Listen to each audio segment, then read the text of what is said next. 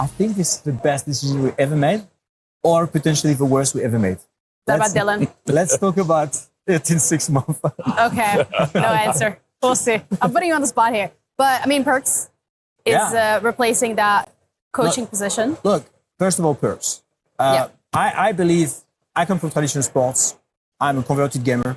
I believe that successful sports organizations have this intrinsic model of legacy transmission from ancient players to the new one, because you transmit something else than just skill and craft. You transmit the legacy and the mental edge that they had when they won. And so we had our player becoming world champion in Rainbow Six 2 years ago called Fabian, and then become the coach. And as a coach, we won the championship again. Everyone is playing, you're not yet. EWC Play is your all-in-one platform to compete in fantasy, pick'em, and quests for a grand total of $300,000 in prize pool. Build your dream fantasy team in 5 different games and track your score with live results tables. Predict the winner of every game, every group stage, and every tournament.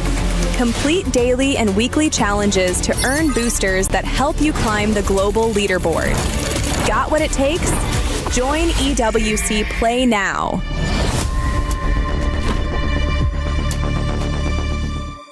I need to learn from these guys over here because they are absolutely nuts. What's the secret? Actually, the secret is to let the fans do what they want to do. Yes. To be very transparent, we don't control them. They have their own association where they organize themselves. We just try to create the connections between the organizer and the fans. We are very happy to be at the EWC because everything is made for the fans here. Yeah. And they are very, very happy. And then when we play, they are just themselves, you know?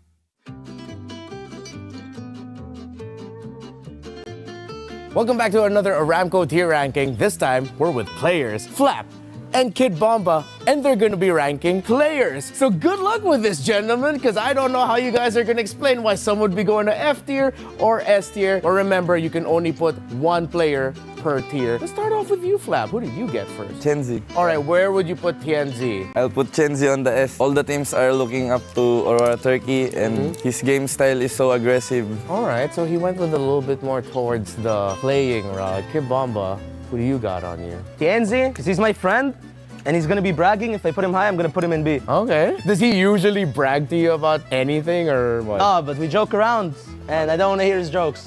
I wanna be the one joking. Next up, we got, I think, Cram. Cram. All right. I think I'll have to put him on E this time. He's strong, but we don't get the chance to face them. E, for the same reasons. I gotta follow him. We just didn't see enough from him in this tournament. I'm guessing E. All right. So for now, this one, Cram is our idolo for this. Who do you got next? Kyrie. I'm gonna put him on A because he's handsome. All right. I'm gonna put him in C because it's yellow.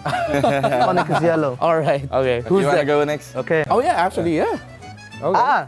So Yeah. Okay. I know what you want to That's go fine. next. That's fine. All right. I already forgot. I'm gonna put him in F tier for him to be motivated for the playoffs, for him to have energy, for him to prove everybody wrong. Does that usually work with Zara? Is he that kind? Like if you egg him on, he'll I have really no like idea. it better? You're just taking a trying shot out at the right win. now. Yeah, I'm gonna put him on F2. I need to be motivated. All right. Who do we got next? Niall. I already know where I'm putting that. Putting Niall in B. Yeah, got S and A. because their fans is calling them Bs. That's good. That's it. That's a good reason. Yeah. It's their logo, B. I'm gonna put Niall in S because he's my super best friend. Aw. I hope I can face him in this tournament. No, never mind. Oh, yeah, don't say that around Flap. All right, let's go to the last one. Sanford. 4D. I'm gonna put Sanford in D. Yeah, I think that's Sad for my fellow Filipino to go home early, so we'll do our best. Where should I put him? This is the last one. You have A and D available. A because he's still the GOAT of XP. Yeah. Okay, YA. A for amazing. All right, and I had an amazing time with you guys here. So, Kid Bomba, Flap, thank you so much. Hopefully, y'all enjoyed this. See you around. Bye, everyone. Welcome to the talent show. I don't know who the talent is. Is it me? Is it you guys? I don't. I don't know. No. No, there's no talent here. Do you ever find it weird that we get called talent? Does it ick you out a little bit? It makes me feel a bit weird. Yeah. No, I love it. We're all talented. We're all very talented. We're special. So you say. All right, speaking of talent, let's talk some questions. So we want you to answer these questions, write them down on your, I was about to say piece of paper, on your cue card, and then reveal to the camera your answer. Some ever so slightly embarrassing questions. Rachel, this is not another... Okay. Don't worry, we're not sabotaging. Nervous. Yeah. All right, verse 1. Out of the talent, who is most likely to get arrested by the police? You started writing before I even finished. When you said arrested, bro. All right. I'm done. 3, 2, 1. LaFell? Oh, damn. You're cool. What?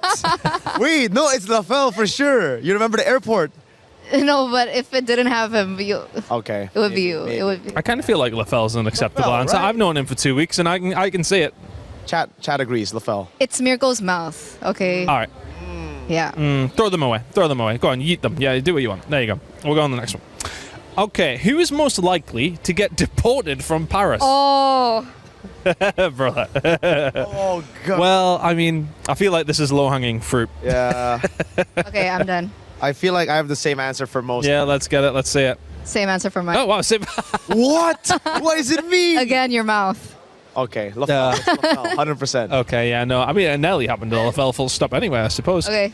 There's a couple of people who this could be. Who is most likely to fall in love with a player? Oh, God. Well,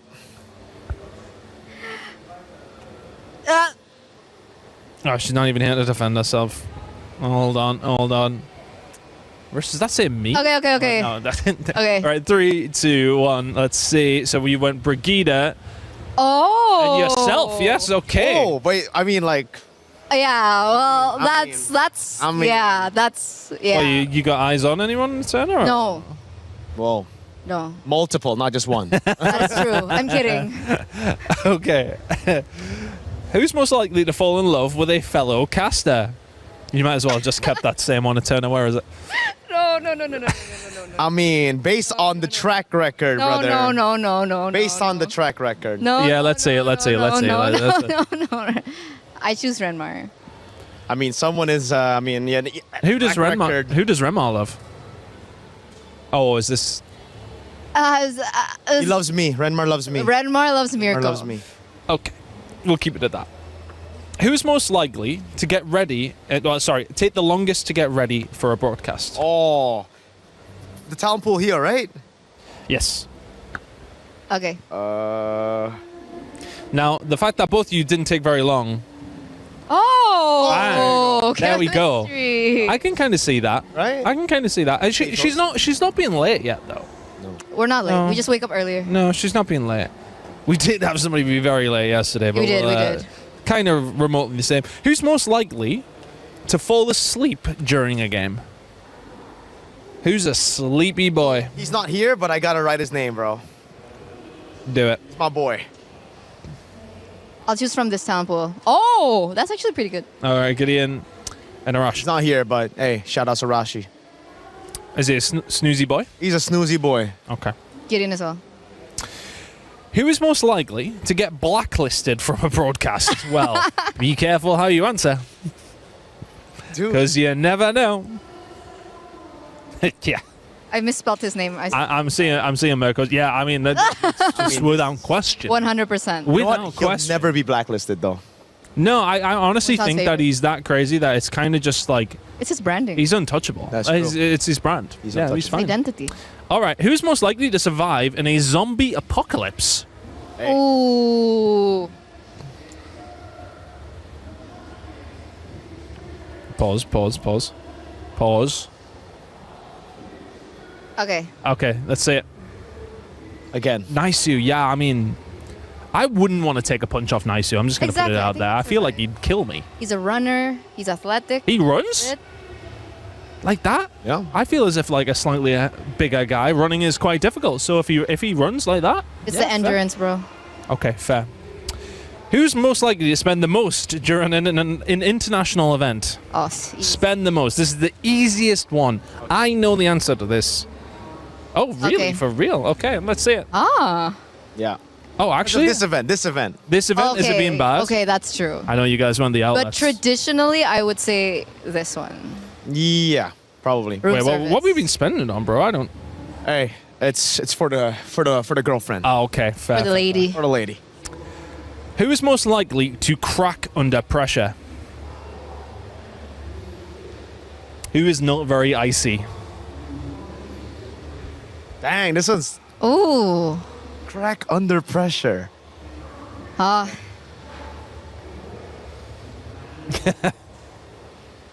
Three, two, one. Oh, damn. No, Oh. no, Eterna, Oh. you're fine. You're fine. I think I cry more than Brigida. You cry? Oh, cry, Oh, crack, but crack crack. under pressure. Yeah, but like to crack under pressure, I cry. Dude, when you I should have when I seen crack, her I cry. reaction when like Oh, the I but- love you things and adults. Okay, okay. That's also a valid answer. Okay. That's a very valid answer. And final one. Who is most likely to win MVP in a game? So who's the best player in the talent group? I can't believe I'm doing this. Damn. So We've been disgusting. very nice to each other on this last one. So disgusting. I'm disgusted. Is he nasty? The boy's nasty at it. Nasty. Pretty good at video games. All right, man. Well, thank you very much, guys. There were some expected and some unexpected answers. We might drag some other people onto the talent show. Thank you. Throw them away. Be dramatic. Go on. Yeet.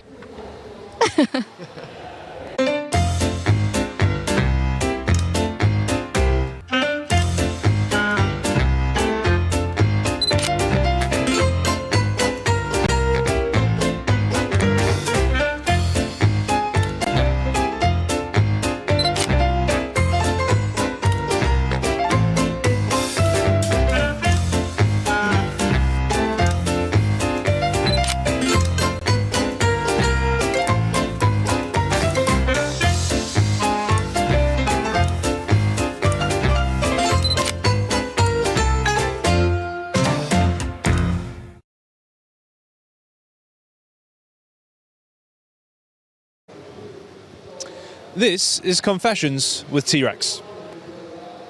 Hello. How are you? I was hoping...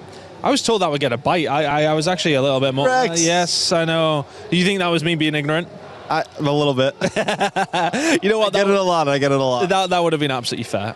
Okay, so this is your confessions, but we are actually starting off nice. How's your daughter Harper? I've been told to ask. She's good. She's Yeah? very good. Yes, she's good. I FaceTimed her at the Eiffel Tower the other Oh, day. nice. That's cute. That's cute. I know. My wife's been over, and she was like, "Baby, what's about?" Anyway, that's probably inappropriate. Never mind. We'll move on. We'll talk about that another day. We'll maybe talk about that later in this interview. So people are saying that you're the grandfather of the NA scene, and the NA teams are kind of like your grandchildren. Have they disappointed you so far? Why grit? I couldn't just be dad. I couldn't be just Grandchildren, apparently. I'm sorry. I grandchildren. get the young thing a lot. It's tough. Yeah. Yes. What do you think about You the could say I'm the performances? daddy of the NA scene, Yeah. Well, that sounds a little bit better. but I'll take granddaddy. I am a little disappointed in my grandchildren for sure. Yeah, not so great, really. I mean, the expectation wasn't there. You were already disappointed in them before this moment, I would like to say. It's been a couple years. Yep, it's been a couple years. That's not a surprise. It's been a rough time. How's your good friend Mr. Fear doing? He is. He's locked away right now in a basement somewhere. Wait, right, you're going to have to explain it to me. All right, come on. You know, there's been some clips. I have some moments where maybe I say things that I shouldn't. It's the multiple personalities of Trex. You have Trex. You have T-Rex. T-Rex, yes. You have Herbert. Okay. You have HB. You have Mr. Fear. Wow, you got more disorders than the fell. Then Split. Then Yeah. you know. Yeah, okay. Fear. And we said some things. We love the Philippines. Filipinos love me. That's just the way it is. Speaking of, what was your plan in Paris aside from work? Any particular districts that you wanted to visit, I was told? Le Marie? Something? Le Marie? No, somebody said you want to go to the Latin district. The Latin District. We Yes. want to go to Latin District. I went. It was cool. And any luck? We found some good places. Some good great food places. yeah. A couple of nooks and crannies. Yeah, okay. I'm sure there is a few of those in Paris. What was in the duffel bag that you lost? A lot. A lot. Every pair of pants I own. Oh, man. Every pair of pants I own. A camera. And it's like All lost. All my hygiene. That's why my beard is so big right now. It looks Do good. you have clippers? Could I borrow some clippers? You can, yeah. I can. Yeah, you actually can. We got a barber here on site as well. I haven't had time. Okay. Well, you know what? You can lend mine if you Yes, want. everything. No, it's gone. I don't know. If you had to choose one genre for the rest of your life, would you choose rap and punk rock? Or rap or punk rock, I would say. You got good questions. Good questions, sir. If I had to pick one, Yeah. it's been a sad boy summer, so we're going for punk rock. Okay. I think. What's your favorite punk rock band?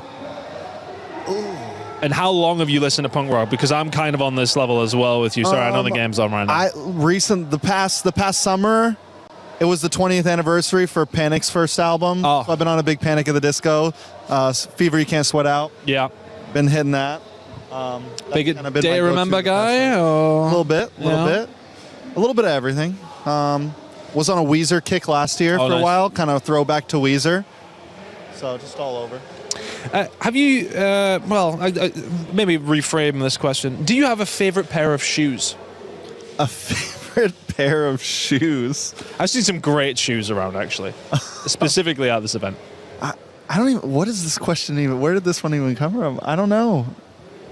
A favorite pair of. Do you have a favorite pair of Oh. We will keep that to ourselves. Right, Renmar. Shout out to Renmar. I have a few favorite pair of shoes. We'll leave it at that. Trex, thank you. Thank you. Yeah, we might never work again.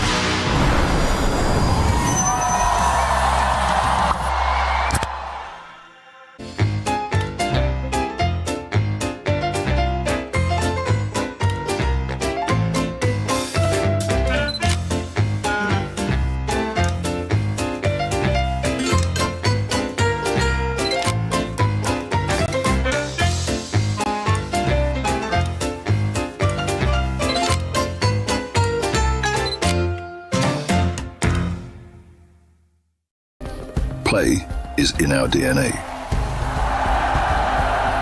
Whenever we let it out, it becomes our superpower. Now imagine an entire city being built to supercharge it. Kadir City, powered by Play.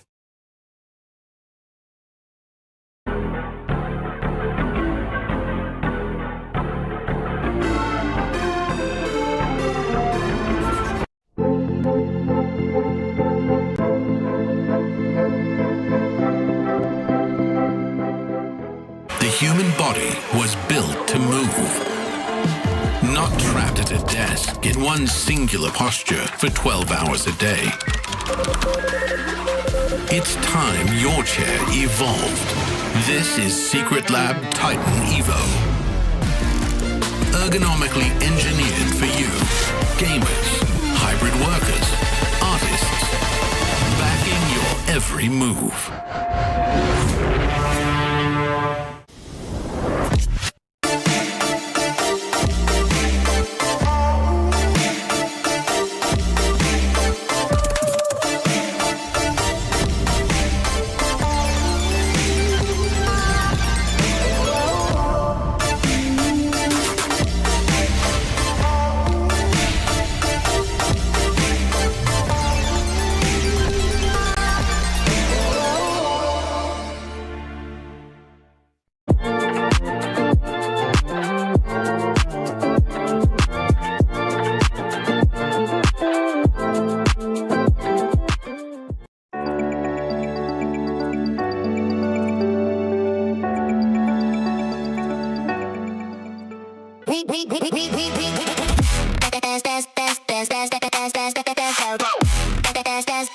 We book Esports World Cup up.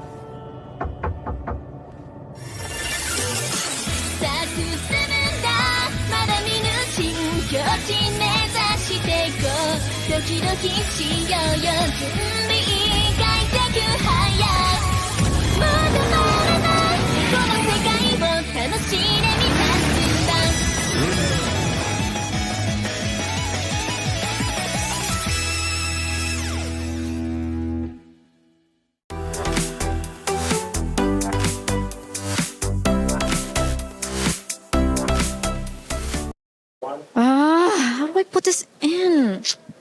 It's not fitting in. All of your fallen soldiers, eh? Don't get me started, Chris. You need to stop cursing these teams. It's every single time. I'm not trying to.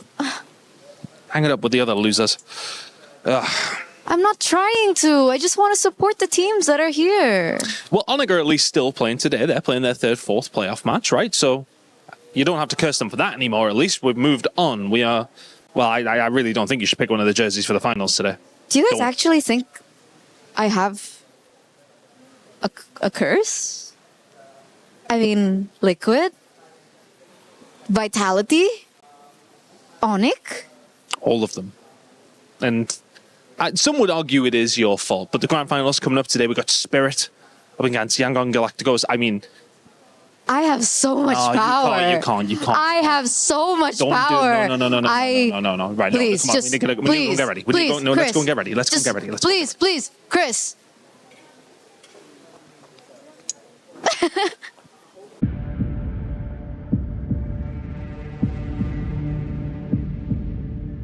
Day 3 was nothing short of spectacular.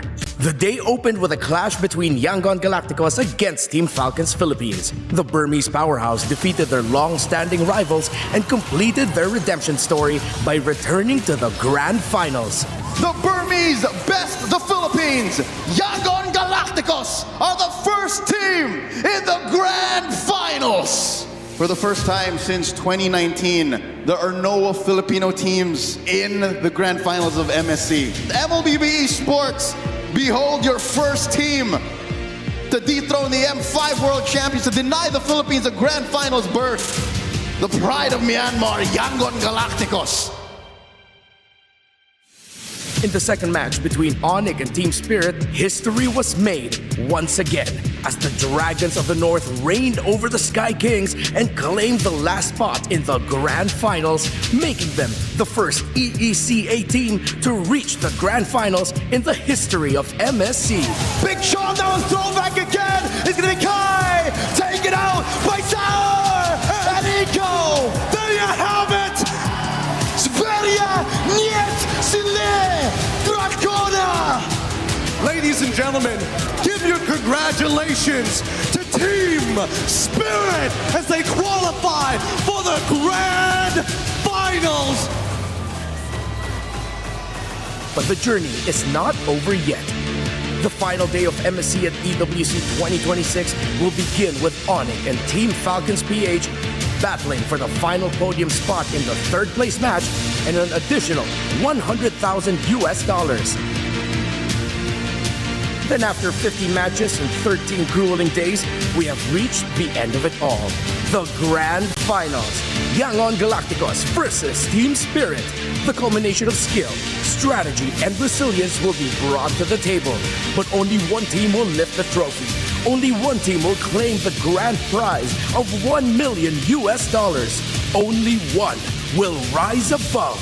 Who will be the new kings of MSC at EWC 2026? A new chapter in MLBB history is going to be written today. And at MSC in Paris, France, at EWC 2026, we will see maybe one of those teams that were mentioned before, Myanmar's representative, Yangon Galacticos, or Team Spirit from EECA, do the unthinkable and crown themselves a champion here in one of the most prestigious tournaments of the year. But it is not without the fight to get there. And there is so much more that is happening today before we get to that grand final moment that we have to talk about as well. But for those of you who have been watching this tournament, the MSC of upsets, we have so quoted it. There is more in the tank, and there should be more drama to unfold. My name is Ray Day. Welcome back to the studio. Welcome back to the Nova Legion Gauntlet. We've got Renmar and Trex with me. It's going to be an amazing day of MLBB action. As I mentioned, we got a little aperitif before we get into that $1 million grand finals later on today, starting at 2 p.m. CEST. Today, we do start, however, with our third place and fourth place match, Renmar, which is not a joke either. There's $100,000 on the line. There's 100 club championship points on the line. Everything is on the line today. Yeah, I passed by the players yesterday of both Falcons and Onyx. Of course, I saw the Falcons boys first, and they've already moved on from the loss. They were already talking about today. And one of the players, I'm not gonna say who, but they did say, we still got tomorrow. It's $100,000 US more. Woo. We're gonna run for that. Trex, I mean, it's no joke. Yeah, I mean, I think that's what it's all about today. Who can recover the best after yesterday's loss and still bring their A game? 100K difference is huge for every team in this tournament. A lot of teams were just fighting to get to that point first off. The STC Rewind will help us break down what happened earlier in this tournament. And speaking of yesterday, we had maybe the most fireworks of all. It was already a banger because we saw the top dogs coming into this, whether it was SRG from Malaysia, Team Liquid Philippines. The top contenders fell one by one by one. The winners of MSC previously fell one by one until it was just Onyx remaining. And then they fell yesterday as well, guaranteeing us a brand new champion. Yangon Galacticos and Team Falcons, that match was insane. It started off with Yangon showing their dominance, but then Falcons showed theirs, but then Yangon made some moments wherein they capitalized on errors, uncharacteristic errors from Team Falcons. Team Spirit as well. They looked like a team that was on a mission, Trex. But, you know, they were going up against people who were doubting them. I mean, not Onyx particularly, but the fan base still believed that they could have an Indonesian representative in that grand finals because that's what we're used to. I think nobody expected what we're going to be witnessing today. It's unprecedented.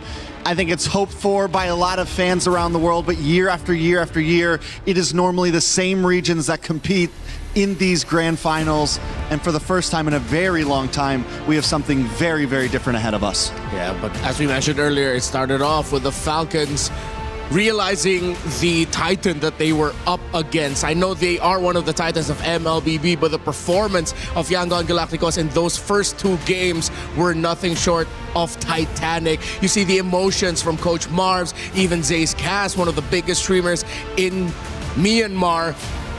It meant so much for the country to get that win. And doing it with all Myanmar local players. Nobody was imported, except for the coach, actually, who happens to be Filipino. But that's okay. We still represent. Renmar's happy about that. He's smiling. At the end of the day, though, it's still Myanmar doing something that was unprecedented. And on the other side of it, we had more. Team Spirit, how they dissected and dominated Onyx in 3 games. They swept Onyx. They got to battle and exercise their demons, and they did so in convincing fashion. More than convincing fashion. The fact that it was a 3-0 is still blowing my mind. I remember after game number 2, I'm like, this could happen. They're about to 3-0 Onyx. What is going on? And the doubt was still there because Young Gun Galacticos almost did the same thing. It went 2 games. I'm thinking Onyx is going to make a comeback and we're going to go the distance. But no, Team Spirit puts a stop to them quickly. Yeah, and that was really important because you could tell that if you gave them a little bit of room, it might have just been a best of 5 that went all the way. Of course, our club championship Aramco rankings will give us another story that's underlying all the action happening today, which is that we are fighting for tens of millions of dollars behind the scenes with the club championship rankings. Remember, this is all tying every game at EWC together, all of the 40+ titles that are here, all of the 6-7 weeks. These orgs are competing for a major prize, and that's the opportunity to be a club champion. And if you can do that, like Team Falcons have done back-to-back, it could change the direction of your org. Not as Vincier currently in front, but going into today, there are 2 teams that are actually still playing, Team Falcons and Onyx, who have some implications here if they get a win. Yeah, but I hope they don't forget, as an organization, the Team Spirit is just looming there close by. They're at 950. If I'm not mistaken, that should be 1,000 points if ever they win the grand finals later. But for Falcons, we focus on to them. They really want to get this 3rd place placement. They haven't won a title yet here at EWC 2026. At least get all the points you can get, and then just win one down the road. That will change the picture completely. The difference is when you look at 1,600 and you go to 1,750, you go to that to 800. I mean, the difference between 3rd or 4th or 5th, it might be 100 points. That is what's on the line. Falcons stand to win if they can get 3rd place, 100 more points. So we'll see what happens. Chris has an update on the overall club championship for us as well. Well, thank you guys. You've let me outside here in Paris. It is a lovely day, as it has been for the past 4 weeks. But club championship-wise, let's talk about it. Our main story this week really has been about Falcons and Vitality. At the start of the week, Falcons were faltering, but they have started to catch themselves up with a good result. And Vitality's poor one has really allowed them to close that gap. It was, of course, around like 1,000 at one stage, but it's been cut down by 300 points by Falcons. And if they win in their 3rd, 4th place game today, it will be cut down again. Another 200 points is on offer. So a massive, massive moment for the side of Falcons. It could be cut down, 500 points on offer for them today if they can finish in 3rd, which could be huge in the club championship. Plenty of other games that Falcons are involved in as well. There's a little bit going on in Street Fighter. They've got a good opportunity to win up in Warzone. They could be first by the end of the week. Let's see how it does close out. We'll be updating you throughout the rest of the day. That is your small club championship update. Thank you, Chris. Falcons known for being pretty much one of the best teams in Warzone as well. I've had the privilege of casting them in some of their matches. That is a good thing to look out for. As today and, of course, tomorrow comes to a close, we will continue to update you, but it's all about MLBB and MSC. We got our grand finals. We got our 3rd, 4th place match, and to get there, we had to crush some keys. That's right. It's an EWC Classic. When you go home, you don't just get to leave the building. You got to get your key crushed, guys. And he was excited for that one. You could tell so much emotions on his face as he's crushing it too. Like he's into it. He looked like he was like pressing hard. He was enjoying it. Yeah, he was like, how hard can I crush this, please? Yeah. It was pretty poetic, though. It was the Filipino head coach of Young Gun Galacticos to crush the key of the last hope of the Philippines for the championship at MSC. And of course, Kid Bomba, I'm pretty sure that felt great for him. Oh, yeah. Onyx has been a boogeyman for him in international, so he got that. Certainly has. Here's a look at our knockout bracket. We had a week of group stages to lead to this moment, which then gave us our quarterfinal matchups. We saw Team Spirit and Onyx move out early, 3-2, defeating Aurora Gaming, who many thought were the best team coming into this knockout stage. Onyx took them down. We expected a big play from them versus Team Spirit, but no, it was a 3-0.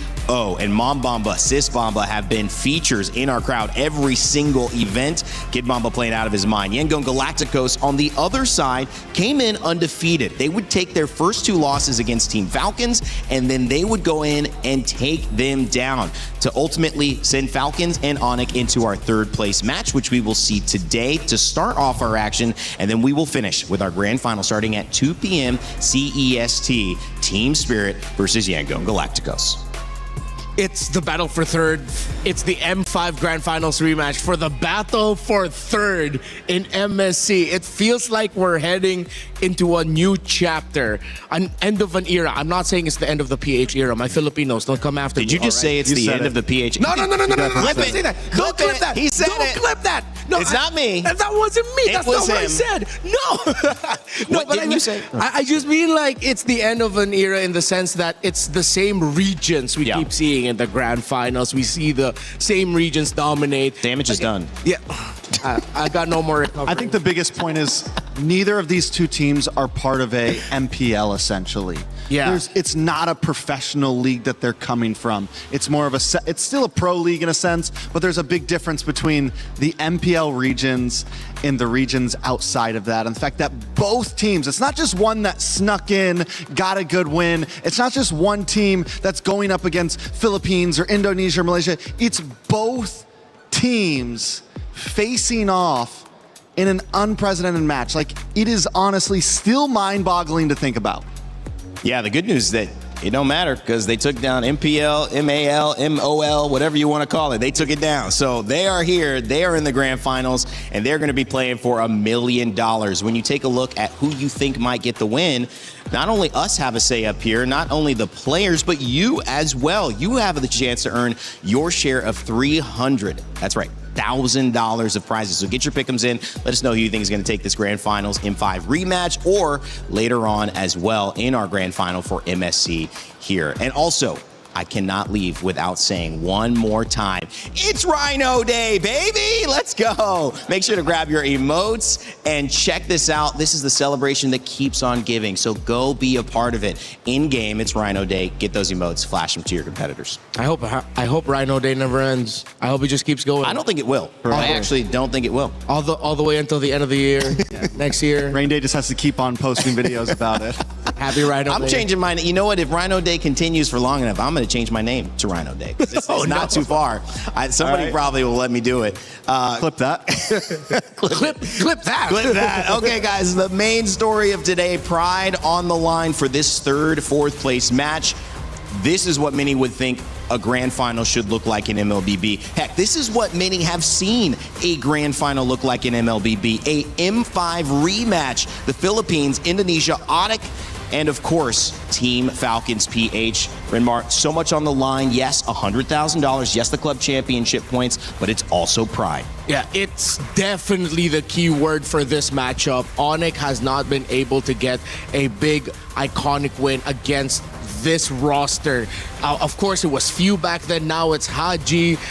There's a new element to them in having Keller and of course Lutpi, who has been fantastic for the team. But if you're looking at pride, I think it'll hurt the pride of Onyx more if they lose today. While for Falcons, I mean, there's a sense of pride there too, but I'm pretty sure I'm looking at boys, I'm looking at them right now. They're thinking we need the points for the bosses and we need that money.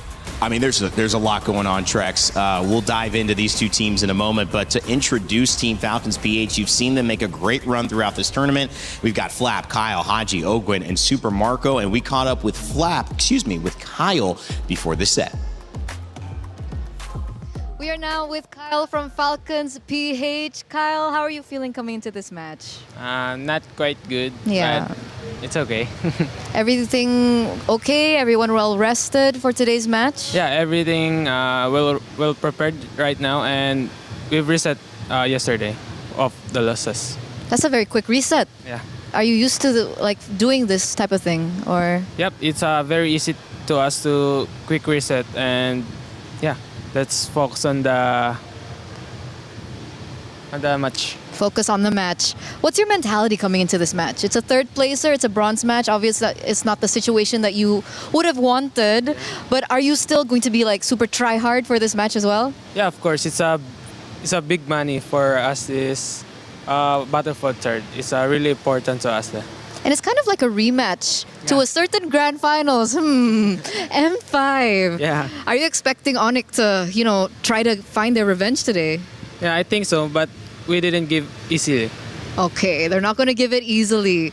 So what happened actually? We didn't get to talk after your loss yesterday. What do you think that Yangon did better than you guys yesterday? I think What happened yesterday?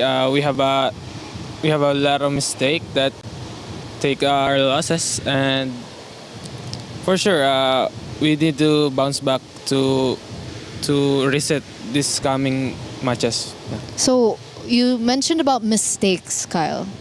What mistakes are we talking about? Was it execution that was off? Communication that was off? I think it's the execution. Maybe we have we didn't play our game, that game 5, and our discipline is not off that game 5. So yeah, that's why we lost. Okay, so the discipline just wasn't there, and I'm sure you had a quick reset last night. And if we're talking about the meta, Kyle, what do you think about the meta? Do you like the meta? For me, I think if I'm gonna rate it, I'm gonna rate 8 out of 10 because it's like a weird meta right now, and it's like heroes that weird heroes, but it's gonna you can execute right that what you call that, any teams that you can execute the hero that weird. Yeah. Okay, so it opens up really weird heroes. Yeah. If I had to ask you if there's something you didn't like about the meta, what would you say? I think the hero of the tank. There's so many tank heroes that coming to the tournaments that we didn't see like in our practice. Okay, so you were surprised as well. Yes. And obviously, it sucks to be a jungler in that case, right? So, speaking of jungler, you are going to have a jungler matchup once again against Kyrie. Kyle, give us something. Give us a message to Kyrie. Other than good luck, have fun, give the best show. What else is there? Yeah, I think it's same. I'm going to say to Kyrie, good luck and have fun. And yeah. Nothing else? You don't want to say anything else? Else? Because Kyrie is my good friend, and yeah, we always talk about in outside the game. Yeah, we're friends. Okay, so they're friends outside and in the game, so just good luck and have fun. Onik is our friend and best friend. Oh, it's friend and best friend. Yes. Okay, we're going to see the friends and best friends hit at it in the bronze match. Thank you so much for this interview, Kyle. We're going to throw it over back to you guys. I thought we were going to get some trash talk here. I mean, friends and best friends. I don't need to see you guys skipping together, holding hands to start this third place match. We need pride on the line, baby. Come on, keep it together. No, I love the fact that these two are competing, but also keeping it respectful because they know they didn't get to where they wanted to be, but there's still so much to play for. He mentioned that $100,000. Not just Team Falcons PH are going to be playing for it. It's Onik as well, who yesterday the results did not go the way that they thought. At least Team Falcons clawed it back to a game 5. Onik lost 3-0, so they have yet to get a win in the last 2 days. They will desperately hope to get off to a good start, and the person that might be the most important to make sure they have that stability is Kelra. We caught up with him and Eterna earlier on.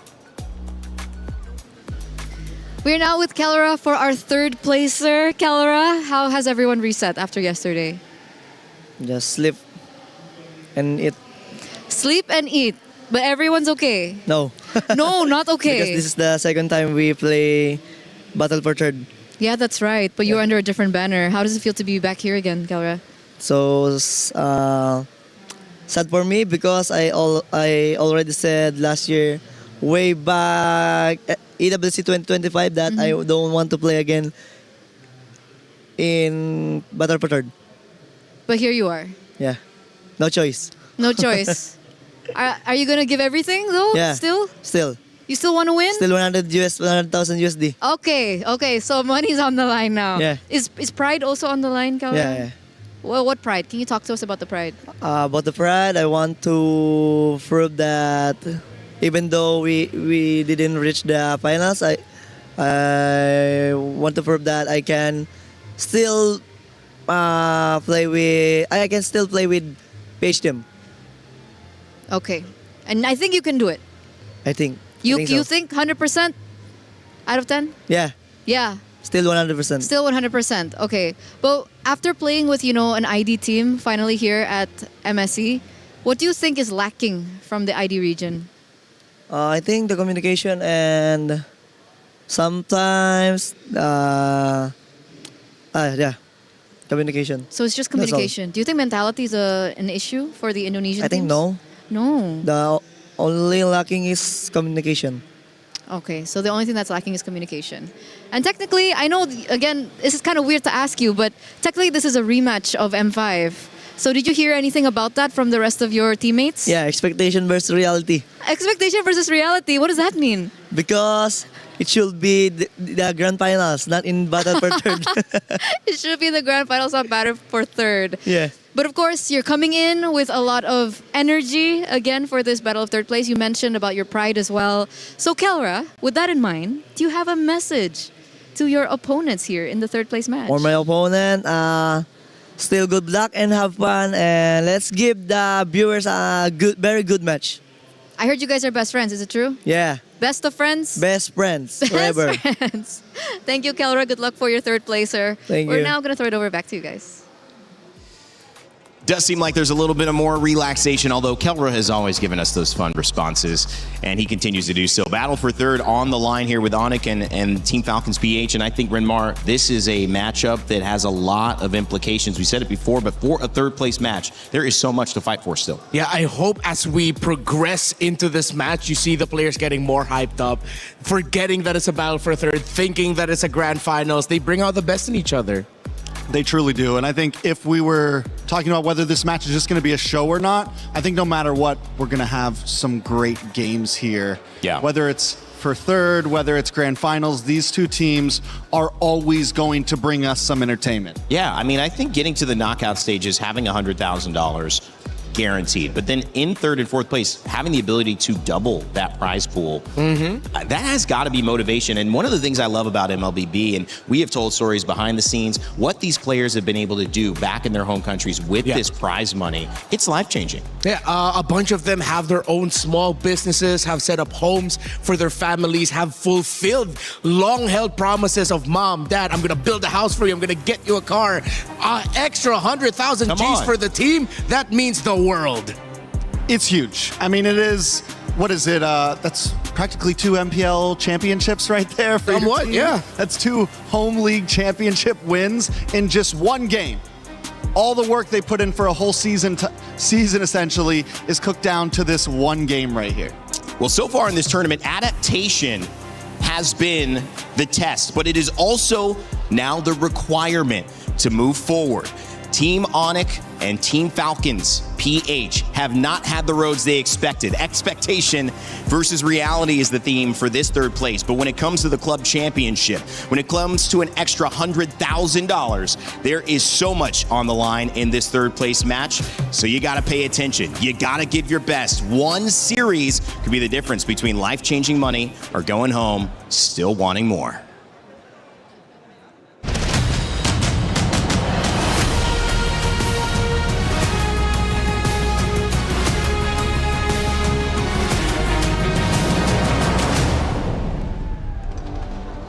Good morning, my friends, MLB fans all around the world. MSC 2026 at the Esports World Cup is almost coming to a close. We have one matchup before we head into our grand final. As you've heard on our panel, this one is for the third and fourth place. But trust me, none of these two teams are going to be playing it easy. It's a big Indo-Philippines matchup. And Rose, we've seen this one 1,000,000+ times. Yes, you know what, Milosh, you are right. Because this is not just a ID-PH matchup. This is a rematch of the M5 Grand Finals. And if we remember correctly, that was the matchup where Falcons came out on top. That's some sort of bragging rights to play with, right? You want to continue on with that story, at least here in third place at MSC. And for Onic, they've been here before, even in MSC last year. They want to go beyond that. They want to at least hold on to that third place. Oh yeah, now the question is, who will actually get the bragging right of number 3 here at MSC at EWC? So without further ado, ladies and gentlemen, make some noise for Team Falcons Philippines!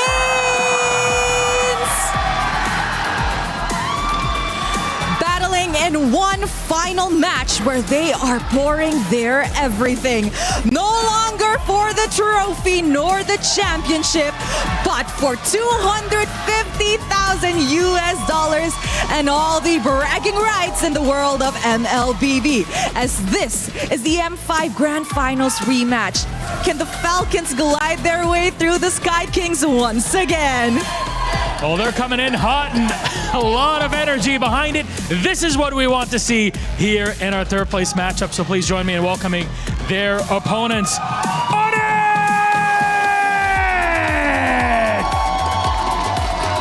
The Sky Kings find themselves for 2 consecutive years between Cloud 6 and 7 at MSC. And whilst the trophy's out of their reach, the cash prize and the bragging rights are still up for grabs at the MSC stage.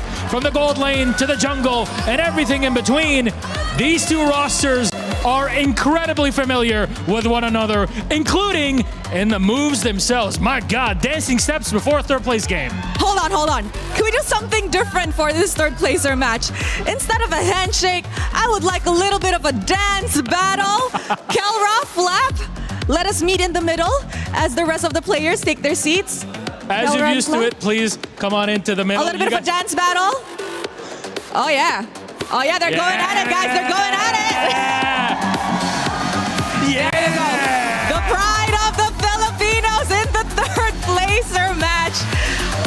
All is fun and all is well here in MSC at EWC 2026. Milosh, this will be one hell of a match and it's gonna be super duper fun.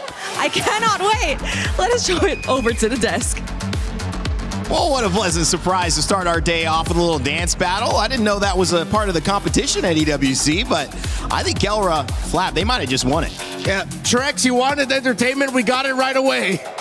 We got to start things off a little light before things get intense, obviously. Yeah. Show the love and competition between these two teams. The truth is they're shaking off some emotion. You could tell that they went through the heartbreak yesterday, and now they've got to bounce back. It's like doing the ultimate exit interview. You have to come back on stage after losing, after failing what you wanted to get, and still show up and perform, still put on a smiling face. So I like that they're leaning into it, but also choosing a different approach, because yesterday's seriousness in this meta didn't quite work. So they know they've got to adapt, they've got to take a different route. Yeah, so far I think they're just slowly peeling away the layers of the onion that is this match. There's personal pride. They want to get past that hurdle of, oh, we're not in the final, so let's see what we can do for ourselves. Then that steps up. It's team pride. It's org pride until the creeping reality hits them like a truck. It's country pride. It's Philippines and Indonesia. And sometimes when you get down to it, in a sport, when there's so much on the line, the only thing you could do as a player, Trex, is just focus on the game. You have to put all that to the side and show up and play how you normally play. And if there's any players that can do that, I think it's them right here. Already, I mean, look at my guy. He's locked in. They're ready. Everything else is gone at this moment. The fans are invisible. It's nothing but them and their opponents in front of them.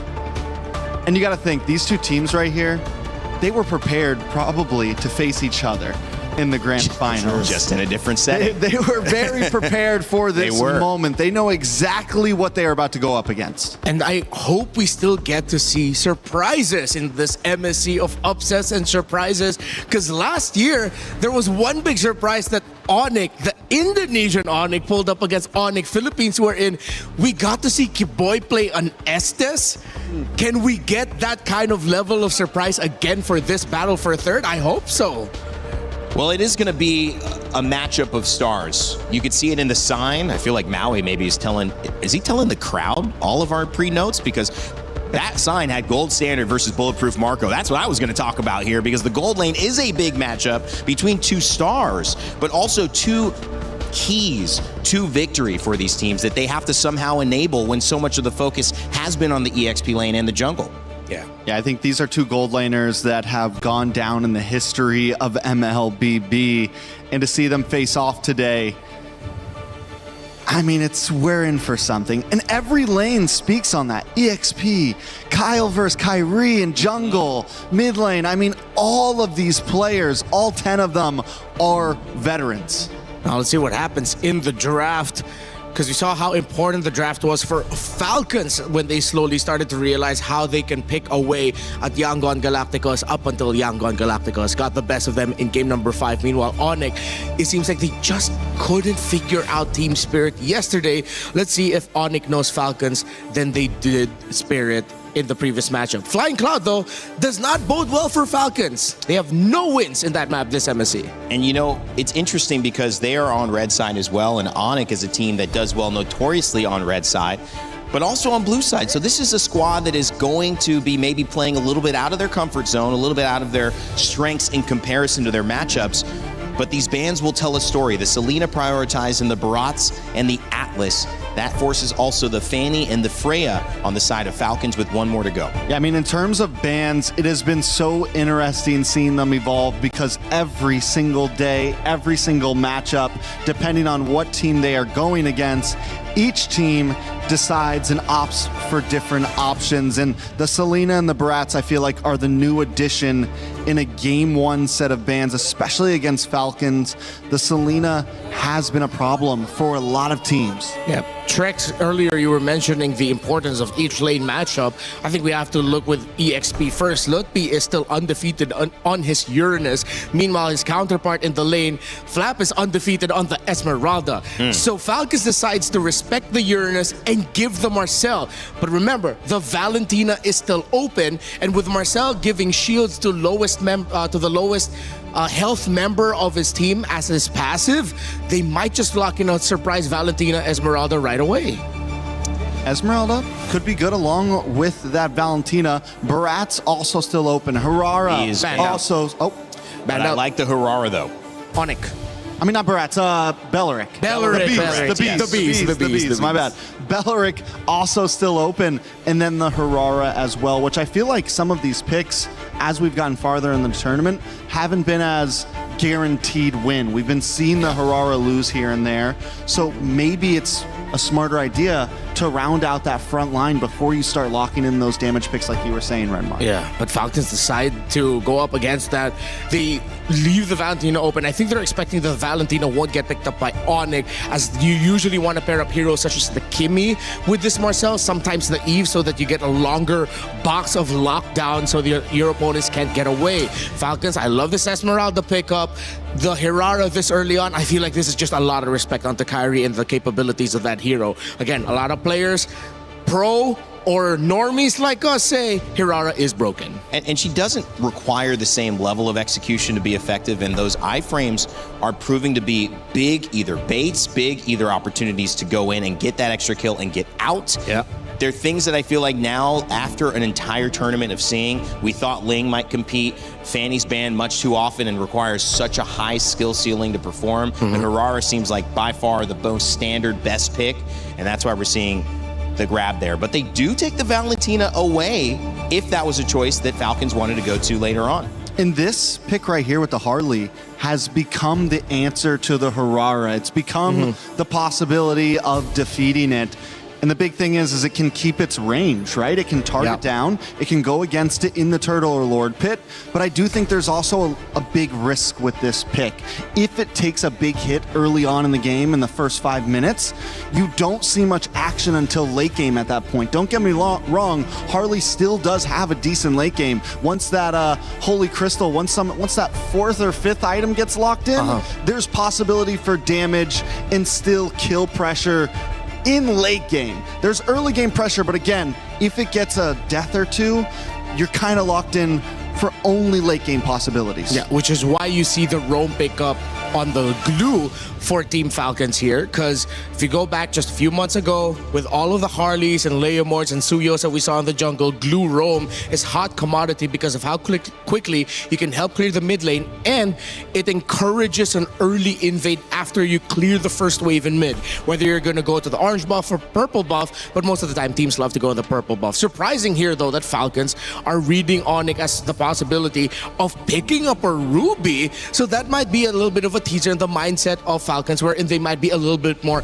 close range and clumped up together. One pick they have to watch out for here in the gold lane is the Granger of Kelra. That pairs very well with the Marcel, and together with the Harley scales up way too quick. Well, I think I was first going to ask this question before we saw the ban come out. Claude, do you respect the ban? Because that's what Super Marco did yesterday to start turning the games around. He had that moment where they dove him, got the turtle, got the shield back up, and then turned it back into a 2-0 win, and that won them the game. The ban comes out immediately for Onyx. And what makes that so interesting is earlier on in this tournament, the Claude kind of fell off, and it just goes to show how much of a comfort pick this can be for some of the gold laners still in this tournament. Even a hero that a lot of other teams couldn't pull off, Super Marco is just a menace on. So very well done by Onyx, I think, calling that out. Eudora also goes down, which could have been a great stiff arm to this Harley. One of the few heroes who can quick stun it still. Falcons now, all bans off the table. They are on the gun for first pick and second phase. I think they save up their mid lane pick for later. They need to see the gold laner of Onyx get picked up first. I think just go ahead and pick up your mid... Oh, wait, not mid laner. Excuse me, gold laner. There you go. Clint is the pickup for Falcons. They need a little bit more range. So it makes sense why they ban out the Sora and the Ruby. You get the Glue and the Esmeralda together in the front line. Of course, Herrera always puts herself in the front line. That's just the nature of the assassin hero. And you need something in the back. Now, the mid lane pick of Falcons will either be something static with a strong box, such as an Eve, or some really great crowd control to help out the Clint, like the Lo Yi or the Vexana. We have been seeing Falcons enjoy picking up that Farza. Could be another one. Yes. Very something similar range. They've opted out of the two big, backline mages with the Yve or the Farza. They have opted for the Farza sometimes, the burst damage that it supplies. They could use Shred, though, with the Yve. I think because they already have so much burst on their side, could definitely be the option. The Granger gets locked in from the side of Onyx. We saw how well Kelra was able to play that before. Another hero that other teams aren't using, but Kelra is making it a monster. Yeah, again, perfect pairing with the Marcel, and I think this is time. You mentioned Farsa, that would be great. Lo Yi wouldn't be that bad either, but if you're looking at comforts, I think I'm gonna have to double down on what you said, Trex. The Farsa looks good here. Lo Yi, I was thinking it. The only risk is the Harley against it, but against with their lineup, the Jushin's still open. Jushin's still open. I thought they'd want to get more long-range burst and poke, but they're doubling down on crowd control in the center of the map. That's interesting. Crowd control has been key in this meta. It's been the thing that has been a menace to so many teams. This is a crowd-controlled meta at its core. Well, there was a lot of bans targeting the EXP lane, and we have a chance now to see Phoveus let through, and that'll be interesting. Can he do enough on the Onyx? We know how the Marcel has been dominant early, has lost a couple times late, but this is Onyx and Team Falcons PH, their last chance to make their final statement before M8. It all comes down to this, $100,000 on the line for this third place match, but more so than that, the pride of the Philippines and Indonesia, expectation versus reality. Let's kick off our finals day here for MSC and send it over to our casters, Daisu and Leo. After many matches and almost 2 weeks that lead us to this point, it's a third place match, a battle of pride, but also a whopping $100,000 between third and fourth place finishes here. We'll find out who gets the victory. It's me, Daisu, Leo, to bring you this best of 5. And later on, the grand final is going to be amazing too, but this one is a rematch, Leo, all the way back from M5. That was almost 3 years ago where they took it all the way to 7 games. Here tonight, they might be able to take it all the way to 5 games. We're expecting a slobber knocker between these former champions of their respective regions. Flap here gets caught out, flickering through. Haji with the flare looking for the choke down. Lifts up Keyboy and puts him down just as quickly. Kyle with the steal. Oh my lord, a minute in. Attempted Grand Theft Purple. Can Kyrie stop him? Oh, he does. He got it. All right, Kyrie secured it. Kyle's going to be able to get away here. It was interesting too in the draft because if I remember correctly, yesterday it was multiple times. Oh, hold on. All right, quicker burn. Keyboy should be, yeah, he's fine. He's on the Marcel. He's got enough mobility, but they went with this first pick, Marcel, who's kind of slipped through some of the drafts. He's been either banned out or teams have gone and picked him up. But it was Onyx that picked up the Herrera multiple times throughout yesterday's match. Speaking of the Herrera, Kyle here put down a quarter of his health. Ogwin stopping the backup from coming through. It's not just Onyx who has this identity that they're forcing through from yesterday's bouts. Even Falcons, you see them play the Esmeralda once again, the glue in Oakland's hands that, 2 games in a row dismantled Yangon Galacticos' Yang on Yam, or the Burmese Ube. And then they still have Haji on the very high prio Zushin, who, in the hands of Kaiser yesterday, was the finisher. He was the MVP for sure of game number 5. We see here Haji in trouble. Crimson flare back, and that's one major tool out for this turtle. Yeah. They want to fight for this first objective here. Some tools already used. Sans has his own beacon that he can play into. So they've got control around this turtle. I'm not sure if Falcons really wants to do too much. Kyle's trying to get his purple buff, but they may be forced into a fight here. Oh, Kyle secures his own purple. But then again, the retribution was short. Kyrie secures. Now Ogun flickers back. No harm, no foul. No casualties just yet, but Onyx gets the big one. Yeah, they get the objective. Looks like taking a little break here before this. Again, no first blood given just yet. And this is kind of the nature, man, of the compositions that we've seen, throughout MSC. It's like this push and pull factor. And a lot of that has been because of where the jungle meta is and it's fallen into. I mean, we heard Kyle share some of his thoughts leading into this matchup, exactly how he feels about the jungle meta. I'd say that's partially true, but half of that truth, to make a better picture, is it's just these 2 teams. Yeah. It's rare that you see a full-on Titans of Southeast Asia clash in MSC. Look back at the last 2 weeks, Joseph. Look back at the last 2 weeks. I'm looking back. You see Yangon Galacticos with their own little flavor, Team Spirit with their own, with the Dragon Davai play style, and then you have the likes of Vamos and Pro who are just oh so aggressive. This is the first time we're seeing 2 full-on, I'd say it's safe to say now, macro-centric lineups clash. Yeah. So that's why we're seeing such a surgical first 2 minutes. I mean, again, they came into this matchup in high spirits. Got to see some of the antics on stage as they both came out, of course. But, one thing's for sure, in the game, in this best of 5, they're going to lay it on the line here. They're going to give it their all. We already talked about how it's that pride factor, but also the difference in terms of money. I mean, $100,000, man. In Philippine pesos, I think that's around 6 million pesos. In IDR, don't even get me started. I think like almost 2 billion, something like that. It's like almost 2 billion. It's life-changing money. It's life-changing money even at this point. And the fact that they can keep the brevity, harken back to their brotherhood, harken back to how far they've come and how many times they've played with each other. They decide to dance in their entrance. Like, that's just the kind of athletes and just young men they are, how much they love MLBB, while still acknowledging the stakes. Yeah. I mean, they did mention that, again, off of the Land of Dawn, they're the best of friends, right? It's always sometimes, I would say, looking at yesterday's interviews, that's one thing why I love, when we get a chance to see Kid Bomba, for example, talk, the way he speaks and the way he kind of, even his messages to the opponents, a little bit more than the good luck, have fun, that we see. But of course, when it comes down to the in-game, that's where you really see it kind of come to fruition here between both these teams. And as we wait a little bit longer to jump into this one, that first game really kind of sets the pace of the entire series. But also, if you look at what, for example, Falcons had to go through yesterday, this sometimes in some cases a reverse sweep where you're down 0-2 and you got to come back to it. So it looks like we are back into the game. Let's go to jump back into this one. We're just under 3 minutes into this one, this first match. Again, in this best of 5. A minute and a half till Turtle spawns lower quarter. Not much of a distance. Flap and Lutpi have to go through.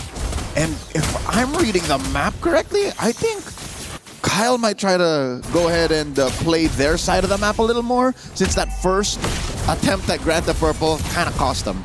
Yeah, it didn't happen, right? But I feel like, too, when you just have the Harara, you're kind of allowed to do that. You just got so many ways to move across the map and kind of avoid things, It's like you're kind of self-reliant in yourself, although the most successful Harara gameplays that we've seen is because of your team being able to support that, right? So there's this kind of case where Harley probably does that. Oh, Flap. Okay, he's burning the flicker. So he's got that, but Harley essentially does the same thing. You're pretty self-sufficient to be able to move around the map. You don't have to rely too much on your team until, obviously you get to that mid or late game. Yep, they have their stats skewed to one side slightly more on a spectrum of junglers between mobility and, single-handed burst damage.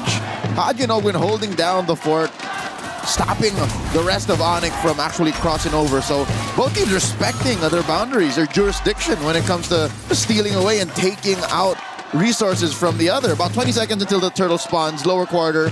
This is as safe as it gets. Again, not more than a 500 gold swing either way. Yeah, Leo, this is about as safe as it gets. It's like you're playing, there's your side of the map, here's the line. We're drawing it, we're going to stay on this side, you guys stay on that side. I mean, imagine, 4.5 minutes in, no kills, no first bloods. Just that turtle is what they're fighting for. This one definitely looks like it's going to be resulting into at least this 4v4 as both gold laners still up on that top side of the map. Fighting for the second turtle. Loopy's going to jump in here. Uh-oh, Keyboy running through. Haji bursted down, forced the Crimson Flare back, and Suns helped Kyrie score the kill via the Deadly Magics. Now Loopy jumping up. Ogwin finds them out. In comes Kelra. Warning shots. Finds another kill on Ogwin after a golden hour. Revitalize, making sure that the rest of Onyx are topped up, and in comes Loopy. Finding a couple more. Down goes Kyle, down goes Flap, and that's all she wrote. Unless Marco wants more flying clouds. In come Haji. Looking for that choke up. Suns will be able to save himself. In comes Keyboy. The jump back and the flicker will not save Marco. Wanton mayhem on Falcon's side of the map, resulting in 6 free kills plus the turtle for Onyx. They just got a whole lot, man. We were just talking about how nothing had happened in those first, few minutes of the game, and then all of a sudden, boom. Look at this, 3,000 lead, you got 6 kills plus a turtle. Joseph, a whole lot is an understatement. That was a metric ton of advantage that Onyx have scored in that minute-long sequence. Again, one more look. Maybe the fact that they got the mount was the sign of, okay, maybe we should try. Yeah, I mean, again, even fighting in between the two turrets here, I thought Falcons would be a little safe. But that should have been. Yeah, that should have been, but no. The fact that there was a revitalize, and sure, despite the crowd control being sound for Falcons to an extent, it was still Onyx who was declaring and dictating where the fight happens. So now they're up 3,000 gold. Kelra can move around where he wants, and all right, say what you will about the Hirara and the Esmeralda kind of going where they want to. Uh-oh. They find Kyle once more, and there's no way Kyle survives this. Loopy scores, and another mount. This should be a clear sign. The first time around it did not work out. Yeah. Falcons should back off. And I mean, even on this, golden hour used. Ogwin just chopped down to a little stomp as they force Patrick Star to take a dirt nap. Loopy gets knocked up, but again, there's no damage between Flap and Haji here. Falcons once again lose 2 for free. I mean, what do you do? Kyrie, he stops him. He does, but the damage is real. Kyrie finds another. But there is a trade-off. Down goes Suns in mid. Haji traded out for Keyboy. What is he rocking? These enhanced basic attacks on the Marcel are doing work. What is going on here for Falcons? I feel like across the map, it feels like Onyx is everywhere. And at this point, that's what they can do, man. Just continue to build this lead of 5,000 up ahead. The next turtle, last one, is coming up here. But look at this, Kyle. No breathing room. That's it. We've seen Hirara survive a Deadly Magics through a sequence of spell vamps and iframes, but not like that. Not in a moment of, I don't know, savage vulnerability, because that's what it feels like, Joseph. About 2 to 3 minutes worth of that gung-ho intent that they had against Yangon Galacticos last night. This feels like Onyx time, like in game 1. I mean, for sure. This is going to be the next turtle that they get 3 for 3 there. You saw the difference for gold in the gold lane, man. 2,000, I think it was, for Kelra. I'm wondering, too, if he already had the Sky Piercer. I'm not sure if we saw that. If we can take a look at the items here to see where the gold lane is falling in. Yeah, so he's got the Sky Piercer. I'm not sure exactly when he picked it up, though. Minimum 2 stacks. Minimum 2 stacks.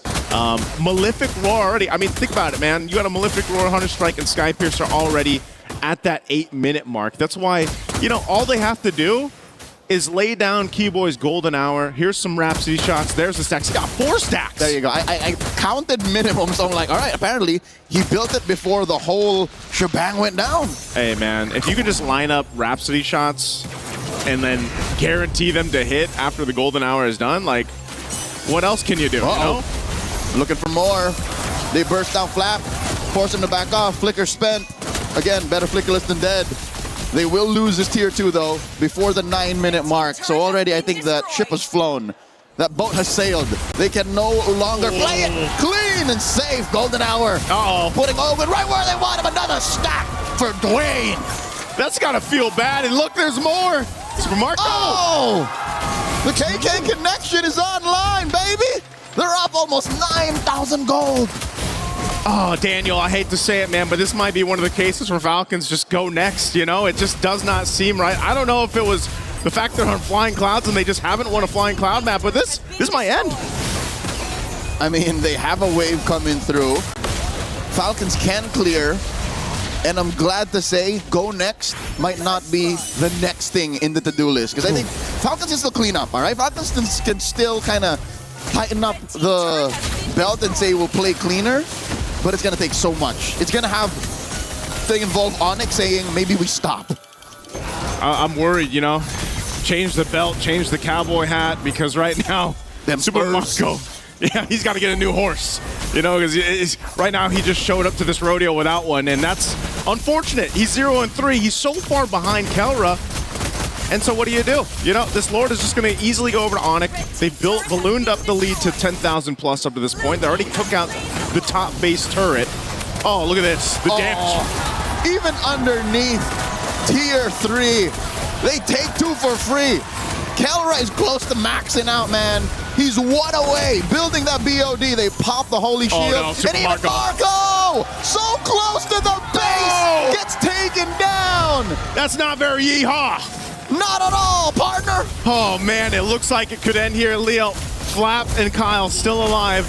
They got a wave pushing in bot every single lane. Lord is just now spawning. Is Onyx looking to end? Kyle, of course, used the iframe early. Couple of dashes back. Loot P in the heat of it. Flap eats a face full of deadly magics. Down goes Ogwin. Next up is the base. Onyx one more. Kelra max out on stats. Gets another just for good measure. Onyx take game 1. Onyx will just pad the stats in game 1. That's exactly what they were doing there at the end. They knew they had it in the bag. A dominant win in this game 1 against Falcons, man. You know, and again, you look at just the way they played. It was executed well. Onyx made it happen. But as all of the armchair analysts and online pundits will say, I think Falcons knew what was up. Yeah. Halfway through that game, I think they knew that go next was the next measure. That's at one point, as much as you want to say, you know, they can come back from this, they can make a stand in the base, they can make this happen. There's some cases where that's just not going to happen. And this was one of them, at least for game 1. Again, hopefully we still have 4 games ahead of us, but you know, these highlights brought to us by STC, you're going to see this kind of, it started so slow. Imagine 5 minutes in, you really don't have any action until this fight. It was the first major sequence, 5 minutes. Yeah, and it was off this fight, off that turtle, and then in between the 2 turrets, and then it just did not stop from there. That's about accurate, right? I said halfway through. Yeah. Falcons knew, oh, all right, I think we, how do you say, we dropped the ball. We dropped this one. And again, like, I mean, look at this. Super Mario, this is all he dealt with all game. You know, one of the unfortunate things about going against that Harley is he can just make that happen. I'm pretty sure our panel will mention how the range on Onyx draft is just all the more superior. We'll throw it over.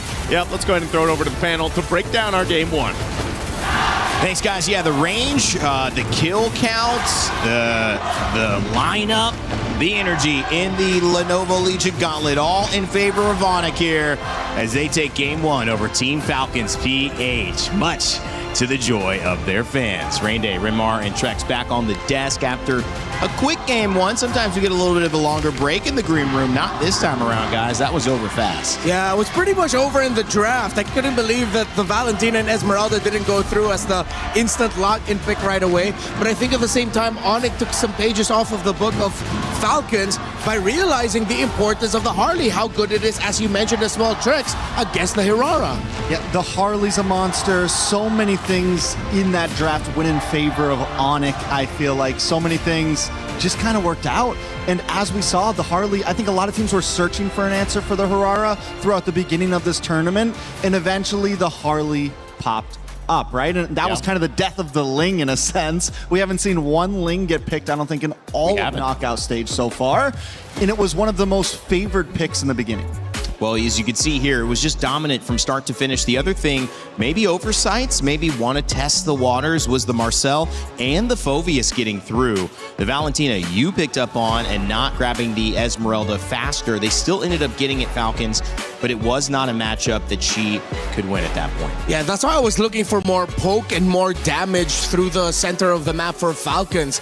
We know how great the Juicin as a pick is, but in this scenario, knowing that you're up against a Valentina Esme and a Harley in the center, I know teams like to pick up the Juicin as a response to the Harley, so that if ever you're the one that gets focused by the deadly magics, you back away.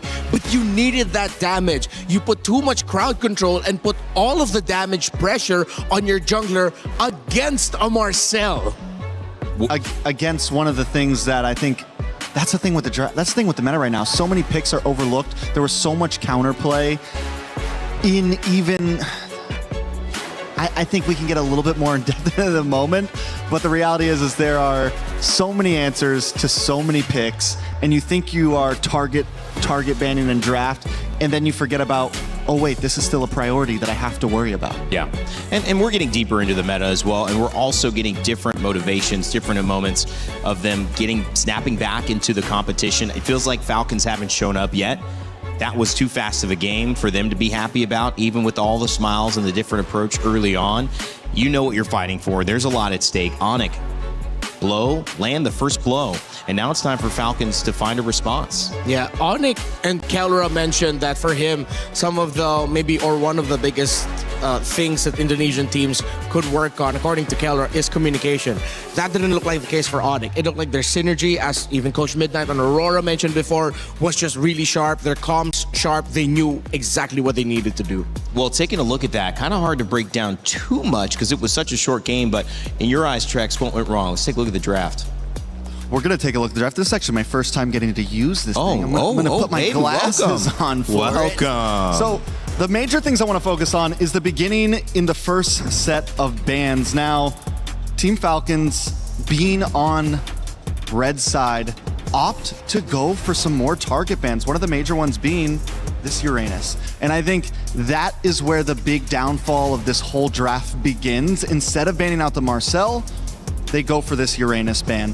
And I think the idea was, I don't think they thought the Marcel was going to get picked up. I think they thought Onyx was going to favor into giving Kyrie this Harara, giving Kyrie something that they know he's going to flourish on, because Onyx is a lot of times thought of as Kyrie. They want to make sure he gets something this strong, but instead Onyx goes for the Marcel. And the big problem is Falcon kind of falls right into it. They pick all frontliners in their beginning phase, something that Marcel is going to just stun. And then another thing that ends up getting forgotten, one of the picks that is consistently banned throughout this whole knockout stage, throughout this whole tournament, was the Phobius. And that is the thing that is just kind of the cherry on top of this draft. I know we talked about the Harley, I know we talked about the Valentina, but the reality is the Marcel is what opened everything up. And every time that these three heroes wanted to come in, they immediately got stopped in their tracks. And I think Remmar's going to go over some of the highlights that shows that how this Marcel gives the opening, that Kyrie can come in on this Harley and just shred everything up. Now, again, it was a 10-minute game. I'm not going to go any deeper than that, but Falcons is definitely going to have to think about in their next draft what they want to give over and what they want to keep for themselves, and what risks are they really willing to take in that first phase. Yeah, I don't know how to erase things. No, don't worry, I got you. So clearly, it seems like Falcons decided to look way too deeply onto the Uranus pick that we did mention is undefeated for Lutfi. I'm good. I learned some techniques from Brigida yesterday about how to do this one-handed. Yeah, exactly. So this is the fight where I was wondering, why is Haji playing this position? You're up against a Harley that would want you to show yourself. I know you pick up this Juicin because, again, it's so much easier for the Juicin to just get away with the Crimson Beacon, but with the Harley so close by, and you know, based on the positioning of Onyx, that Harley is in the orange buff, he's going to be coming there. He wants to get some pokes off onto K-Boy so that they control him. But the problem is also, you already have Lutfi in a really good position to stop any responses, so that if ever Haji gets a crowd control Keyboy, Lutfi's already there to disrupt again on the Phobius. And of course, you have Sans there as well on the Valentina with great poke, crowd control, and with the Juicin in his hands. We play this out, and I'm just gonna be talking over it. You see how quick Keyboy is so quick to just jump on the opportunity and not even using his golden hour yet. He holds onto it for the best moments, which should be somewhere about now, if I'm not mistaken. There you go. Just when Super Marco arrives just in time to deal damage, the other members of Falcons have already fallen. And this gets stretched out to its limit, where Marco would get busted and get caught out. I think you see Keyboy and Sans calling for Kelra to come closer here, knowing that there's a potential play. Marco and Haji decide to go forward. Keyboy yet again going in through the back. Didn't even, I think he just went ahead, raised his movement speed, got that extra bit of crowd control. That just doubles down on the great communication of Onyx. Falcons seemingly lost in the comms and lost in the sauce in the draft. Didn't know how to deal with this. Great breakdown, and again, we have to reiterate how fast this game moves. Sometimes in a tight match like this with two very competent players, people who have won championships on either side, who have been at the best of the best internationally for many years, you know, somebody beats you on a line drive. Like, it's just the way that it goes. When you have great teams, you're going to take a loss, but how well can you bounce back and give it back is going to be what we look for from Team Falcons, who definitely from both of your analysis, but also probably from just the common eye, can see that they maybe thought there would be more to that draft that they were trying to get deeper into, when the reality was you let go of the Phoveus, you let go of the Marcel. You didn't get an advantage almost anywhere in that draft, and it made the Harara, your key advantage, less impactful. Yeah, you also let go of the Valentina. Again, I keep scratching my head. Why prioritize the Hirara right away? I know she's a great pick, but you already found the answer to the Hirara and to those kinds of lineups into the Harley. If ever Onyx picked up the Marcel, then picked up the Hirara later, Falcons could have picked up the Harley at the next point of the draft. Yeah, I guess that's true. My thought is they realized the Harley was a prio pick, not only for the jungle from Onyx, but also the fact that felt like that would be good for their jungler. And I think that if they gave away the Marcel, they were looking at giving away the Hirara as well if they didn't take her. Yeah, and I think that's probably in their mind. Might not have been the right call. Yeah. But you feel like they were just like, we can't give them Marcel and Hirara, and, you know, I feel like that's maybe where they were at. I feel like their draft was more focused on taking things away from Onyx than actually just drafting and trying to counterplay. They ban out the Uranus, they take the Esmeralda, they take the Harara. It's more of, let's see if we can take away some of these power picks from Onyx, instead of exactly thinking too far ahead, because you're completely correct. They could have given up the Harara. They would have got the Harley, which probably would have done better against the Marcel because you're not getting up close and personal, which probably would have done better against the Harara because you're not getting up close and personal. It gives you more kite to pair well with your Jushin that you're possibly going to get. Just overall, the draft could have been approached differently. But one thing about Falcons that we have to remember is they lost 2 games in a row yesterday and were still able to come back and win 2. It's definitely not out for them. They have the ability to always recuperate themselves. Yeah. I mean, when you look at this conversation and you take a look at the head-to-head and the player spotlights, it's Kelra who also had a very good game, 9-0 on the Granger. Remember that Claude was banned on the side of Super Marco. And while we do focus a lot on jungle, EXP, we even focus on mid, one of the stable foundation points for both of these teams is who has a better game. Is it Kelra or is it Super Marco? And it felt like they leaned better in the draft on that one as well. Yeah, they ended up with a great combo for the Granger. If Harley's not going to get the kills and Granger's going to quickly get the stacks, we saw the Marcel, Valentina at the center. Again, if Falcons, you got to stick to the textbook. If you're willing to give up Marcel, pick up the Valentina. Ever since Marcel popped up in the meta, that's always been one of the things you want to pick up against it. That's why you see some teams on the blue side who want to get Marcel. They ban Valentina in the first phase because they want to be able to set up and manipulate the draft so that the other side is thinking, oh, do we ban Marcel? What are we going to do? I think this is just one of those cases where Falcons made it easy for Onyx in the draft, making it easier for them in the game. Interesting. Trex, your thought on this Valentina? Renmar's pretty focused on. I mean, it's one of the reasons why Valentina has consistently stayed in the meta, because every time some new crazy hero comes out with an insane ultimate, how do you counter it? Well, you just get the ultimate for your own team as well, right? It's something that even if Valentina gets a little nerfed in terms of damage, her utility, her package, her skill set will always be viable. I think I have a little theory as to why they didn't want to get the Harley up against the Marcel, because technically you could also use the golden hour on your own teammates if ever, let's say, Kyle TZ was on the Marcel. Excuse me, Kyle just now. If he was on the Harley, he gets to pop off the ultimate, and just when the Deadly Magics pops, that's when you bring down the golden hour.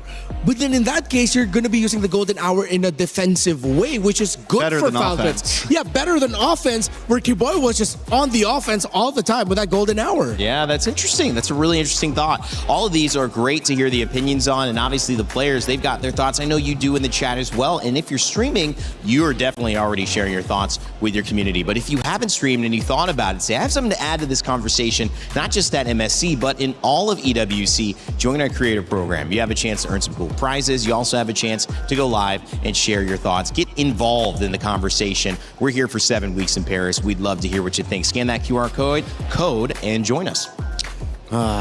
Man, I don't think Falcons expected that to happen in that fast. I think that's why we saw Flap laughing there at the end. It's like, oh yeah. Even Leo was pointing at it. I was like, yeah, at some point they probably just said, let's just go to the next one, guys. If it's a natural oversight that looks so obvious to us, I have a feeling they were just in the moment, caught off guard. Yeah. And now they have thought, okay, we can't let that happen again.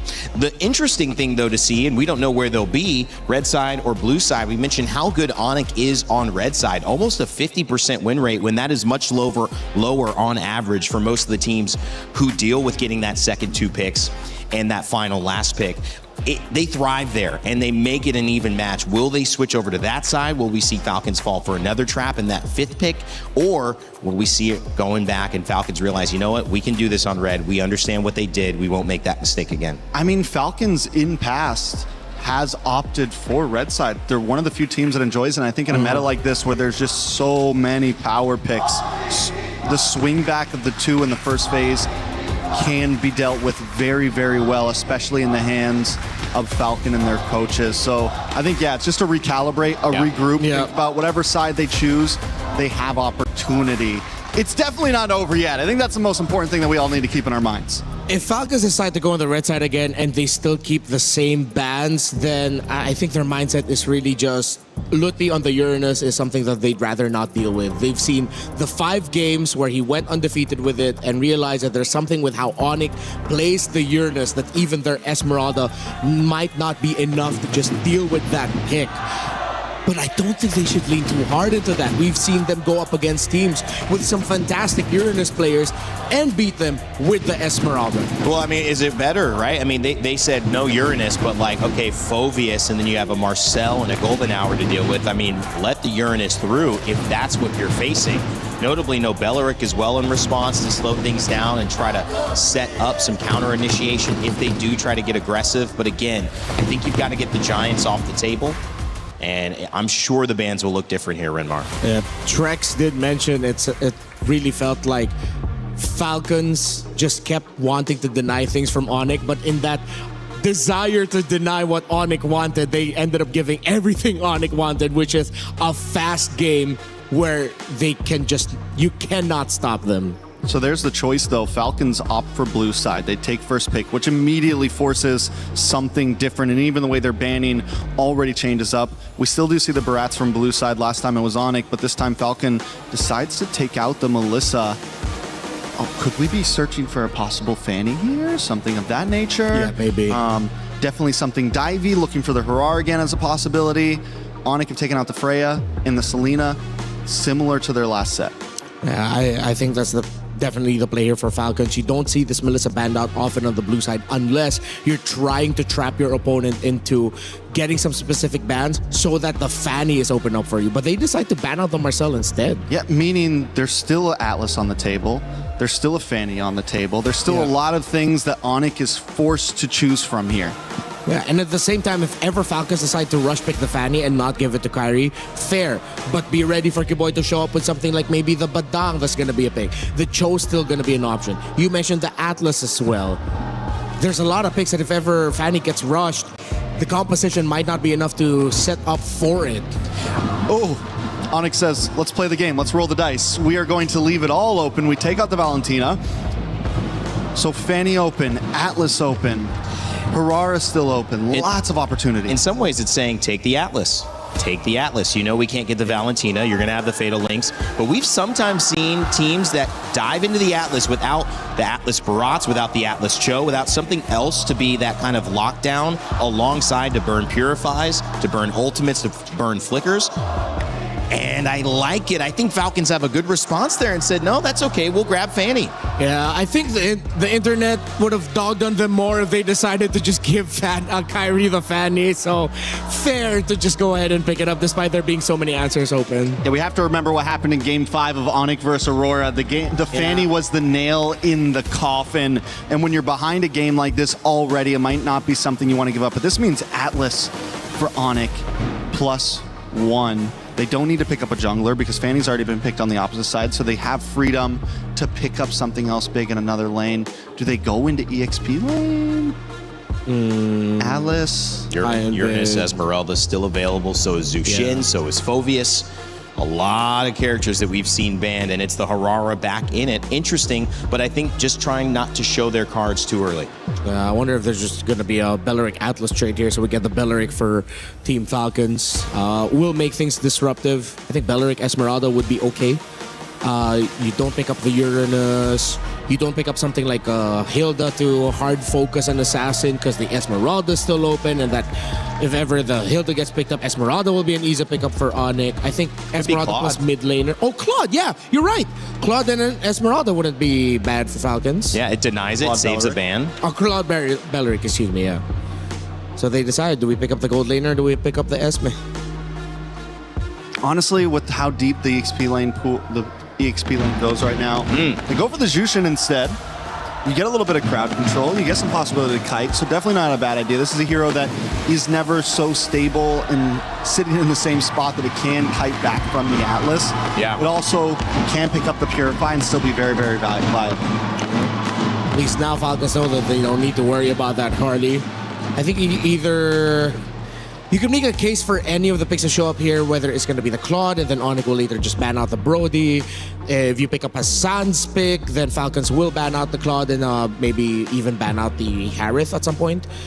Should be worthy. So they leave everything open again. They don't fall into the trap. They pick up the Uranus. They're probably going to ban out the Esmeralda. That forces Falcons to ban out things like the Brody, as we mentioned, and the Moskov as well. But if you ban both of them, then you're going to have to worry about a mid lane pick being very free for Suns.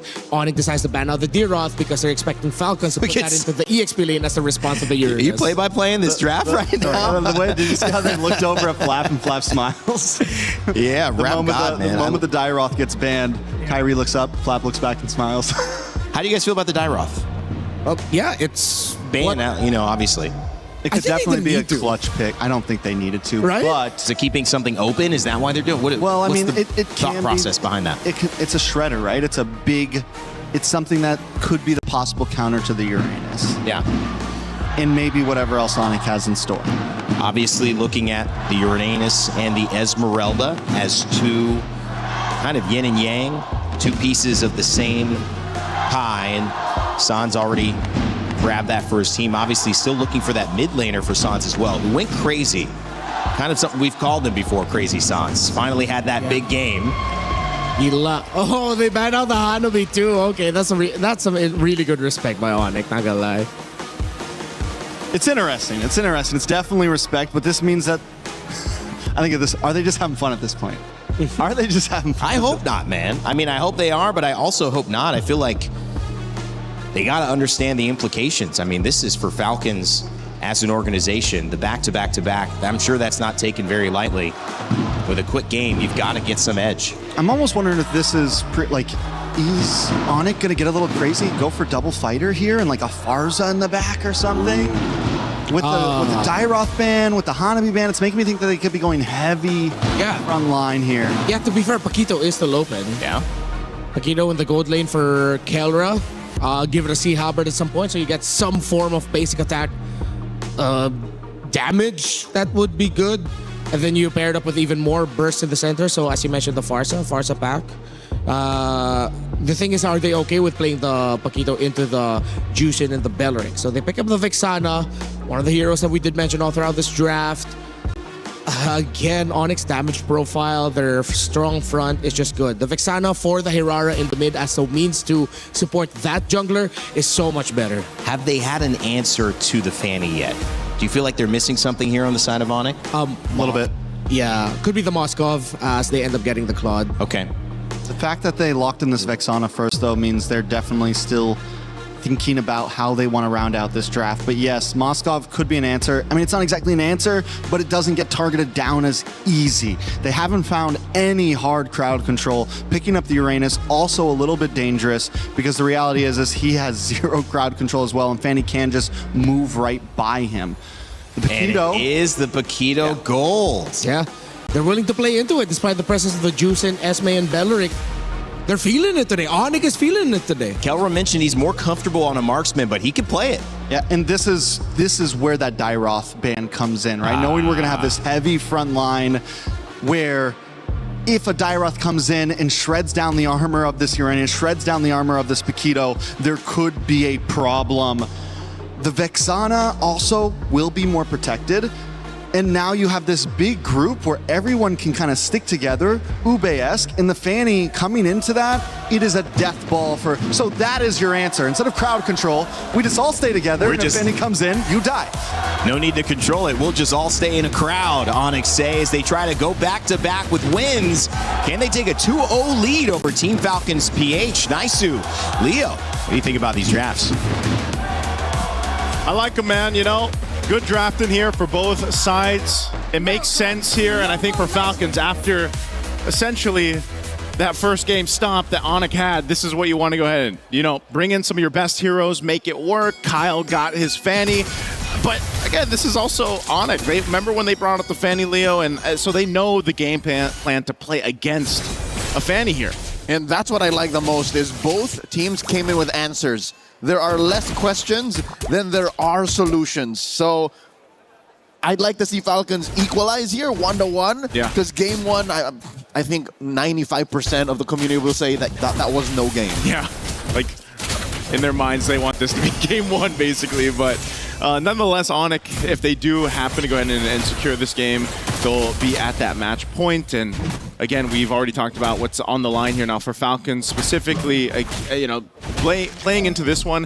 Putting something like the Claude on Marco is way better, I feel like, than having that Clint, just because, again, you can be a little more self-reliant. He's got a Purify to work with. This was the hero, again, that, you know, this bulletproof Marco moniker started on, and just the fact that he's really hard to kill on it. So some of that alleviated by the fact that you complemented it well with a Jushin, who could help control some of these team fights, you know, around this beacon and that Lantern Flare. Flap, usually pretty dominant on the Esmeralda. I mean, the XP lane is going to be, you know, nothing's fancy is going to happen against Uranus and Esmeralda. It's more of what happens into the first objective fight, which is just seconds away here. It's interesting that both sides actually commit a few rotations to bottom. I think they knew that both of those gold laners needed a little bit of help unlocking themselves to try and make for quick rotations. Lutfi, man-to-man defense here on the Flap, trying to get a bit of damage before Flap actually hits level 4. The Prior actually does that first. T-Boy looking for a quick frigid breath to stop Flap from pushing in. Quick knock up on that Lantern. T-Boy down to an 1/8 of its health. He does survive. Jump in, falling Star Moon answered by Internal Guard. Extra bodies for Onyx does help reset the turtle. Kelra comes through. Rest of the fight, they already got the beacon out. A whole lot expended for this first turtle. Another big knock-up. Put that Eternal Guard Witch, why not? Kelra punching Haji in, forcing him to go back. Suns with a little bit of burst damage from that Vex. Takes down the turtle. Lutfi threatening away Kyle's purple, but I guess that was Falcon's priority to begin with. Oh, look at this threat too. Kelra enough just to plant himself right here. The full champ stance here in front of Kyle, but again, he wants to go ahead and secure his golem. Keyboy and Sans are just here too. Whoa! Oh! Massive Fatal Links catching Kyle, serving him up face to fist on Kelra, but Haji trades it out for him. 1 for 1, all in an effort to secure the golem. Joseph, I don't think that was worth it. You know what? I think at this point, Kelra, he's happy to take it. You know, it slows down the Fanny buildup, I guess. Oh no, another EG. In comes Kyle. He wants to go again. But there's 3 of them there. Make that 4 if you're counting the EG. What this does allow for Falcons to do, though, is put a lot of bank on Marco. Marco spent the past minute just taking waves, Unfortunately, he did not get the chip away at the shield. So I guess he's just half happy with the outcome on that. Yeah. So it looks like at least Kyle's going to be able to get his orange buff. I didn't know if Onic would continue to put pressure there. A couple punches here from Kelro. T-Boy's here around the corner. Okay, nothing's going to happen after this. Again, good responses here on both sides, but alleviating some of the pressure. Nothing built up on either side off of that, but it's mainly that kind of nature, right? When you have a fan, you got to go ahead and help secure that jungle, and that's why Onic knows. Let's put pressure even on the green camps, the small camps if we can. Kind of slow that down a bit. And you can see there was a small lead now in terms of XP being built up by Kyrie. And Kyrie slowly rotating, holding that fence brush. Will not force it, will not push his luck and try to steal away the purple. Kyle will get it, so this will allow them to at least go 50-50 on this turtle spawning lower quarter. All right, Kelra in position 2. Fighting for that. Whoa, Kyrie gonna get forced off his green camp. Oh! That wall was the bane of Falcon's existence. Tower shot coming through. Cyclone Eye to get the safety. Oh man, Kyle is not in any shape to take the turtle. Gets taken down by Lutpi off of an Ionic Edge. It's all Onic. The Sky Kings are taking their second turtle as they apply more pressure on Falcon's jungle. I thought it was going to be the perfect escape, man. The cables going through the walls, getting a little speed boost, but then Lutpi comes through with the flicker to take him out. So now Onic looking to build up more. Consider used. Oh, Ogwin used that Wrath of the Dryad defensively to stop him from pushing forward. Are we back to square one? Is this the game 1 situation all over again? Onic playing on Onic time. Yeah, feels like it. I don't know if they're going to be able to get this turret too, it looks like. Oh, hold on, they want to attempt. Volley Star Moon, Flap, put down about 0. Just like that. Onic are 2,000 gold up, given that was 4 members of Onic underneath tier 1. Yeah. It's not as devastating as game 1's turtle take that, where we had that one team fight and Onic pretty much took everything. 6-0. You know, 6-0, but Falcon's still okay. This lead is building up. They got to look for something to slow this down, though. That's the big problem. I mean, look at this Keyboy's waiting position, too. Lutpi enough to zone out. Oh, my God. Haji had a couple of major members of Onic behind him. And now Ogwin tries again. Comes in with a Wrath of the Dryad. Kyle does not have enough energy to start running roughshod in that small little avenue near the purple. This is tough because Onic are now up 3,000, push tier 1 in mid and bot, so the map is shrinking. The crazy thing about it is Onyx not really doing anything too fancy. It's just they're kind of putting pressure where they need to on the camps here of Kyle, but you know, because that's the thing. If you put enough pressure, you know that Falcons has to respond to allow Kyle to get this kind of farm, or even his purple buff, hell. And Onic can just continue to press down on the wound here. Uh-oh. Get a quick knockup, but answer with a fatal link. Super Marco couldn't make that blazing duet last more than 2 seconds. Ogwin underneath 3. They got 4 AG coming in, knocking up the big tree, chopping him down. Lutpi scores another. But they find a punish on Suns. Can Kyrie finish what he started? And Kyle falls. They might find a shutdown on a Kyrie here. Kyrie gets away. Oh man, the mobility again with Hirara on the showcase here. Just when you think, you know, sliver of HP left, we're going to at least take something down. At least Kyrie, but he gets away. Let's look at the replay here. Brought to us by STC again. The Eternal Guard in this fight. Enough crowd control to keep Ogwin in place. Obviously, Kyle comes and gets a kill, but at the cost of his own life too. So, you know, again, it's just Onic playing to the advantage. And now we're going to see that continuing happen here on this side of the jungle. And they've already got this lead built up, 5,000. Oh no, Onic knows. Oh no! They force Kyle a retry as he goes for his purple. They take him down, and they are gonna continue to march through. They steal away his buff, kill him, go for the turtle, and then pressure mid continuously. Man, I don't know. Onyx lineup is just like having, they just got bouncers, man. They got the Uranus, they got the you got to count the Eternal Guard from the Vexana, and then you got Keyboy and the Atlas. Like, these are 3 tanky dudes just giving so much space to Onic to work with. Technically 4, because with perfect match, that's another body you have to worry about. True. Team Falcons are getting smothered here. It's literally just dude advantage. Yeah. There's literally more pieces that Onic are bringing in, and 8 minutes in, almost 8,000 up. The math does not side with Falcons. Yeah. I mean, you could see this. I mean, Loopy, of all people on this Uranus, just go ahead, face off against 3-4 members of Falcons. Doesn't really matter. You know, he's not going to get shredded down at this point, unless somehow Falcons can catch up to this. But just like we saw in Game 1, being down, 8,000 gold leading in to eventually this First Lord, you almost expect Onyx just to secure that and start approaching these base turrets as they now take down all Tier 2 turrets of Falcons. And I would not doubt in this next wave, they're able to actually pop that holy shield. Ogren falls once again. Kyle secures his Malefic Roar, so there should be some hope. Flap gets knocked out by Kalra underneath that inhibitor. I don't know if there's any hope here, Leo. It looks grim. 2 of your tankier heroes being taken down in the lineup here against Onyx. Kyle's got no choice. Oh, Kyrie jumping in. Gets the beacon out too. They might just take a base turret now. All right, the siege minion will fall. They will have to wait. Kelra sitting at 3-1-2. Sure, look at Kyrie 404. But Kelra since minute 1 has been the forward assault.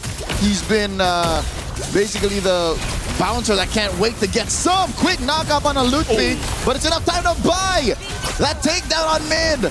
This is the best position for Falcons to be in, but Flau gets taken down first and Oakwood too. Kyle was dealing with the wave down bottom, and now they have to clear the wave in mid, lest Onyx end it now. No way. Okay, they should be able to clear this. They still have a wave, though. There is still a wave, and Marco's here, waiting for Staffs on AOT and Blazing Duet. Onyx are taking game number 2. Match point for the Sky Kings. Back-to-back games of Onyx clipping the Falcons' wings. This was faster than the Game 1. I mean, I didn't think it would end there, but Falcons, it just seemed like they really couldn't do much. Again, that was the nature, that was the story of Game 1.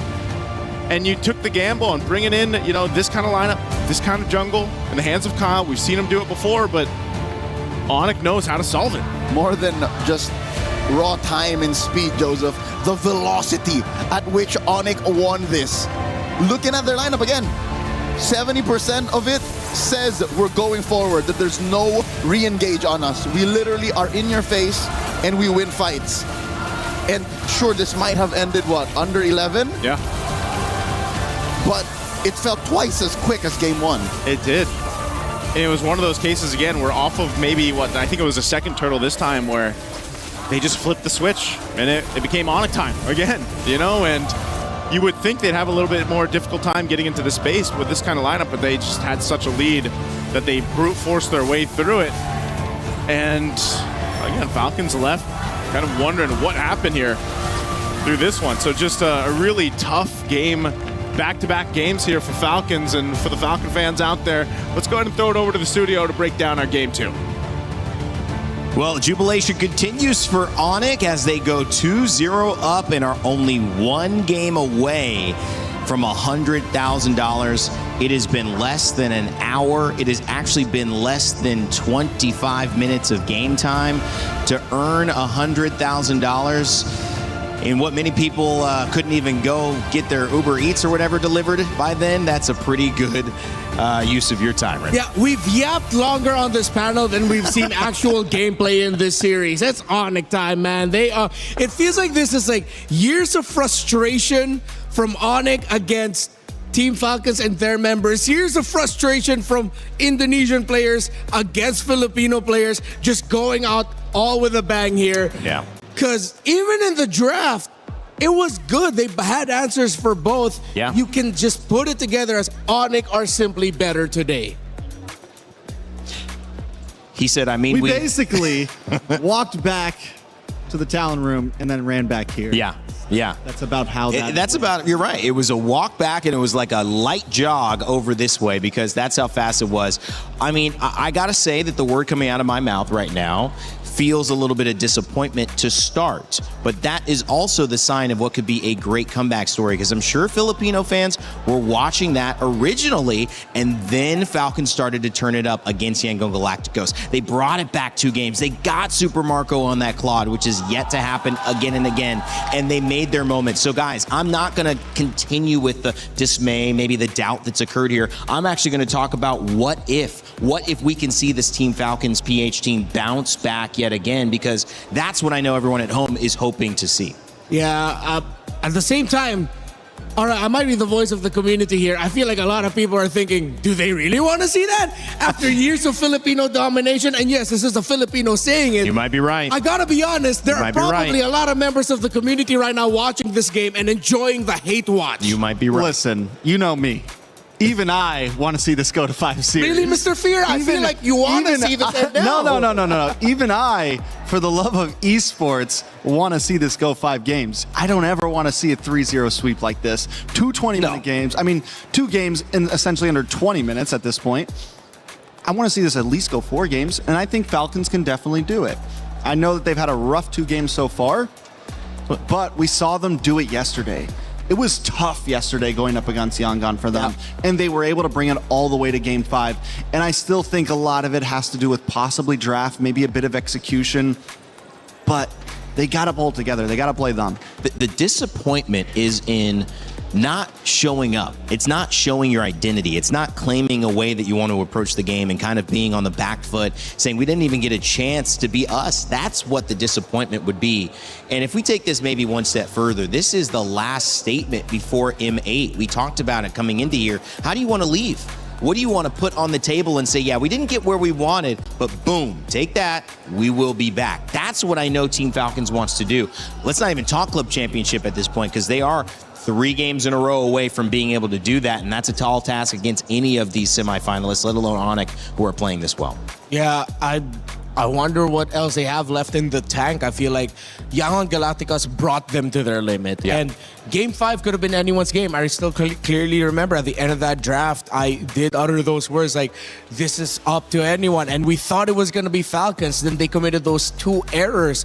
And I feel like those 2 big errors, diving into the base and then taking that one fight, I just can't remember exactly when, is still haunting Falcons. Yeah. Because a lot of their movements are very awkward and they look like they can't decide on what to do. I know we're going to get a Telestrator in a second, but just looking at those notes, it's 22,000 damage for the Fanny, which they first picked, which they set up to be able to be first picked. And then you go on the other side, it's the Harara, who was not performing well in Game 1 when it was prioritized by Falcons. Now on the side of Onyx, it's got 37,000 damage. It's a 15,000 damage increase over the competition. And so that just shows that it might just be more than the draft guys. I do want to break this down, but there is something mentally going on. There's something execution-wise going on for sure.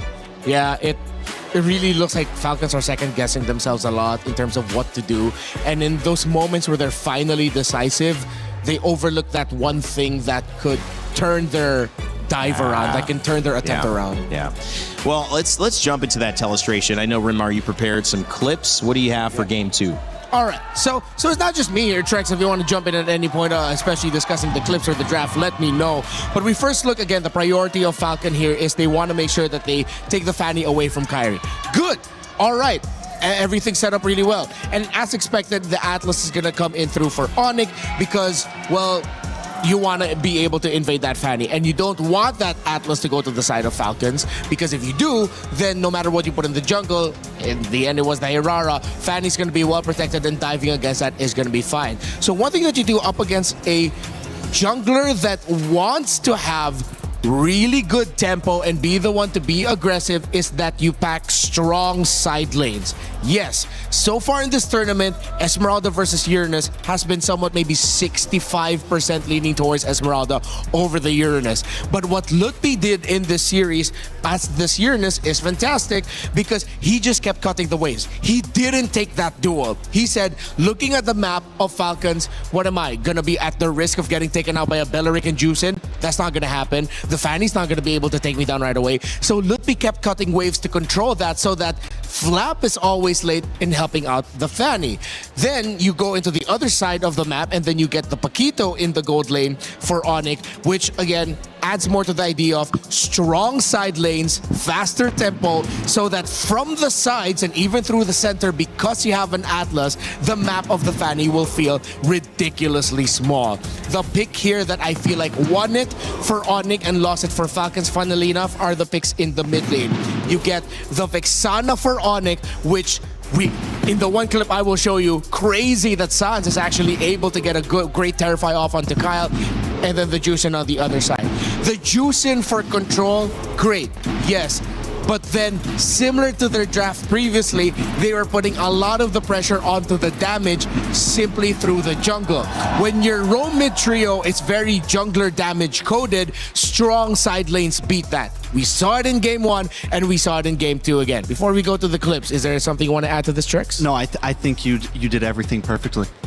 Oh, hey man, Me too. I'm gonna start blushing here, guys. Thank you. So the 2 clips, I'm not gonna take too long with this, but this one was one of the toughest decisions for Falcons because after Kiboy showed his perfect match, that's usually your go sign to just go ahead and keep fighting. But they have a timer in the arrival of the Paquito through the river. We go out. They get Kiboy down low, force out the flicker, the targeting. Kyle, he's hoping there's just enough in the tank to take down Kiboy, but he won't be able to. Because right now at this point, Marco has made the call for the rest of the team that, hey, the Paquito's on the way. And when the Paquito joins in, the Falcons made the right call here, but it was a tough call to back off. Despite the really good Falling Star Moon, despite them forcing out the ultimate of the Vexana, once Kelra shows up, you really need to back. Despite Kiboy being very low, you just need to go back here. There's enough crowd control, enough damage from the Herrera as well to mess them up, and they just got pushed back. Again, because the Uranus, yes, doesn't have crowd control, but constantly being in the fight, a long stretched out fight up against a lineup that, again, assassin burst damage coded. Uranus is very happy for that, and eventually Falcons just had to give up that turtle. They needed that turtle 1 and some kills to add on to that to get some momentum going, but they couldn't. So they make their next big play, their next big attempt. Flap and Kyle find the opening through the golem and want to go for it, while Ogwen and Haji are still clearing up mid. And look where Lutfi is coming from, as we said earlier, cutting lanes. He's a little bit behind this time, but it's gonna be fine because they know that they can survive this because Sans is gonna pull off something really freaking cool. Let me just zoom in right quick. Terrify. Mid-air, doesn't care. He made that look way too easy. That ruined the flow of the cabling for Kyle and the damage, forcing the Purify out from that Esmeralda easy. And Ogwen and Haji, who are taking their sweet time, clearing mid with a Belleric and the Juicin together. That's another reason why Onyx just felt so fast here. They cleared the mid lane much faster. Vexana, terrific at clearing up minion waves. Add a concussive blast on your Atlas for that, and then it leads to them just getting around the map faster, taking control, and Falcons not having any time whatsoever. It was really a pace issue for Falcons. It was an identity issue. We talked about it, maybe a draft issue as well. But more so, it might have been an expose, not just on how Falcons didn't get it done, but how good Onyx really are and how yesterday's match versus Team Spirit exposed how great Blink has been playing. Because finally, Kiboy getting that moment to shine, you can see when he's on the right roamers, when he's on the right characters, he can make a world of difference. And last series, it was really Blink who went so deep into the roam pool. Kiboy didn't have as many options. Now he's on an Atlas. Okay, yeah, I'm gonna do what I need to do. That was a great showcase. So again, yes, we're looking Onyx, we're looking Falcons, but also the grand finalists took both these teams down. Maybe there's a nod to how good they have been playing that have not allowed us to see some of the strengths that these two teams have brought into it. Speaking of two teams, speaking of playing together, we have a new update from Acecraft and a new mode in co-op, and we fly together to check out. On the other side of that, we'll be in the draft for Game 3.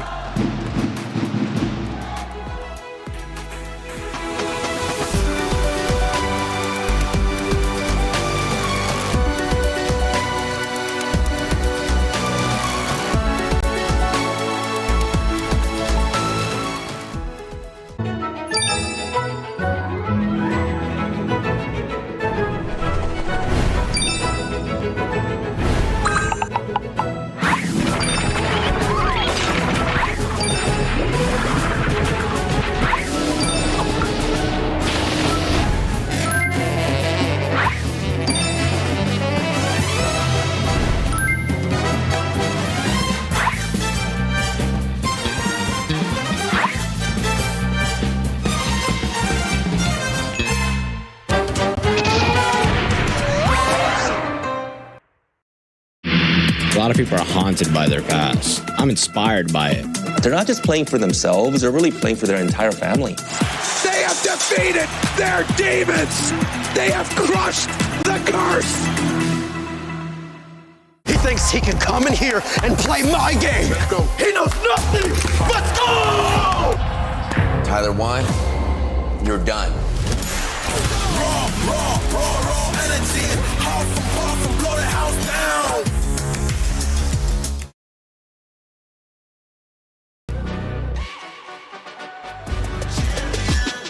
This ain't no regular thing. I came for the ring, you know what I mean. You see my name in the lights, better get right, I'm champion.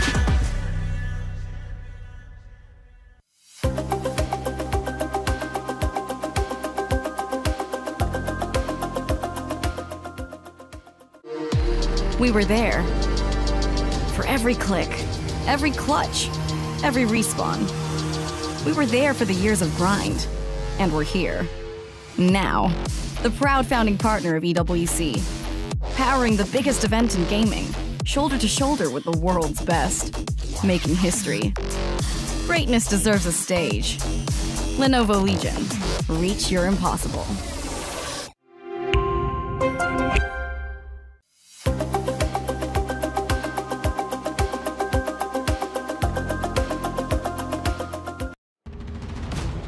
Well, if you're here in the crowd, you're having a fun time. Our Snapchat filters catching members of the audience. And speaking of the audience, it's packed now. It's going to be even bigger when we get to our grand final matchup, which is set for 2 p.m.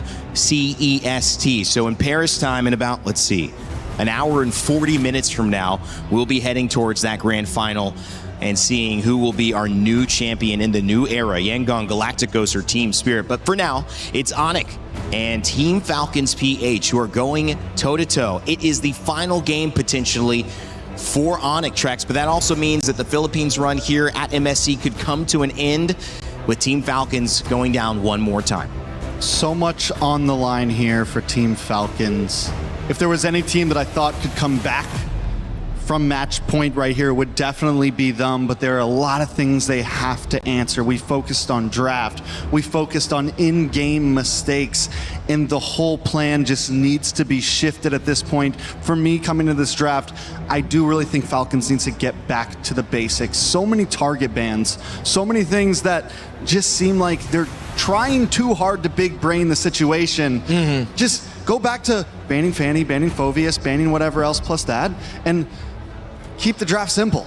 I think they're also coming into this with the same mindset as maybe what helped them realize how they came back against Yangon Galacticos. They put a Juicin in the center of the map to help control the tempo.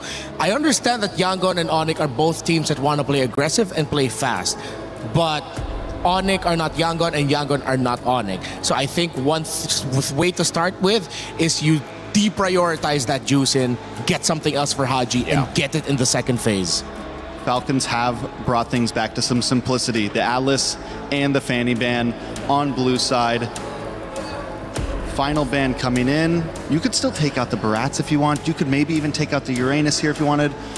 Keep it simple, and that forces the side of Onyx to take out the Marcel most likely, which I think is clean play right here. They go for the Valentina, which again forces Onyx to most likely ban out the Marcel here. Yeah, and then when they ban out the Marcel, most likely either a Belleric rush or they go for one of the Assassins open.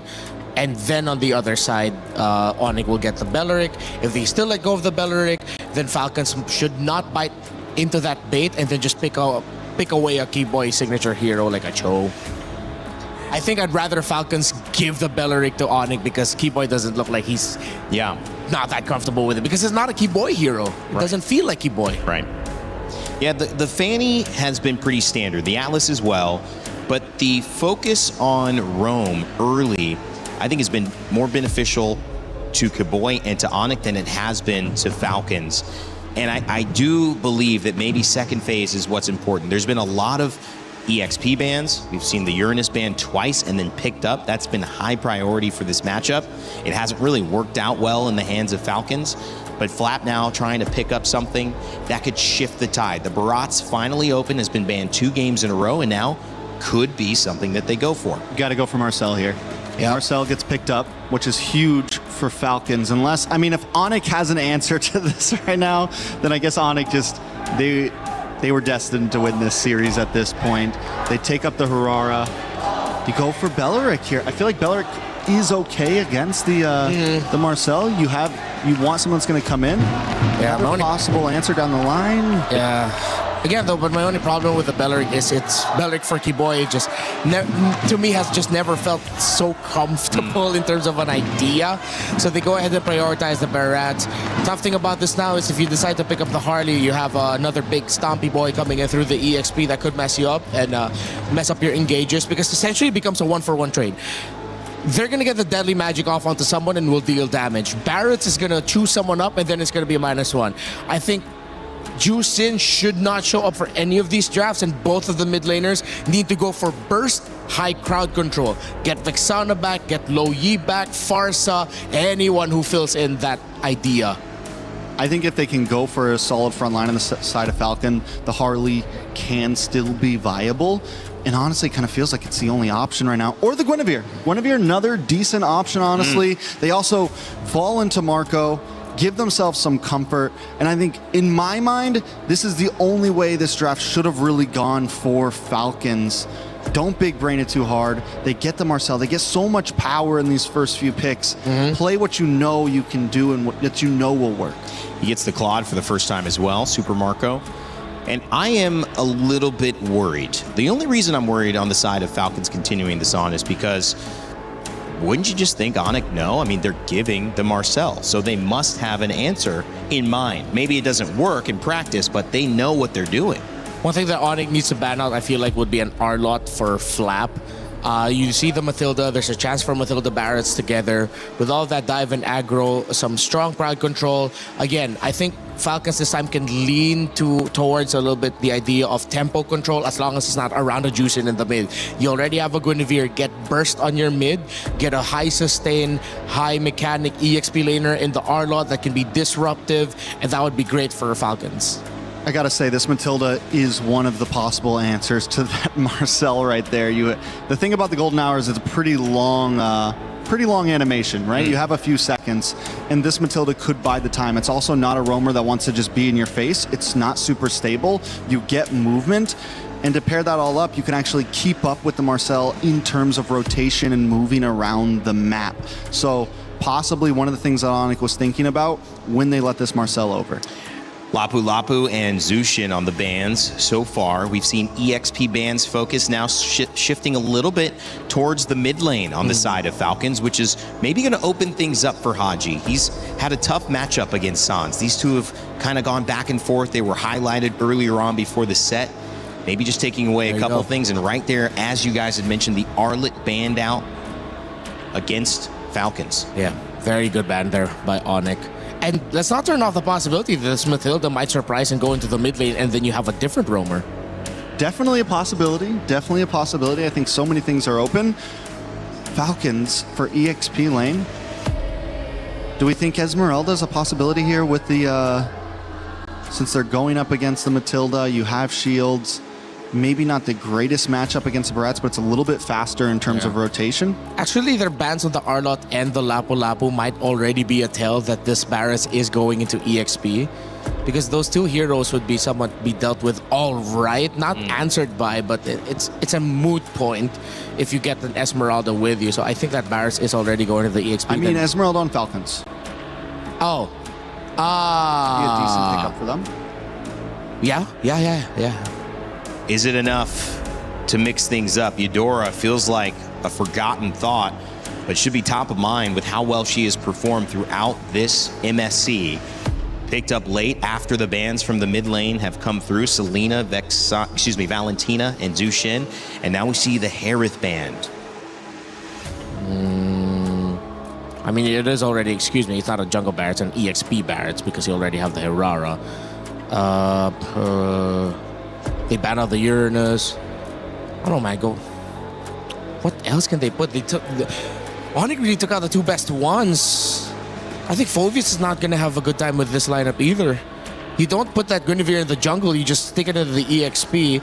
They do need range or constant damage. They could go Kimmy in mid with the Marcel as a combo. get a lot of pokes in, but no, they go for the Farsa. I was asking for burst and they got it. Oh, and the Sora. Sometimes I forget he exists. Banned game 1. And I mean, this is a pick that can capitalize on this close. You have the Eudora, who's very close range, not a lot of range. A lot of Onyx is going to want to stick together a bit. Everyone's going to kind of want to huddle around this this Matilda, especially with the Barats, someone that wants to peel for this Eudora, kind of protect. Obviously, Harar is going to be doing her own thing, but the Sora, one big shifting skies, and it could be detrimental to a way that Falcons wins here. You pair that up with a Feathered Airstrike, Violent Requiem, a lot of combo play on the side of Falcons. And I think Onyx were considering something maybe like an Iksha as a surprise idea, but nope, they're still going to lean in towards the damage. They can still play fast. This lineup that they drafted is still very Onyx coded. If Falcons mess up the execution, then it was definitely Onyx Day and Onyx Series to win. Paquito in the gold lane for Kelra one more time. And we'll see if this can be the time that earns them 3rd place. Kelra had a chance against Onyx prior. And this time it was an Onyx matchup. Can he do it against the Philippines, this time representing Indonesia? As Team Falcons and Onyx go up for game 3. Is it going to be a sweep in our 3rd place match? Guys, that would be crazy, but I know some fans that would enjoy it. Let's send it over to Naisu and Leo. Hey, I'm hoping it's not a sweep here. We got to get one on the board for Falcons. They need it, and their fans need it. I think they brought the draft here, though, Leo, to make that happen. I like what they brought to the table just because, again, there's some burst, there's some crowd control, and even the Marcel. I think this all pairs up really well against what Onyx brought to Game 3. Not just that, the fact that they've basically over 3 games changed their identity. They let go of the glue, they let go of the Esmeralda. They're no longer living in the we will fight and die by this kind of rotation. There's a lot of re-engage here, especially to answer Onyx's own re-engage, especially with that Matilda in the hands of Keyboy. Early start here, a little bit of footsies between the mid duos from both sides, and then we eventually just return back to the roamers protecting their junglers from getting their early buffs. Taking a look at the emblems here, too. It's a little scary, as you mentioned, Keyboy, on this Matilda. Not only the mobility, but that focusing mark, the emblem there to go ahead and help. I mean, we already know the Eudora for Sands, like the burst potential there. Just yesterday, we saw Sunset Lover play it pretty much 5 games in a row. And, you pair it up with this, even the emblem interaction, there's a good amount of burst that comes through to almost solidify yourself a kill. So then you get the numbers advantage, and you can work around that, plus mobility. And I think that's what makes the Barretts even scarier here for Lutpi, just because, again, you already cover a lot of grounds with the Flicker, but then now you have a Matilda. Like, that's great. But over on the flip side, with Falcons, I kind of forget about Sora, too. I have to be on the same wavelength here with Renmar.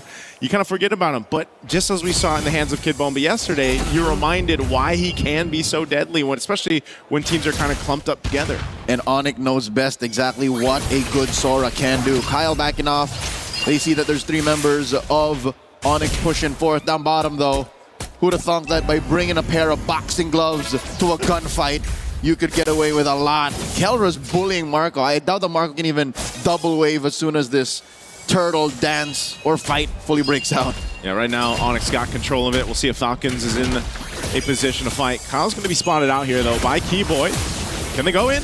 That's a Shifting Skies started up by Flap, but to no avail as Onyx secures the turtle. Down goes Flap. That Feathered Airstrike may be a league too far out of the fight as Onyx barrels forward 1,000 gold up. Good enough burst, it seemed like, to be the case, but what happened there with Onyx was just able to go ahead and zone out Falcons from the fight. And part of that was just Lutpi. I mean, on the Barretts alone, he just kind of separated the rest of Falcons from that, and they were able to go ahead and capitalize a kill on Flap when he tried to initiate things. And, honestly, that kind of choreography for these objective fights is kind of what I expect, unless somehow Falcons can figure out a different way to go through that. But that's what makes it really difficult. Again, playing around the potential to surprise them with having this Guinevere, with having Ogwyn on the Marcel. Now, the Golden Hour could help make that happen.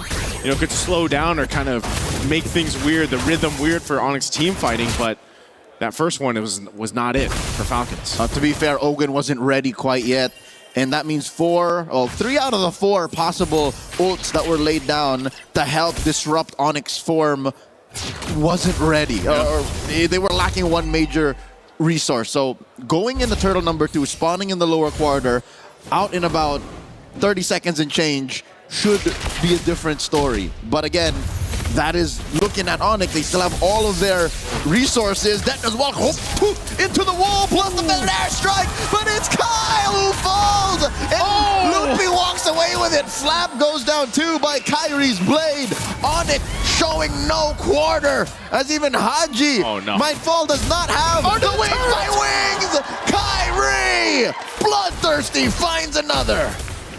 Even before that Kyrie play, give it up to Lutfi, man, to be able to go ahead and respond that fast. Again, he saw that Kyle came through. Daytona's welcomed him, flickered defensively to get him closer to the team fight. As we look at the replay, this is what I was talking about. Boom, right there, sets things up. San's also coming through to make sure that he got that stun off in time to make sure Lutfi survived. And then, of course, Kyrie cleaning things up under a tier 2 this early on. Man, it's not looking good in game 3. Turtle number 2 is looking like a non-starter once more. Lutfi, Detna's welcome. Good amount of nothing he's chomped down, but that's just but a consolation prize for Falcons. They are in no shape to contest. Biggest lead we've seen so far throughout these 3 games. Onyx going to go ahead and stall down a little bit so that Kyrie can go ahead and grab his buff. Again, already sitting at 3-0. You know, this is the power spike already for Harara. It's going to be really difficult to play against, and that's why even your frontliners for Falcons are having such a hard time here, because even if they put themselves in this, I mean, look at that. You either get stunned, you get chomped. Oh, they are going to slow this down a little bit, but, I mean, you buy an extra second or two with the golden hour, and Turtle secured for Onyx. They're delaying the inevitable. Onyx knows that they were going to get the turtle anyways, but I don't know if they saw that Marco was going to work the opposite lane. So that's at least a turret on the board for Falcons. They'll help keep this lead down to a palpable 3K, but Kelra will make quick work of that turret on the other side as well. So I'd say it's still just the free turtle that Onyx are riding on that puts him up at about 4,000 gold. They find one! Oh! And Kaku saving himself, Keyboy with a circling eagle. Onyx refused to give anything over to Team Falcons. Falcons was so close to at least getting one on the board, and then Keyboy is able to survive, man. That Purify, even if they popped it, he still had the shields to go ahead and keep him alive. Really good usage there. Now they're knocking on this tier 1. Oh, Kelra.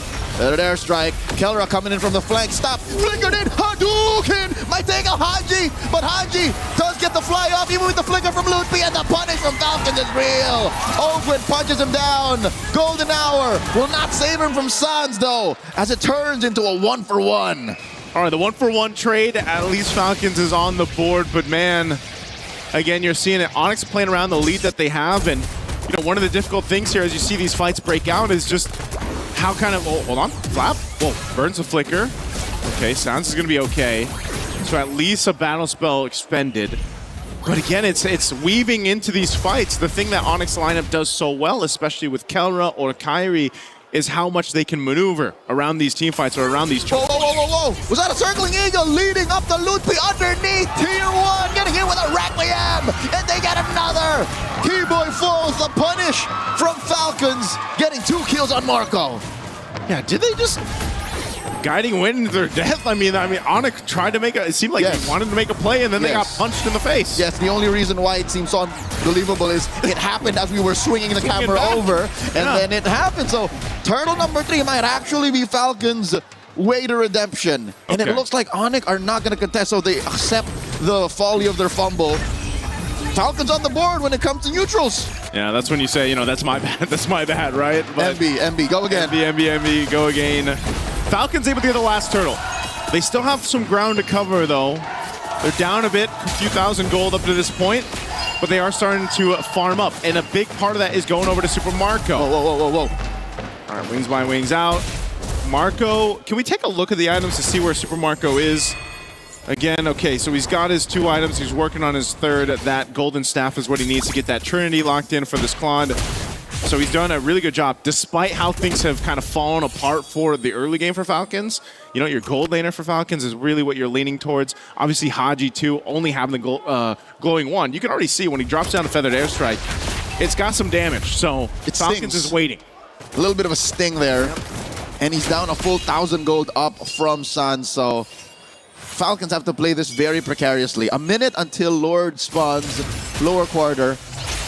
Fortunately, the long lane is in control of Falcon, so that's what Marco's been working on. Shifting skies, but he gets answered by that as well. The Failure Strike 2, Golden Hour, compromising the rest of them. Requiem on a Suns, and Falcons get a kill. Now into the back line, circling Eagle, knocking up Kyle. Kyle's not long for this world as Kyrie scores. Killer knocks out Haji. The Blazing the Wet fade away by Marco. Pushing them back, but they're not done. Ogwin runs through, recalls back, fight's over. Okay, fight's over. Onyx gets the upper hand in that one.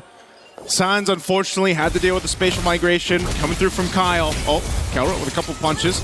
Checking Ogwin here. They're going to take down the tier 1 in mid. So Onyx reestablishing that lead that they had earlier on. You know, but Falcons, they're showing some fight here. They're showing some promise. They've just got to find the upper hand. Again, this Daytona's welcome, locking down Flap. Look at Kyle, he finds Sans. That's great, but then this fight kind of gets split up, you know, and they don't really have the room to work with here. Flap has to disengage from it. The Blazing do it from Super Marco didn't get as much value as you'd hope for if you're Falcons. So it was just, again, having that upper hand in terms of itemization for Onyx, and now this Lord is up. So they've got control of it. Falcons here. Do they contest? Ogwin jumping forward to give some information. They will reset the Lord, though. Flap holding this brush behind the Lord pit. He's going to get flushed out by Lutpi. Missile expert to throw him out there. And look at Kelra. Kelra is just doing God's work right now. The fact that he's threatening that long lane, all this while Onyx is also just threatening the dance, makes it so weird for Falcons. Like, what do they commit to? Sure, they have a BMI. Sure, they have the Wings by Wings, but those are massive resources they're going to need if they want to fight against Onyx, who's up by about 4,500 gold. Oh, hold on. Detna's welcome, throwing it over. Golden Hour to delay the damage. Coming on a Flap, and he goes for the Shifting Skies. Jumps through, and now in comes Kyle. Marco looking for the perfect Blazing Duet entry. And there's some Wings by Wings. The damage on Kyle is real, despite the Requiem Failure Strike at point blank range. Kyrie finds the double, make it a triple. Marco with a defensive Blazing Duet, but he's the only survivor left, and Onyx wanna clean up house. Kyrie in the base. Can Marco do it? No! Kyrie finds him!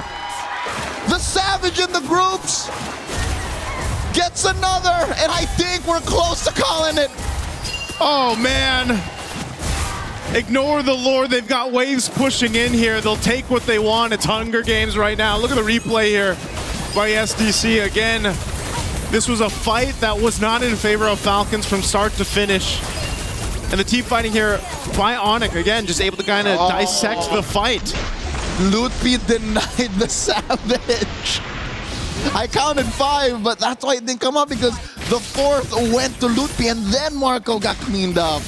Well, you know, you can still take the Maniac, right? I mean, and then the Savage from earlier in the tournament. But regardless, Falcons find themselves in an oh-so-familiar spot in this series. Onyx knocking down on their bases, waves coming in from all directions. Down being almost double digits. Again, this is an 8,000 gold lead. Eminent. Yeah, and they got a Lord coming up to that top side. Big item pickups here for Onyx too at this point. 12 minutes in. BOD for Kyrie. Divine Glaive for Sans. You know, again, it's just you've got these items locked in that you needed, and you're ready to go ahead and knock down some of these base turrets. So, Daytona's welcome. And it's canceled by a Golden Hour. In comes the rest of them. Down goes Flap. Ogwin barely gets away. Pops that Purify to buy time after the top lane inhibitor crashes. So Falcons are just staunching the bleeding here. Feather Death Strike coming in from Haji, blasting away those waves. And they will save mid lane inhibitor. Top lane still in jeopardy. Bottom up next on the docket to defend. Onyx looking to control the amount of bodies that they put underneath Kyrie's that. hitting the base. And Kyrie's just looking to burst it down. Ogwin looking for the punish. And Kyrie survives. Okay, I guess Kyrie's like, you know what, if you guys are going to deal with the defense, I might as well just go ahead and hit the crystal a little bit here. So he does some damage to it, but they maintain 2 base turrets. It looks like Onyx wants to go again, though, because Lutfi's got a flicker and a Daytona's welcome set up. He doesn't have many stacks. He's going to throw out the rockets here. Eats up Ogwin. Answer with a Feathered Airstrike. That is a Shifting Skies lightning form by Flap. Lutfi put down 1/8 of his health. Kelra trying to do the same Kyrie was doing with the base, except on that lower inhibitor. Does not find it. Falcons still keeping their eyes on the prize. At least we can say that the Philippines' last representative is just on point, keeping it on lockdown when it comes to the defense. They holding on, man. They have to. Again, even staring down this lead, this deficit that Falcons is against, almost 10,000. You know, they've only got a couple turrets that are down on the map to work with. They're nearly down to the last base turrets here to stand for Falcons. And honestly, all these team fights have just been Onyx throughout it. There's been a moment where you might be able to catch one or two, but Falcons just doesn't have it just doesn't seem like they have the ability to win these team fights just yet, unless something goes really wrong here for Onyx. There's so much vision provided that Onyx can just kind of take into this, because you know, you have control across the jungle. Your Lord's coming up here in 15. I would be surprised if Falcons tries to contest it. Realistically speaking, the best thing that Falcons can hope for is a pickoff off of Onyx, but wait. They do force Ogwin here to back off. I think he held on to his Purify, so he is fine. Yep. I think Onyx are also looking for Falcons to slip up. They're looking for them to, you know, waste an ult here, waste a battle spell here, to confirm this Lord and to confirm the end. Yeah. Oh. Detna's welcome answered by a Requiem here. Wings by wings back. So a couple of ults spent already, as well as the Feathered Airstrike. Those are big ults that are expended by Falcons.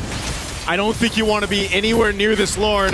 Whoa, big knockup on Lutpi once again. He answers with Detna's welcome. Golden Hour trying to save that one target. And there's the Shifting Skies pushing back and splitting up Onyx attack. And they find Kelra, forced to back off. And now it's Lutpi up next. How has Falcons done this? He goes for the freeze, winner crown, Feathered Airstrike, and a big knockup by Kyle. Kelra falls. Straight up for Flap. Sans goes down as well. 2 for 1, make it 3. Yeah, Marco chasing Kyrie, and the wind of nature saves bulletproof Marco now inside the base. Kyrie wants to end it. He sees the base exposed to a couple minions. Oh, he picks up immortality. And now we go back to neutral. Ogwin looking to stop Kyrie from taking any more from Falcons. The ending tally 3 for 1, but the Lord is still inside Falcons base. Okay, that was a fight. The Falcons ends up getting under their belt. They got to deal with this Lord. It's going to be cleared out. Good thing for Haji and Super Marco to be up there. Again, they're slowly but surely getting into a fighting position, but man, did that take some work. And also, some mistakes made by Onyx into that one. I mean, I guess they just, the Golden Hour threw them off. Even though the Feathered Airstrike came back off cooldown, that really helped Falcons. They got caught by Kyle's Spatial Migration, Requiem combo. So that'll keep Onyx in check. Joseph, for the first time in about maybe 10 minutes, Kyle was able to taste the purple, and it was one he stole away from Kyrie. What's the most impressive out of this is the fact that no Purifies were spent by Falcons. So that means they were in the right spot at the right time for their positioning to matter and for them to split Onyx up like that. If this happens once more, if this is replicated some way, somehow by Falcons in this Lord pit spawning in the upper quarter about a minute and change from now, then say goodbye to this lead. I think that puts us at deadlock. Yeah, it might just do that, and that's why now Onyx, they need to be a little more cautious on how they approach these fights. Obviously, you can see Super Marco online now on the Claude.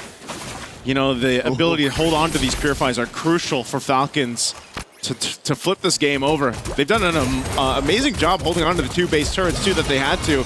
Again, even seeing 2 Lords being secured by Onyx. They only lost that 1 base turret they maintain here. Now, they still have some time to go ahead and do something before this next Lord comes up, but that's why Onyx is just kind of playing the patient game. Yep. Onyx are on Overwatch right now. You make the wrong move, get in range, in the wrong spot, and it's over. It's a pickoff, and then next thing you know, Falcons can't even contest, can't even leave their base. So they're sending bodies here to try and confirm a slow push on this tier 1 down bottom. Onyx knows this. Onyx knows this. It's just they don't want to risk it yet because it's so close. So what is this? Ogwin. All right, he holds on to his Purify. He did get the Thundering Wrath out here, so ultimate use, but again, that's short cooldown up to this point too. Sans will have that back up before they maybe commit to this Lord. A Guardian Helm picked up too by Kyrie again. You know, he hasn't died. He's very elusive. 10-0-2. Picked up the immortality earlier on the runaway, but now this Lord is up. Again, forget the gold lead that Onyx has. Falcons can fight this through. Kyle's going to jump forward, just checking out that bush. He sees Kyrie.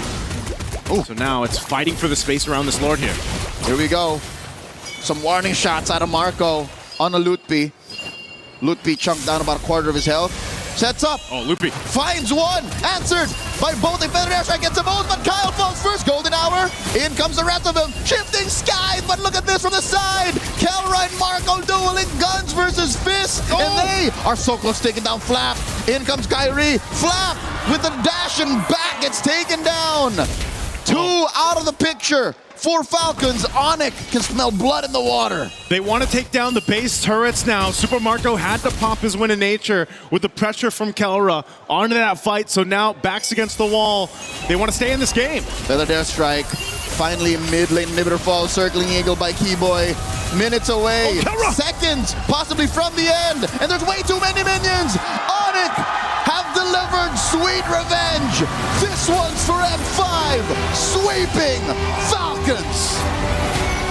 Who would have thought it would have been a sweep for Onyx? But they made it happen. Game 3 took a little bit longer, but still clean as ever. And this one was definitely Onyx time. This confirms Onyx's third place finish and a difference of $100,000 in the bank for both teams. GG well played, the team of Falcons of PH. Man, again, for the Falcons fans out there and the Filipino fans rooting for that last representative of MSC from the Philippines. Tough loss here to see that just kind of unfold the way that it did, but as has been MSC, you know, this year, probably the biggest and most surprising MSC we've had. And even this one, you know, this series, when a lot of people thought this would potentially be the grand final, well, you know, I don't know if Falcons was ready for this. Onyx definitely came in with a game plan. They executed it very well. I feel like even Falcons tried adjusting game to game to game, but unfortunately, it was just a little bit too late in this one. Leo, this one definitely could have been a case where maybe they turned it around enough, maybe they got a game under the belt, but Onyx really responded well. Kelra was a big part of this.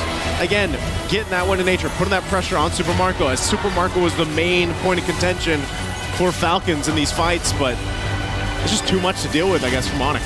Onyx just had that much of a lead that they were able to use that space and time to be able to get into better positions to threaten Falcons' imminent comeback. If this game lasted maybe 5 minutes longer, then maybe we would be going into game number 4. But as it stands, Onyx are locked in and they want history to go a certain direction. Already we're entering an age of uncertainty and massive change in MLB Esports.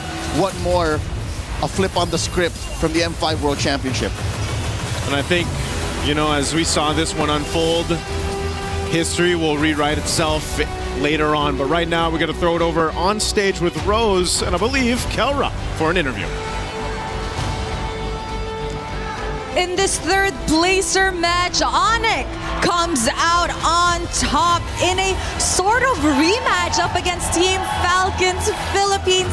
And of course, right now on stage, we are with none other than the gold standard, Kelra. Hello, Kelra. How are you? I'm good. Okay, Kelra, let's talk about this. Last year in Riyadh, you were in the same exact position where you were in the third placer match. This is a back-to-back match. And after that match, you told me and you told a lot of people, I don't want to be in that situation anymore. What happened today? Why are you back here? Tagalog na? Go ahead. Ako sinabi ko na ayoko na maglaro ng third battle per third uli, and last year and ngayon sasabihin ko uli yun na ayoko na uli maglaro ng battle per third dito sa EWC, and papangako kong hindi na maulit tong nangyari sa amin ngayon. Kelra said that yes, last year he did tell me that he didn't want to play for the Battle of Third anymore. This year, although unfortunate, he had to play for the Battle of Third once again. But he said he is making a promise to everybody that this will be the last. And you know what? Maybe next year it's going to be in the Grand Finals, no? Maybe next year it's Grand Finals? Let's see. Okay. Now let's talk about this matchup because we know it's like a rematch for Onyx and Team Falcons Philippines, like a M5 rematch, right? M5 Grand Finals. How do you feel about beating a Filipino team here, you know, in MSC at the third placer match? Malungkot na masaya kasi yung ina-expect ng mga tao sa nung una sa yung magtatapat is kami ng Falcons sa Grand Finals nga lang. Kaso ito battle per third eh. And wala rin nag-expect na So, wala rin nag-expect talaga na makakapasok yung TS and YG and sobrang galing talaga nila. Wala kami masabi sa performance ng Yangon and TS. Magaling talaga sila. Now, Kelra actually said, no one expected this to happen. Of course, he feels mixed emotions. He's happy that he won. At the same time, he's a little bit sad that he had to beat his fellow Filipino brothers on the other side. And of course, they expected this matchup in the grand finals, and yet they are here battling it out for the third placer match. He did, however, say though that Yangon Galacticos and Team Spirit both deserve their grand final slot because they're just so good. They have nothing to say. Now, you mentioned both YG and Team Spirit, who in a few moments' time will be playing in their first ever grand finals. What does that say about the MLBB ecosystem as a whole? Siguro parang nag-ano yun na kumbaga hindi naman end of PH era, kumbaga lahat talaga ng team kailangan mo respetuhin and kailangan pag-aralan. Kelra said that not having the Philippines or, the big three region in the grand final does not mean it's the end of the Philippine era. But it's more towards the teams actually need to start respecting other regions more, those underdogs, because at the end of the day, they can actually give a surprise. And that's what's happening later on. So Kelra, what's next for you? GOF. That's it, GOF? Yeah. What are your expectations for your next tournament then? Mas ina-expect ko na mas mag-perform kami sa GF muna kasi yun yung pinakamalapit na tournament namin and ina-expect ko sa team namin na magiging aral sa amin yung mga nangyari dito sa EWC. For his next tournament, obviously, he has one coming up really shortly. So he's expecting to learn from their mistakes here and apply to their future tournaments to hopefully gain better results. So Kelra, any message to the fans who are here supporting you guys? I see so many Sonics, Onyx fans here in Paris. It's like home ground for you guys. And of course, those that are supporting you back at home online. Sa mga sumusuporta sa amin, maraming salamat. Sa mga pumunta na mga nag-effort na Indonesia and Pilipinos, sa lahat ng mga pumunta dito ay nag-effort. Maraming salamat sa suporta nyo and yun lang. He said thank you to everybody who came down to the arena, came down to Paris to support, Onyx and of course their journey here at the MSC at EWC 2026. Thank you as well to those who are supporting online. And any words for your family? For my family, I really miss na kayo. He misses them. Thank you so much, Kelra. I hope to see you on the next tournament once again. Ladies and gentlemen, once again, Onyx finishes at the third place here at MSC at EWC 2026, ending their journey. Thank you very much. With that, let us show it to the panel.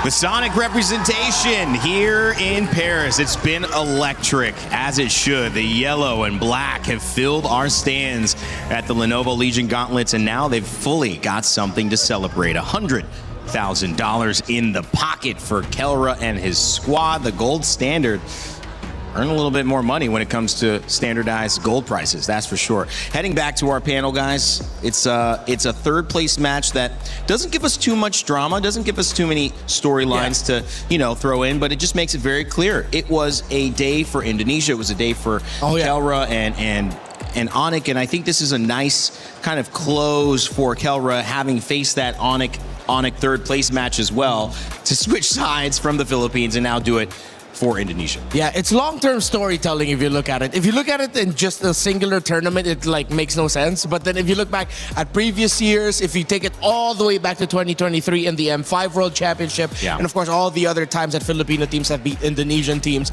it's a great day for the Indonesian fans. It's a great day for Onyx fans. Great day for Kelra. Pretty sure Kyrie, Keyboy, and Son just went, finally. So this is what it feels like. So very happy for them. Very happy for them. It's definitely a new chapter, right? And I think in a way, the fact that it was for a third place match is a little bit poetic, and maybe them realizing that they weren't enemies all along. Maybe there was bigger fish to fry, bigger problems in this bracket that they both should have been focusing on. And now it's a new chapter, right? Maybe not a new era, but essentially for MLBB in general, we're seeing with all of these new teams coming up with two of the biggest faces in MLBB fighting out for third place, we have to start looking at the ecosystem a little bit differently. Yeah, and I think that's a great age-old story where you see two powerhouses, or maybe three in this case, looking at each other only, and then underneath it all, there becomes this kind of underdog, this dark horse that's building up strength, building up passionate communities behind them, and now also building up the ability to challenge them, unbeknownst to those who held the power for so long. And now that's where we will eventually be able to turn our attention with our grand final matchup. Yangon Galacticos and, of course, Team Spirit. It's EECA and Myanmar. But again, let's put a capstone on Falcons. Let's put a capstone on the Philippines. Renmar, I'll let you kind of speak on that. The journey, that's the official final game of a Filipino team. And from the shock of Team Liquid falling out to now this performance, what's your takeaway?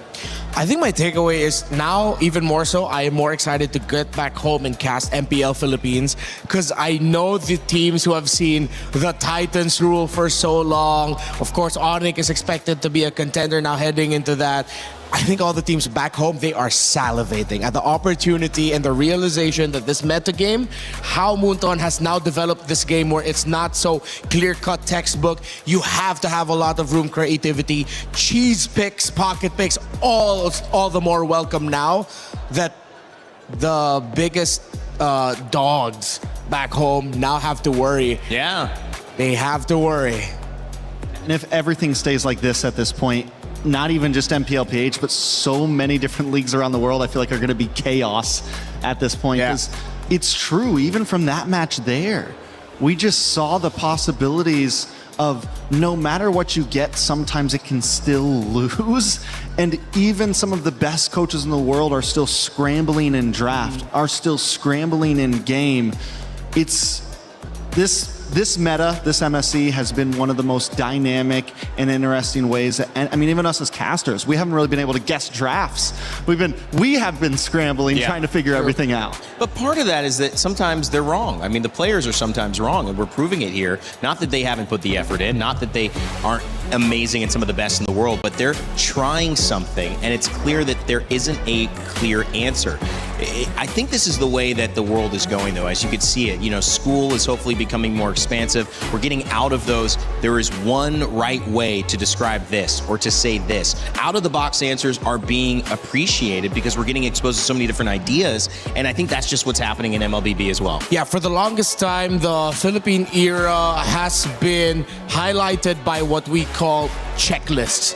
Checklists of conditions that you need to take in the draft and in the game before you commit certain actions. The dynamism of this meta, as Trex pointed out, came from the fact that that checklist has been thrown out. Because now you have heroes such as the Hiraro and Paquito, who, by the way, it's kind of criminal that they both ended up for Onyx alongside that Barrett's, wherein you can now just have one or two to do whatever they want in the map, and that's your checklist. Because they gain so many things from that. Either they already take out one member of the opposing team, and with that gone, it's the Wild West. Do whatever you want as long as you're man marking properly.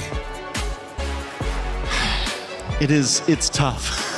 It's tough to overanalyze, Trex. I want to, kind of lean into your thoughts as well. Coming in from a region in the Americas, we saw Entity 7 have a really nice run. They obviously were able to take down Team Liquid Philippines, but it's more to the story of these regions that we maybe don't expect or bring a unique perspective, having less of a spotlight and therefore less awareness of what they believe, how they draft, what they're doing at the global stage. Maybe we're just seeing some of those ideas. It's their time to shine right now. Yeah, I mean, it's definitely, Opportunity has shown that teams that are thinking outside of the box are winning games, right? Opportunity has shown that. Even Kelra in his interview there saying that it's time to start respecting other regions. It's time to start respecting the fact that MLBB globally has grown so much in a competitive esports sense that so many regions are ahead of the trend, and with an ever-evolving meta like this one, it is favoriting those regions that are constantly playing against, not your checklist players, not your checklist coaches. People are like, hey, well, let's try this, or let's try this, or let's break the box a little bit and get outside of the mold. And that's exactly why we have the grand finals we're going to have today, right? Well, I think it's interesting because we just saw, if you were paying attention to sports, another world record being broken for an under 4-minute mile. Earlier on in our lives, we thought that was not possible. Many people did not think you could break a 4-minute mile. But now that we've seen it happen and we've seen a world record broken again with that, you now can train for a 4-minute mile because you know it's possible. Before then, Rimar, no one's training to get a sub 4-minute mile because they don't think you can do it. And that's kind of the thing here. A lot of these teams, I feel like, and again, this is the eye test. This is me not knowing MLBB and coming in. Didn't know that these types of ways of playing the game existed. And now they're like, you know, we need to go back to the drawing board. I can't just adapt in a day. Like, I need to rethink the way I'm thinking about MLBB. Yeah, I think there's always been a very clear distinction of how you play the game in the pro scene and how you play the game just for normal people like us. Now, even more so, you're seeing a little bit more of a closer reflection of somewhat RG-style thoughts where it's like, yeah, I'm gonna go ahead and do this thing. Is it the most efficient looking move possible? No, but it's gonna get me something good, and that might translate better for the rest of my team. Yeah. The game slowed down, and then now it's sped up again. We're back to what MLBB was like years ago. Faster, damage. Whoever gets the most kills simply wins the game. Be willing to give up objectives. Get bodies because you can get more objectives. Yeah. For the longest time, it's just been objectives. It is highly micro, yes, this is true. And I noticed it when we came into knockouts, even to the point where Lord dances aren't as long anymore, right? Yeah, Sometimes a Lord fight could last 2 or 3 minutes, you know, just kind of testing the waters, trying to play off lane, things like that. And it is definitely tightened down. Yesterday, I think we saw a Lord get bursted down in about 6 seconds from Falcons, stealing it away from Yangon. Teams are willing to take those risks. And I think that is, you know, it's high-risk situations, and the teams that are willing to do them and execute them correctly end up getting the wins. Yeah, the esports side, the pro side was forced to evolve because the game evolved. Yeah, and you can see, you know, when it comes to performances, there's no doubting that Kyrie had a great game, that he was able to be dominant across all of these matchups, whether he had the Harara or whether he didn't. It was really good for Monic over the board and I think across the board, of how they approached each draft, of how they approached the play. And this maybe wasn't what you expected because we didn't get to see any of Onic. And so maybe being a little bit let down at not winning a game and the semifinals, you know, Falcons almost made that huge comeback. Now Onic get a chance to say, listen, this is really our last statement. We do know what we're doing. We haven't figured it all out yet, but look at what we do when we're in a good position to win. We can make ourselves go toe-to-toe with the best of them. Yeah, I think Falcons, especially in that last game, really approached it in a sense that, yes, we might lose early game, but we normally have the capabilities to drag it out. And that has been the MO for a lot of Filipino teams. Even if they're unable to control early, playing for third turtle, first Lord has always been a major winning point for them. It's like, yeah, we can let them have a 2K gold lead. We can always get ahead, but Onic is a team that is not going to let that happen. We will push and push and push and push, and Onic just did it successfully. 3 games in a row, essentially. Yeah. I just hope this doesn't start a precedence for future metas wherein we just get even more busted heroes. I mean, Suyo, excuse me. Hirara and Paquito has changed the game so much. It brought Barrett's back. It brought Eudora back. What a world we live in. You mean for the first time, right? For quite some time after I lost that one. Yeah, I do love some Eudora, man. That's all I know. All I know is this meta, so it's kind of fun hearing their past, you know, kind of nostalgia for these moments. I was talking about a movie, Midnight in Paris, as well, and kind of the interesting thing is whatever present you're in, you think that the past is a little bit better. That's kind of the theme of that movie. So you guys wishing for something different as well, maybe, you know, I'm looking at just enjoying what we've got here. I know we had a chance to talk with Falcons. It's not quite an exit interview, although this is the end of their time playing at MSC. Their coach Moody was standing by with the tournament. We are now backstage with Coach Moody from Falcons Philippines. Hello. Coach, what happened? I guess for this series, based on what happened yesterday, Onic was the better team today. Like, they did the reset better. Of course, it was tragic for us, but yeah, we'll surely bounce back. Okay, so it was maybe mentality going into the game? Yes. Because it was a 3-0, Coach. not what we expected as well. What did you think happened? Do you think was it from the drafts that were a little bit difficult, challenging? For sure. or- I mean, the drafts were pretty much also. We kind of messed up as well. So Okay. In general, all of the team, I think. So including execution or Yeah, more execution so- and draft, yes. Okay, so 50-50. Yes. 50-50. What, were the players okay? Like, what was the mentality coming into this match? We were trying to boost their morale, but somehow it's just not there, you know? Like the energy was different from yesterday. Understandably so. Yeah. Sorry. It's okay. I have nothing more to say. Okay. Well, the rematch, succeeded for Onyx. What do you think was different about Onyx this time? Just like what I said, I think they were more prepared and they did the reset better. And yeah, they were just a better team today. Just a better team, just in general, better Yeah. team. Is there nothing specific that you saw, as a coach, like you saw maybe a certain player's performance was better, or? It's hard to say because I feel like we were also playing bad, you know? Okay, Yeah. understandable. And of course, again, I think we talked about it a little bit yesterday, but what I really wanted to emphasize on was the fact that it seems like all the other regions are catching up. Yeah. No ID, no No- Malaysia, no Philippines. Philippines. What do you think this means about the ecosystem right now? I think it's better for the MLBB community in general, just because it's, like what they said, it's a different era right now. At the same time, I feel like this is an eye-awakener for the Philippines and Indo and Malaysia just to step back and look like where we at. But for sure, M8, it would be different. I'm excited for M8. So that's the next on the checklist, M8? For us, it's GOTF first. Okay, so you have GTF first and then M8. M8. And we can expect you guys just Hopefully. flip the script. Hopefully. But I'm actually curious, Coach. I mean, when we're talking about new meta, new patches, usually the Philippines are the first to adapt. So what really happened this MSC? I guess before MSC, I think there was a 1 week patch or a patch happened before the MSC. Right, yeah. And we kind of struggled with adapting as quickly just because the screams that were the opponents that were also screaming are also an MSC. So it's just like it depends on how creative you could be coming up into the tournament, you know. And we did really saw a lot of new heroes and new picks in this tournament. So that was a setback. That was a challenge. But obviously, like Philippines, Indonesia would have had the same challenge, right? Correct. Especially that they're not in the grand finals, you know. Yeah. Don't remind me about that. Sorry. It's okay. We're all in the same boat here. But Coach, what was the biggest lesson that you learned from MSC?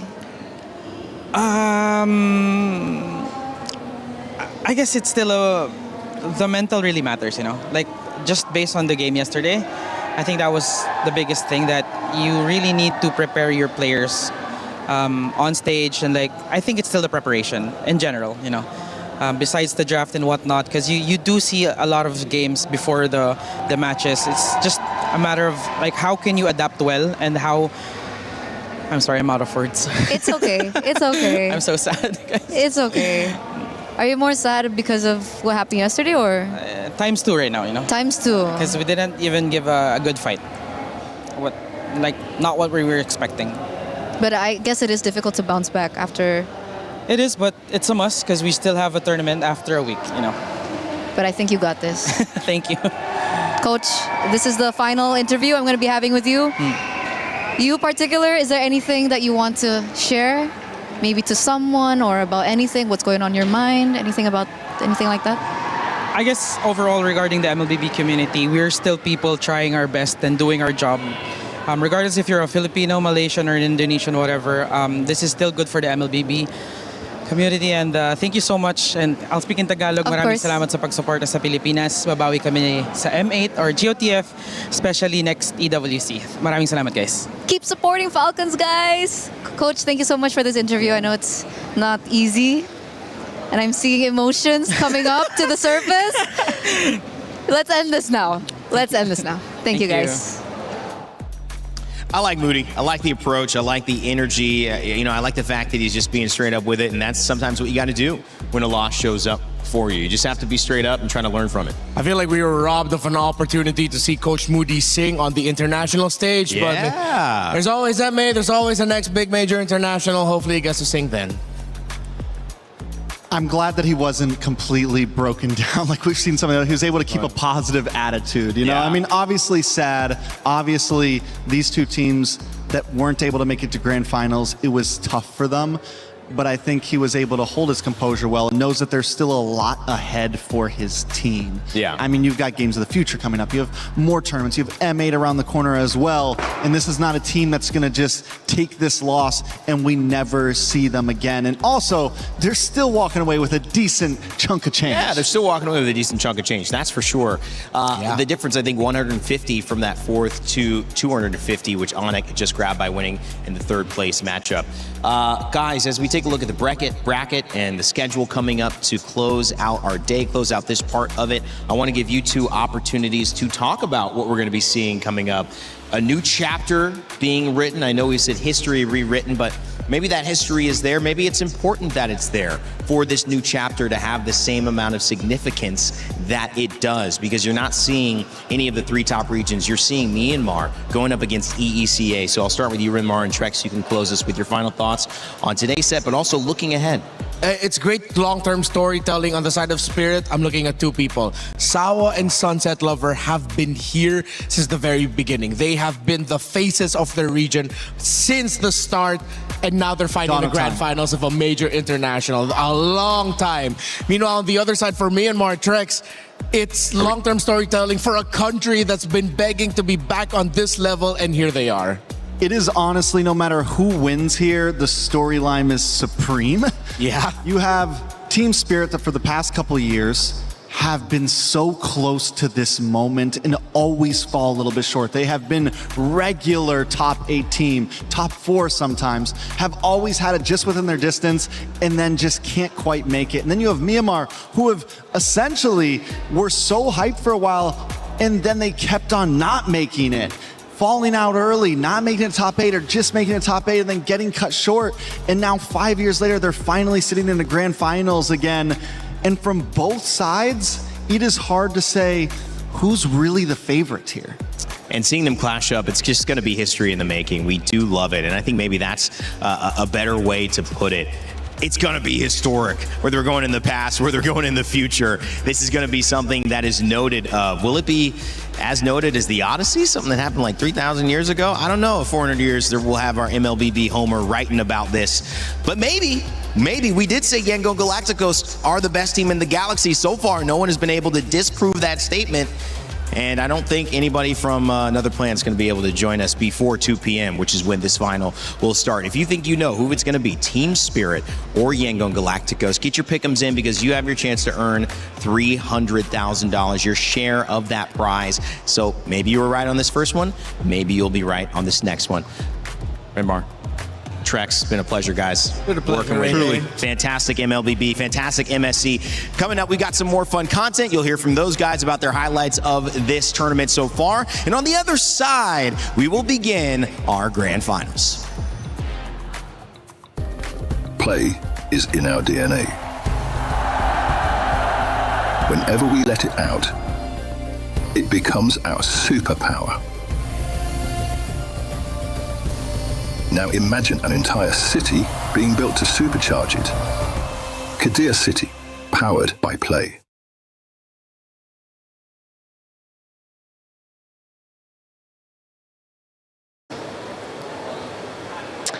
This is the talent show with Rachel, of course. Hello. Look, we've only been doing intros and stuff together, but we haven't actually had a chance to do this kind of thing.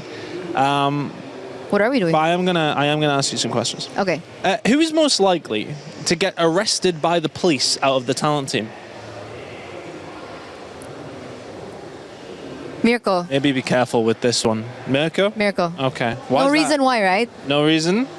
We don't have to give a reason, right? Well, you can, I'd prefer if you give a reason. Actually, sorry, we're not doing this at all. What? Brother, you can't do this to me, brother. I can do what I want. Brother.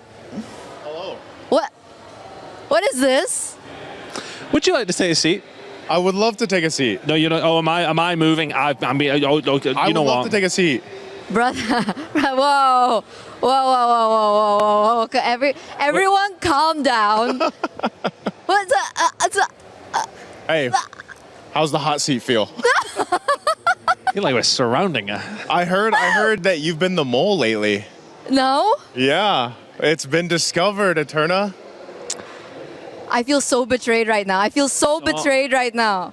So nice. I think you've got a specific question. Oh, I've got plenty to ask you, but I'm just going to ask you this one. You know, we have heard, Eterna, that you are a record-breaking international recording artist on Spotify. What's the latest single that everybody watching right now might be able to go ahead and find you at? Like, where can they find you? What's the latest single?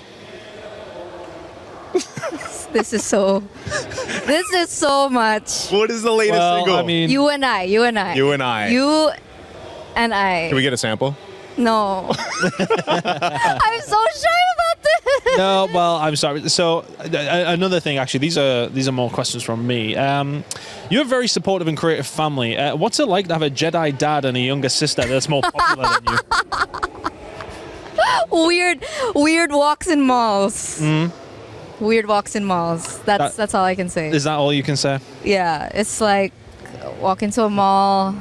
She gets her pictures taken, and Really? me and my Actually, sister. for real? Me and my other sister were just NPCs. Like, yeah, Your sister's famous, huh? yeah. She has to wear a hoodie and like a mask everywhere. Oh, yeah? Okay. I didn't know that. Well, we got. Oh man. Oh, Hey, there, your Renmar. questions were nice. Your questions were nice. Were I know, they yeah, my nice? questions were nice. They were nice. So I have a very nice question. May I? You may. So I really need to ask. I mean, you promised me, and I think we should all know, whatever happened to the limited edition Eterna shirts?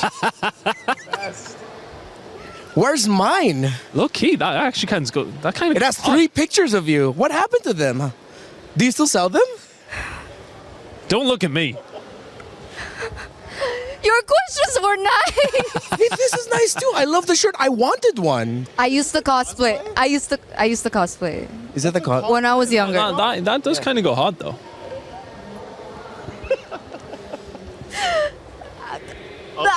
So yeah, update. What damn. happened to them? They're gone. They're gone? They're gone. How wide is the lens? That's what I want to know. We got the whole gang on here. Wait, why is he? I've got another question before we actually jump into things. What happened with Goni? What the? Gani. Goni. Hey. Look,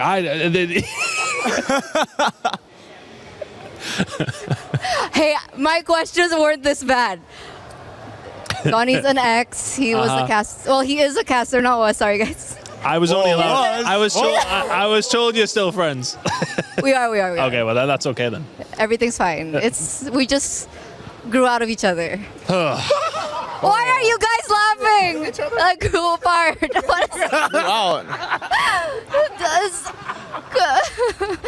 America, I believe we have another question from you. Eterna, you questioned my goats and who are my goats. Well, I don't know if you did that, but I want to test your knowledge. If you're a plastic fan or a real fan, wow. You say you're a liquid fan, you say they're your goats.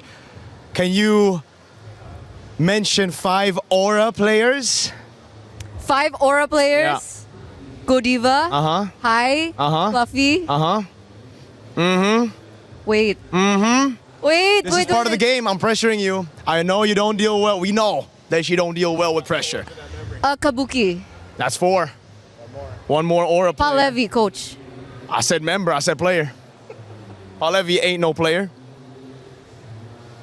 Who am I missing? They're mid laner. It's not Yehezkiel, right? No. Okay, I'll give it that. But Okay. I can't believe you forgot your favorite face hugger. Oh my god, my goat face hugger! I love him so much. All right. I love him. We'll end it with one more question that I have. That we know that you can find love online, but can you find love in online role-playing games?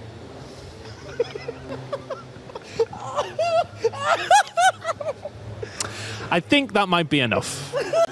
Kill me. That was Eterna's confessions. We got her in the end. We got her in the end. Oh my god, guys.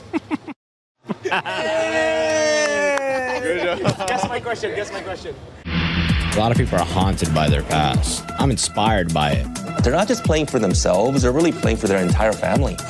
They have defeated their demons. They have crushed the curse. Welcome to the talent show. I don't know who the talent is. Is it me? Is it you guys? I don't. I don't know. No, there's no talent here. Do you ever find it weird that we get called talent? Does it ick you out a little bit? It makes me feel a bit weird. Yeah. No, I love it. We're all talented. We're all very talented. We're special. So you say.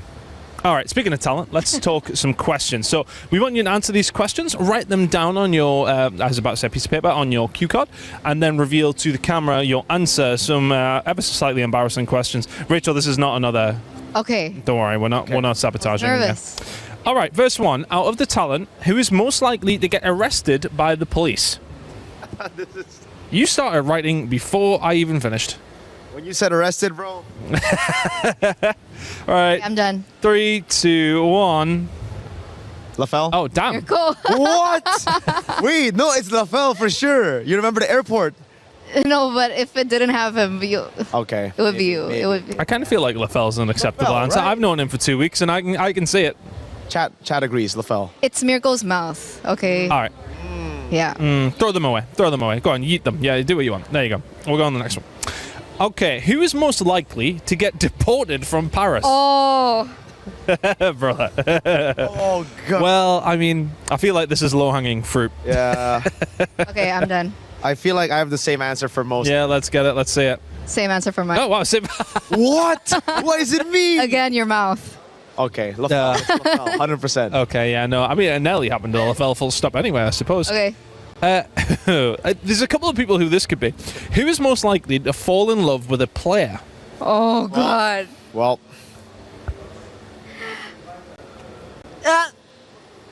Oh, she's not even here to defend herself. Hold on. Does that say me? Okay. No, that didn't. Okay. All right, 3, 2, 1. Let's see. So we went Brigida Oh. and yourself. Yes, okay. Oh, but I mean, like. Yeah, well, I that's mean- yeah, that's yeah. Well, you got eyes on anyone, Turner? No, Whoa. no, Multiple, not just one. that is true. I'm kidding. Okay. Who's most likely to fall in love with a fellow caster? You might as well have just kept that same one, Turner. Where is it? No. I mean, based on the track record, brother. No. Based on the track record. No. Yeah, let's see it. Let's see it. No. I choose Renmar. I mean, someone is. Yeah. Who does track Renmar? record. Who does Renmar love? Oh, is this? He loves me. Renmar loves me. Renmar loves Mirko. Renmar loves me. Okay, we'll keep it at that. Who's most likely to get ready? Take the longest to get ready for a broadcast. Oh, the talent pool here, right? Yes. Okay. Now, the fact that both of you didn't take very long. Oh, there we go. chemistry. I can kind of see that. Right? I can kind of see that. And she's not being late yet, though. We're not late. No. We just wake up earlier. No, she's not being late. We did have somebody be very late yesterday, but We did. kind of remotely the same. Who's most likely to fall asleep during a game?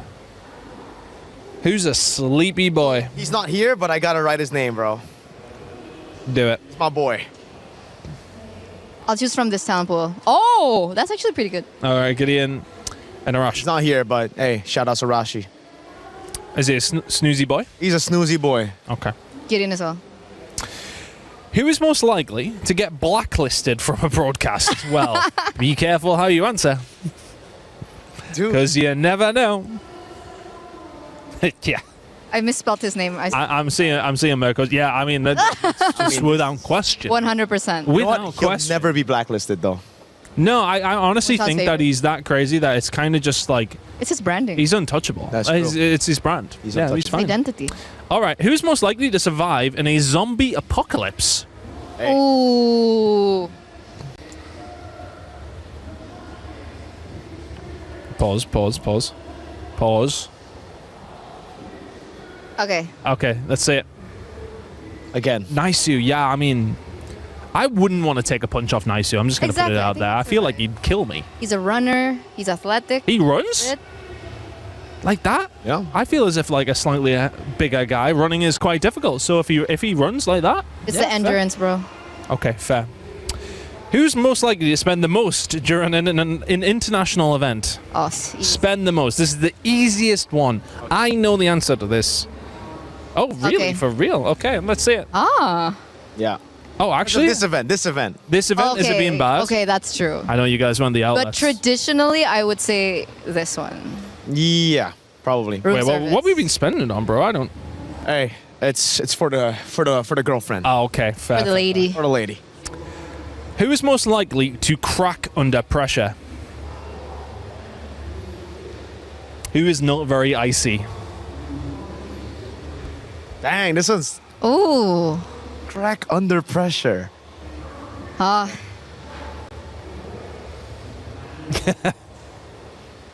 Three, two, one. Oh, damn. No, Oh. no, Eterna, Oh. you're fine. You're fine. I think I cry more than Brigida. You cry? Oh, cry, No, but crack. crack under Yeah, but like to crack under pressure, I cry. Dude, when you should have seen crack, her I reaction when like Oh, the but- I love you things and adults. Okay. That's also a valid answer. Okay. That's a very valid answer. And final one. Who is most likely to win MVP in a game? So who's the best player in the talent group?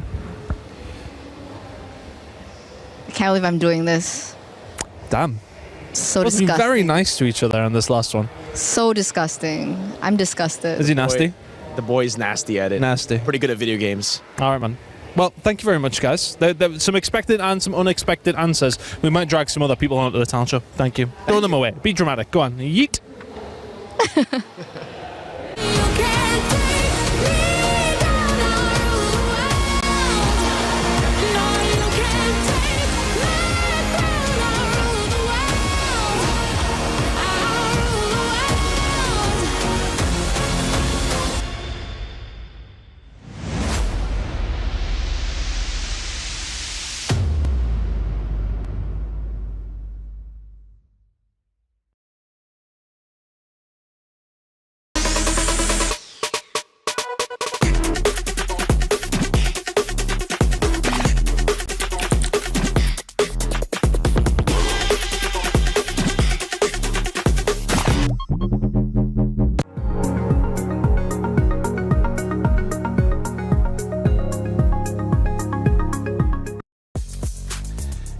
Well, we have a little bit of time to fill since Onyx just absolutely swept through Falcons, so I thought I'd have a bit of a chat with the boys. That one was a little surprising to me in a certain way, but looks like Falcons just didn't show up, did they, Remo? I mean,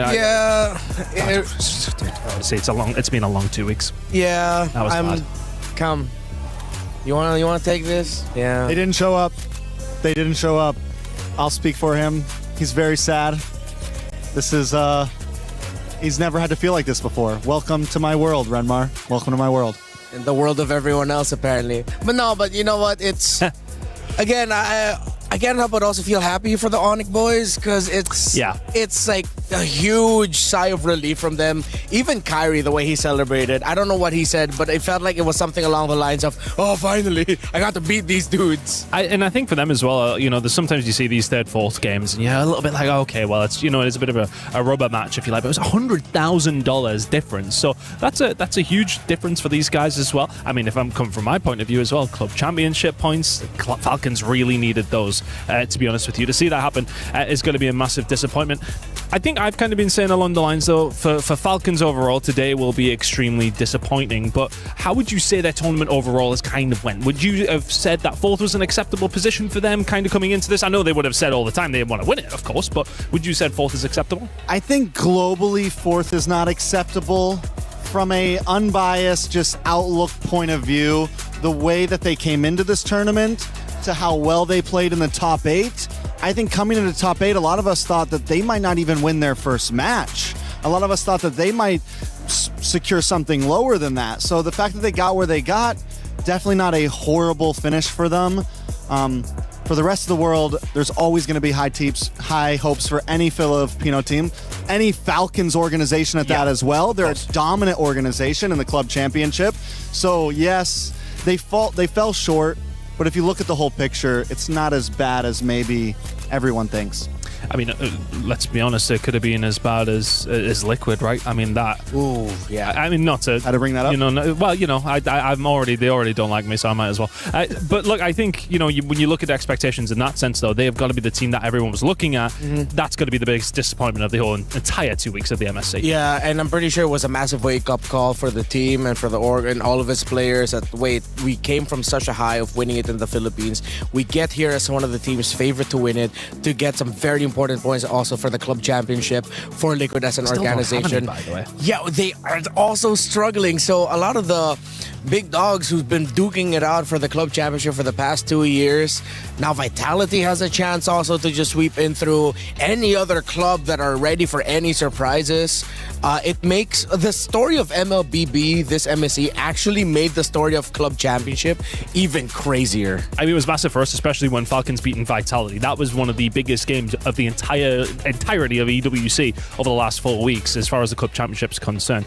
Who would you say has been the biggest surprises, though, Trex? I mean, coming into today, I mean, a lot of people, is this the final they would have maybe expected to a certain degree? I'm not too sure, but what would your biggest surprise be? Throughout the whole tournament? Yeah. I think Aurora and Team Spirit are probably the two big surprises for me, both of them being able to break in. And not just break in, but show up as possible favorites. I mean, we had Aurora literally labeled on Instagram as the new big boss. So overall across the map, MSC in general has just been a huge surprise. Yeah, Young God Galacticos, though I know a lot of people are saying they are surprising, especially the road that they had to go through. But I think the story of Spirit is even more surprising. They went through, oh my goodness, are they actually not going to be able to make it to knockouts? And a team from China will be able to make it to knockouts first in Guangzhou Gaming, and then they get through, and then in the first round they get to defeat Vamos, who destroyed them during the group stages. And now so far, Team Spirit have actually yet to drop a game heading into this grand finals for the knockout stage. It's insane to see how well they have performed. Guys, thank you so much. I mean, we get to kind of kick back a little bit for what is going to be an absolutely fantastic round. You know what? I'm kind of joining you. They were asking if we could get your jackets off here on this one. You know what? We might just kick back. We actually went a completely different room in studio. It's nice. And we've just kind of taken over for a little bit. And this might be the spot that everybody wants for the grand final. Very excited to see how it's going to go down. And it's time for the desk to get us started. Randy.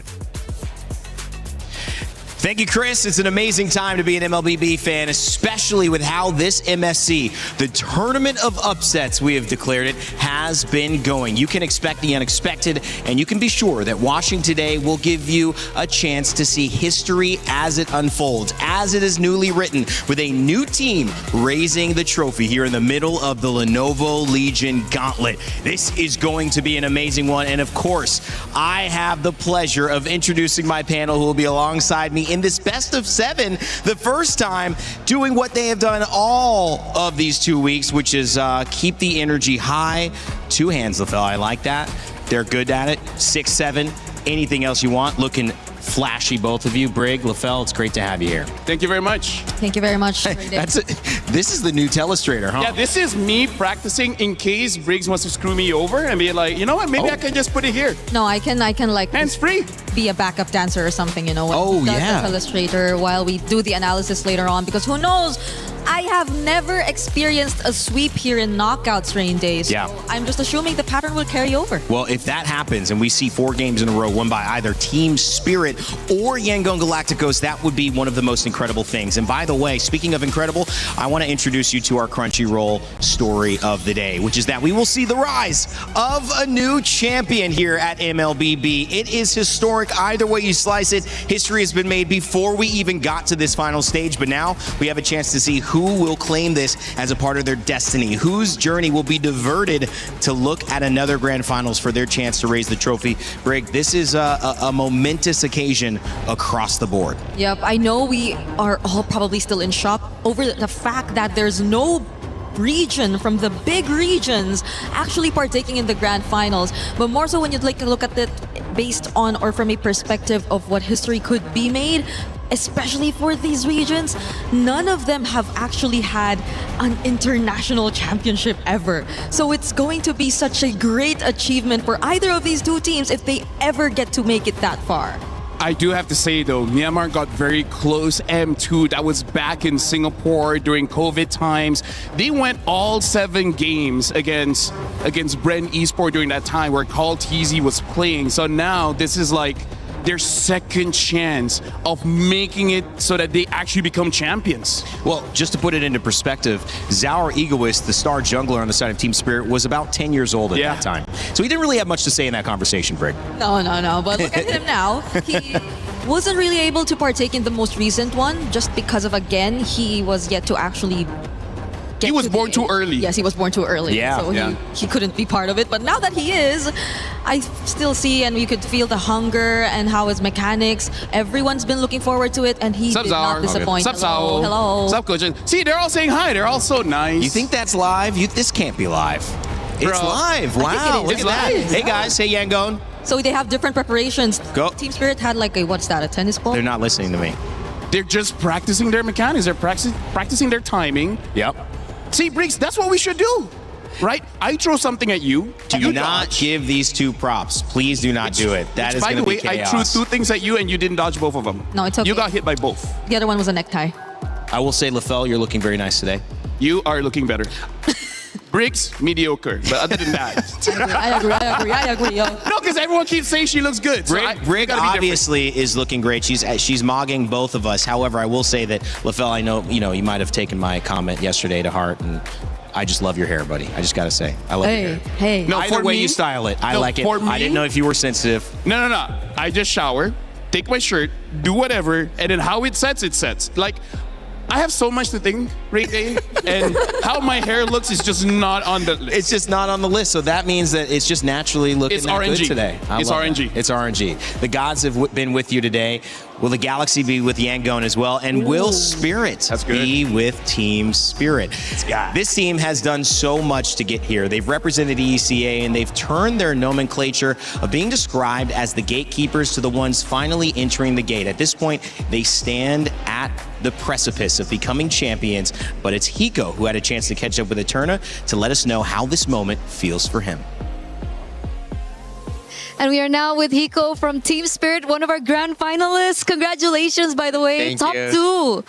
How does it feel? It's such a great result and it means a lot for me. I would imagine. Yeah. Hiko, coming into this, we've been seeing a lot of, journeys. And then, of course, 2 years ago, you were here as well at MSC, but you never made it to the grand finals, and here you are 2 years later. Yeah. It is such a great result. I am feeling very good and I have such a great feelings for me and my team. Yeah. You're very close. You're very close. Hiko, if we had to ask you, what is the difference between Hiko in 2024 and Hiko in 2026? I grew a lot as a person, I think a lot, and my gameplay improved so much, and I have much more connection with the team before. So yeah, I grew up. You grew up. Yeah. 2 years later. Yeah. Because I think back in the day, like during your debut, you were one of the youngest. Yes, At MSC. youngest one in MSC, I think. And now you're in the grand finals. Yeah. It's such an amazing journey. Hiko, talk to us about that maturity, that mentality. Like, what did you learn specifically, as a player, and how it could affect your performance here in the grand finals? I learned a lot. Worst thing to me, what happened in my journey was lose to Onyx Page in MSC 2025. It was I have such a bad feelings about this match and many talks that I am a bad gold winner and something like that. And here we go. We meet again with Keura in MSC and we shut him down with the team. So it means a lot for me. So you were able to prove that you're on par with the gold standard. Yes. Hiko, how did you expect this? Did you expect to be here right now? Because I think we talked to Kid Bomba, and then he said, he had a good feeling that they'll make it all the way to the grand finals and even maybe win this tournament entirely. Did you share the same idea with Kid Bomba? We have like great preparation in Malaysia. 3 weeks worth of hard works and trainings, and we have such great results. We have like 80 win rate in scrims, so it's not a surprise that we go into grand finals. But we have some issues at the start of this tournament, and we fix them, and we adapted to the meta so quickly. So here we go in grand finals. And we're very proud of you. But you. in this grand finals, you're going to be up against Yangon Galacticos. I heard that you were scrim partners. Is this true? I think we met them like 2 times maybe. Do you think that that's going to be a good thing coming into the grand finals? Like, do you have a read on Yangon? We knew how they gonna play, but I think we better as a team, and we have better drafts. I think so. I'm sure we can win them. Okay, so there's a little bit of insight there, but you're still confident that you're going to win this. And you won against them before, right? M7. Yes. You were the ones to knock them out actually in the lower brackets. 3-0. 3-0. He has to remind me. 3-0. It was 3-0 again. Replicate the same success? Oh, what are you going to say? But third game was like longest game in M Series tournament, so it was such a great series, and they give us a fight sometimes. So are you happy that you're going to meet Yangon again? I'm sure we will beat them again. Okay, they're sure they're going to beat them again. But what do you think has changed about Yangon Galacticos? Do you think they improved? How have they improved? They ran up has a little bit of changes. They changed gold laner and mid laner, and their old trio like XP, Rome, and Jungle right now in like their prime. They have good connections, and they play good team fights. So they have great roster, but we have better. So. Okay. Let's see. This is going to be a matchup to watch. It's a new era, people are calling it. Kiko, do you have anything else you want to say before your grand finals match? I'm just very grateful for my team. They support me so much in this journey, and all our fans also. I want to thank them because it was such a hard journey to get to grand finals in major tournaments, so I'm very thankful for my team and fans. So keep supporting us in grand final, and we'll see who better in this grand final. We will see who is better in the grand finals. Hiko, thank you so much. That was a remarkable message. I'm very excited for you. Good luck. Because now we are going to throw it over back to you guys. Well, Hiko's already let us know that he was one of the youngest people at MSC the first time he played. In fact, this is how young Hiko was. We have an image of his first moment in MSC. It was quite a spectacle. Our Egoist, I know, is sometimes who we talk about, but you see that right there? That was young Hiko winning 3-0. Kid Bomba couldn't believe it at that point in time, guys. Pretty amazing. I mean, like for me, even I didn't know. Yes. Let's face it. Because it's a baby. Asian babies, they all look the same. I'm sure you look like that when you were a baby. Brig? Probably not the hair. Not the hair. Okay, you didn't have as much hair as he. If I'm not mistaken, I look very different as a baby. I almost got disowned as a baby because they thought I was the wrong kid. Oh no. Okay. Yeah. Wow. We're getting to awkward conversation with my parents. Yeah. As well as the nurses and the doctors. But hey, I grew up normal. So you had that convo as a baby? Because you said the nurses were involved. Mom? Oh, LaFell. Mom, wow, it's me, LaFell. Brig, are you sometimes like just fascinated by the life LaFell has lived or is living? A bit too fascinated, honestly. We spend too much time together, and I feel like we're like brothers and sisters at this point. We always fight, but we can't get rid of each other. Well, and we're going to keep you here for a best of 7 as well. It's the longest time we're going to have to spend together this entire tournament. And of course, Hiko feeling confident as well. All those jokes aside, as being one of the youngest players, when he first entered, he actually now has the youngest player in MSC on his team in Our Egoist. We'll see what they can do against, of course, Yangon Galacticos, who I have been saying is maybe the best team in the galaxy because no one has been able to do anything against them. You look at the way Ying is playing. We're coining the undying today because he has been so good at the bottom of the KDA or at the top. Either way you look at it, he's not dying very often. Han, Kaizi, Blink, and Sanji. He talked about that roam, that XP, that jungle synergy that they have. They said they're a great team, Hiko, but we're better. We'll see what the coach of Yangon has to say about that. We are now here with our grand finalist, coach from Yangon Galacticos. Welcome, M-God. Hello. How is everything? How are the players doing coming to the grand finals? They are so excited. They are excited. Yeah. Yesterday we had a chat with Coach Marvs and he mentioned that everyone is such a positive bunch. Is it the same thing going to the grand finals as well? Yeah, sure, because we have a good result in screen also. Yeah. Oh, okay. So good results in the scrims, boosting confidence. Yeah.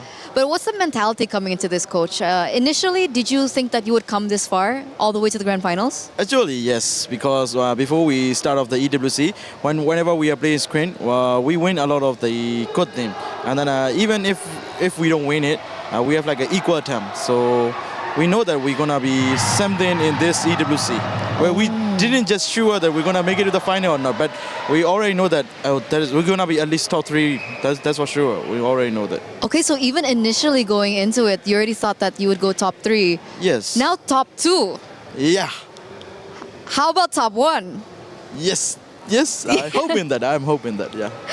It was really, I would say, heartwarming to see the winner's interview with Coach Marvs yesterday. Could you talk to us a little bit about how you guys met?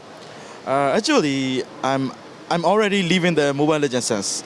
I'm resting. I don't want to come back to this anymore. And then the player from the former YG, Stitch, and then Blink is my friend. So they asked me, Coach Amgo, we need a coach. And we need a coach. So you have a coach, Marv.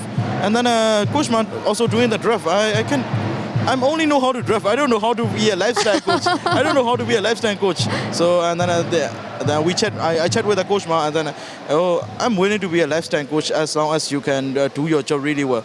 Oh, then okay, let me try. I'm gonna try my best and watch it. If we walk out, we're gonna do it. If it doesn't, yeah, I'm gonna go back to my resting area. So even with that, you're now top 2. Was that something that you expected when you made that decision to come back?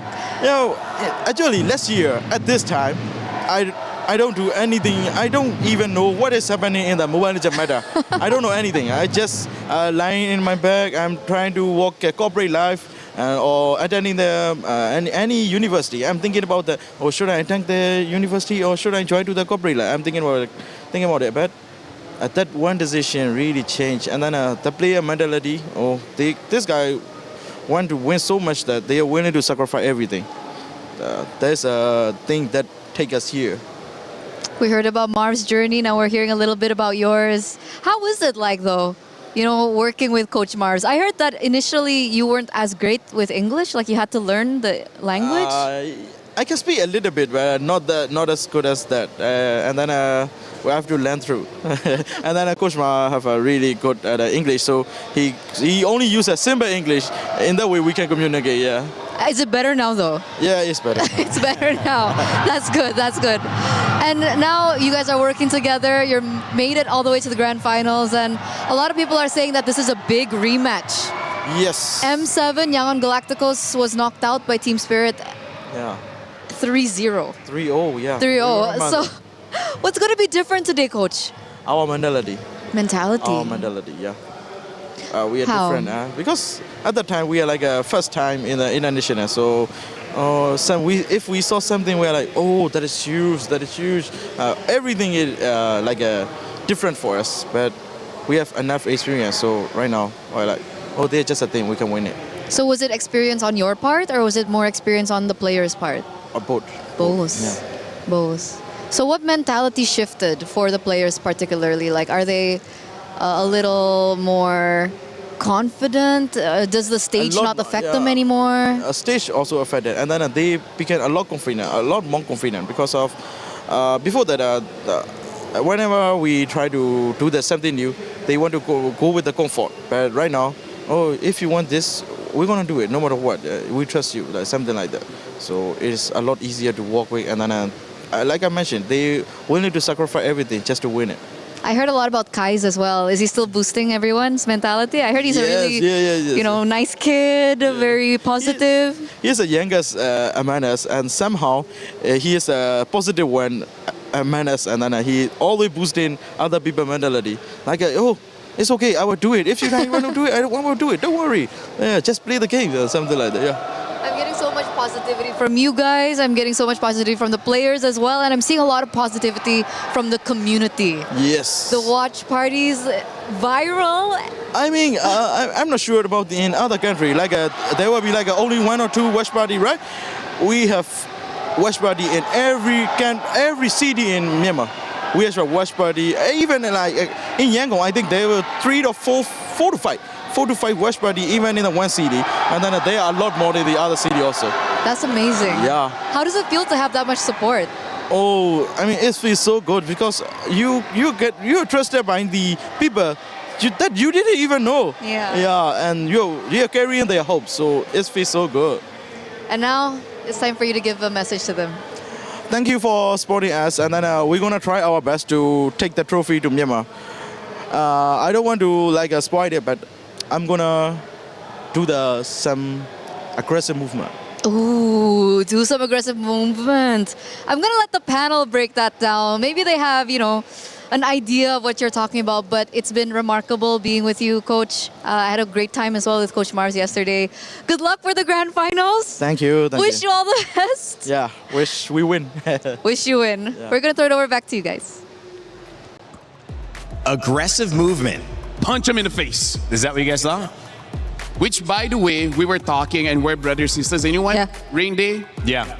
You're my brother. You're our Hey! brother. Dude, You I guys always are my wanted a brothers. brother, man. Come on, man. Come always on. wanted Come a brother. on, man. Give me a Come on, Brick. Wow. I was trying to. Here we go, Brick. Yeah, handshake. Hey, man, we're a We got family. him as a 2 weeks of brother. any show will, bring people together. It'll bring people together. I've loved this experience of this game as well, guys, and I think I got lucky because I got to see what many of you have said is maybe the wildest international tournament that you can remember. I mean, and definitely in recent memory, and it's ushered in a new era of MLBB here. We're about to see it, and coming off of the back of that interview with Yangon Galacticos, I know we joked about making an aggressive move, but there is something about seizing the opportunity, and for Myanmar, this is an opportunity. 5 Myanmar players, a coach that is driven, that is emotional yesterday after the win, Brig. And speaking of just that, you could see the photos on Facebook. Yangon Galacticos posting photos of young, up-and-coming students and fans looking at the games with pride, saying, that's us. Yeah. We're represented up there. How special is that? Yeah, because in a way, this win and this achievement has brought together more and more of the Myanmar community together in support of Yangon Galacticos, who prior this tournament already had a very decent fan base, I'd say. But because of this, I think more and more of the support and the community has become alive again in terms of MLBB, because it took a while for them to get back on the stage. It took a while for them to make it this far all over again. And at the same time, it was also a result of certain changes here and there, as highlighted in the interview. There were players they had to replace, and there were people they had to take in. But all in all, you're seeing how everything's just worth it. For me, Rain Day, the way that I see the world is a place not a lot of people want to be. And esports is a good way to escape reality, because everyone is going through a tough time in their own daily lives. And then seeing people achieving their dreams, especially people that are close to you, whether it's in terms of country or their stories is similar to your stories, I would say the fact that all the favorites are out, and now Myanmar as well as EECA, they're here at the grand finals. Every single player brings their own story from their own region, from their own personal life. And I feel like the reason why we see so many people invested in tournaments like this is because they give hope. And sometimes that's all that people need. They just need hope to live one more day.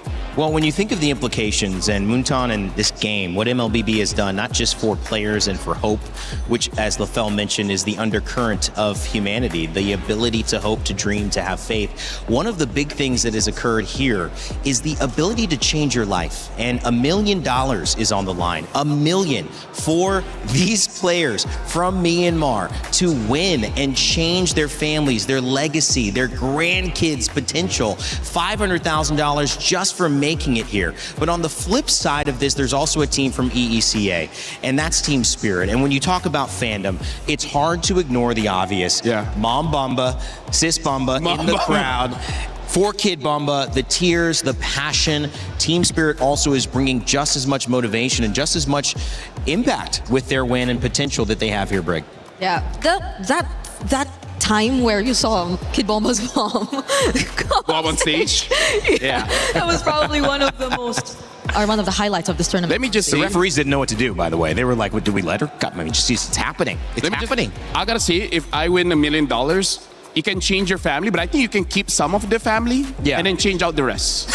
I feel like you can keep Mom Bamba and then Sis Bamba, and then if Kid Bamba wants to change the other members of the family, I can. I didn't mean change your family like that. Oh, not like, No. Oh, yeah. miscom. Yeah, change your family's circumstances, not swap. Do you want to change your family? Wow. No? See, this is, you know, you got to be careful when you give certain people money, what they'll do. LaFell already thinking about, if you're a family member of LaFell, let us know in chat. We're here to support you, okay? And please don't let this man get $1 million because you may be next. I feel like, can someone dig me out of this hole? Dude, it's just a misunderstanding. I thought people keep saying, "Oh, you would change your life, change your family." I'm like, this one is not that great. This one is a failure. We're just gonna. I mean, I don't know. If I can have Billie Eilish as my sister, that'd be great. I think we should keep it as life. You want to be my sister? You need Briggs already your sister. You need Billie Eilish too.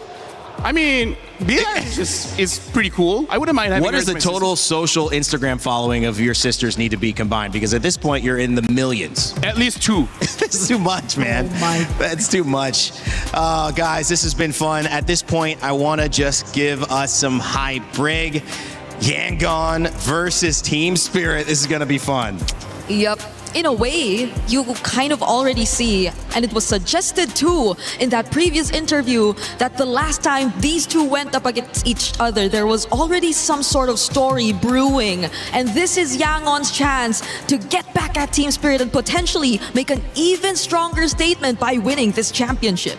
Dude, MSC has been one of the best internationals we've ever had. This grand finals better live up to the hype.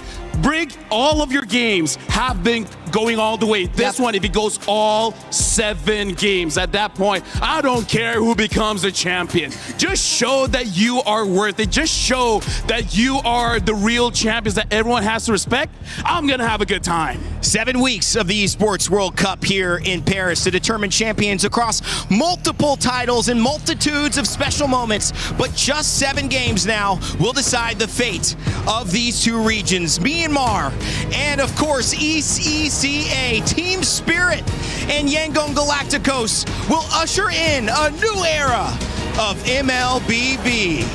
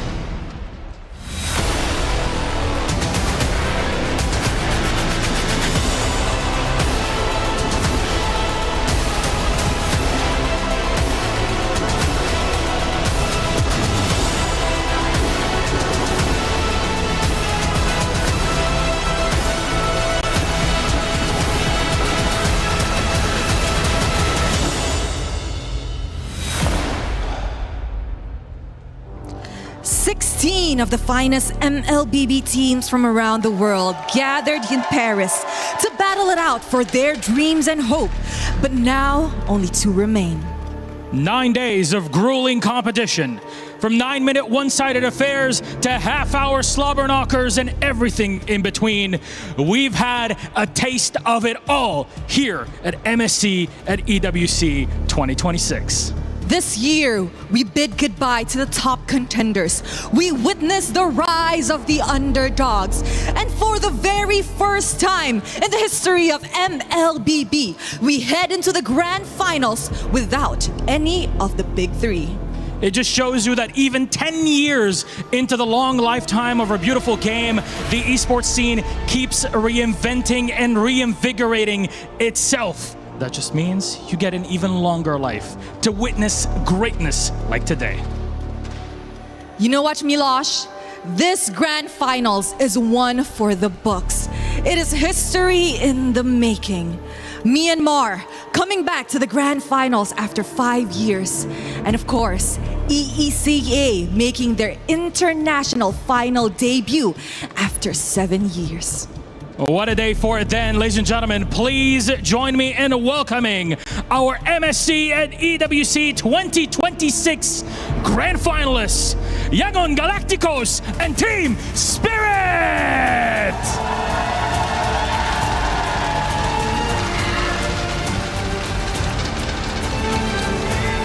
After 5 years, a new Burmese representatives return to the grand finals in attempt to write a legacy of their own. 7 years of blood, sweat, and tears. The effort pays off. The hard work shows results. And Team Spirit are the first ever ECA team to make an international final. The past two MSC champions headed into the grand finals with a 100% match win rate. And today, Yangon Galacticos attempts to follow in their footsteps. Can lightning strike 3 times in a row in the land of dawn? At M7, it was Team Spirit that ended Galacticos' run. Today, 191 days later at MSC, they have the opportunity to do it again and claim the championship title, both in one fell swoop. Throughout this MSC, both these teams showed their ability to come out on top no matter the circumstances. And in this meta, they showcase excellent drafts and the cleanest of the cleanest gameplays. So for our final time here at MSC at EWC 2026, let's bid our captains welcome. Please join us for our face-off. Teams, you may go already. Get set for yourselves, please, on your desks. Come on close, gentlemen. Face off into one another's eyes. Let the truth shine. Any final words from Yangon Galacticos? Kula. Have fun, guys. There we go. There we go. Captains, you may place your keys and once again meet in the middle for a handshake. Let's get up for a handshake. There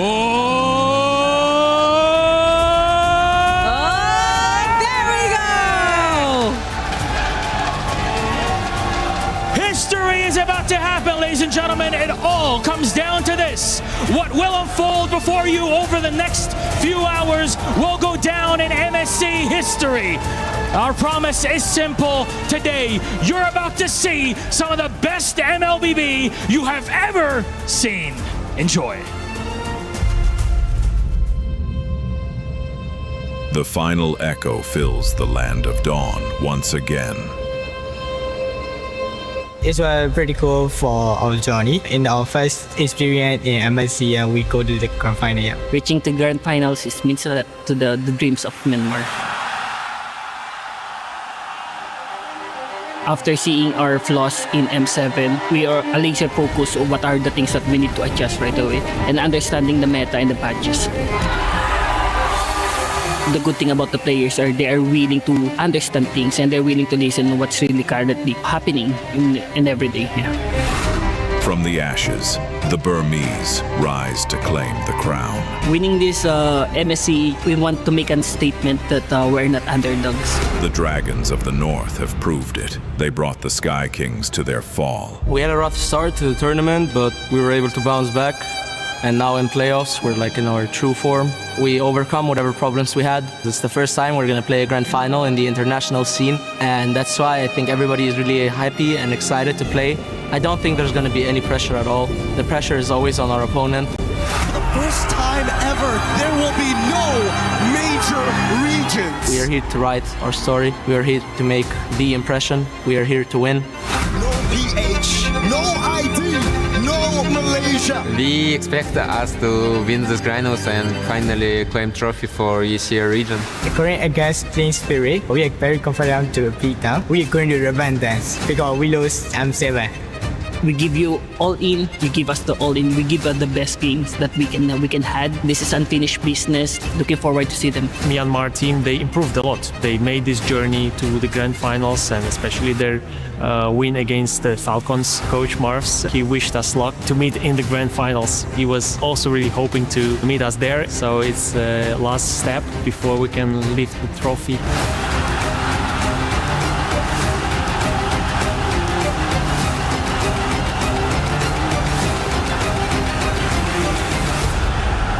Esports can change life if you grind harder in each day. Don't let anyone destroy your dreams.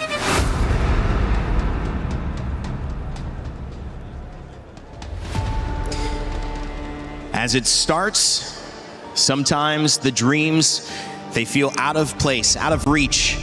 It was for the Sky Kings, it was for the Philippines, and even Indonesia couldn't get to this moment where Myanmar and EECA climbed to the top of the mountain. And one thing about championships, I've been in my fair share, it's lonely at the top. Everyone else has gone home. It's just you, what you've prepared, who you are, and especially who you are when the lights are bright, LaFell, because that's a different version of us that's asked from our game, from the world. When things matter most, and you can't shrug off defeat, when you have given it all and you've gotten here, how do you show up? Without doubts, without reservation. Yep. That's what these teams are set to answer in these 7-game series. To answer that, we got to look at the fans, man, because again, both Yangon Galacticos as well as Team Spirit, they're far away from their homes, and yet people made this sacrifice. People came here. You can hear the chants. They're giving their energy. For one team is giving their spirit. Because here's the thing, this reminds me of how I and a lot of Malaysians felt back in 2024 when no one expected us to go to the grand finals. But the moment that came true, so many tears were dropped, so much emotions evolved out of that. And now both these teams, the people that have been supporting them are feeling the same thing. Some have waited for 5 years. Some have waited for 6. And now, finally, it's paying off. And leading to this day, I feel like even just yesterday, these teams have already had a fair share of all these posts showing, extending support, passing through their own individual feeds. And I hope that is going to be enough boost, because whether we like it or not, we are indeed very far from their respective homes. And you can only count on so much to show up here on site. But the support you can and expect to receive from your very own regions, I'm pretty sure everyone's really paying attention to what's about to happen right now. It tells a bigger story, and maybe that story is still just a glimpse of what can happen here. The ripple effects of $1 million passing between the 6 or 7 people on either side of the stage with the coach and these 5 young men facing off. It will have implications for their grandchildren. It will have implication for their grandparents. It will have implications for life. And as we do that and we set the stage, we have to focus down now into the micro, the draft, how these two teams who are so good and have played different ways now come in and try to work that strategy to get the edge here in the draft. Well, right now we've got to talk about Yangon here. They're batting out the Valentina, very early ban, showcases that their first pick might be something that Valentina can, I would say, counter, something like an Atlas, as well as I like this Harley ban, because so far, Team Spirit, when they do get that Harley, it enables them to play this double fighters. something that I do have to look out for is that Barats, because again, when Kid Bomba gets the Barats, it's a little bit too much. So I don't know whether they're gonna answer that or they're gonna steal it away. And at the same time, I feel like they just really want to secure Kaize and his stability in mid, because I feel like the Harley will make things so much more difficult for him positioning wise. And he's been very fluent in heroes like the Eudora, Gord, heroes that would really just want to have an easier time finding position. Apart from that, it's maybe the juice in, but considering the amount of heroes that are actually open, I agree. But they actually take out the Atlas alongside the Valentina, so there could be a different game plan here for Yangon in first pick. I think they are opening up the draft just a little bit here. Either they're going to take away the Belleric, making it so that they have the only S-tier roamer there. But I like that you shout out the Zushin, because the Zushin might actually work out, considering that Team Spirit, they might still go for 4 melee heroes and just 1 range hero. So that's a good shout, Brig. Now the Zushin gets banned out. Team Spirit was able to read out the draft. Yeah, so at this point, the Marcel is going to be left open for Yangon, which I feel is going to be real great if Spirit want to focus on their Team 5 prowess. As the Poketo is actually still open for Hiko to pick up here in this part. We've seen Blink have, I mean, just one of the best performances on Roam that I can remember in my only 2 weeks of watching MLBB. But I do think that this Marcel is a different approach. We saw the depth of his ability to go to different stages and really force the Roam bans and make the other Roam on the other side uncomfortable. Now he's just taking the best one. And I feel like because there's a chance that Team Spirit is going to have 4 melee heroes, it does make it so that Marcel can actually get maximum value. There's a good chance, even if he doesn't catch all of them with the golden hour, even the Platinum Snapshot is just going to be good for that small stun. But now the Barats as well as the Hirara. Team Spirit is already starting off very strong in their ban. Yeah, I don't know if part of them is just really complacent that Yangon is likely not going to pull off a Paquito Gold anyway, because I don't think Sanji has ever gotten his hands on a fighter gold lane. So the possibility of them still getting that is very high, and you see it right now. Claude is going to be locked in by Yangon, so the Paquito possibility is again still available for Spirit if they want to lock in their side lanes right now. Some very good composition in the Uranus and Marcel. You've got Lockdown, you've got Comfort for Sanji, Blink's on a top tier hero, but you got to look at this Paquito, Hirara, and the Barats.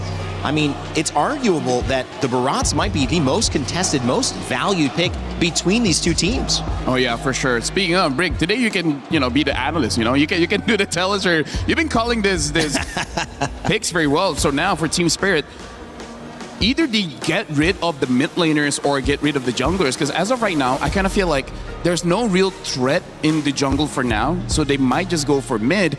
The only question is, what are they going for? But instead, they're batting out the Guinevere, trying to make it very difficult for Han to really get a good pick.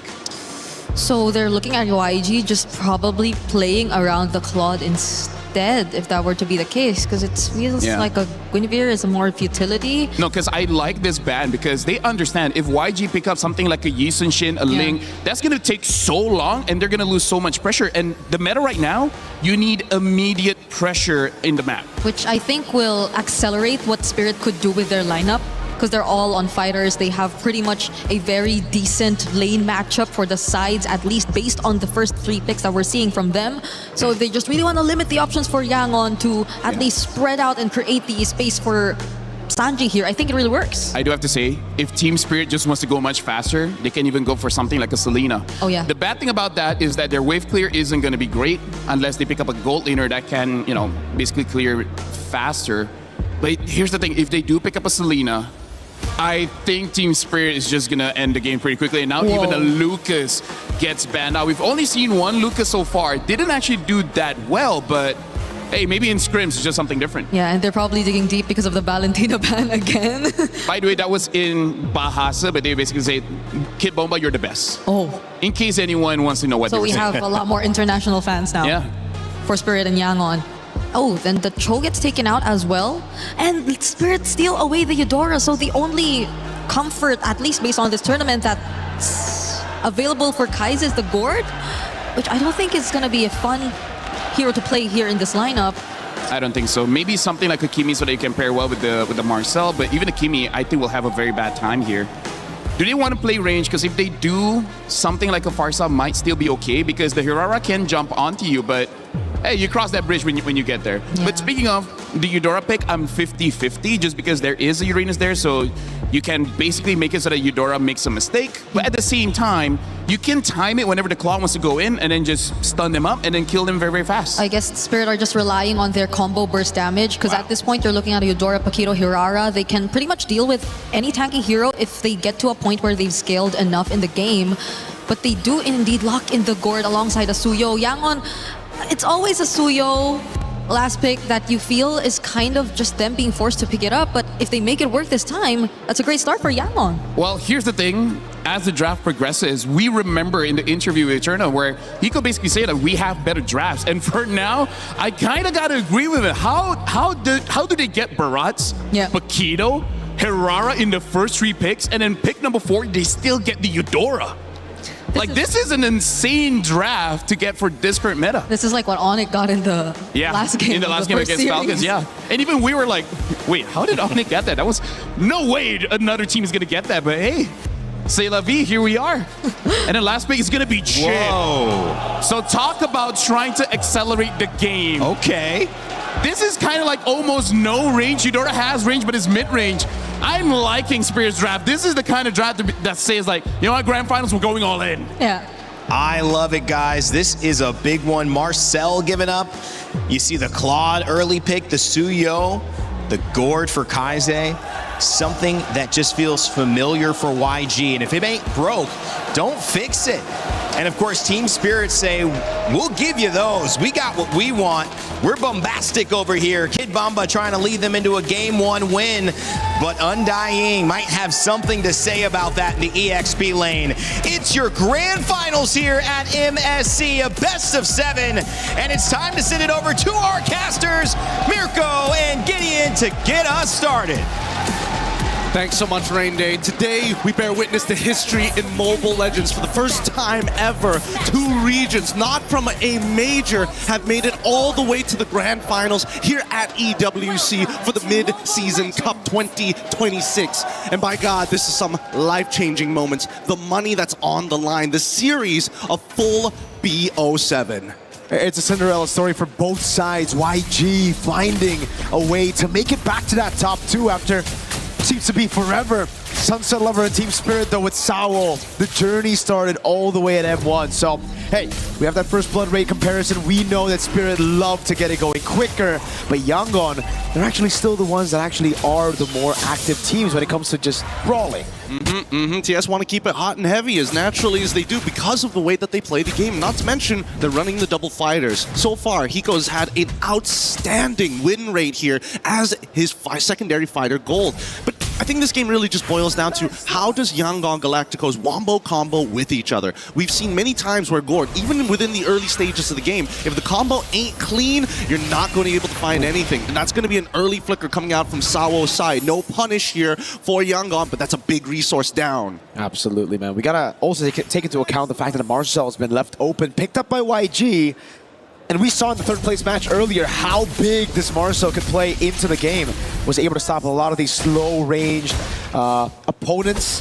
Back in that match, Onyx versus Falcons, it really stopped the Hirara as well. So YG are utilizing that, really just using Blink as a way to actually zone people away, trying to take that XP crab. It's going to be Han who actually secures it. Ying caught in the CC lockdown, has to purify out. Yep, you can see a lot of respect coming out from both of these teams. We're really coming back at it. We're seeing the TS now taking a lot of the space here, forcing Yangon back just before the turtle. They want to make sure they get that first position really, really quick. And Kai's understands that, hey, I need level 4. Without it, this ain't going to work. So they're going to back off, make sure that there's no damage on their side economically, and make sure that they clean these lanes back up. Because the next thing they have to worry about is Sawo hitting level 4.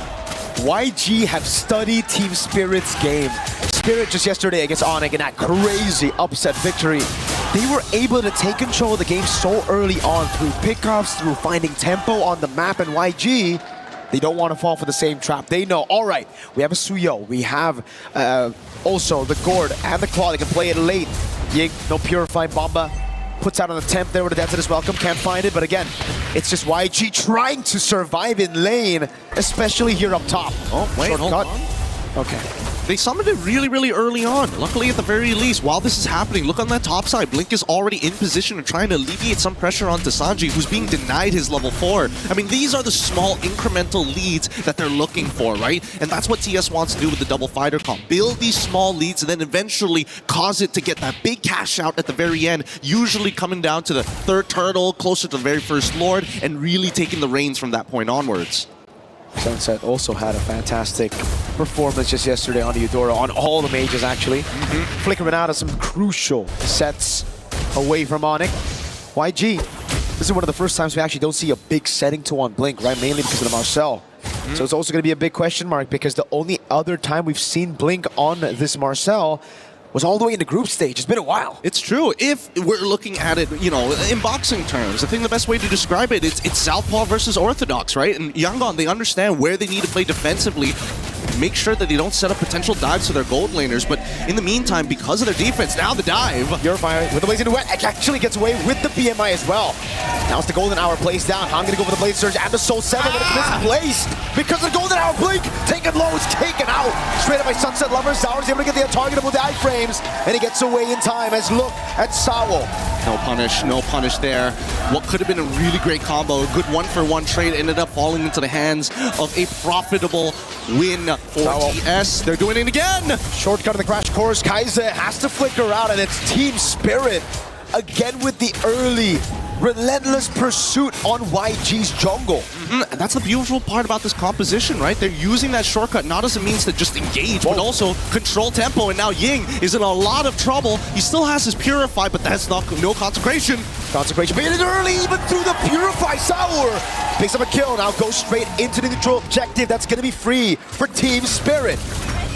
Look, in the meantime, he's already trying to proxy this wave, and Sanji, he's well aware of this, right? Again, defensive against aggression, and Yangon understand that they have to play very, very defensively for the first couple of minutes of this game. Arguably now, with the 2-kill lead and the 2.3k deficit, that probably bought them an extra 4 more minutes on TS's side. So we're expecting probably around the 10th to 11th minute when Yangon get into position, unless we do see a huge turnover fight.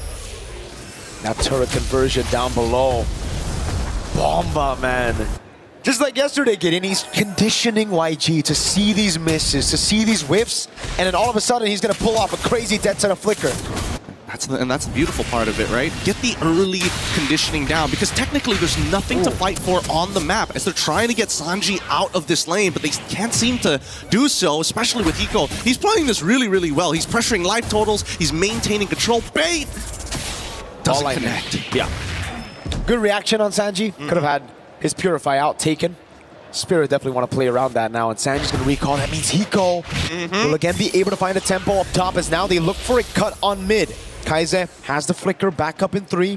Spirit will play it slow, and look at Bomba, They're playing so well, and now they want to collapse down on this mid-tier 1. If they don't get it, they might be able to contest for this purple buff, but I don't think they have it. As we look towards bottom side, even Zaur making sure that Sanji feels the pressure. Oh! Shortcut's going to be dropped down. Bomba. Okay. Goes for the chop. Purify out. Golden Hour catches 3.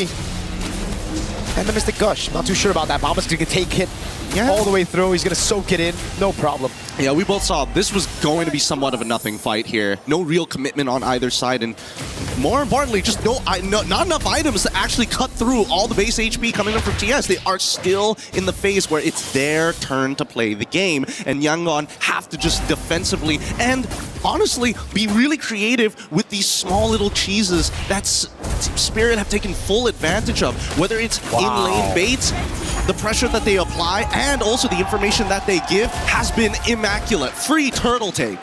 Free everything. The first 2 kills were free. There was nothing to retaliate against it. The structures as well. And a mid lane Blink bursted down. Oh God.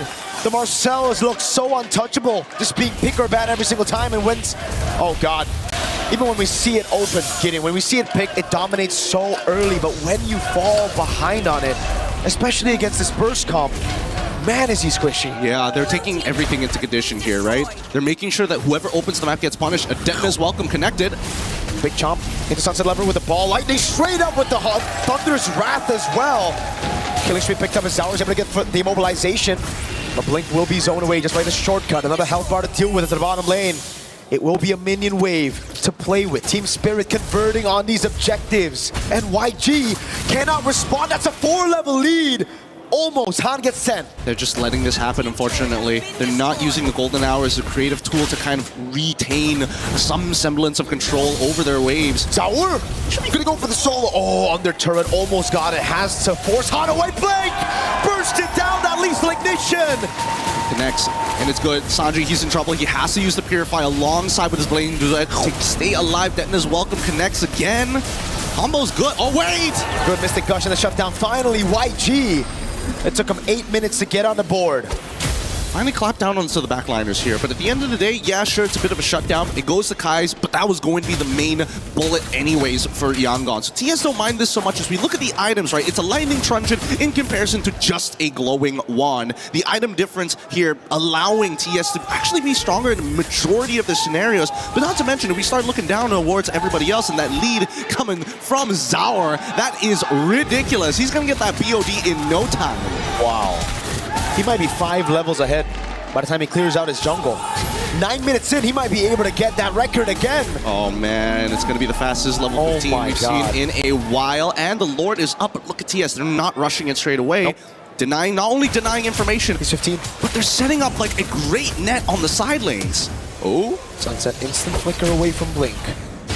Take a look at Sawo up top as well. It's free. They can't react to it unless the Golden Hour gets placed down, but Zaur's able to get it, and now into the Deathless Welcome. The big chop over it, straight to Zaur with a BOD. Yeah, the combo not exactly landing, but it's good enough. They've zoned Yangon completely away from their neutral.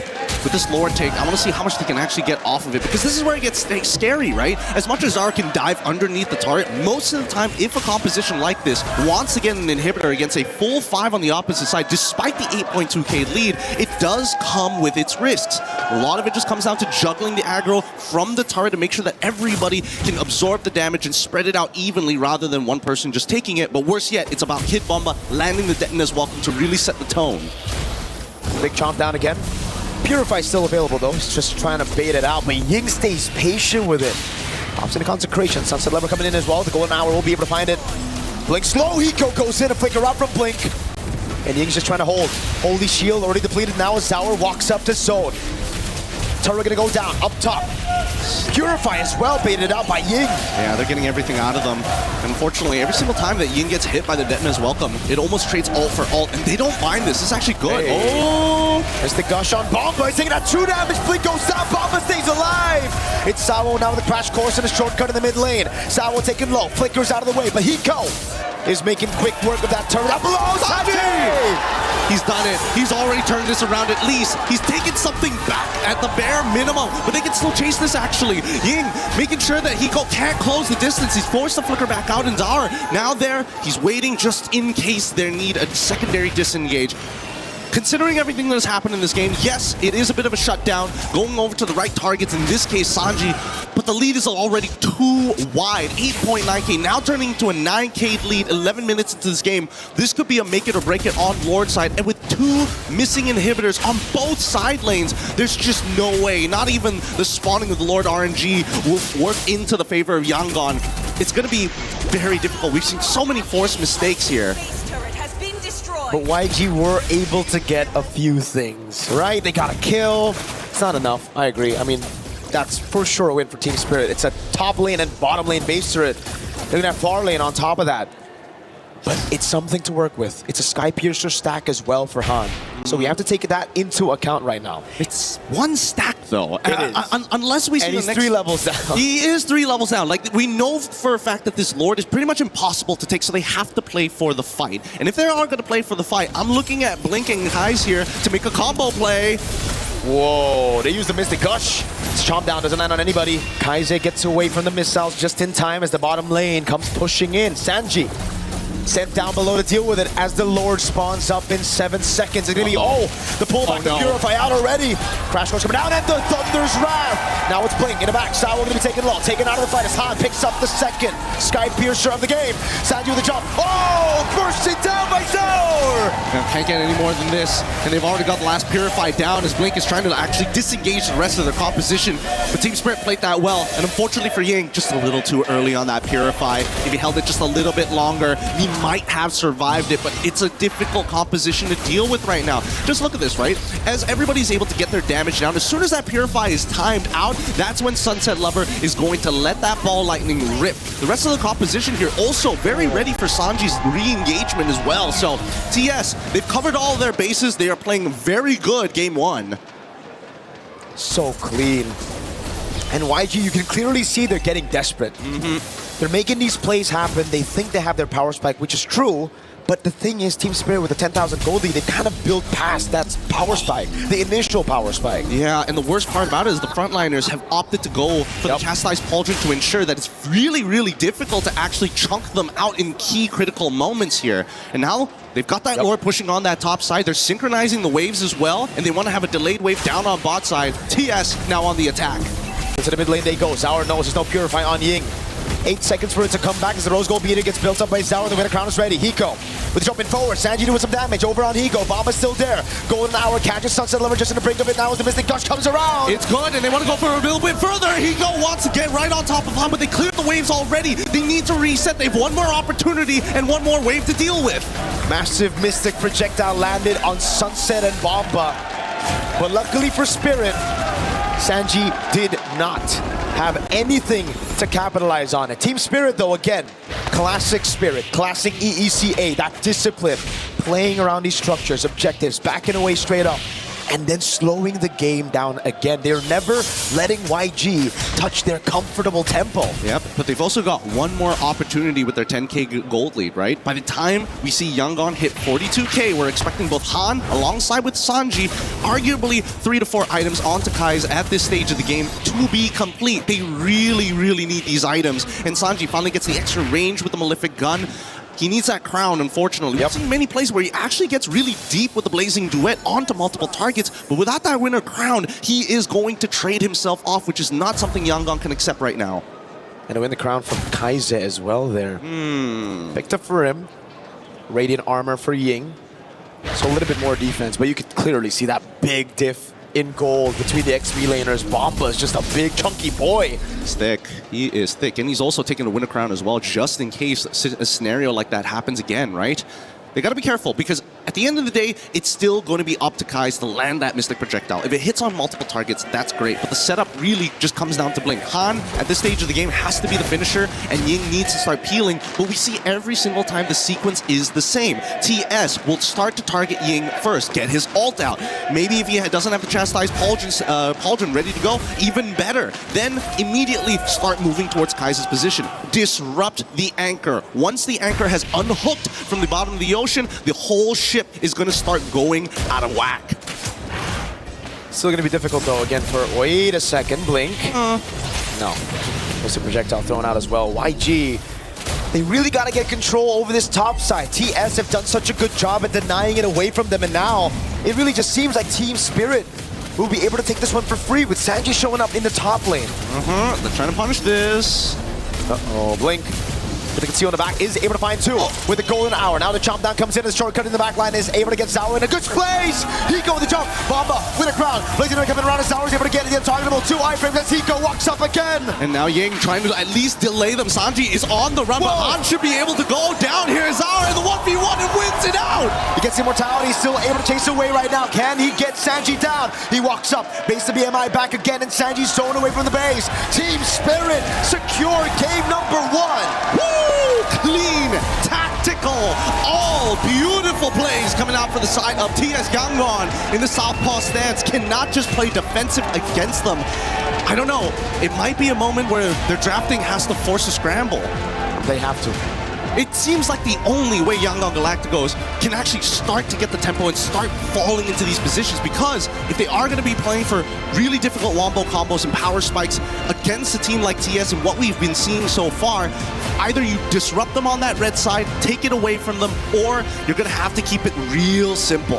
And it's as LaFell said in the panel, right? He mentioned it already. How are you going to give the Barats, Irara, and Paquito all to Spirit in the first phase? They need to be able to take some of these heroes away.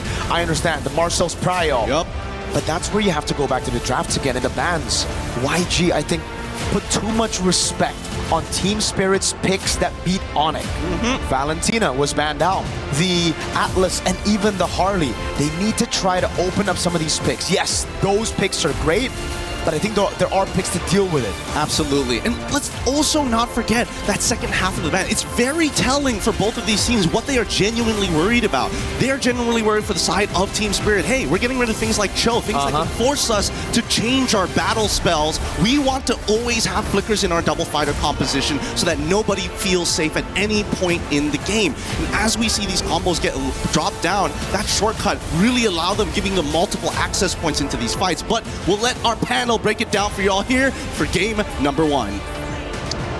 Thank you, Gideon. Mirko, that was a game that set the tone for what this best of 7 could look like. And not only did it showcase how valuable it is to have seen these semifinals and seen the way these teams came into it. Team Spirit with a 3-0, continuing now 4 games in a row that they have won. It also shows where maybe Yangon Galacticos' heads were, trying to over-predict, trying to see the things that worked or didn't work against Onyx and see if they can shut those down right away. But it ended up giving too much too early to EECA's representative, and now they are in the deficit, having to claw themselves back. Still plenty of time to do so. Rain Day, Brigida, and LaFell to break this one down on the panel. Brig, what'd you see? I still cannot get over the fact that we saw the Paquito, Hirara, and why are you copying me? You always copy me. Why can't I copy you? Okay, you can. The Hirara, Paquito, and everything else. Even the chip came in as a surprise, but it complemented the idea of the lineup so well. It took time. It took time for Yangon to actually hit their spikes, and at this point, if this keeps going, it might be Spirit with a much cleaner record in the knockouts finishing off this tournament. I mean, honestly, this is a good showcase of the new and old, because what Spirit is showing is the new meta, the current meta. But honestly, what YG showed is reminiscent of metas of the past, right? Where we got the Suyo, the Goret, as well as the Marcel, even the Claude. This is all good in the previous patch, but now they gotta, speed things up. Where honestly, like our illustration moment is just gonna be about how big of a difference the new style of playing against the old style of playing. Well, sometimes the Marcel shows up and it's, whoa, you let us get Marcel. And sometimes it shows up and it says, well, you get Marcel, we get Paquito and Barats and Hirara. And, at this point, it doesn't even matter that you have Marcel. And that's what happened in this game. I would say the draft that YG has a very bad relationship with Team Spirit. It looks like Team Spirit, they got like abusive parents, and then Yangon, they just got the abused kids. Oh my God. That's how mismatch it was. That's one way to put it. Wouldn't be my metaphor off the top of my head. It wasn't the first one that I came up with, but it's the funniest one. Okay, yeah, it is funny. Again, not the first word I used to describe that. It wouldn't be off the top of my head. A description for it. It's the one that grabs people's attention. Okay. I wouldn't mention grabbing after that as well, because that feels like you can get into the same. This is just the story of my life. Everything I say. Damn. Okay, so guys, you have a lot to break down. Game 1 gave us a lot of answers on the side of Team Spirit. They're the real deal. Zauer, Egoist, Kid Bomba, you mentioned Sunset Lover and Sawo, of course, Hiko, trying to make a statement here. LaFell, what was the statement you saw that was made by Team Spirit in Game 1? Now, hold it. You could do it if you want. Yeah. Bawaskit. All right, thank you very much. It's nice that you understand Malay now. So we got to look at the draft, because there's a whole lot wrong here. And let me explain as well, first things first, what I mean by having bad relationships with each other. Because we're going to start with one of the more important picks here, which is the Suyo. The Suyo being the jungler is definitely one of those picks where it's going to move the map. It's going to move the tempo, right? Now, one of the problems is Suyo has been adjusted before where he had armor as well as magic resist when he is in his immortal form, but they removed the magic resist. Now, the problem is we got one of the best mage bursters here, which is the Eudora. It makes it so that if he goes in, he dies. That's why we don't see him really do much. And it's honestly the same with the Claude. The Claude goes up against the Eudora. Also, he goes in, gets stunned, and then the damage is just going to be too much, and then he's gone. And that's not over yet. We got to talk about the Marcel. I play the Marcel. Here's the thing. He gets stronger when the Thunderbelt stacks actually gets to stack up. But before that, he don't want to deal with burst. He don't want to deal with anyone that can stop him. Now let's look at how many people can do that. So Eudora could do that. Probably just Pino one. could do that. Barats could do that. So there's three members that can deal with the Marcel. One of the reasons why they don't really mind letting the Marcel go. So right now, it does seem that Team Spirit, they just get all of the answers before some of the problems even existed, right? Because Suyo came out late. And then, well, the Marcel's first, but again, they were able to answer that. So let's see how it translates in game. And in this current meta, it's all about map pressure. Let's look at what happens when there's no map pressure here. We're going to be seeing this is, by the way, look at this. It's 2:43 in the game. This is fairly early on. And we can see that the gold lane here, Hiko is winning by a lot. And then we're going to go to the EXP lane and look, three members of Team Spirit is already in the jungle. And it's already like, look at this. This is the second tier turret of Yangon, and they're able to go in. This is 2 minutes, right? This shows how much domination they got with the Barats as well as the Paquito, which, by the way, I feel like Barats is #1 EXP laner, and I would say Paquito is sharing that spot with Freya in terms of the best gold leader right now. And then we'll be looking at what one of the problem is here, where we see that Team Spirit, they overcommit, and yet there's not enough damage, there's not enough instant crowd control, and that's part of the problem that we have if we look at the draft here coming in from YG, where Ying can be a frontline, that's great, but not immediately. He needs time to set it up. Kaize can kind of stun, but only if he hits his skill shot. And then Blink kind of stun, but here's the thing. In the golden hour, some abilities go through, some don't. And we're going to be looking at this clip here, how it has been stunned up, and then Han tries to attack, but the guy's frozen, so no damage is going through. So this draft honestly doesn't really harmonize together all that well. I guess the clips that I also... Yeah, Okay, speaking of harmonizing.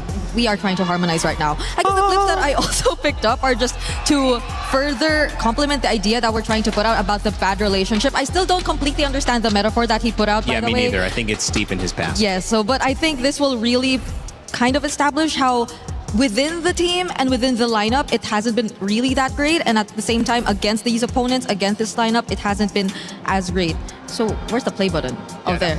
Okay.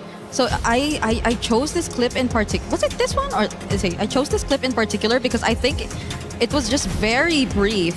But this was a quick movement from when they actually went to steal away that purple buff and immediately transition to this turtle, which, by the way, Ying was just trying to hold by himself. So again, we mentioned he is expected to be the front. He's capable of being the front, but that's just pretty much it. He can kinda tank the damage as of this moment because it's not like he was really able to scale up either, because again, both the sides were really matched really well. The guy beside me is doing a really well job as well, trying to mimic what I'm saying, but at the same time, what I'm trying to point out is you see how the combo of the burst is actually put into action here by Team Spirit. It was probably a bit of a worry for us that the Eudora had to deal with a Uranus, that the Eudora had to deal with a Marcel that could probably just be everywhere. Thank you for zooming it on my face so you don't get to see him anymore. But yeah, so at this point, I feel like this moment already meant so much to how Team Spirit have pretty much secured the game, because the moment that they were already able to deal with Ying and no other member from Yangon could actually provide help nor trade whenever Ying actually went down, I think that was pretty much it. It was one moment where they tried to trade. I feel like they kinda hit their power spikes, but I think it's a keyword. It's always kinda. It's never really enough for Yangon to actually go in for a fight against Team Spirit. And that was a one moment where you saw Blink or Sanji, as much as he already had items on a Claude, try to go in, but just look at what happened afterwards. You just kind of see how sad this engage looked like.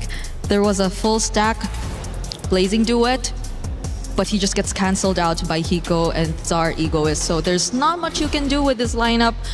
There's a clear lack of synergy from Yangon Galacticos. Not to say that the draft was bad, it's just that in the team itself, the chemistry isn't there, and there's so many answers that unfortunately was able to be drafted by Team Spirit. So it's just a very big mismatch.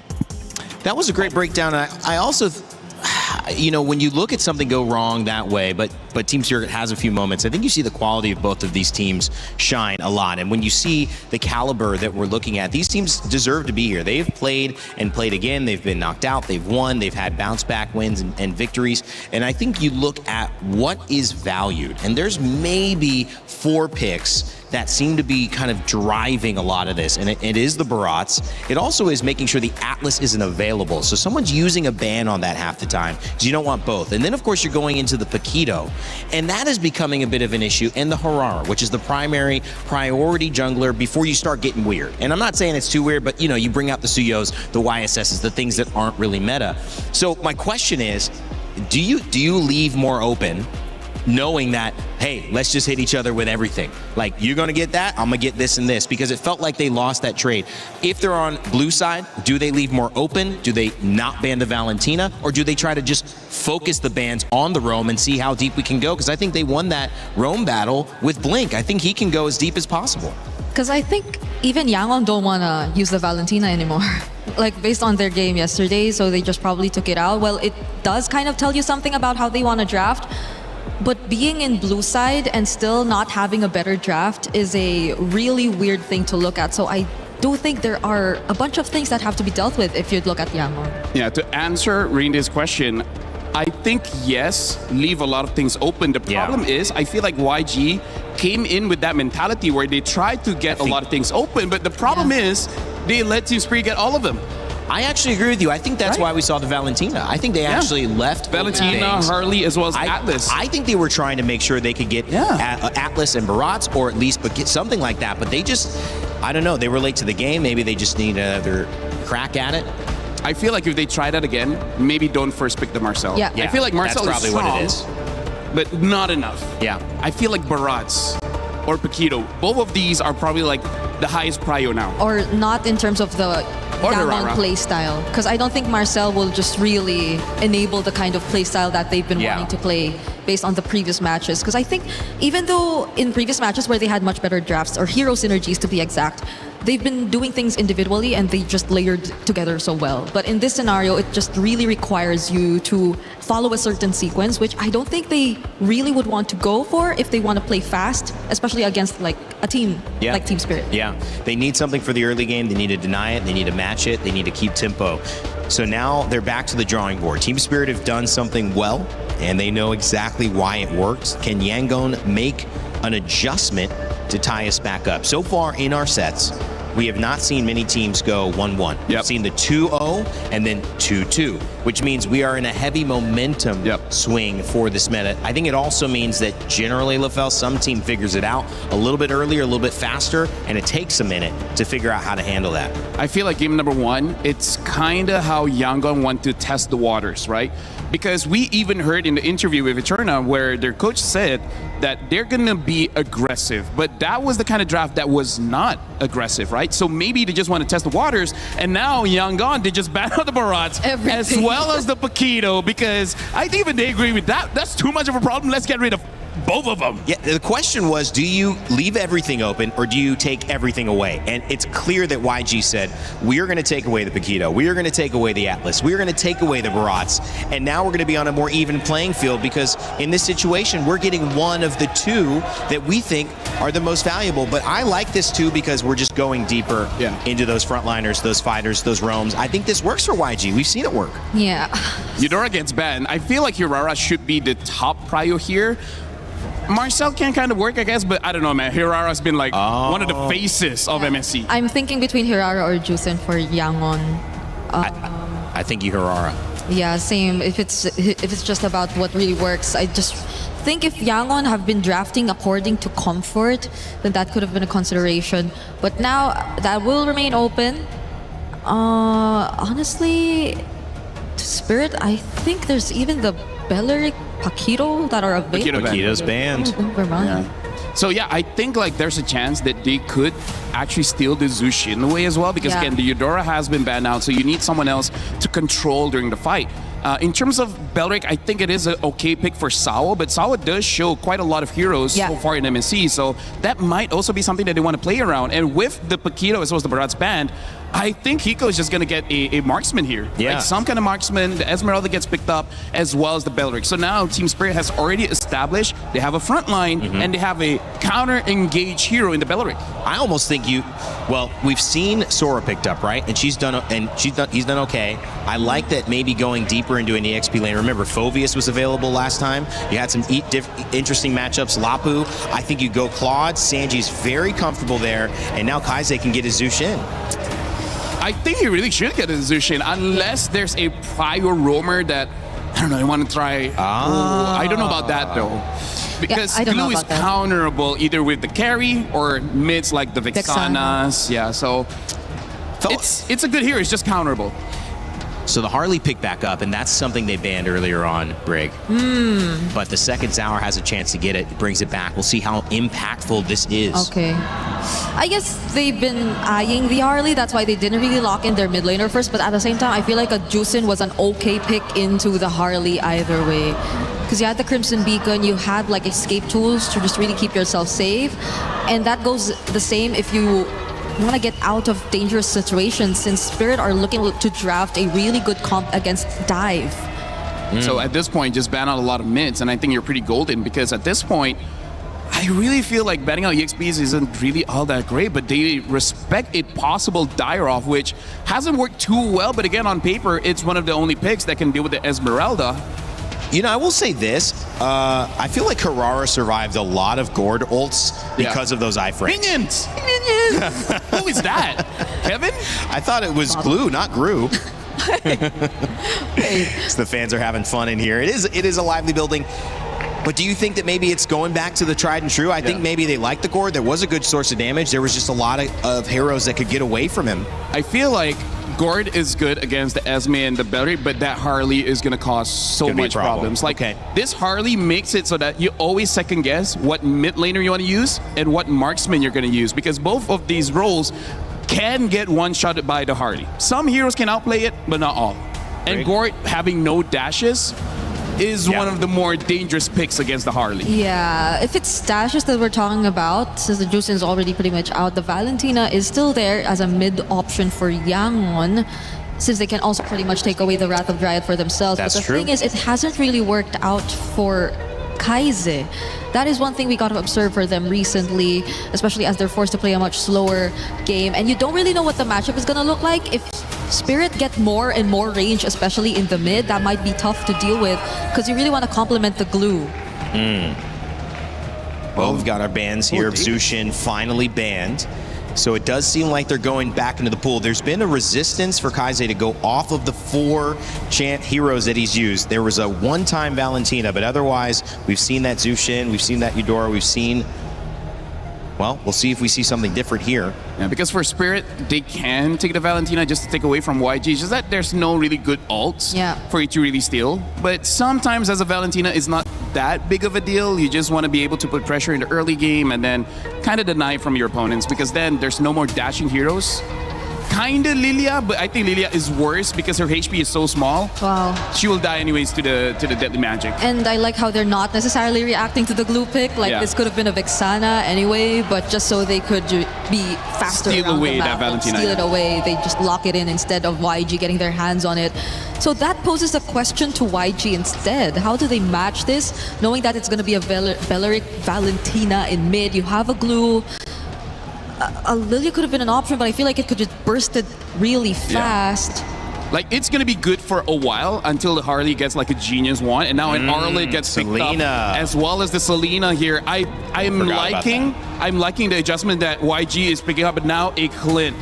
A good matchup in the gold lane possibly can burst down multiple members of YG as long as Team Spirit gives in a good early game. What do you guys feel about these drafts? I think it's more equal compared to game number 1. Yeah, I'm liking how proactive Yangon are this time. They have a lot of setups. It's not like they're going to wait for Spirit to start it every single time. Claude back in the marksman position. for Sanji against now a Clint, and it's going to be Ying on that R-Lock, which we saw so effective, and the Selena finally let through, and there's my daughter, Aria, my baby. She made it here. All right, having a lot of fun. Let's send it over game 2 and get us started here in our grand finals.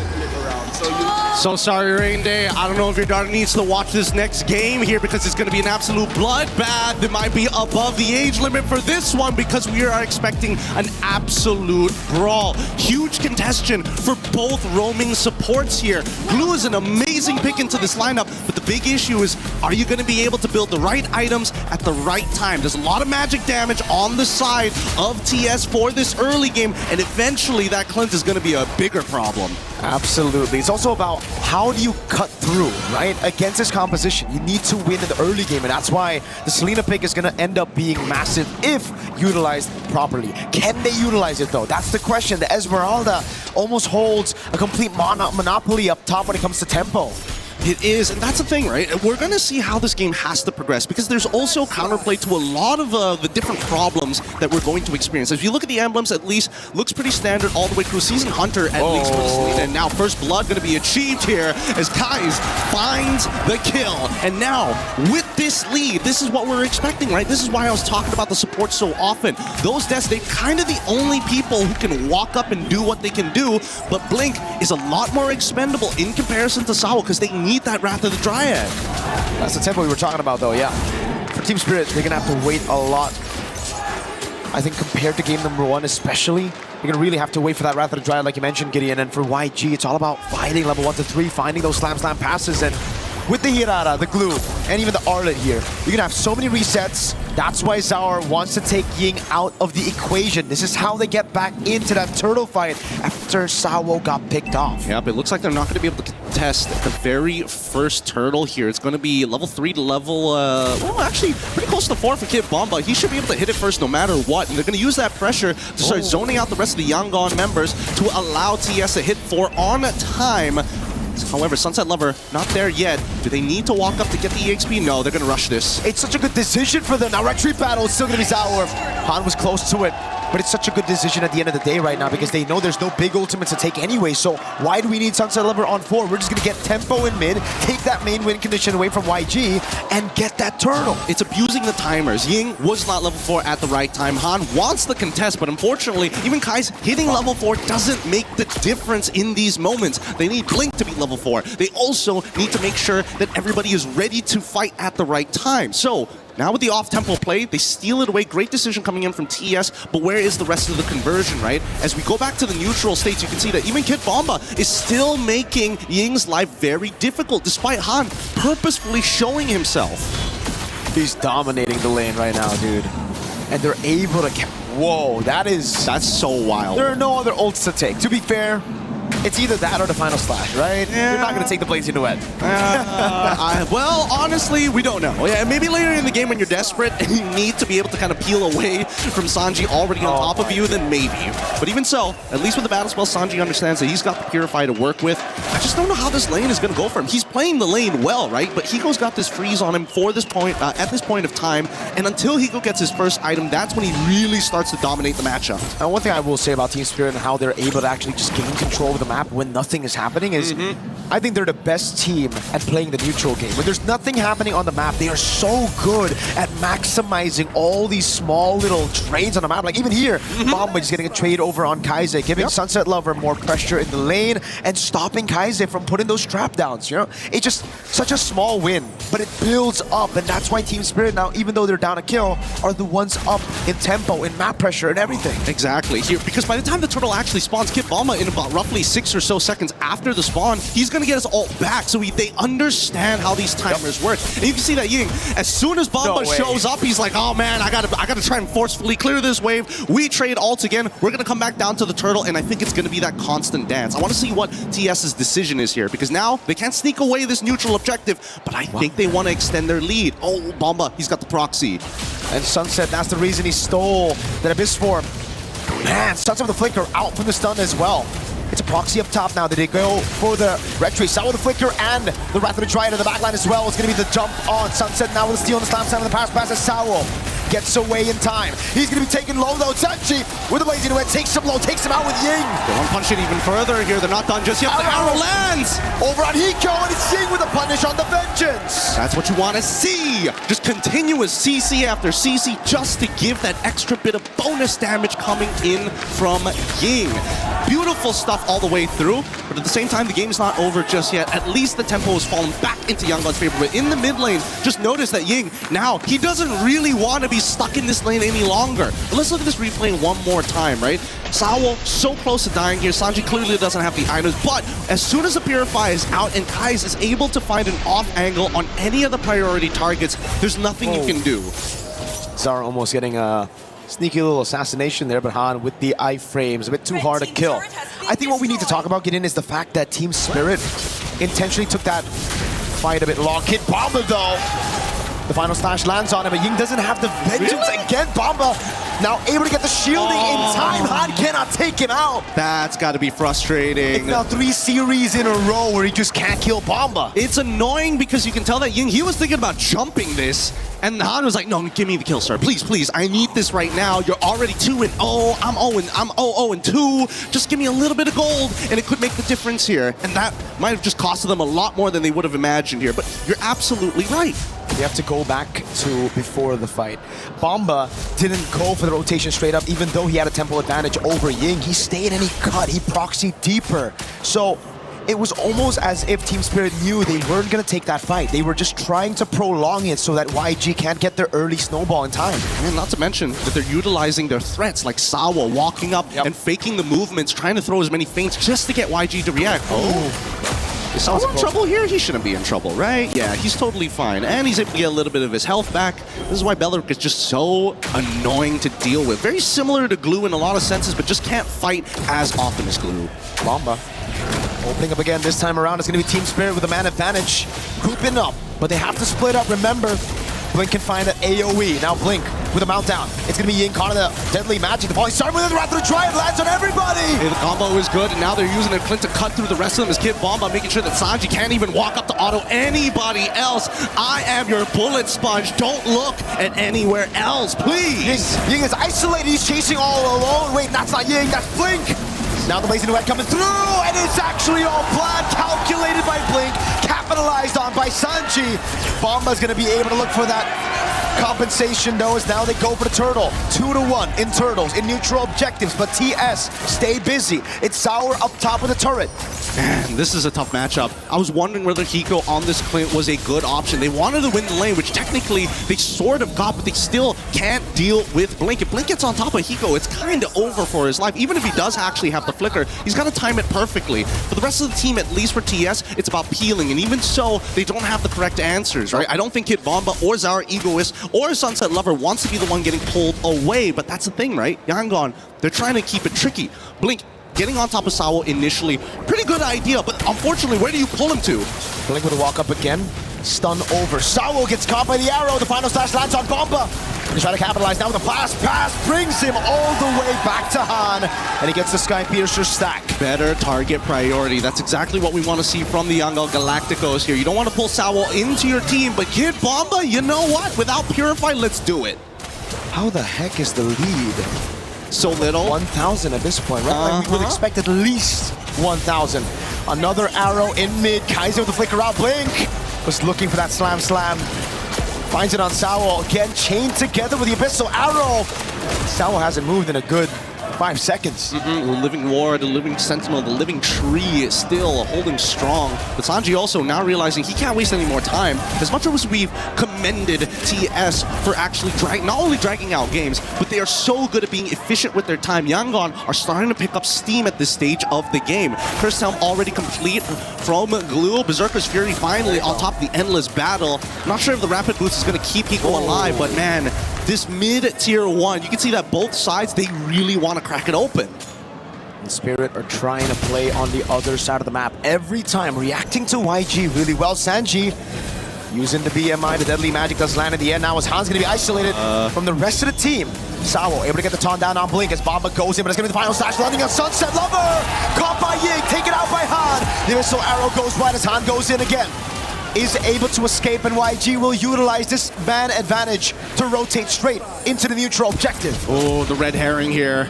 Ying showing that final slash to Kid Bomba as if, yeah, I'm looking for you. No, I'm going to go for somebody else. And they've got 10 seconds worth of tempo here. Sawo, he can try and delay with the Wrath of the Dryads, but this is First Lord. This is really important for either side. Sawo has a position, goes in with the poker trick onto Blink. Oh, arrow lands again, baits out the Purify from Bomba as Blink gets the pass. Now, that's a Swift Trinity completed by Sanji. Very quick at 10 minutes. Honestly, not a bad idea for Bomba to actually absorb the arrow early on, predestined to fight, knowing that Sunset Lover is coming back up and he has that Purify, because you can see that Yangon, they want to react to this. And these deadly magics from Zaur, man, he's using it more as a poke tool than to finish people off, right? He's just coming in, space escape into a deadly magic. Doesn't even matter if he lands the poker trick or not. Yeah, no, it's so true, because again, they don't have the sustainability. Uh-oh. This is a crazy Lord Dance Blink. Able to jump on Sawo. He's able to sustain back up. Bomba, no Purify for another 48 seconds. He's holding on this position. And Zaur's too far. On with the red tree, securing the neutral objective. The Sunset Lover Sawo goes with the Wrath of the Dryad, but he's going to be all alone. And now it's the rest of the team who's going to take him out. Oh man, the Minesweepers just wasn't enough. Oh, the final slash! Lands on Sunset. It's Han on a killing spree. And he's able to buy some time now. Up top, it was Blink who got the solo against Zaur. Oh my goodness, this is not going well for Team Spirit's Yangon. Now looking for some revenge after game number 1. Fine, technical prowess you can take, but we know how to fight, and they are fighting hella good. No Purify, final slash into the arrow, and Sanji picks up another kill. Double Holy Shielding down. What a statement here from Yangon that they are not going to lose confidence just because they dropped a singular game because they weren't able to fight. Now, because denied of that fight, they're getting extra messy. They're going to reach further than what TS expected. Can they actually get this? No, they don't have the minions. Cleared it out just in time by Team Spirit, but remember, that siege was YG without the Lord. They got the Lord, but they chose to just push in forward. Oh, it's a pretty big attempt here. If they can get an inhibitor, that would be great. But at the same time, see that TS, as much as they want to engage, they kind of need their flickers, and they know that Sawo's flicker is coming up in 45 seconds. So at this point, how else can they look to delay this? They might have to sacrifice at least one of these inhibs. Yeah, it seems like they're going to have to sacrifice the top side, man. They're not even going to be sending all their members there. Protecting the far lane and the bottom lane, I think it's a wise decision. But still, for YG, they'll take what they can get. That's a Melfic gun now for Sanji. 12 minutes. He's strong, but the big game changer here really has been Kaizen as well as Ying. Those arrows have been perfect. Ooh. Okay. Almost immobilization. Sanji with a Melfic gun, abusing it and able to find a turret in the mid lane. So that's 2 with the First Lord. Interesting. So Sunset Lover has been stealing away the ult coming in from Kai's just because it technically works as a morph. So when you have morph, you actually get access to the rest of the abilities, like the arrow, like the trap. So they've been trading back and forth here. But I think the big issue is the fact that Yangon has set the minefield every single time. In the previous Lord take, Zaur couldn't even get in on the typical angles or off angles onto the Lord pit because of how many abyssal traps revealed his position. Looking at the items, Chastised Pauldron finally done. Done here is the first item coming in from Sawo, on top of the fact that he's got the Radiant Armor. Now it looks like he's building up to the Guardian Helm as well. In terms of the raw magic damage, they've got the burst. However, down by the bottom side, we look at Hiko, he's got 3 items too, but those positions are really difficult, especially when Blink has Flicker. He's just got to react. No chance. Still going to be very tough. And now it gets even worse for Spirit, because how are they going to catch Sanji? He has a winner crown very soon, already has that Melfic gun, is scaled past, I think, a lot of Team Spirit's own win con. So it will really take YG to make some mistakes for Team Spirit to be able to actually look for an angle to come back here. I think the worst possible scenarios is if they can chain CC off of the Wrath of the Dryads. That's one. The second dangerous one is getting hit by 2 Shadow Strikes from Sunset Lover and getting terrified. I think that's also probably the worst case scenario. Arrow lands on Sawo. They're doing a good job zoning. Zaur Ego is from this Lord. 15,000 HP on it. So good. The Wishing Lantern getting some really good poke here as they're looking to contest the angles from both sides. Ooh. Yo, Sunset Lover in the mid lane as well. That bottom lane is looking juicy for YG. Ooh, as patient as ever. They can't correct this in time. I don't think they can, and I think YG should start actually taking the space, but Sanji just used his BMI. They might wait for it a little bit longer. Hiko's going to be sent up top, I believe, to deal with that wave, yes. as YG control this Lord again. Sunset Lover is busy in the mid lane, handling those big minions. Now they just have to sit and dance for a little bit. Even YG understand this is a dangerous 50-50 to be had, right? Level 15 to level 15, as much as they have iframes, Zara's Retribution, if well timed, could steal this and drag this game out longer than it should be. That wave in bot wasn't pushed properly by YG. Oh no! Hiko able to react in time to that flicker in the final slash. Hiko, that second skill, that catch could have just possibly won them a Lord. Because look at the bottom lane. That was so unlucky for YG. They didn't build it in time, and now it's building back for Team Spirit. Slow push, and Han cannot go down. It turned from an offensive assault to now a defensive assault, and TS now whole priority here. Yangon, you have a 5.7k lead, and yet they still can't get close to this Lord, not without having to worry about a bot tier 2 being traded out. And TS, they're so happy about this. They're dancing for days, and now they see Blink. Saul, he knows it's a tendency of Blink. He studied Blink's gameplay all throughout.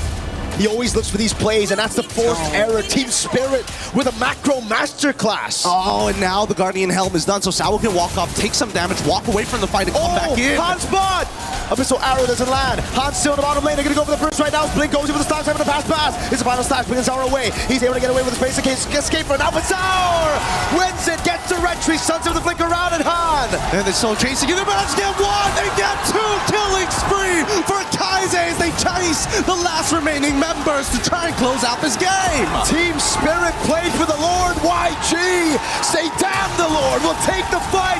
We'll wipe you out, and we'll equalize in this grand final. Oh my goodness, this is what we were looking for. A 16-2 game for the Yangon Galacticos. Statements made. We don't care what the world thinks of us. We brought it to 1-1. No confidence lost.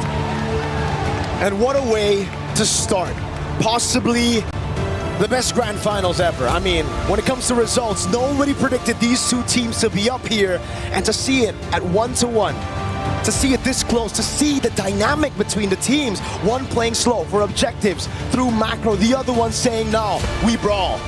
And now we have to talk about the out-of-game aspect. For Team Spirit, they've been more consistent throughout all of their games, but there's one thing that Yangon Galacticos got going for them, and that's momentum. If they can build this up with one extra game, the odds of Team Spirit are starting to look a little shaky unless they start correcting this draft. I know that he didn't want to give the Wrath of the Dryads over to Yangon Galacticos, but it may have hurt them because they got them no ults, and Ying was just playing out of his mind. You gotta give props to Blink as well, though. What a fantastic performance on this glue. Even in that last skirmish, he was the one who jumped on Zaur. Then we saw the final slash. It almost looked, this was it. Blink with the jump. Zaur get chain CC, zone away. In the end, he still got it, but he had to sweat, he had to move, he had to use all of his resources just to get that Lord. Oh man, we are running out of resources here at the desk. We're gonna be throwing it back to the panel to break this down for y'all. Dang.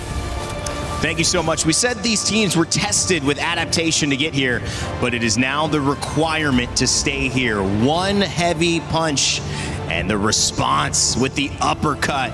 A swift defeat of Team Spirit. Yangon Galacticos even things up in the 1-1 as our best of 7 turns into a best of 5. Rainday, Brig, LaFell to break the action down. That Arlet from Ying. They change the strategy. They take away the Paquito. They take away all of the options that we've seen be so successful. The Barats for Kid Bumba. And then they have that answer.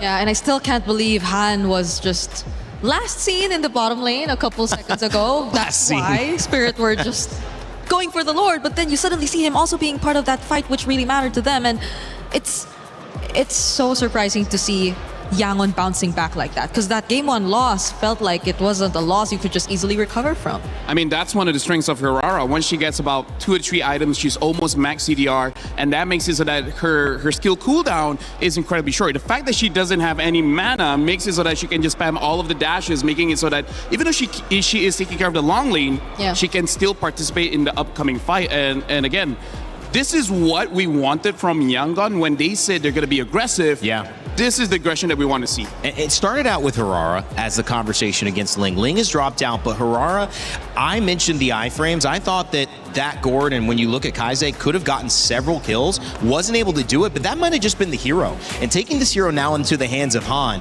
what can Zauer Egoist do? We talk about the implications of damage from Harley, but you still now have Kaise back on the Selena feeling comfortable. The Ying can make plays. The Esmeralda's good in lane. Kimbamba likes to get aggressive. But guys, when you look at these stats, what went so right? Honestly, when we look at his stats, the one that you have to look at is actually Kaise. The damage dealt is 51,000. I think a lot of it, hey minions! I think a lot of it is coming in from the traps, but the important thing is that aggression starts with a lot of damage, and that happened when they do have the Selena. The Selena, I would say even level 1, already deals quite a lot. Yeah, I was honestly considering it even as one of the potential pickups for Cryos? Spirit earlier when they were just left for second phase mid lane options, but they still went for the Valentina. I think in a way gave them some of the playmaking capabilities, but I don't think they were really able to put it into use. Like we saw how Sunset Lover occasionally got to steal away the final slash and such, but it was always just them using it when they were already forced to use it more defensively, more during a messy team fight, because Yangon were very efficient in just already isolating who they want to go for first and allocating who needs to go in first. It can be Ying, it can be Blink, and Blink too. On this glue. You were questioning the glue. We thought, like, is this enough? But it was. I mean, like, we questioned it because he could get countered, but he didn't, right? No bad heroes for glue was picked up, and Blink, man, like, that guy is amazing. Yeah, he's playing great. LaFell, you got another telestrator for us? Let's check out what you have to say. So I'm going to be pretty quick for this one, but I feel like most of the MLBB community will agree with me on this one, where a lot of attention is in the jungle, being like the primary mover of the map, main damage dealer and everything, but throughout this MSC Rain Day, I personally feel like the biggest conversation is the front line, right? Yeah, absolutely. And even in American football, the line has to be strong enough to either protect the pocket or create space for a good running play. And that's what we see here in MLBB, where in game number 1, we saw both Kid Bomba as well as Hiko really helping out whenever they do get these two heroes, right? The Paquito as well as the Barras. They're amazing playmakers, space creators as well. And with both of them out, it makes the game fair. And I think this is the first good step that Yangon really took. But then we saw Ying on this Arlet as well as Blink on this Glue. I really feel like for all of the games in this best of 7, who has the better playmaking frontliner, the potential of winning is much higher. So we're going to be looking that in the draft later on. And in terms of the clips here, I would say this just shows when you have a very strong frontliner, you're able to actually space everyone out for the opponents, making it so that it's easier for your team to really contest the Lord. Because as we see here, what we're going to be seeing is really just the positions of all the members of Team Spirit. They're spread out. They want to make sure that they don't get caught, especially by Ying using the Arlet here. But in terms of that, you can see that what Team Spirit thought was going to happen was they're going to delay the Lord because they're trying to pick a fight, but that's not what happened. The moment they know that the Harley is nowhere close, they just contested for the Lord, burst it down, and they're able to do that. And then afterwards, we start seeing whenever the team fight starts happening, a lot happen coming in from Ying as well as the Glue. Because look at this. Ying able to jump in using the minions to dash with the Vengeance and then catching Sunset Lover. We even see the mark is there so that Ying has another Vengeance going in. And this is why in the draft now, who's the EXP? Who's the roam? Is it a fighter gold lane? If it is, what is going to be that fighter gold lane? Because who can create the opportunities will win the game. I think that's what it's been about, right, Brig? I mean, who can create more opportunities? This game, it was more on Ying than it was Kid Bomba. Yeah, he had to live up to the Ying name here. Well, why? We thought it was good. No, it's bad and good at the same time. It is good. I love it. I think it's good. I just was happy to hear you say it too. Yeah, because at this point, or at least in this game, yes, he did get taken down once, but it's not like that's what really mattered. It's his presence who feels like he's someone you just could not consider for pickoffs at all, because he had a very high mobility hero. Again, it was the Arlot with a Vengeance, and he was the guy that they really had to be wary of whenever they sensed that a team fight was actually gonna break out, because you could maybe look at Blink, but he's more there to just mess things up. He already presents himself there once the team fight has broken out, but Ying has been the pace dictator, at least for this game. And I just like the draft in general. I think the response was to deal with the problems, and obviously Paquito early, but when you don't have the Paquito, you allow Sanji to be that much more effective and comfortable on the Claude that he wants to actually play. Guys, there's a lot that's occurred here. We're going to take a quick one, and in the meantime, check out Mobile Legends Adventure. On the flip side, we'll have Game 3.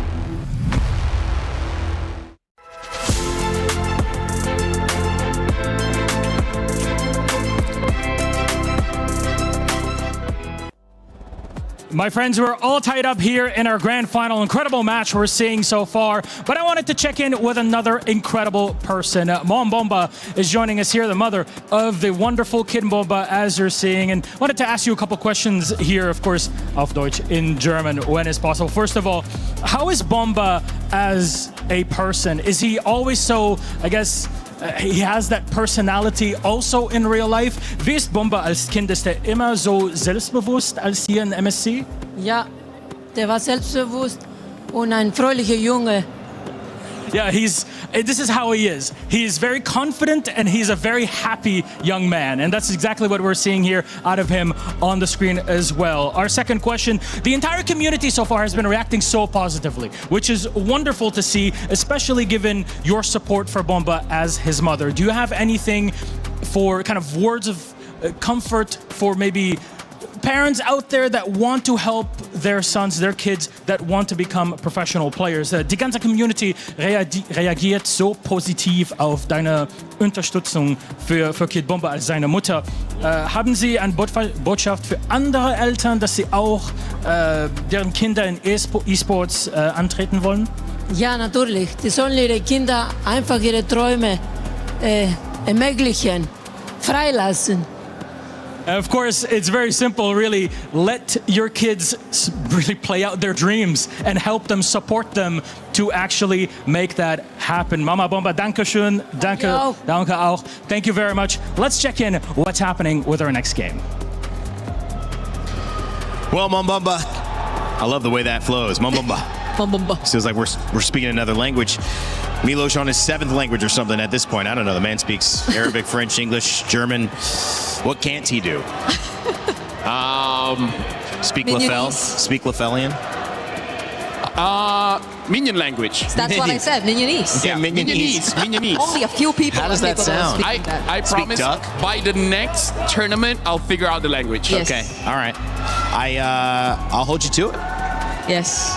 What did you want to say? No, I was just so happy to see that. I mean, like, where else can we go with this conversation? Really? Probably nowhere. I'm hoping you guys drop it. The only thing I could think of was probably Mom Bomba already has a fans club by now too. Yeah, probably. Because I also saw a signage already. I think so, and you've seen Team Spirit gather around the heart and soul of it. You might have seen maybe the analysis, the technical part with the team, but when it comes to the heart, it certainly feels like it is Mom Bomba in the stands and everyone who is around her talking to her, rooting her on, supporting her through. You should have seen the emotion versus Onyx yesterday. That was powerful.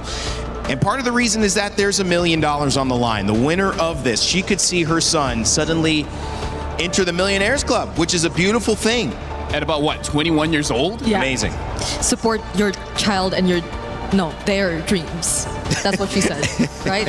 Yes, you're right. I'm trying to hear back what you say. Yeah, I think you're correct.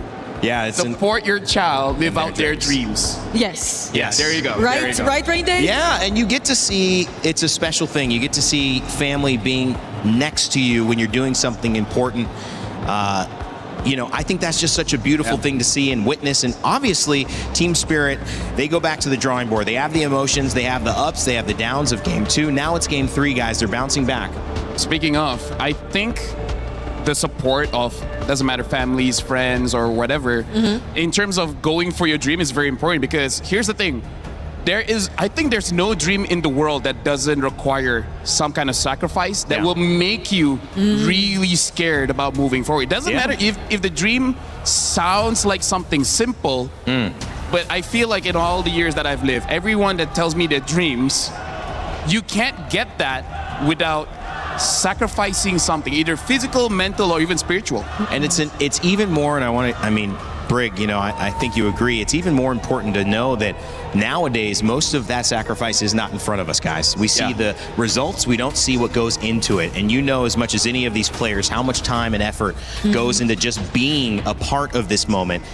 And then there's still the job's not done. That is in the back of their mind. We still have to win.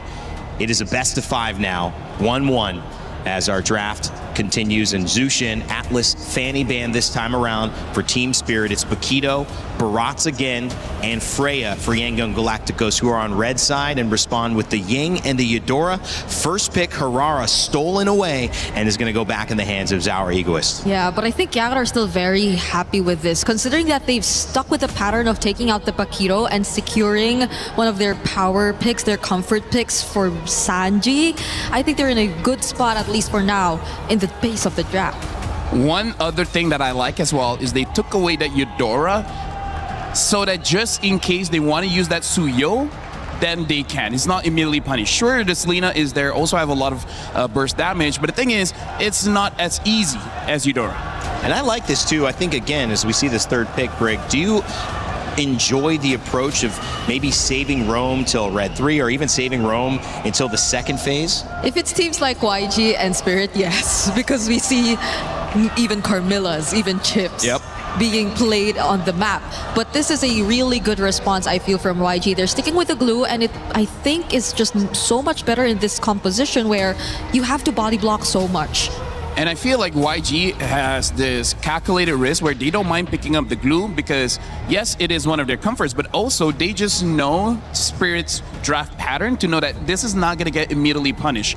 Sure, maybe in this best of 7, eventually Hiko will pick up something like the carry and able to deal with both the Claude as well as the glue. The problem is, again, Eudora is having a range advantage up against that carry, so that's just something that you always have to think about. Carry is such a good hero, but it's not without its risk. Yeah, and I think you don't see two of the most important heroes to look at when you actually want to lock in your gold laner, which are probably the jungle and the EXP lane, because these are the two heroes who could probably just be assigned to go after Hiko. And considering that we have so much less in terms of fighter options in the gold lane, then there might be so much more consideration put into that. Because I feel like even looking at what's left in terms of that, I don't think you see an assassin, or you could just predict an assassin to come through immediately for YG just to lock in a Ruby, which is more commonly a response towards that kind of jungler. So sticking with the marksman is still something that's probably going to come out from Team Spirit, but they took out one of the least wanted ones against their lineup, which is the Melissa. Golden EXP being looked for on the side of Team Spirit. And when you come to YG, still looking for that EXP as well, and they're going to find their jungle pick. The Arlott taken away, so again, a ban towards the EXP. The Phobius also, but that still leaves a couple of things open. You still have the Uranus and the Esmeralda that can go toe-to-toe in the EXP lane. Both teams, are they content with that? Yeah, I feel like YG was challenging Team Spirit because they're betting out the Phovias, which we haven't seen ban quite a lot, especially like you say, the Uranus is still up, the Esme is still up, so they're kind of like saying like, are you going to respect the Arlet? And looks like they have. So right now, YG, I don't mind them picking up something like the Uranus or as the Esmeralda, just because I feel like with the glue as well as Eudora, it should be enough crowd control. Yeah, and there's still a possibility of maybe them picking up the Nolan later on, which I feel would, if ever they're looking at either that. I feel like last is fine because Suyo, Nolan, I still prefer Nolan, but yeah, so that could be an option if they really just took out the Phovius, and maybe we're looking at that. Oh, but they're the ones who get the Ruby. Yeah, this is Ying. So he can pretty much just pull it off however he wants, but Spirit, okay. They now fully know that this is gonna be Ruby XP and Claude Gold. So do they still wanna go all in on dive? I feel like YG is also considering whether they need a Harley for this one or they need a Nolan. Oh yeah. Or is it gonna be a game where they can scale up? Honestly, with the Selena, I don't think that you can really scale up something with the Yi Shin. Right. Especially Ruby as well. I feel like this need at least one magic resist item and then she should be good. Well, now she might need more because the Hive has been picked up by Team Spirit and now the Lapu as well. So Lapu and Ruby, I would say it's a pretty good matchup because both kind of want to fight around minions. And when there's minions around, they're just going to lifesteal just way too much. Team Spirit have already shown their cards. Guinevere banned on the side of YG, still picking for the jungle. Harara taken away. The Ling has not been played since what feels like a few weeks ago. And so the Nolan it is. You guys called it. And you like it a little bit better, you said, LaFell. Yeah, just because the Nolan can match the speed of Harara, but we'll see. If this Selena does have the Veteran Hunter, then maybe Harara will just be that bit faster, but I feel like YG has a comp that can slow them down enough that it just neutralizes whatever advantage that the Selena can have around the jungle. Yeah, and they can pretty much move fast enough to get away from danger. Well, at least that's what they need, because I think Spirit and the lineup that they currently have are just so good at setting up for team fights. Well, it was an early game win for Team Spirit. YG, like we have not seen in this tournament, respond right away to even the score. A best of 7 turned to a best of 5. Who's going to take the lead to start it off? Gideon and Mirko? Well, that's a really difficult question right now. I'm leaning a little bit into Yanga only because they're a momentum-based team. You know, every single time they get that win, they just seem to be sharper. They seem to build up so much steam as they get right into this game. Team Spirit going to be on blue side, facing up against the Yangon Galacticos on the red. Purple start here from Czar and Sunset Lover. It's going to be a green camp start on the purple side for Yangon. I just really like Team Spirit's draft, though, honestly. Just looking at the way that they play, how they, again, control these neutral objectives. It seems like they have built a composition to play around that, right? Even Bomba on an old but still signature Lapu pick against Ying here. He's going to have to be careful against a Ruby. Ying's doing a good amount of damage, but he popped the regen, Ying. Yeah. So that was it's very okay. weird. At least for Ruby, she's not hyper-reliant on it, right? You know, naturally inbuilt sustain, just needs to walk up to the wave. I'm low, not a big item, not a big deal. But every single time she tries to go for the sustain, she's unintentionally pushing the wave, right? Now Sanji, we're looking back at the emblems. It is Season Hunter here, but Sanji did have to take the Purify. And the same goes for Hiko, so very lucky matchup here for both Sanji and Hiko. Sanji already winning in the lane earlier, but Hiko will be able to get that gold crab with the help of Sunset Lover to relieve off pressure a bit. Kid Bomba spots out Han up top. Gonna have to respect this man, but Bomba actually just walks up onto Han. Wait! A fracture on the other side. Now, these were the jitters I expected game 1. Yeah. I think maybe the pressure is starting to mount, and I think at least for Han, he recognizes like, okay, my ult technically pretty short. I can use it willy-nilly as long as there's like 15 seconds on that turtle. Then it's fine. We can still look for other plays across the map. The question is, what is that play going to look like, right? Because every single time it comes down to the mid side, both teams are very well adjusted to each other. You can see that a lot of their rotations, they're not taking the dangerous paths no more. They're opening up the map slowly after sending 1 or 2 members. And Blink this time, he's back on Minesweeper duty. Bomba got level 4 though. Blink opening up. This should be a free neutral objective with the Season Hunter, or rather just the Selena. Boom, bang, Team Spirit without even the retribution, pick up the neutral objective again.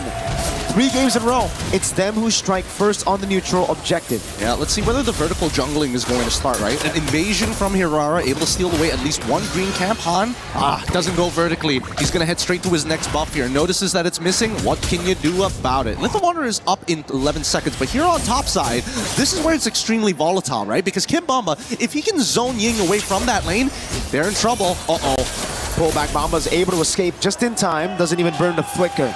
And now they try to regain control over the map. Link in the mid lane now, shoved away from that bush. Sour Ego still has a whole bottom side jungle to clear. And I love the fact that Yangon are taking into account everything. Hey, Bomba's walking in a pretty weird direction. There's a good chance there's an Abyssal Arrow coming in the exact same linear trajectory. So at this point, Yangon have a lot of different things to think about micro-wise on top of making some heavy decisions. And I think for TS, they don't mind it, taking it just a little slow, right? We're expecting the big fights to happen by neutral objectives and nowhere else. This is where it gets really good for the Harith, you know. Early on, level 1 to 3, the Claude's going to have an advantage, you know, able to get away from the Synchro Fission. But the thing about the Harith is, as long as he's able to survive that level 1 to 3, he gets complete monopoly over the gold crabs, and that's going to give him such a big lead later on, obviously, if it continues here. So, YG, I think they gotta have to try sending some of those members down below to just take the gold crab away. It doesn't even matter if Sanji doesn't get it, as long as it's not on the hands of Hiko. Yep, they just have to deny it. And let's not forget about the lane matchup. There still is a kill angle for Hiko onto Sanji, assuming that Sanji has no BMI and happens to get caught by, whether it's the edge, ideally in the middle of that Zaman Forest. The movement speed reduction, really a pain in the butt in the early stages of the game. Okay. Wow! Untargetable into the immobilization. The Imofenic comes around right now. Sunset didn't land the Abyssal Arrow. TS will call it off. Great composure coming in from Ying. If I was in that position, I would have flickered or something. But again, holding it close and making sure that they're playing against the wave to sandbag the lane. Now the Abyssal Arrow again, now landing! It's you with a flicker, that's why! He saved it all the time. Sour still able to get the entry in time as Ying. He had the composure, but it's the all-in onto him as Sour is waiting for the untargetable. Goes under tournament, is able to go back and forth. Oh my god! Outplays him with the iframe. Sour does it perfectly. I really thought that maybe he should die there, and he still survived. He's got the combo points. The Wonder Boy of ECA, Sour Egoist. First it was Blink, second attempt was Han. Both failed, and Baba takes the XP crab away. Now, this is a very similar rotation that we saw in game number 2 coming in from the Yangon Galacticos. Sunset Lover finds the punish, chunks Han out and says, you better go back to base. That orange buff, you're not going to get anywhere near it. And Sunset Lover is walking up to ensure that it's... Oh, hold on. Bit of an awkward time to go for a replay there. But coming back into this fight, the Wombo combos, like we mentioned for this composition, they have to be on point. And Team Spirit understand they can't just fight willy-nilly. There's got to be a conversion area. I thought he was chopped, and then he gets the killing spree proc. And then what happened here? He was probably also screaming, Zaur! Zaur! Oh my god. It's accurate, even in slow motion. It's just crazy that the lethal ignition didn't proc away. They just needed one more auto attack and would have done the job. Now, the 2 flickers down on Sunset Lover and as well as Sawa at this stage of the game, but the rest of the team from Yangon Galacticos also about to get their own battle spells up. The major advantage really comes on to the multiple members of TS. From EXP all the way down to gold, everybody has found a slight advantage. Hiko is really becoming a problem though, right? He already held a monopoly over that gold crab. Now, he's taking the XP crab, putting him in a great position for Turtle 3. He's just a little itchy for these crabs, you know? Oh, Sour. Hey, hold on now. Hey, he's going to proxy the wave very early on here, and look at the coverage coming in from the rest of TS, right? Han, if he can find this, that would be insane. Sour's so smart. Every single time, he never uses both the proxy, only just uses one to clear it out. That's why Han can't go in now. He's going to be spotted. Sour with the walk up again. He's going to go with the Retribution, and he wins it 50-50. As the Abyssal Arrow lands on Han, and now the rest of the team goes in. Sour, Wrath of the Dryad, JCC Ying, taken low, but not down just yet. Bomba! What? Walks up forward, gets the last hit. Now it's Sanji on Bomba, but Sawo playing a great position, holding it. Amazing mechanics, really amazing mechanics. Can they get a little bit more here? Because now, this is the position that Yangon always find themselves. Mid-tier 1 threatened, and Han has to give up his life for it too. Double immobilization from Sour. Han cannot be walking like that. Sunset with the capitalization, and now Kaize it's going to be so difficult for him to find burst. Bomba's just taking it like a champ. Yep, and now from this point onwards, we're expecting TS to just skyrocket. Their stonks are getting bigger and bigger. The gold lead and deficit here for Yangon spreads very thin. Abyssal Rally connects here, but look at Sauer. He wants to go in, and I'm pretty sure Sauer's telling him, relax. I think Sauer knows exactly what he was doing there, man. He just wanted to bait out the flicker. That was really good CC immune by Bomba. Now the Wrath of the Dragon, the taunt over. That's going to completely lock down on Blink. Taking out a Sunset, is going to be taken low, but is able to get away for a bit, baiting out some resources. Sauer gets away from Ying. And it's TS who are just showing how good they can be with the mechanics as well. They trade out Sunset Lover for Blink. Ideal, it's not ideal, of course, but they got the battle spell out of Kaizen. No flicker for him. They're making sure. Let's look at the items real quick. 2 to 1.5. For the comparison between Sanji as well as Hiko. Cheaper items as per usual, but even so, no big items like Lightning Truncheons for the extra burst. We do see a Chastised Pauldron being purchased by Sao, so again, it's still a little difficult to take him out when he goes for those big flicker plays on top of the Wrath of the Dryads. Overall, the biggest problem right now is the fact that Zara can basically fight whenever alongside with Sunset Lover. With that War Axe, doesn't matter how low he gets chunked out, he will be able to heal back to full as long as there's a wave, there's a camp somewhere. Uh-oh, careful, Sanji.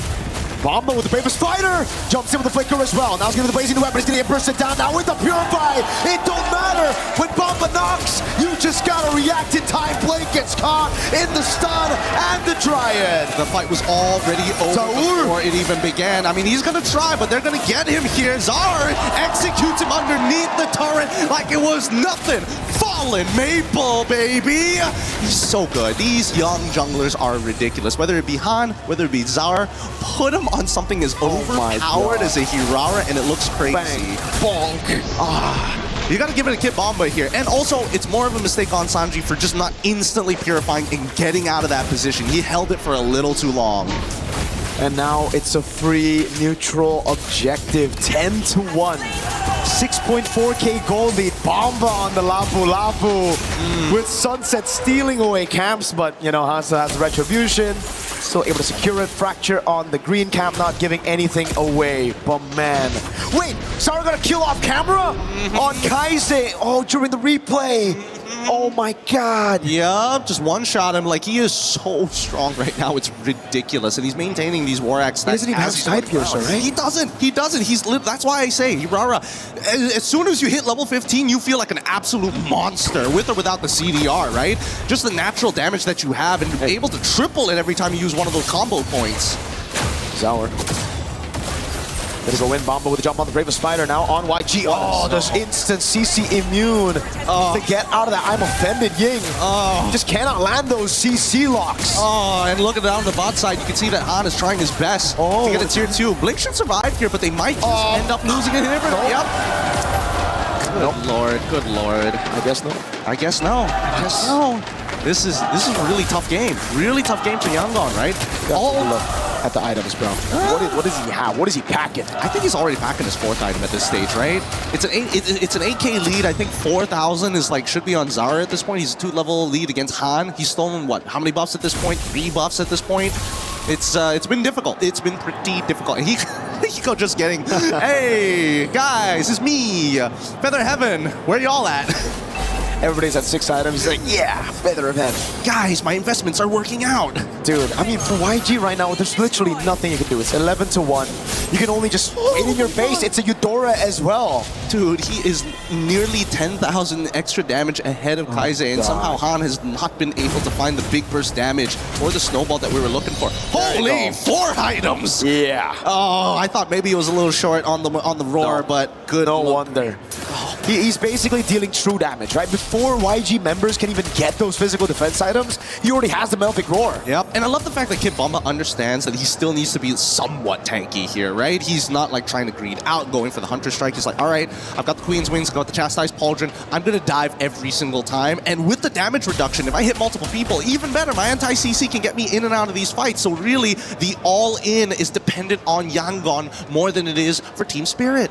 And a damage taken as well. Bomba taking a beating, but really hasn't reflected. He has 0 deaths. Bomba with a jump in, the flicker on Kaize again. Bidding on some of those resources, taking everything and finding the stun. Bomba! Oh, a mistake, and now they're going to get punished for it. Ying goes down. Blink should be the next to fall here with an epically strong Hiko on top of it all. Like, if things could not get worse here in game number 3 for the momentum that Yangon built in game number 2, TS has completely shut it down. Bomba just took a 1v5, baited all the resources, everybody corralled in, and it didn't matter.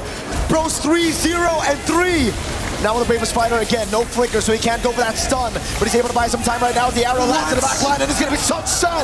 And Sour goes godlike. Han's going to be taken down. And that's Team Spirit, who leads the series 2-1. Yeah, that's a really big mistake there. Bomba jumps in, was not supposed to actually land the stun onto Sanji, and yet it did, forcing him to flicker out, and that costed them the entire fight.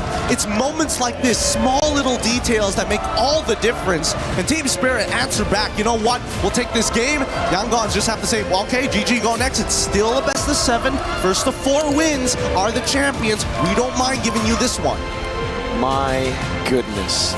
It's been a while since we've seen Kid Bomba on the Lapu Lapu, but man, he reminds us why it was one of his main picks back in the day. It was literally just last year where every single time Mans was styling on everybody, but unfortunately they couldn't lock it in for a win against Onyx Philippines last year. Now they're in the grand finals and he's styling. He is styling. He is playing very, very well. They're so in sync with each other. And I think what it really boils down to is both teams know how to play with a significant lead, whether it's small, whether it's big. It's really about taking control over the game, influencing the movements. And so far, the composure really leans in on TS for this particular game. The follow-up from Sawo, immaculate. Then Zao, the cleanup, and Sunset. Look at his arrow.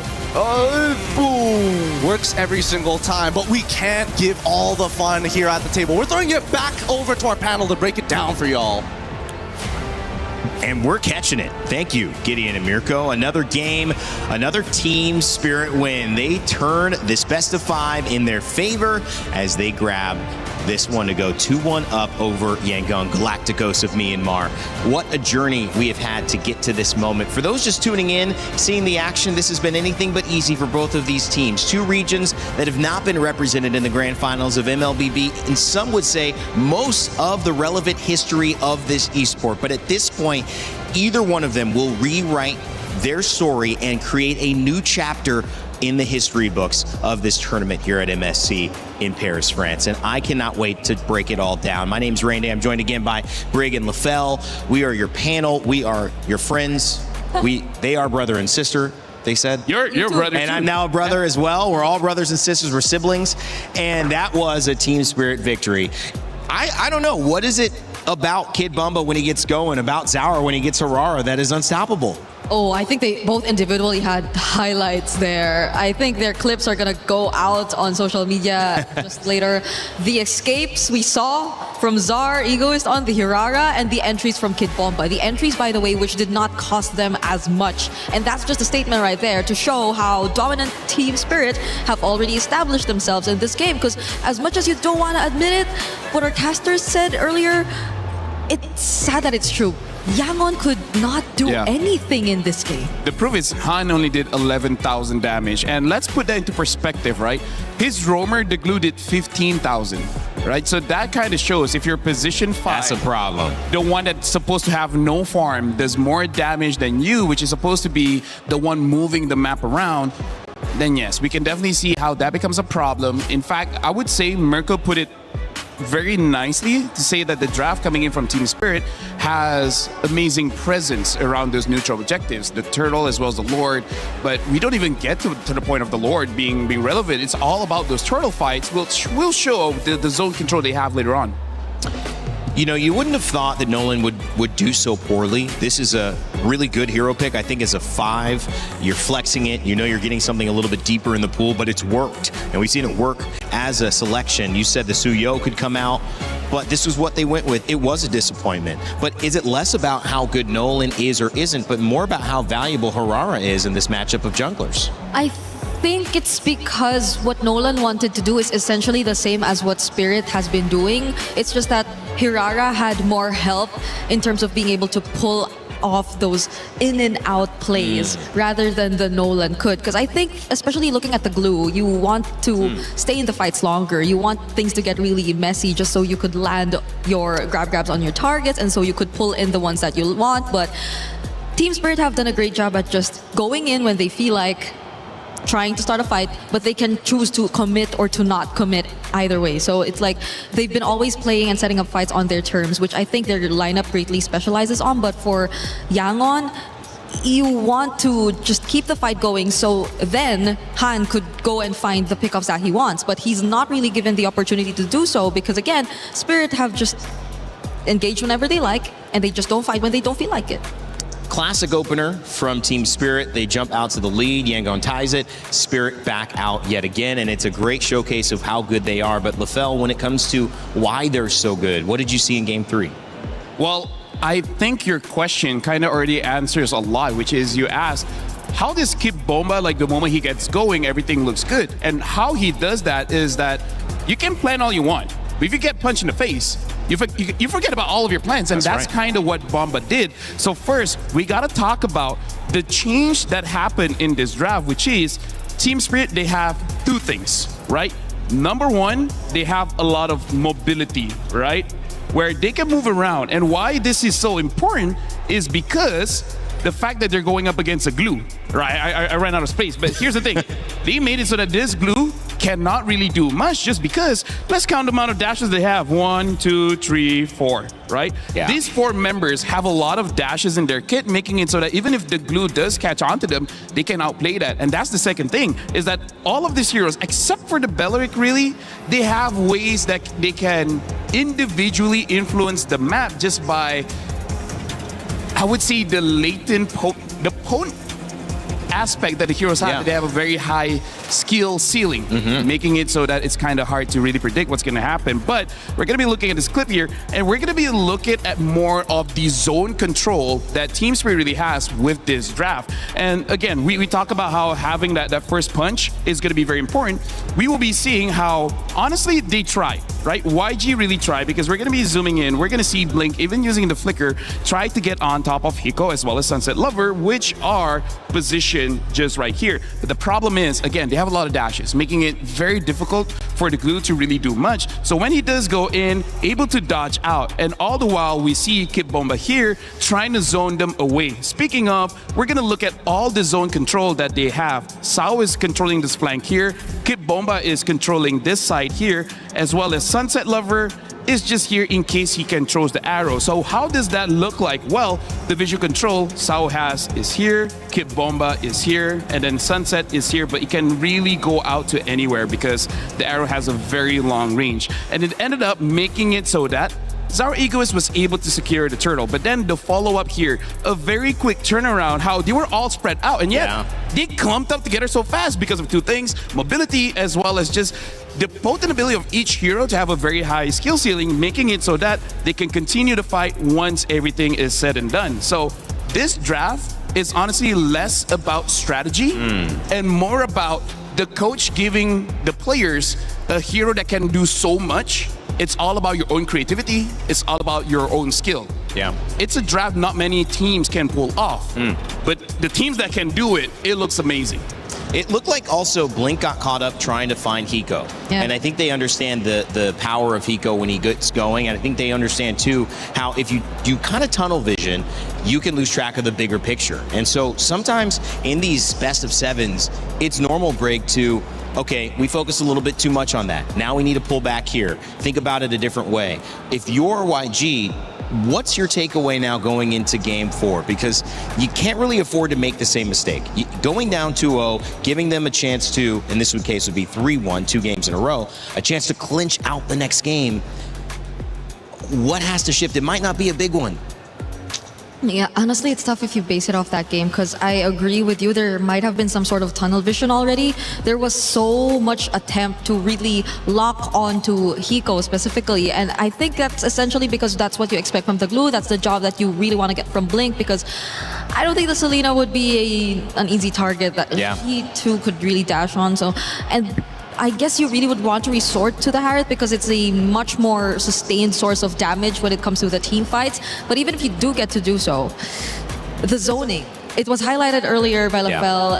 I don't think the others could really catch up. So there has to be a much cleaner communication between the team, between Yangon, if they really want to set their eyes on something, and if they really feel like they're already capable of actually committing to whoever they want to go for or to that specific team fight. Because multiple times in that game, it just was a clear disconnect, I'd say. Yeah, trying to get more connected here in this one. And when we come back, we'll have Game 4. But also, in the meantime, make sure to check out MLBB and its new crossover with Street Fighter.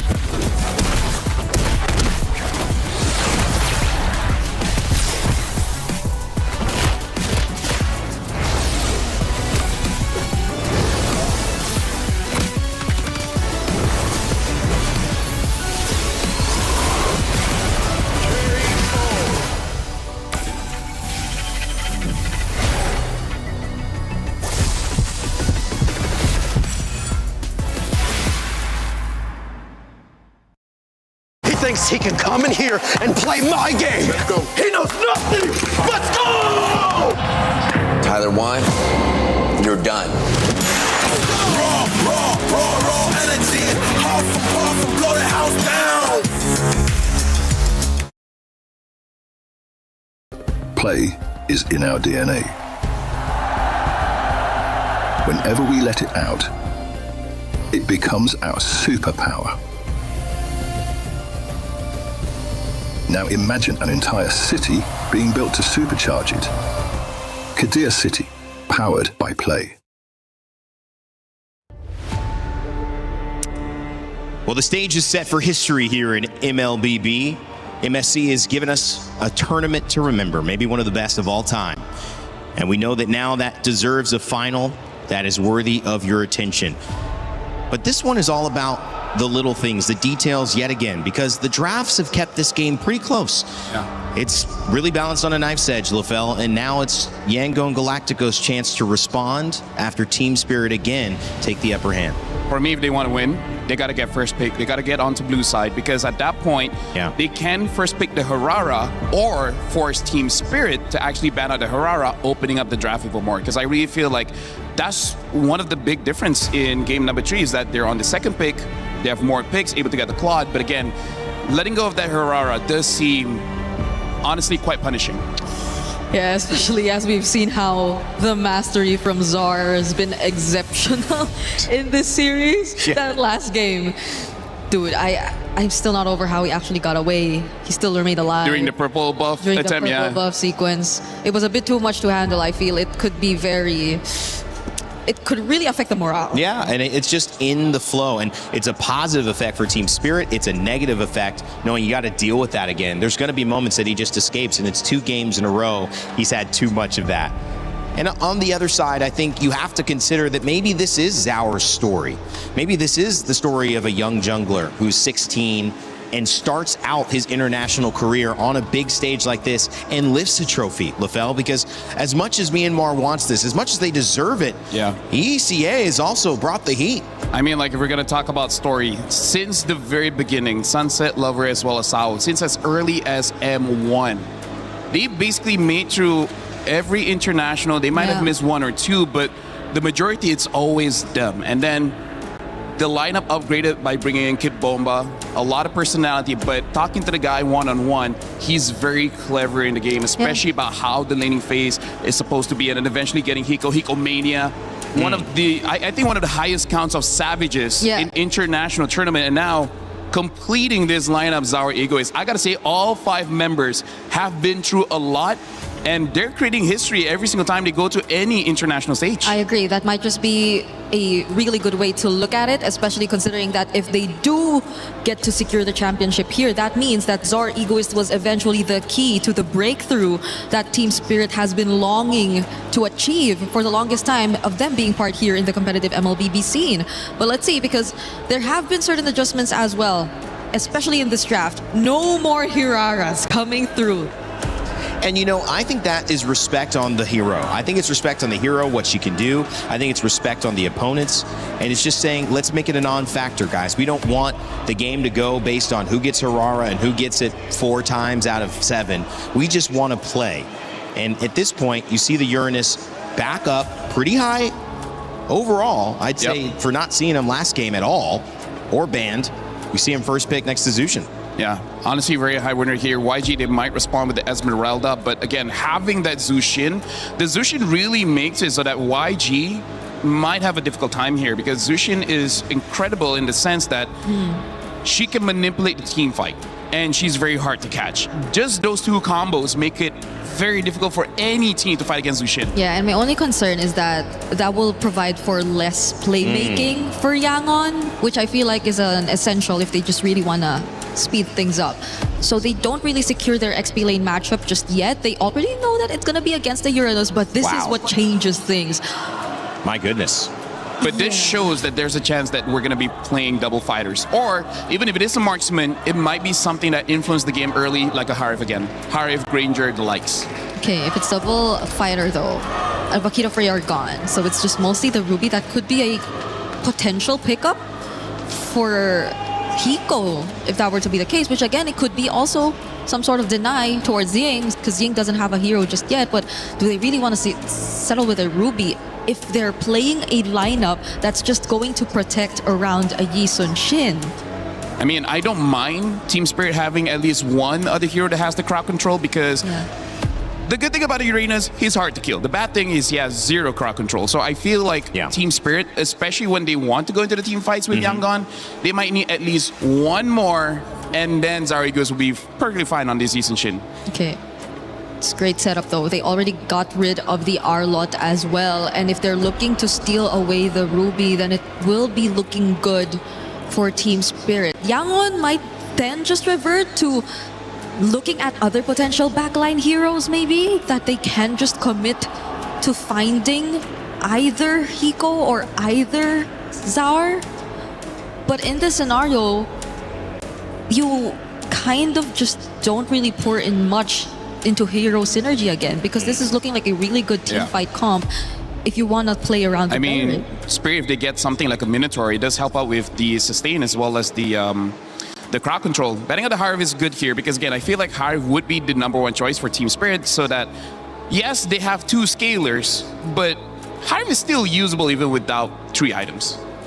How far are we missing the fact that Marcel, well, they don't really need it right now. Marcel is still available. I mean, they could take it. I mean, they could take it if they put Uranus in the EXP. Yeah. And of course, at the end of the day, they could also take it on the side of YG, and there's the Marcel. Yeah. You're pretty much high rank MLBB now, right? I gotta see. You download it, and now I feel like you're just mythic. Please admit what your rank is already. Thank you, guys. You're probably not just admitting it to us. That's my all. Well, right now for YG, I would say the good thing for them is Team Spirit has a pretty squishy lineup. So if they can get a jungler that can capitalize on that as a finisher, I think it'll be good. I feel like the Eudora in the early game won't be able to burst them out that well. They just need a good follow-up. They need a good follow-up, able to chase. I feel like that's the #1 thing YG needs. They need a hero that can chase. The Marcel, the Yi Sun Shin, as well as the Zushin. I feel like Nolan is still okay, but they picked up the Boxia, so they're going back to tank jungle and having the Benedetta, and then the Granger picked up. I said they will pick up either the Harv or the Granger, because again, they just need that early game. But if scaling becomes a thing, the Claude as well as the Benedetta can deal with this Granger. I mean, Claude already has a good lane against the Granger, so I'm liking YG's draft despite not liking tank jungle. You did say chase, right? I think the Bachelor is a lot of chase if they just really want to go for that. But yeah, I have to agree. Yangon have introduced something yet creative once again. And I think currently we've been talking so much about the meta rewarding creative drafts. Let's just see if they can pull it off efficiently against Team Spirit this time, who are currently on momentum. Well, Cold Star likes the draft, shows some hearts to the fans at home and in the stands here at MSC. Feeling good about Team Spirit's chances to go 3-1 up, and Yangon trying to tie it up again. A truly mythical battle that is being set before us. A composition this time for the Galacticos. They've got Ying on a playmaker with a Petrify in hand, and Hiko says, you know what? I'm not purifying this. I will win the lane. I will combo with my boy Sawo, and we will close this out. I have to see how this is going to play out, because we've seen many, many times in these matchups where the Baxia generally takes the early game pressure away from a Yi Shin. That's the thing, but it was in a different meta entirely. A meta where the jungle didn't give too much gold. Now the Yi Shin being able to farm really quickly, able to get those items quicker as well. Will it stop that snowball from the Baxia? That's the question, and that's why YG, they're already setting their sights on stealing some of that those camps away from Team Spirit. And this is exactly what they want. I don't know if Yangon planned for game number 4 to go this way, just to understand what the early rotations are going to be from Zaur, and then look to punish him later down in the series. Early on, though, I am a little worried how TS is going to play. At first, neutral objective doesn't seem very winnable for them, and then once level 4s come around, it's still sort of, oh, wait, hold on. Oh, there's going to be good damage on Blink. Killing spree as well. Zaur a bit more movement speed, and Pryo in the mid lane goes over to Team Spirit as Bomba gets tempo up top as well, and this is what I'm talking about, the clear speed of the Yi Shin. Level 4 already, and Hans level 3. Blink might be in a bad spot now. Zaur threatening Blink's life with the Mountain Shocker. Might be threatening a take on his Mountain Shocker, and baits out the Retribution. It's going to be down right as the turtle spawns up later on. Yeah, this is such a big win for TS, because even regardless, they don't even have to contest the turtle, right? It's just going back to their own side of the jungle, finishing it off. Oh, Zaur with the Traceless, trying to break up that shield unity if necessary. They do not want Hiko to fall behind. That does show a little bit of priority on who has the most important job and what they want to get done and accomplished in this game. First turtle up, it's up to anybody who's gonna get it. I think for me, Team Spirit shouldn't contest this one. And looking at Zaur Ego's position, they won't.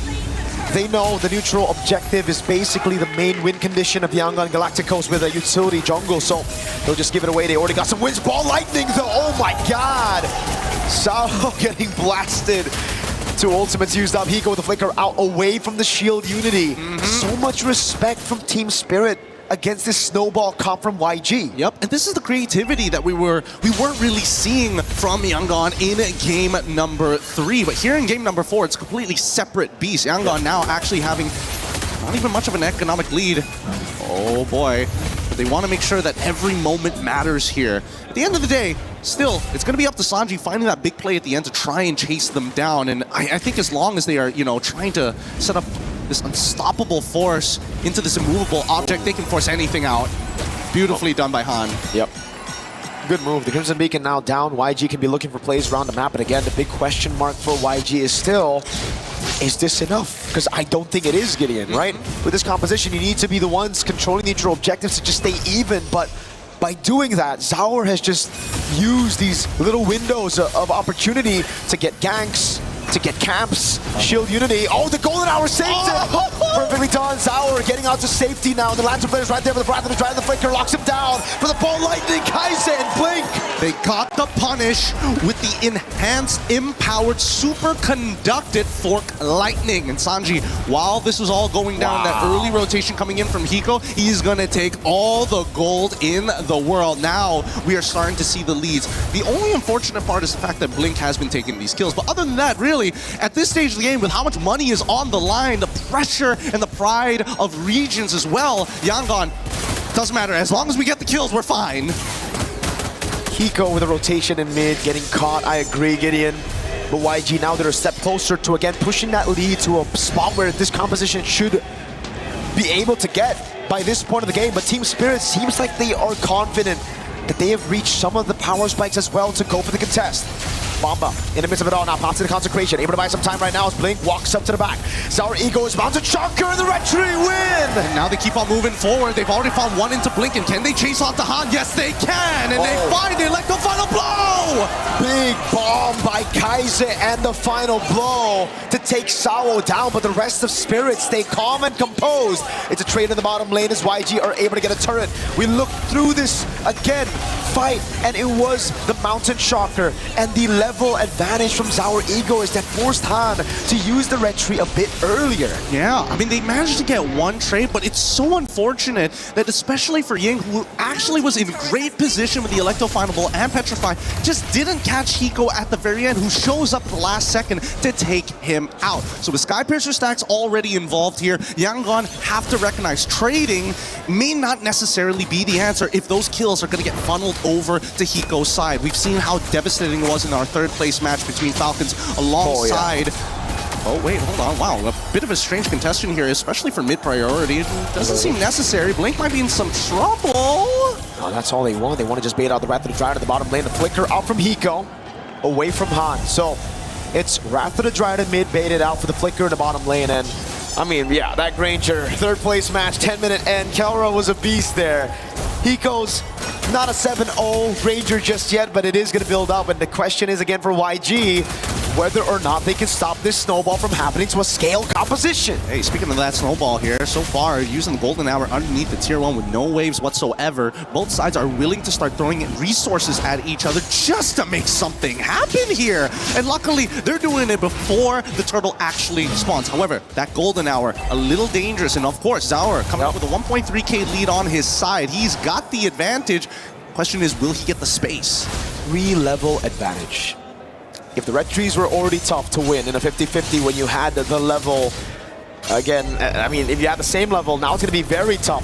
They try to blitz the turtle, but they just don't have the enough damage. Can see on the bottom lane all the way here. Sour making his way over, rather than try and lock him down as Han is able to get the retribution, but Blink's going to get shredded down. Sour throws him out of shocker. That's in the middle of Sache! What a play! The Superconductor and Yangon Galacticos are able to find a couple of kills, but they're on the run now. They traded 2 for 2, and it's not as even as we thought as Kim Bomba takes one back. They used everything to get the turtle, everything to get Hiko. And Spirit capitalize on the long fights. It's Bomba again. Deathless, this time on the Uranus against Han, takes it away as well. Recalls in his face as Sour pushes up top, gets a turret, and the trade is again good for Spirit. They can't stop this. Let's look at the replay one more time, because again, Blink, amazing Wrath of the Dryads, hitting onto multiple targets here, but look at the chain here that Kai Sade set up for Sanji, and yet it still wasn't enough. Those frontliners are a huge problem right now. And Bomba waiting in the BMI and being the assassin on Uranus. Mountain Shocker again. Zaur looking for the angle. Blink gonna be caught. Rather to drive, forced out of him already. That's gonna be the Mountain Shocker that lands on and the pickup and throw back into Hiko's bullets. Good block. Good not body enough block. Damage. Yep, not enough damage, but look at this. This was a 4v5, and honestly, it's a big win for Yangon, getting some pressure on the opposite side. Now that they have an EXP laner who not only clears waves ultra fast, but also has incredible movement, they're not going to be put in the same scenarios like they did in the previous couple of games where, oh, we got to worry about our side lanes. Oh, we won't be able to get there in time. No. It's a different story this time, and I think that TS recognized it. It's all about building these waves. It's all about scaling at this point, right? YG, yeah, they have a snowball comp, but they have been able to find those clutch moments even in the late game with these kind of compositions before. That Game 5 against Falcons, one of the best examples of that. So YG can never be counted out, even after they've been outscaled. Yep, and I think the scariest part is the fact that YG have two incredibly fast rotating heroes. And I don't know if they're going to get the punish on this one. Still, Ying using his eye for an eye was thinking that maybe he was going to get hit by the turtle, but yo, Sanji. Real dangerous here, using your BMI so aggressively. We'll see whether or not TS has the information. Oh god, it's about to be a 4-level lead between the junglers. Blake's gonna get poked down. Rhapsody and the Dead Sonata. That's gonna be the shield unit landing on Sunset 11, but a good golden hour to stop them. A shot from Zaur, killing spree as well. Zaur looking for the opening right now, goes in, but Han's gonna win the red tree battle. Rather than try it on the blazing away, coming from Sanjay! And Hiko, he's looking for as many cleanups as he can. Hiko flickers 4, gets 1, gets 2, triple, and a maniac instantaneously! Out of nowhere, Hiko finds the shots and now it's just Han. Team Spirit played such a good game. It was Han with the retry. YG, that looked like they had the AoE, but Team Spirit are now the ones knocking on YG's door. Holy cow, holy cow. Hiko, something unlocked in him. He just suddenly became Neo from the Matrix all of a sudden. What the heck happened? Because this was an incredible play, right? They just first zoned them out. Blazing Duet comes on through, and Hiko said, you know what? Doesn't matter. You're standing too close to each other. As soon as I land it, you are gone. Bomba's feeling it. Team Spirit are feeling it. It's something in the air. Hiko's popping off. Sunset, Samo, Zaur, Bomba, everyone. You know, before the cast, before we even got to the draft, we got to see Mama Bomba walk by. And there was one thing that she said that is really stuck. Today is the day. They really feel it. They put so much heart into it. 54 stacks already built up onto Hiko. How can he not feel like he is him right now as they basically unlock the architecture of Yangon? They're looking for a T2 at this stage, and they're going to double confirm with the help of the Turtle Bow. They've got the vision, but at the same time they know Ying is nowhere close. And now it's YG. They got to dig deep. Yangon Galacticos again find themselves far behind, and unlike in game number 2 where they were able to equalize with their own lead, they went for this composition, the early one. They got 2 out of 3 neutral objectives, but they just couldn't capitalize on those team fights. It's been very, very difficult, but at least the Guardian Helm is purchased by Han. So again, he can walk up forward as long as he doesn't get picked up and thrown backwards into a chain CC combination from TS. He will be able to retain his position with the rest of the team during these Lord dances. And I think that's the scary part right now. Both sides understand that not... Oh, hold on. We're seeing the TS proactively trying to get something out of Yangon. It's the consistent push and pull, and like LaFell said, it's how creative you can actually get. You've got set plays, but of course, how do you make it all line up? I guess it's through YG finding a big combo, but that's so hard to achieve as well. I think it's a little bit more than that. 2 Purifies are revitalized as well. That's now a BOD on Hiko. He is massive, and they need to be able to cut those stacks in half. Half the problem is actually just finding Hiko. Exactly. And I think even Ying understands, it's like, man, around these neutral pits, they ring around and rosy us. And even if they do, Gideon, Zaur is still there as the secondary carry, the man that's been targeted, that is given Hiko space. If you go for Hiko, you give space to Zaur. They get the Mountain Chakra, they see Sanji up top, they go for the burst on the Lord, and it is not going to be contested. Han is way too far behind, 3 levels under. This is fine, They still have some decent wave clear on their side. They might have to sacrifice an inhibitor, but honestly, at this stage of the game, you gotta sacrifice more than just that. So much heart has been put into these games, such a big difference, and there you go, flicker out from Sanji. The autopilot might have costed him this next push. And now for Team Spirit, it's about building that lead again. It's about going back to basics, playing around the fundamentals that they've relied on their entire careers, making it to this point and again winning through it. Small leads building up, now bot wave and the top wave coming down as well. Sanji, you gotta be careful, buddy. You got no flicker. And now the siege begins. The ball lightning has already been thrown out. That's guaranteed to at least get 1 inhibitor here. Zaur up top, dodges away from the swings, the slashes. Hiko in the mid lane, picking up the base turret. Lord already coming down as well, but YG are able to clear it. Bomba keeping those stacks alive, taking a shot on from the turret. This is smart. TS, they're trying to keep them to that top side to make sure that the bottom wave actually collapses and they can at least net themselves the long lanes inhibitor. That would be great, but they know that they've delayed it on purpose, so they're going to take it 1 by 1. Oh, Bomba baited everything. The ball lightning, the Thunder's Wrath. They got no resources now. It's all up to Ying and Blink. This is immaculate wave control from Team Spirit. They're going to get this too, unless YG want to die for it. Winds of Nature purchased by Hiko, and I think that's the final nail that they were looking for. We've had Lord Dance before. We've had some of these terms that we've seen. But Gideon, that was a Dragon Siege, that's for sure. Oh my goodness. They've already climbed over the walls. And as everybody here, they burned the walls down. It's gone. They flew by. it's pure devastation on a macro level. Malefic gun purchased by Sanji. I don't even know if that's going to be enough, but he probably won't lose his Flicker to Sunset Lover again if that is the case. If he can kite him out, if he can maintain his stacks. He knows the Flicker was still down if he caught him. Hey, he's got BMI. Sanji ain't gonna make mistakes like that, I hope. I hope and pray. We never know in these types of games, man. The pressure eventually gets to some of these players, and we'll either see them rise or fall. And now we have to take a look at this goal difference. 11,000. Sanji, he was the main man to try to get on Hiko. Zaur as well, but now the Wind of Nature is built for Hiko. You can't even do that. Ying as well. What is that damage? Hiko Mania coming back online. Now they're just gonna chase. Who's next? Blink on that Son of Chopping Block. You're gonna turn into a maniac or you're gonna make him a savage. TS, let's find out as they're knocking on the door here in game number 4. Ying brought a katana to a gunfight. Hiko showed him exactly why you don't do that. Golden Hour. Sanji able to flicker out of the Golden Hour. Pops in the blazing duet already. But Hiko's gone like Zaur walks up. It's Hiko with the shots again. He finds another. And Team Spirit secure match point. And you can see nobody on the side of Team Spirit. They're not jumping for joy just yet. They know that there is only one more game to become a champion. They've achieved match point. To quote Sunset Lover after securing grand finals, job's not done. And it truly isn't done yet. Yangon Galacticos, they've been able to dig deep before. They've been able to come back before. Now 3-1. What do they need to pull it back? Man, I want to say comfort picks. Most teams... But they got it. The Baksha was there.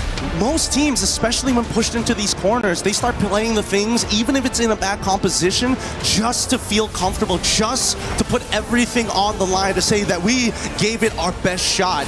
I think Yangon still have hope, but so far, these mid-games, and especially when it comes down to battling, these trench warfares between Spirit and Yangon Galacticos have always seemed to gone into the hands of Team Spirit if the early game isn't completely dominated by the Galacticos. And you can see it again, man. These fights, it looked so good for YG. Up until Hiko said, nah, I'd win. He walks up there, he stays in the back, waits for everyone. The ego, not just in Zaur, but in Hiko. He literally waited for his teammates to die in front of him and he said, no, I can carry, I'll get these shots. And then when he was up ahead like this, he just takes those fights against a Benedetta. No problem. So many battles that we've seen in the skies, but this is beyond our atmosphere. Let's throw it over to our panel and our analysts to break it down for you of how truly mythical this is. Well, when you look at the competition that has been afoot here at MSC, we have seen some tremendous performances. But the way Hiko, Kid Bamba, Sawo, Sunset Lover, the rest of this Team Spirit roster, all the way from the very beginning, they have figured something out. They said it in scrims, they've proven it here, and they are one win away from being the, I guess, well, I'm going to say it, the best team in MLBB in the Galaxy. That's right, they are. And of course, that still means YG has a chance to respond. And we know that you watching in Myanmar are still supporting. There is still hope there, but there's just something that Team Spirit, I think Mirko said it, is in the air for this team. Yeah, and even if we did hear Gideon say something about maybe reverting back to comfort as probably one of the go-to solutions to scenarios like this where you're just so far behind. I think we already saw that from Yangon in the first 2 games, even, maybe. Yeah. They've been already trying to go for comfort, and now they took a different route. They became a bit more creative. We saw the intention, we saw the potential, but they just couldn't bring it to fruition. I mean, like, here's the thing. It's hard to be comfortable when you're going up against Kid Bomba because I think I said this yesterday. He is shaping up to be the most terrifying player in MLBB because at this point, I don't know, man, he's a guy of nightmares. Like, as the saying goes, you can't reason with the dragon when your head is in its mouth. Wow. And the thing that the Kid Bomba has been doing is just pure destruction. And if you want to go for comfort, sure. Yeah. But deal with Kid Bomba for you to actually be comfortable. Until then, it's not going to happen. Yeah. It's funny because, I named 4 of the players on Team Spirit, and I didn't mention Zauer. And one of the reasons why is, again, he doesn't, at least from what I saw, have almost any deaths. And again, on the YSS, which has been a talking point, like, don't pick it. Why are you picking it? We haven't seen it work. Still finds a way to make it work. And Han reaching deeper and deeper into stuff that, we're questioning, LaFell. But Team Spirit just feel like they're too comfortable across the board. And the thing that Zauer Eco is more about testament of everyone else. Everyone does so much that he's like, anything for me? Hello? Eco just goes in, gets maniacs, gets a double, gets a triple, and he's like, sure. As long as we win, I guess. Yeah, Hiko Mania is back. Yeah. He came back in this game, especially. We didn't see a Savage. He was close to getting one. I think a couple times we saw a Maniac from him as well, but the way that he managed this even on a Granger too. So that's something, right? Yeah. That's something for Spirit, because they went in this game with a lineup with 2 heroes that you're just not so used to seeing anymore, especially in the current meta, but they find ways to make it work. And the Baksha, the Benedetta coming out at the very end for YG. It didn't prove successful, but it did prove that they were willing to change things up. They know they need to do something different. And sometimes, LaFell, once you do get that answer, it could turn its head on a swivel. This could be a very fast 3-2 into a 3-3 and send us to a Game 7. But of course, they've got to fix some of the stuff that you guys have pointed out on the desk, and obviously you pointed out within game that you want to bring up to our attention.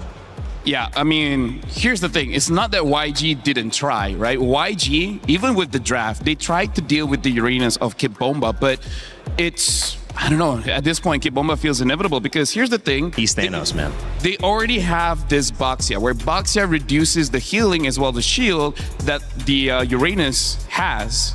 And yet, even with a very bursty, always chasing kind of EXP laner, they still weren't able to do it. So I think this might just stump YG just a little bit, because it's not that they didn't have the idea of shutting down Kid Bomba. They invested 2 heroes into it. Yeah. And yet it's still not enough, because as we're going to be looking at the clips here, again, like, one thing that I do have to say that is consistent with all of Team Spirit's wins is the fact that about resources, right? Like abilities, ults, and all those kind of things. One other resource is HP. And we see that YG sacrificed a lot of the HP to get these neutral objectives. But when you're going up against a team with a Sky Piercer, that's going to be pretty difficult, because as we see here, the thing that I want everyone to see throughout all the clips is just the amount of HP that YG is willing to give throughout the poke that we're going to be seeing here. The poke coming in from the Yisun Shin, Sunset Lover, as well as Hiko. There are 3 members coming in from Team Spirit that can deal damage without putting themselves in harm's way. And even though this one, Zauer got it, but I feel like there's still a chance that Han was able to get it. But this is also another thing. This is not okay, Rain Day, which is after getting a neutral objective, go for the fight. Yeah. A lot of teams do this, usually get punished. Yeah. Team Spirit at this point is an anomaly about getting an objective and then continuing the fight. But again, look at the amount of HP that they have. Yeah, look at that. It's only Kid Bomba that is low, but hey, he's healing up every second. So it basically means that he hasn't lost HP. And then look at the HP of everyone else. Ying is low, Han is low. Even looking at Kaiser, basically almost everyone is half HP. We're going to be continuing on the clip to see the trend here. This is one of those moments where it's good attempt coming in from YG, securing this by the Belleric using the ult to stop the members of Team Spirit. But again, I'm going to be a broken record here. Look at all of the HP. Everyone is full except for YG, and then that just gives Team Spirit an avenue to just keep on going. This is the point where we thought things could turn things around, just because the Eudora was able to hit the Thunder Wrap onto 3 members. But again, Kid Bomba being a nuisance just waits on that BMI. Sanji travels back, gets the kill. We're going to be continuing. This is, I think, the final clip here. And it's just the same thing. I'm going to try to reverse. Okay. Look at Han here. The thing about Han is that he took damage because of Sunset Lover. Sunset Lover in this matchup, he kind of doesn't care about too many people. It's just Han. Because what is Han going to do? He's a boxer. He's just going to stay there and then eventually get picked up. And something to think about as well is this is a Lord. Lord does true damage and there's not a lot of heals, right, coming in from Yangon. Just look at who's healing here. Yeah. It's just the Belleric, but even Belleric, he has to hit someone for him to get the heal.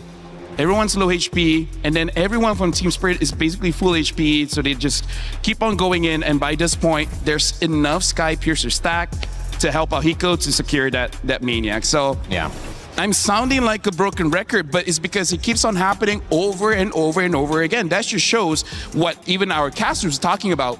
Something with the pressure, you do crack a little bit, and I feel like how it does with YG is that they couldn't readjust. This draft is about those neutral objectives, but they sacrificed way too much to get those neutral objectives and then gave over a lot of Sky Piercer stacks.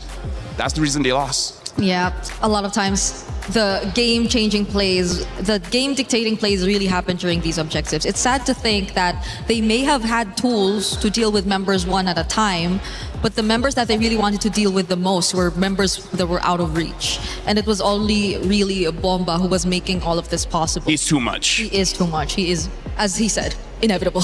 Inevitable. It feels like they need a way to deal with Bumba. And I feel like you have to let other things go. You have to lose outside of the EXP lane. I think you have to let Zaur take on what he's going to take on. You can ban the Harara, and you can let him do whatever he's going to do. But I just think that when Bumba is in the lead, and we mentioned this from the very, very beginning, where the EXP lane helps the jungle succeed so much, you've now mentioned another layer, which is so much more important, which is the spacing.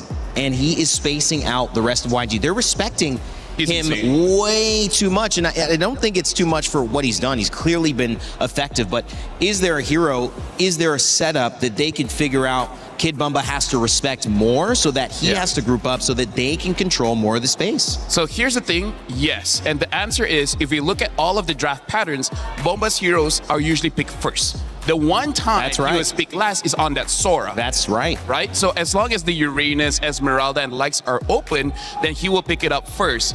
But then, here's where the problem lies. I feel like even with a counter matchup, Bomba can outplay it. He can still do it. That's the problem. I mean, like, the idea is that the theory is there. Execution, way different topic. Yeah. It's a good point. They may just be out of picks, out of options. I mean, YG are staring a loss, straight down. And I don't know, Greg. I think how you lose is important. This isn't it yet, but they've got to give something else, a different taste, a different look. Yeah. Do you feel like if they're going to go all in on solving one problem, it has to be Bumba? Does it have to be Zaur? Does it have to be Hiko? Sunset? Who is the one problem, if you had to choose one, they would need to solve? It's tough because I think they tried to do a lot at once. It's taking out the Barretts already from Bomba. It's taking out the Paquito already from Hiko. It's taking out whatever they can, especially if they're on, let's say... Second pick, they have to take out a Freya. Yeah, so I think they've tried to deal with the most difficult ones, but more and more problems just keep coming out. But do you then need to go away from taking Claude early and need to prioritize something in the desperation for, okay, we need a better mid laner. If we don't, it's going to get banned out. Like, they're getting Zushins, Eudoras, they're getting picks like that without really working hard for them. So maybe they just need to say, let's let the Claude go. Sanji, you're going to have to pick up a little bit of the slack here. And we're going to force them to say, hey, you want to pick up Bombas? You're going to lose big time in mid. Brigitte as well as Rainday, this kind of shows the strength that Team Spirit has, where if there are more bans, it will hurt YG more than Team Spirit. Because here's the thing, imagine if YG bans out 5 EXP laners. Bomba still has something up his sleeve, like the Lapu isn't contested. And yet look at how strong he is on that one. We cannot say the same thing with YG for now, because like you said, it's always the Claude. Yeah. The worry is if they don't pick up the Claude, they pick up something else, it's not going to be as good. Because right now, this is the biggest strength that Team Spirit has shown. It really doesn't matter what you banned. Our book of heroes is just way more than you. I agree. Because I think some of the biggest threats to YG and their hero pool as well are even bigger when you look at it at Team Spirit and when they get their hands on it. So it's weird to say, but it's YG right now forced to ban out most of their comfort and their stronger picks. Yeah, it's true. So they're pushed to a spot where they have to bring out more, but then it's solved by Spirit. So I think that's a question for YG right now that they're in this position. Do they have even more? Because they tried. They They've been creative with the Baksha Benedetta, but it did not work. But that goes to our other conversation is Team Spirit fans ready to erupt, getting excited, YG as well.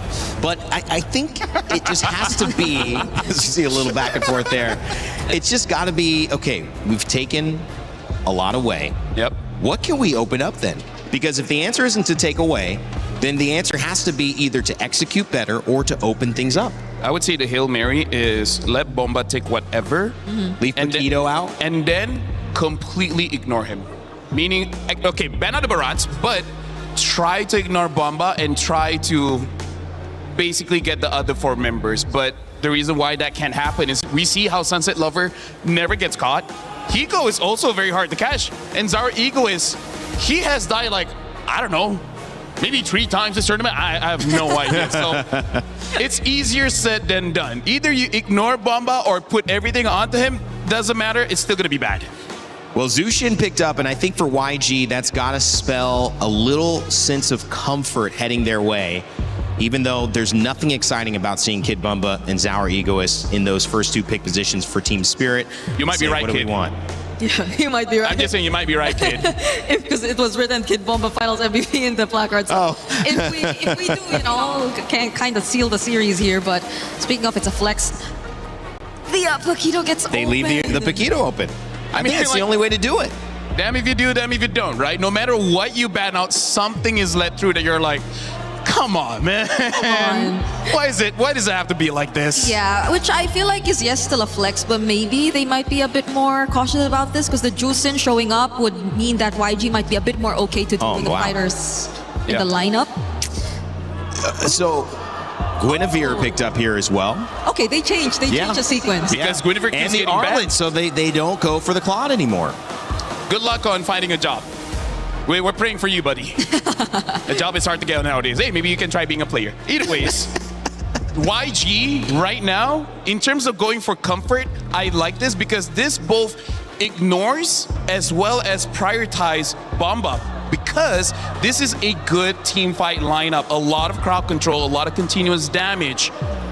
It really does come down to what the roamer is going to be. Hopefully just provides us a little bit more damage. If not, it's okay. The Gwyn can build a concentrated energy and they should be fine with that. So I'm liking YG's opening. Yeah. Yeah. Because so far, I think they can use a lot of combos still with this lineup. I think the Guinevere Arlot already in itself is a combo. There's just so much more knockup, honestly. I feel like they also have to be careful because, again, Bomba has a lot of heroes. His Alice is good against this Arlet. Not sure if it will get picked up, but stuff like Uranus, High Loss, Alice, all these kind of heroes are good against the Arlet. So, and even Yuzong, so... This is just one of the first times we have seen a clear shift away from Sanji's comfort back to Ying. And you're right in mentioning that this feels good. They're also taking away the Uranus and they're taking away the Lapu Lapu, which again focuses on that EXP lane. The blue band on the other side because they're still looking for a roam. Beleric and Atlas gone. Yeah. And so where does that leave us? So the Atlas is still open. Wait, who else Atlas is looking for a job? He's a cameraman now. Oh my gosh. Hey, that's good for you, man. EWC is a good event for you to work on. There you go. Shout out to this guy. I was doing a good job though, because if he was terrible, then hey, work for 2 hours, get fired. Yeah. Oh. A Fovi. Again, there's so many counters towards the Arlet, so yeah. But hey, at least they have a Zushin. The Zushin can fight against the Phoveus, same as the Gwyn, so it's not all doom and gloom just yet. There's nothing else you could have taken away though at this point. They've banned EXP lane and Kid Bomba specials as much as they could without letting an Atlas through. So it's like I feel like YG's saying this is all we can do. Now the problem is they know it's going to be a Paquito Gold. Yeah. So what do they pick up that don't lose immediately? They pick up the Brody as well as the Badang here. This is basically going all in team fight. One of the worries is that only the Gwyn can handle the long lane, but hey, if you win all the team fights and the game by 11, it's good anyways. How's the spacing on this? Does this solve that problem of the zone that we've been seeing Team Spirit create with Kid Bumba? I still feel like it's going to favor Spirit more. That's a Phoveus and a Paquito who can independently just find and create the openings, and Finish off with a Selena. Okay.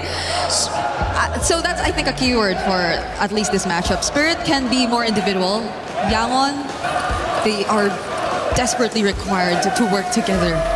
So how YG wins if they punch first, and how Team Spirit wins is if they slip the punch and then hit with the haymaker. So I don't know, man. YG, this is a good draft, but requires a lot of good execution and hoping for your opponents to miss. Last time Cold Star did something like that before heading to the back room, it was Team Spirit who won. If it happens again, they are not only going to win, they will be the winners of $1 million and that trophy in the middle of the Lenovo Legion Gauntlet, your MSC champions. Could it be Team Spirit? If they win this game, it will be. But Yangon Galacticos trying to claw it back and force another game. We'll see what happens here as the stage is set for glory.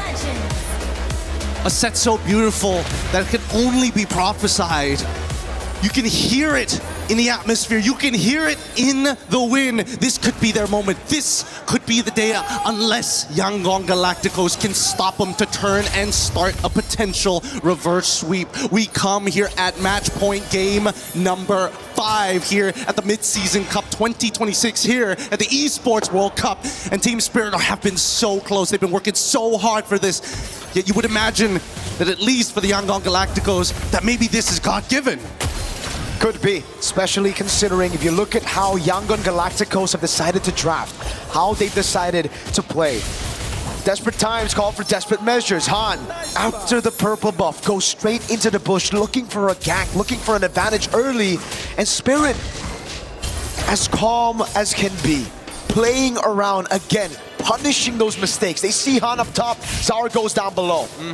They got to be hyper efficient. Looking at the emblems, the only thing, oh man, extra sustainability for Han. Not going for Season Hunter this time, wants to actually play for these fights. And if they just win the fights, the neutral objectives will naturally come as well. It's the same choice of emblems from yesterday against Falcons PH for Yangon Galacticos as Han.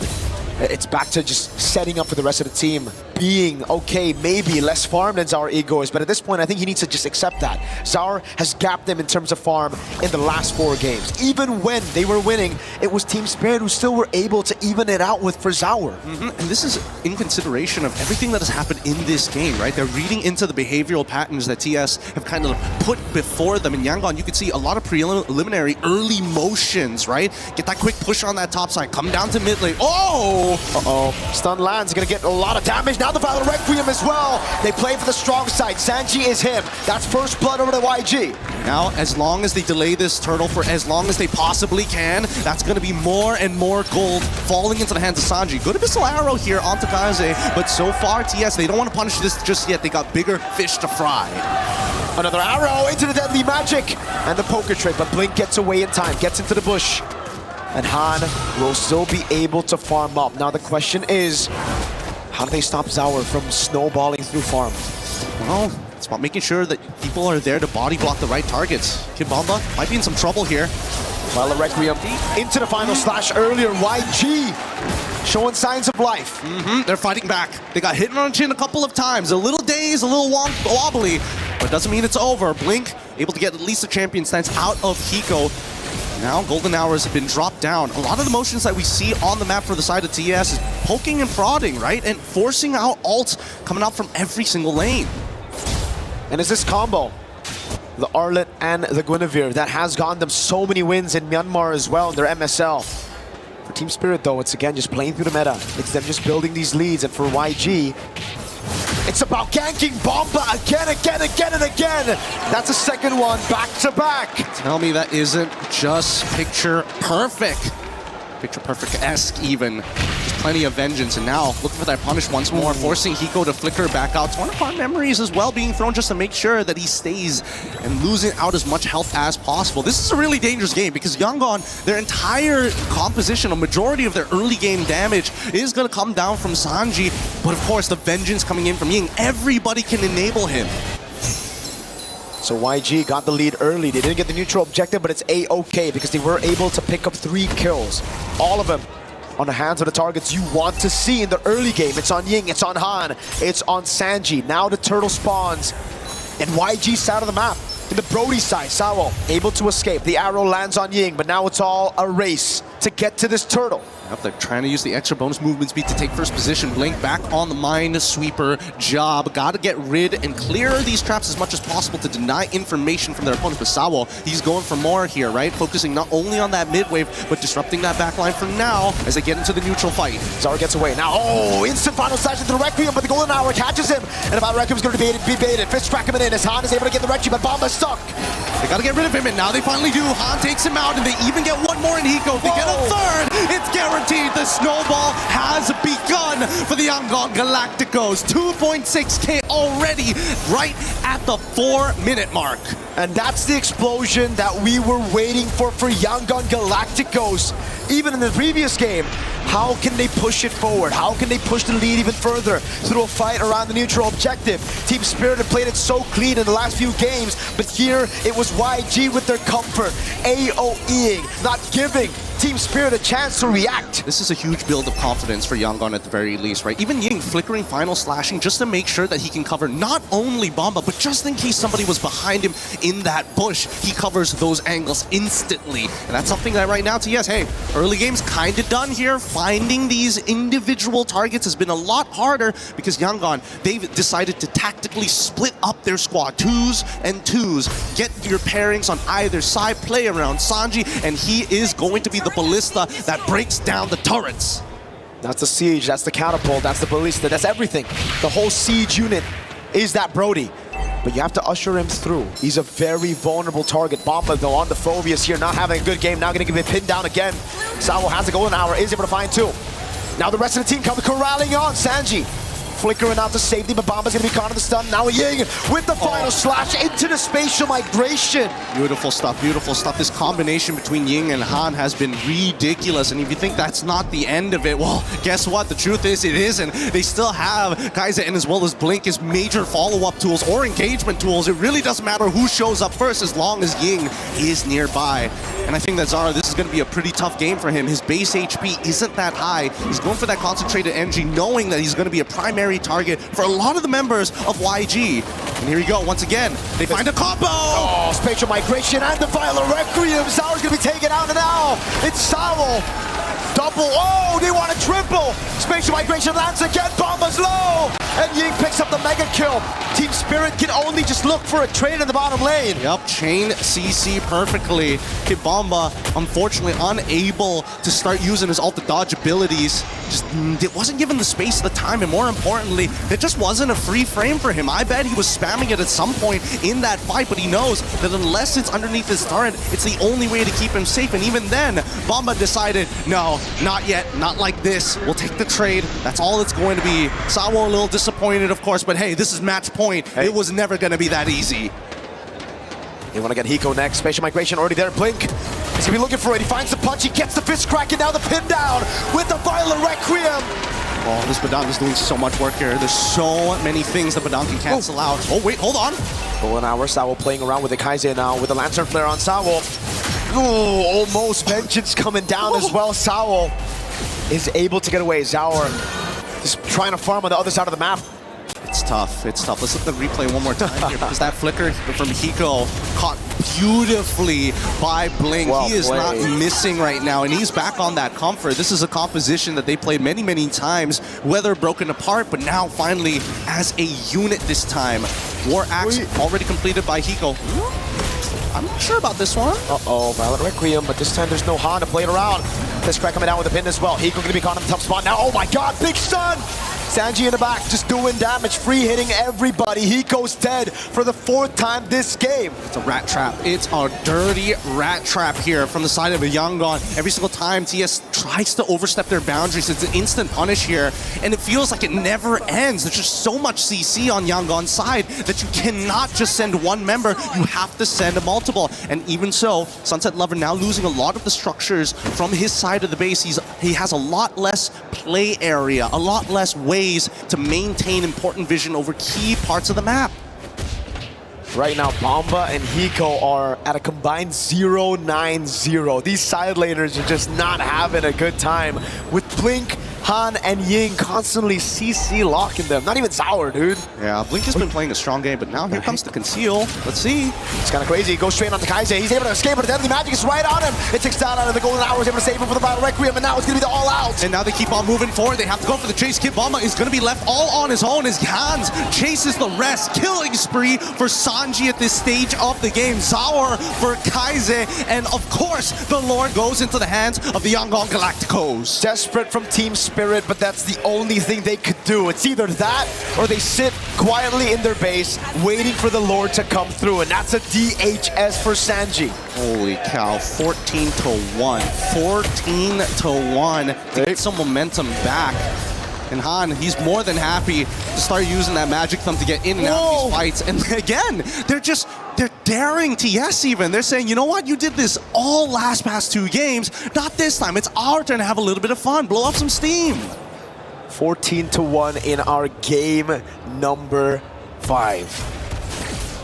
This was possibly it for TS, but YG, they're showing how tenacious they could be. They're showing how good they can be in these series and that mental fortitude that they have in a best of 7. It's a lot of heart here, a lot of heart. It must be really, really exhausting to make sure that you're communicating with every aspect of your team. Usually, the combo is just a 1-2 punch. They've got 3, 4, and 5 ready to set up for you just in case. But now, they're attacking at least top T2, but at the same time, they're giving up on bottom inhibitors.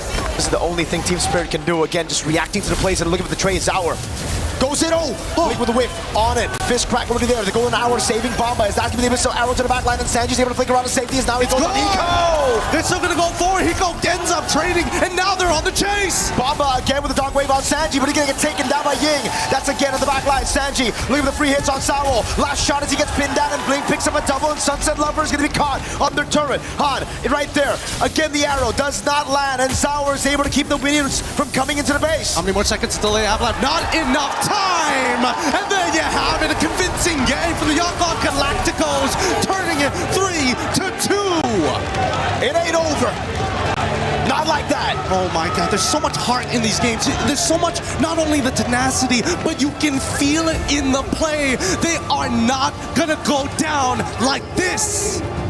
It's the grand finals of MSC, the most unpredictable MSC EWC ever.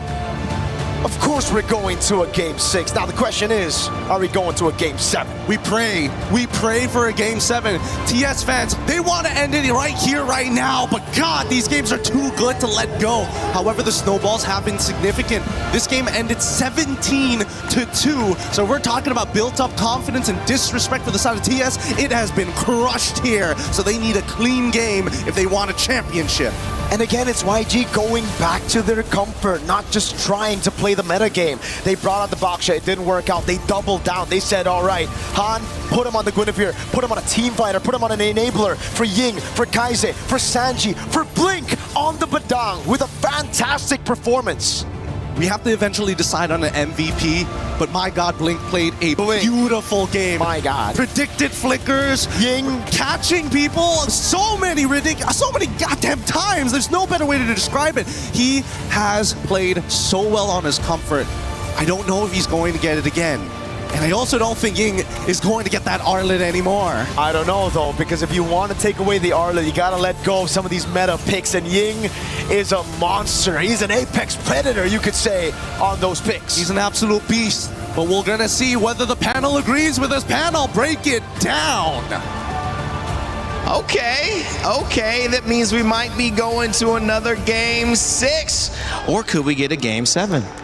Hey, honestly, after how many years? You missed this opportunity right here. I cannot believe you two missed the opportunity for a Game 6 or 7. I failed as a human. What is happening? They haven't had... You know what?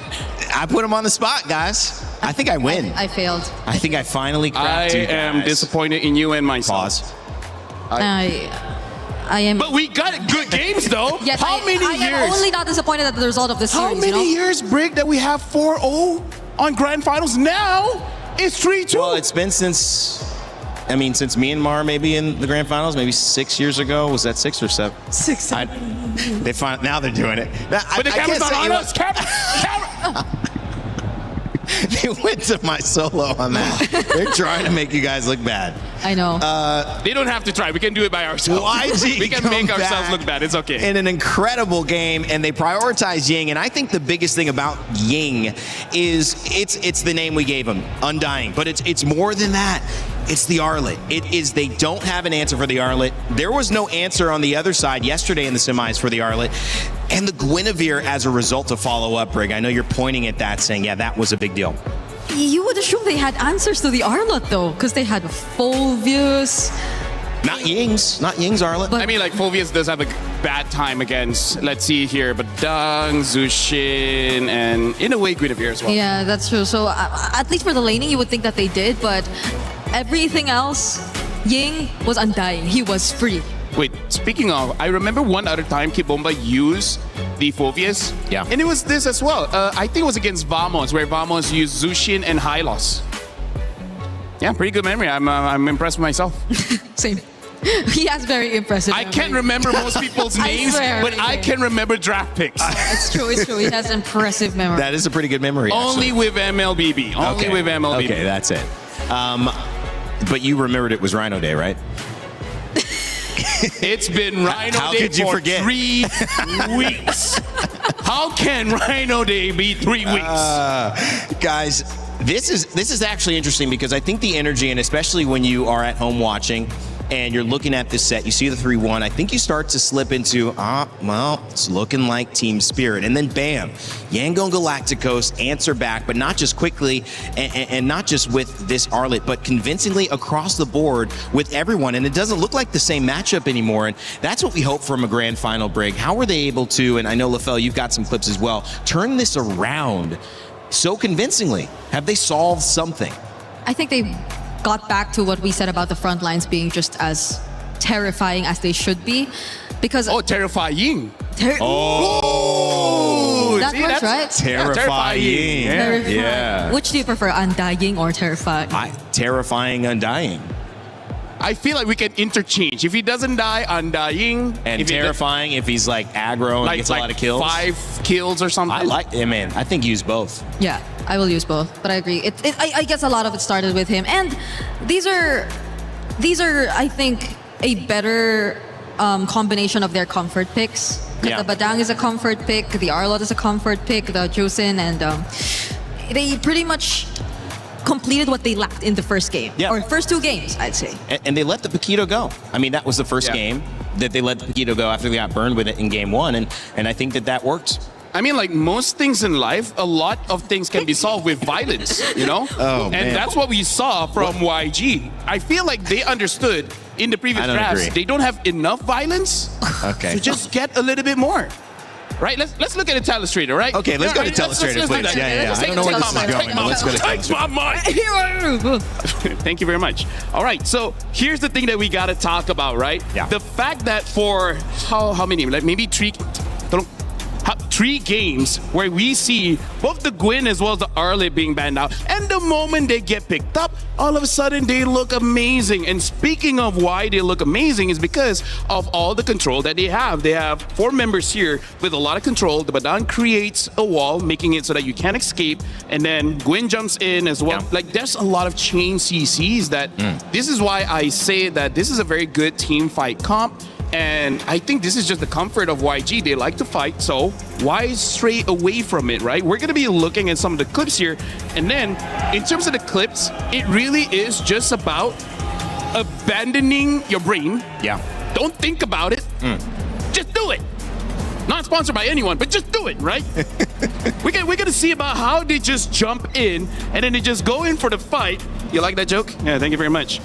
We're going to see that this Badang make it so that they can't run away. And then at that point, it's easy pickings for Han as well as Ying, right? I mean, like, Han did his job. His duty where... Wait, no, you know what? Never mind. What'd you say? He is able to go in and enable his team to do well. If they keep this up, this is how they deal with Team Spirit. Hey, Spirit, you like to fight? Well, we like it too. At this clip, this also just shows I would say the range of all the heroes that Team Spirit has, because we see that they are quite far away, and yet once an engage happened with the Badang, they basically get to engage very instantly. Look at that range, how quickly they get onto their targets. Yeah. And I feel like this is the key to victory for YG. Having a draft that can fight at even long distances, making it so that Team Spirit can't respond as well. So I really feel like with the draft that they have here, going back into this one, they were able to shut down Bomba just by having this, by having the Zushin as well as the Gwyn. Even though, yes, the Arlet does get taken down by the Phoveus, but honestly, as long as you have the Zushin, it's all good. So I feel like for YG, they just have to hope that the Arlet doesn't get banned out, because even you talk about this behind the scenes, like, other than Arlet, what else do they have? Yeah. That's the bluff I would want to call at this point. But it also requires team spirit, and I think Cold Star is very smart. He's shown that he's set his team up with a lot of good drafts. But an analytical mind would go and say, I think we focused on taking the Harara away all the time. We don't like to give it away. That's been their third ban almost all the time. Now, with the Paquito gone, you're still taking the Harara away, but to me that seems like you don't want Zauer to lose the matchup to Han. But if they recognize that if Ying gets ahead of Kid Bomba, this is maybe YG's series, I think they have to now focus some more of those picks onto making sure that the Arlet gets banned, potentially in the first phase. I know it's a risk, but I think because YG won, they might have put the pressure on Team Spirit to respond. That's actually a really good point, because I think Yangon are not on the same page. They have a different mindset about this. They have a different approach. It's not like they're worried about Zar at all. It's not like they're very careful about what gets into his hands. It's more of how they can draft accordingly to their strengths, which I think they lacked in the first two games. But now they had much better relationships with each other in terms of picks. So their picks had much better synergy. More harmony. And that was maybe something that we saw became a struggle for Team Spirit this time, because they were maybe a bit too fixated on just winning matchups, getting the winning lanes. I agree. Yeah. In the sides, we saw that. You assume that they get that because it's a Paquito. It wins over more or less majority of the gold lanes, but the Brody was a bit different. And Kid Bomba on this Phoveus too somehow got to manage the Arlot. We would like to apologize to Kid Bomba and Mom Bomba and Sis Bomba. I feel like we cast a curse Bomba a little bit too much. We're gonna pull it back. We did. Hopefully it's just that game that we cursed him. Now it should be solid ground. But at the end of the day, it literally, maybe we're starting neutral now, okay? So everything is a clean slate from now on. YG got their licks back. Here's the question.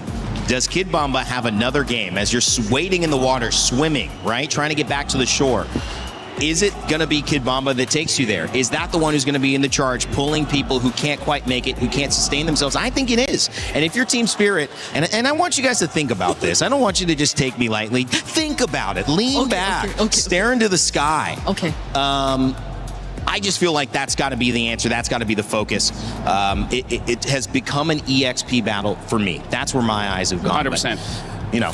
And I feel like the way that I feel like even less on the draft, I feel like this is just reminding the players of Team Spirit, be like, okay, that's what they can do, right? They have incredible engage. So I feel like if somehow YG gets roughly the same draft again, I feel like this time the players are like, okay, let's just not get caught by the Badang or the Gwyn, and then we should be able to outplay it. With that being said, I don't think they will get the same draft, but if somehow they do, I feel like the players would just react much differently this time.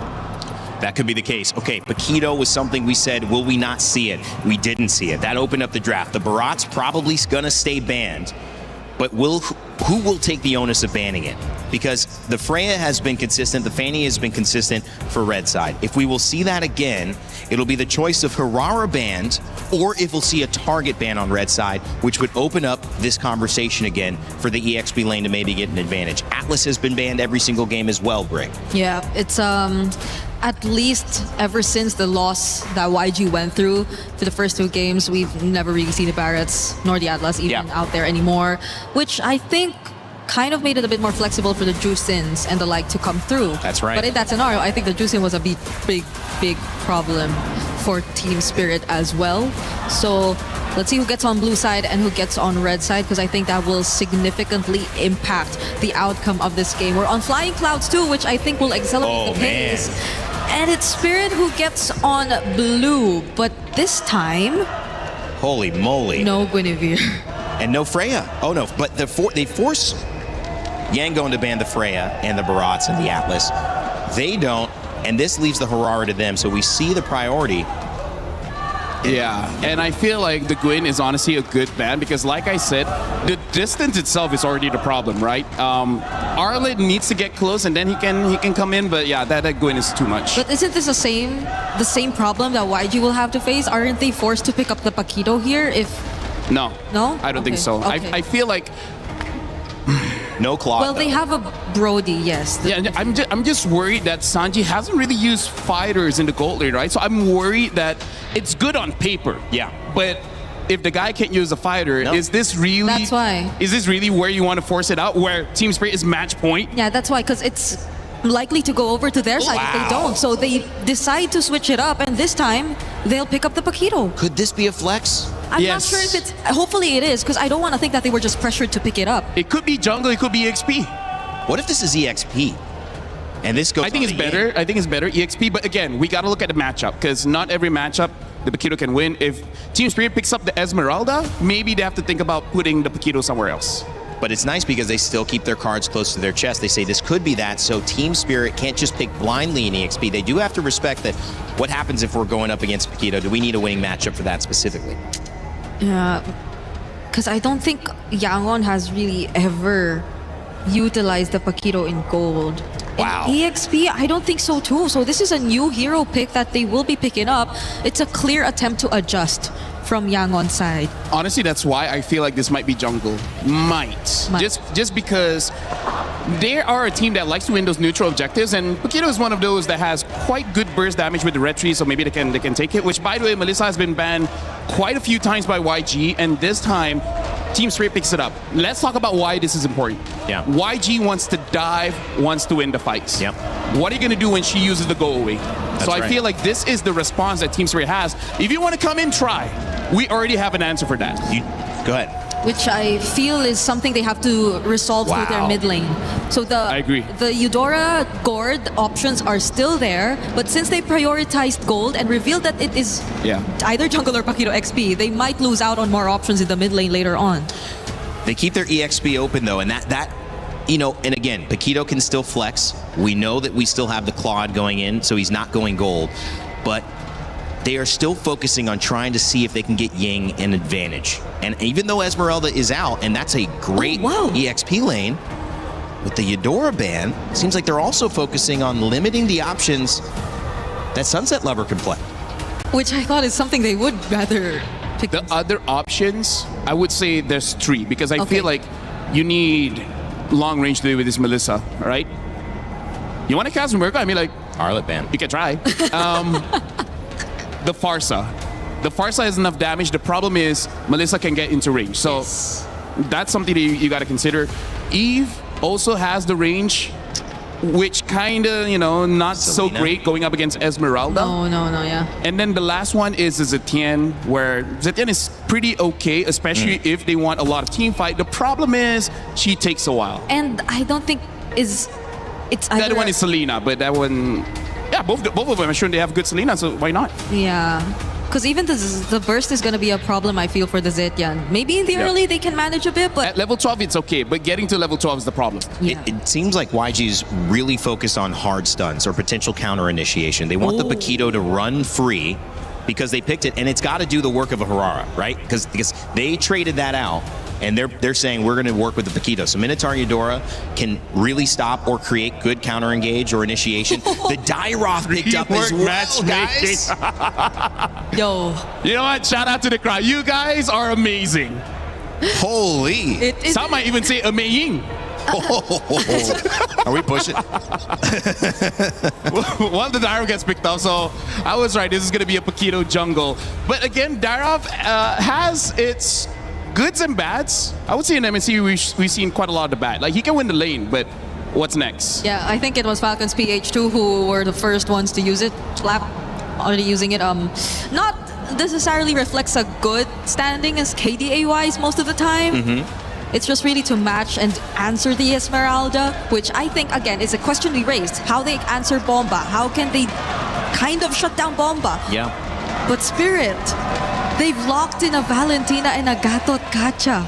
That's more and more ways for them to stop YG and all their fighters. I know, that is really rough, guys, to go against. We're looking at that final pick, and it's going to be in the mid lane.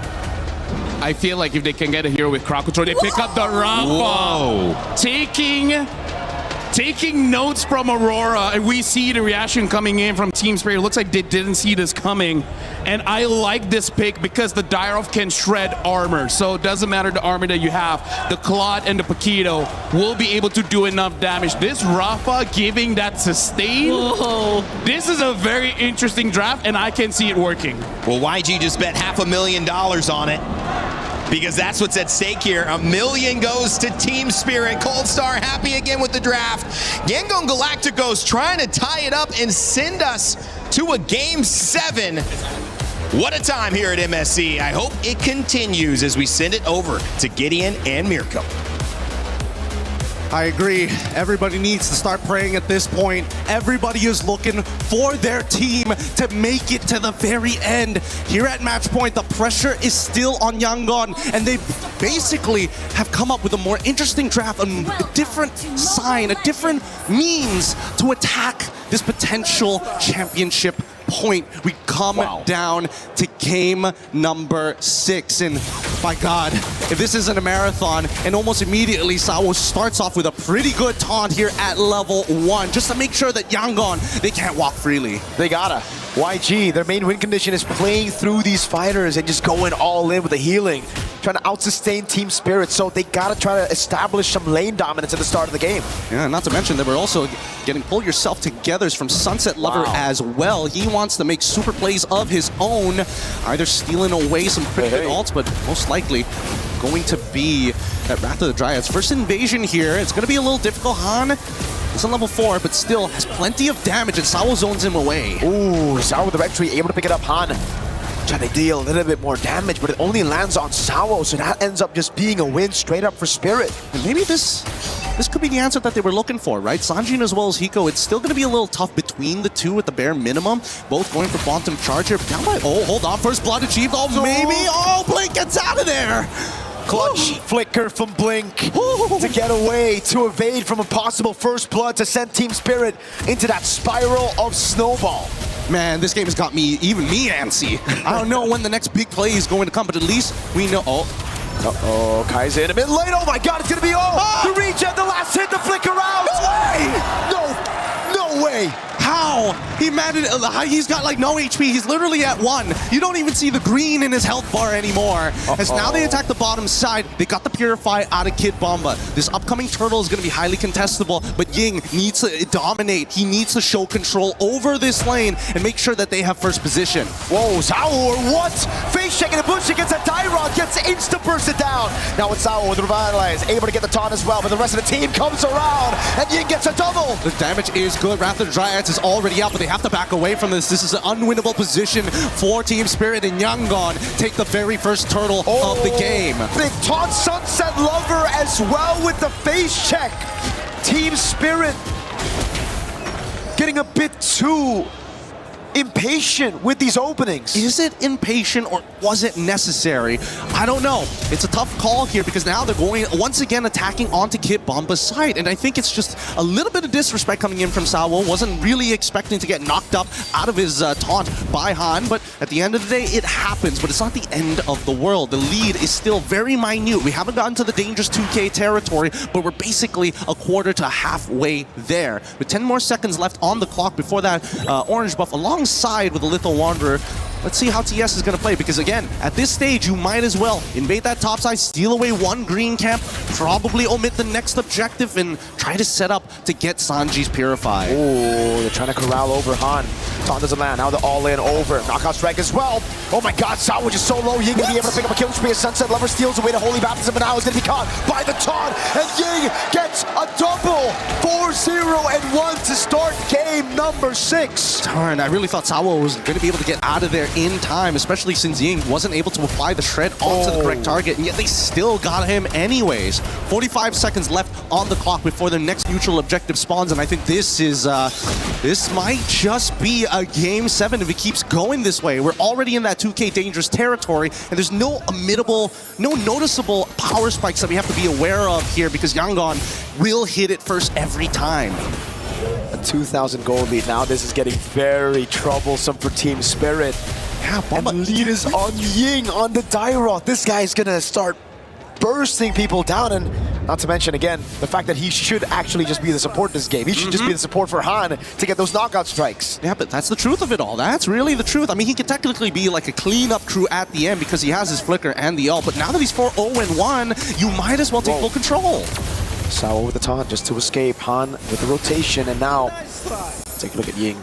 I think just one jump and a basic attack and send Sunset Lover back to base. Yep, it's too tough to contest for this neutral objective. Oh! No, there you go. Flicker after the Dryad from Blink. Kaise is the one who picks up the kill, and it's another death on Sunset Lover. Sour able to go for the iframes, but now he's going to be the all-in from Ying. He goes in for the damage. Sour low! Revitalize comes around with Bomba. And Sour gets out. And this is why it's dangerous, especially for a winning lane Dairoth. Once he has that lead, once he has that snowball on top of it all, and a Sky Piercer coming in from Hans, like, it is clear. Ying's whole job, shred, play as much damage as possible, and shred as many targets as you can from Team Spirit's side, and hopefully Han should clean up the rest. AOG responded over by the Flicker, Guile, and Ryu down below. Yeah, I mean, the Street Fighter gang looking for a T2 down on that bot side. It's forcing a reaction coming out from Team Spirit. Hey, wait a second. They with the dash, Cyclone Eye, bringing him to a place that you shouldn't want to be, but they get out. They have to burn a flicker, but, you know, they get out. It's not bad. It's not bad. Yangon were definitely in Team Spirit's basement there for a while, but they managed to sneak their way back out.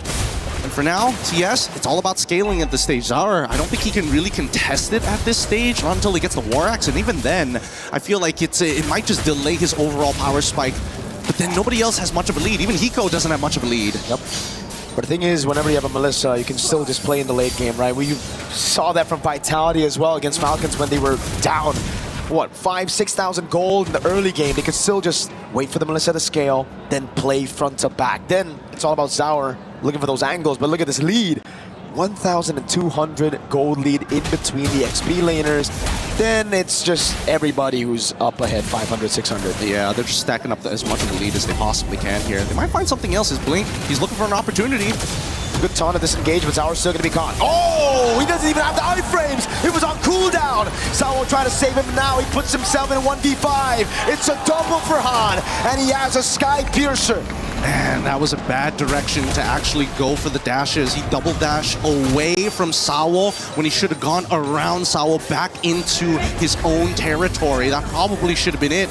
Without the combo points, without the iframes, he just can't get out. He just doesn't have the cooldowns yet to be able to make these super plays like he has done earlier in the series. At this stage, it's starting to get a little dangerous because Yangon, we've seen them with a 5.5k lead. They are looking for everything across the map, every tier 1. 6,000 gold ahead, Hiko. Oh man, even on the turret, it's Hiko losing out of the trade, and Zaur gonna be extra careful, my guy. Oh god, that was just one strike. That was just one skill too. Yeah, and they're saving the combo here, making sure that they're threatening them through their life totals. But just the raw sustain coming in from Yangon's, it's becoming really, really difficult to keep on contesting because as much as you want to wait for your cooldowns to come back off, it's just, it doesn't matter if you're not getting yourself that net profit. And now, let's look at the items real quick because Sao, smartly enough, decides to go at least to get the Chastised Pauldron. The War Axe is still underway here. Okay. Sao should be fine, but they don't get the AOG out of him just yet. Oh, even with the dive on Sao, revitalized there, and the Wrath and Triad as well, but that's going to be the all-in double already. Go away right there, Sunset Lover able to pin them all down. The Falling Star Moon locks him, but there's no damage. Bomba taken out by Han Ying. On their turret, Hiko picking up the kill. Flickers out of safety and finally is able to get a kill on board for Team Spirit. Yep, and they're also going to get the holy shielding by the mid lane. Wow. Everything that could have gone right for Yangon Galacticos have gone right. And better yet, hey Ying, don't let you give the shutdown. It's fine. It's completely okay. Great shred as it was applied on the multiple frontliners, and more importantly, Zar, he just doesn't have the cooldowns to keep iframing forever here. But the worst part about it is that when you think that the Wrath of Dryads is just done, all of a sudden, you start seeing Kaise just saying, you know what, slow down or completely stop. Halt right there. Hope still in the air for Team Spirit. It's so low, but there is still hope because of that shutdown. Now it's all on Hiko. Their wave clear, not that good. So they're gonna have to sacrifice a few more structures as YG secure the Lord for free. As YG have 40 stacks on Han Skypiercer. Yep, he's so huge right now. This is gonna be the strongest point for him in this game. It's only going to get worse for the side of TS. They need to drag this out for another 4 more minutes to get Zar back into position. And I think more importantly for Hiko to finish off his items. 50 stacks already, Malefic Roar already purchased, and a War Axe currently underway. It's 50. It's not even 40, it's 50. Okay. A siege in the mid lane. Lord gonna be pulled out. Bomba, purify out. Salvo with the AOG, able to land on 2, but now it's gonna get bursted down with the Wrath of the Dryad, locking him down. It's Hiko with the muddles, not doing any damage. Taken out by Han. Go away already by Hiko. He's able to find some damage right now as he goes on to Han and falling Star Moon. He's able to lock him down, but it's not. Blazing duet from Sanjay! And they find it! Zar the next to fall, and Yako Galacticos make it even faster! 11K ending, guess what? 10! That's all we need! Ladies and gentlemen, we're going to a Game 7! What an incredible series this has been. Fast, very, very quick. But statements have been thrown back and forth between both of these teams at the very pinnacle of Mobile Legends Esports. God, what a showing. Of course, it had to be a best of 7 going all the way. Of course, MSC EWC 2026 continues to surprise, continues to shock everybody who's watching. And man, what a show. Sure, it's not the closest of games to get us to Game 7. It's been Stomp 1, then Yangon with a Stomp, then Spirit with a Stomp. It's just going back and forth, but now, finally, it's back-to-back for YG. Yup, finally they've evened up this score somehow. I thought maybe with the draft order, the TS was going to find something else, but Yangon still have some soul left in them. Team Spirit, they gotta pull it together here. They're getting a little nervous. They gotta even understand that the momentum is starting to build up for the Galacticos. I have no words. Could they have written a better story here today? We're gonna bask in just the thought of that as we throw it back over to our analysts and of course, Rain Day. Bang, bang. We got ourselves a Game 7 here at MSC 2026 with the Lenovo Legion Gauntlet, the trophy. These two teams are a photo finish away from right in the middle. The hopes of a nation, Myanmar, represented by YG, and EECA now starting to, for the first time, look a bit doubtful if they can close the job. However, this is what we hope for as neutral fans, as those who love seeing esports, who love moments like this. This is what you wish for, Brigitte. And LaFell, I know that despite you wanting to stand up out of your chair, well, I guess you could stand up. You do have free will. There is a nation in Myanmar who is looking at this saying, we've reached the grand finals already. It was an M2. We have finally given ourselves a chance to become the new era, the new heroes of MLBB. Oh yeah, that was a terrifying performance. We definitely got to see from that game number 6. That was a Dairoth who they literally took a risk with because it was a do or die. Yeah, I mean, like, you can't spell Dairoth without die. And that's what he gave to Team Spirit there because let me just say. Not wrong. Since MSC has been so good anyways, we got to go all out. We got to go all the way to Game 7. This is why I say good luck to the rest of the games at EWC, man. I mean, like... Yeah, it's tough, man. We got the viewership, we got the games, we got the action, we got the jokes. It's going to be tough. I'm not going to lie.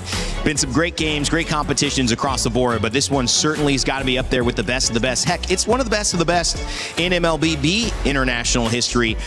especially for these 3 weeks in France, I don't know where else you would have put your attention to say a Game 7, this level of competition, this comeback, this amount of money on the line for this, I would say, group of gentlemen who aren't established pros for 17, 15 years. Some of the people in other MOBAs have been there forever. These guys are still young gentlemen building their lives. $1 million now stands between them and one game of Mobile Legends. Yeah, and one of the youngest. Yeah, the youngest. Part of this tournament, Zar Egoist, that was painful to watch. That was painful for him. It was a game where he could barely do anything, and you could see it even the post-game stats. He only got 2 orange buffs towards his side, and the rest were just all over to Yangon. He was clearly denied of the kind of performance that we've seen from him time and time again throughout this best of 7. Well, Ying has given us so many now nicknames. I'm sure online you guys have already started coming up with new nicknames for Ying, whether it's Undying, whether it's Terrifying. He's defying expectations. Whether it's Defying, and I think expectations versus reality was a little bit of a theme earlier. We saw it's not Indonesia, it's not the Philippines, it's Myanmar and EECA. They have given us the show that we were hoping for. Yangon Galacticos on the Arlet, on the Dairoth. Ying has been special regardless, Lefel. I mean, honestly, at this point, we've been setting this up, I think even day 3 of MSC, where the EXP laners, they are providing so much for the team. In this case, Ying is special because game number 1 is a lot of chase and crowd control. And game number 2 is a lot of chase as well as damage. This guy, having that Dairoth is risky in the sense that if you lose your lane, there's not much you can do. So it's a good thing that he won the lane and then expanded it to all across the map. Yeah. You talk about taking that risk in Game 7. You talk about what was on the line, in Game 6. It leads us to a Game 7. But how did they do it? How was it so successful? Under 11 minutes that they won that game. Walk us through it, Lefel. Well, I'm going to let my partner do this one because... Did you say partner? Briggs is amazing analyst. America. I'm just a chair. Hey, okay, I think I can hold my mic. She did. I mean, if you want me to, I can. But it's okay. All right. Well, now I know where I stand. About draft? Do you want to say anything about draft? Or do we just it's all you. It's all you. Okay, let's just move on. The only thing is they gave homage to Rosa and Midnight. So shout out on that. Okay, I'm going to press that. Shout out on the Rafa pick. Yeah. Rafaela. But I think, at least in this game, you left us with a question of how they were able to accomplish this. Yes. 11-minute win. And it sucks to say, but I think it was mostly really off of a huge error that started this game from Team Spirit. Because you take a look at this clip that we're looking at right now. Mind you, this was right before Sunset Lover and Sao were actually rotating from mid. And they had full information that no one was there, that their matchup wasn't there, that probably Blink and Kaize were elsewhere, and they still decided to go for this rotation. If you take a look at where Zar Egoist was trying to move... You sure you don't want me to hold the mic? Where's the zoom in? Oh, here. Yeah. If you take a look at how Zar Ego... This is not working. She took it from you so well, too. And now she needs you. Okay, come on. Let's go. Let's pull it back. So, if you take a look at how Zar Ego still decided to utilize that information, I think prior that, he already saw Han. And he probably went into that thinking that it was just Han. But it was clear that it wasn't just Han. So you see how the game or how the team fight actually turned. Eventually, it was a first blood over to Undying, and he didn't just get one kill off of that. He also got Sao, who just really wanted to help. And this was the beginning of a snowball. I feel like if you were the Rafaela at this point, you could just immediately switch your attention towards, let's just keep on building up Ying, because he's already taken a huge part of the early game, and that's where they've just decided to continue and proceed with the snowball. We have another clip here, which I think is just an emphasis on how Ying was just a huge problem here, and I will be giving it over to my partner for this one. I mean, you don't have to. Okay, thank you very much. So this is where we see the draft really shines because of that Rafaela. Rafaela is really a big piece here because the thing that we have to look at is the fact that Ying is fearless in this one, where he can engage into the fight because, again, looking at the positions coming in from the rest of Yangon Galacticos, is we really got to highlight how Sanji is basically untouched on this Claude, and all the while, look at Kaize. Kaize's positioning is he is in the middle of everyone, right? He is in optimal position to provide heal as well as slow down the enemy team. And this is why having that Rafaela in the mid really makes very fast games because it makes it so that it's hard for you to make a mistake. Yep. Like you have to overextend so hard that you somehow die and give the advantage over to your opponent. So this is one of the strengths when you get I would say a very offensive draft, having two fighters. Doesn't matter if it's EXP Gold or Jungle, EXP, whatever. As long as you have the Rafaela there, you can keep on fighting, extend the lead,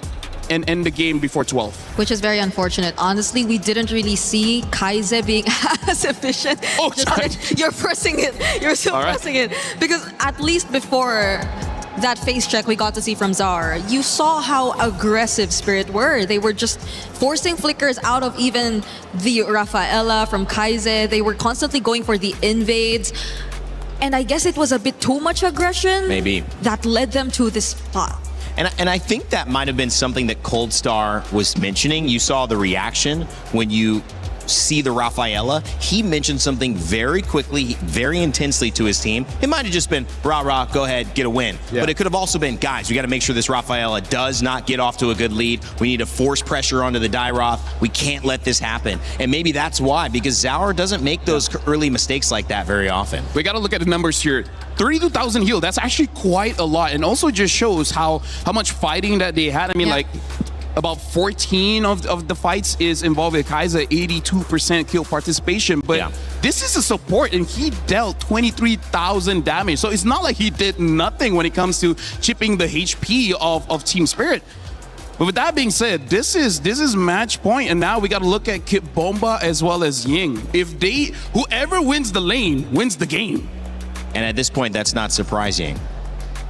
I see what you did there. Did you see what surprise? You know, listen, I'm trying to add a little bit more, guys. You know, I love the way that this game has shifted. I love you.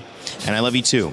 But it's been a little bit like quicksand for some teams. They've fallen into the pit, and then they couldn't get out. But sometimes the real way to actually get out of quicksand is to move very slowly, and it's to shift your weight. And so in my opinion, what happened was the weight was falling onto Sanji a lot. They were picking Claude early, and then they shifted the weight back onto Ying, and they said, Ying, do what you do best. Do what got you the nickname. Do what got us here. And now I feel like they're out. They're even. They're flat. But the problem is, how do you avoid falling in? Because Team Spirit have now seen it twice. Maybe they were the ones who represent the quicksand here. They've had power. They've given it away. They're wanting to set something up yet again.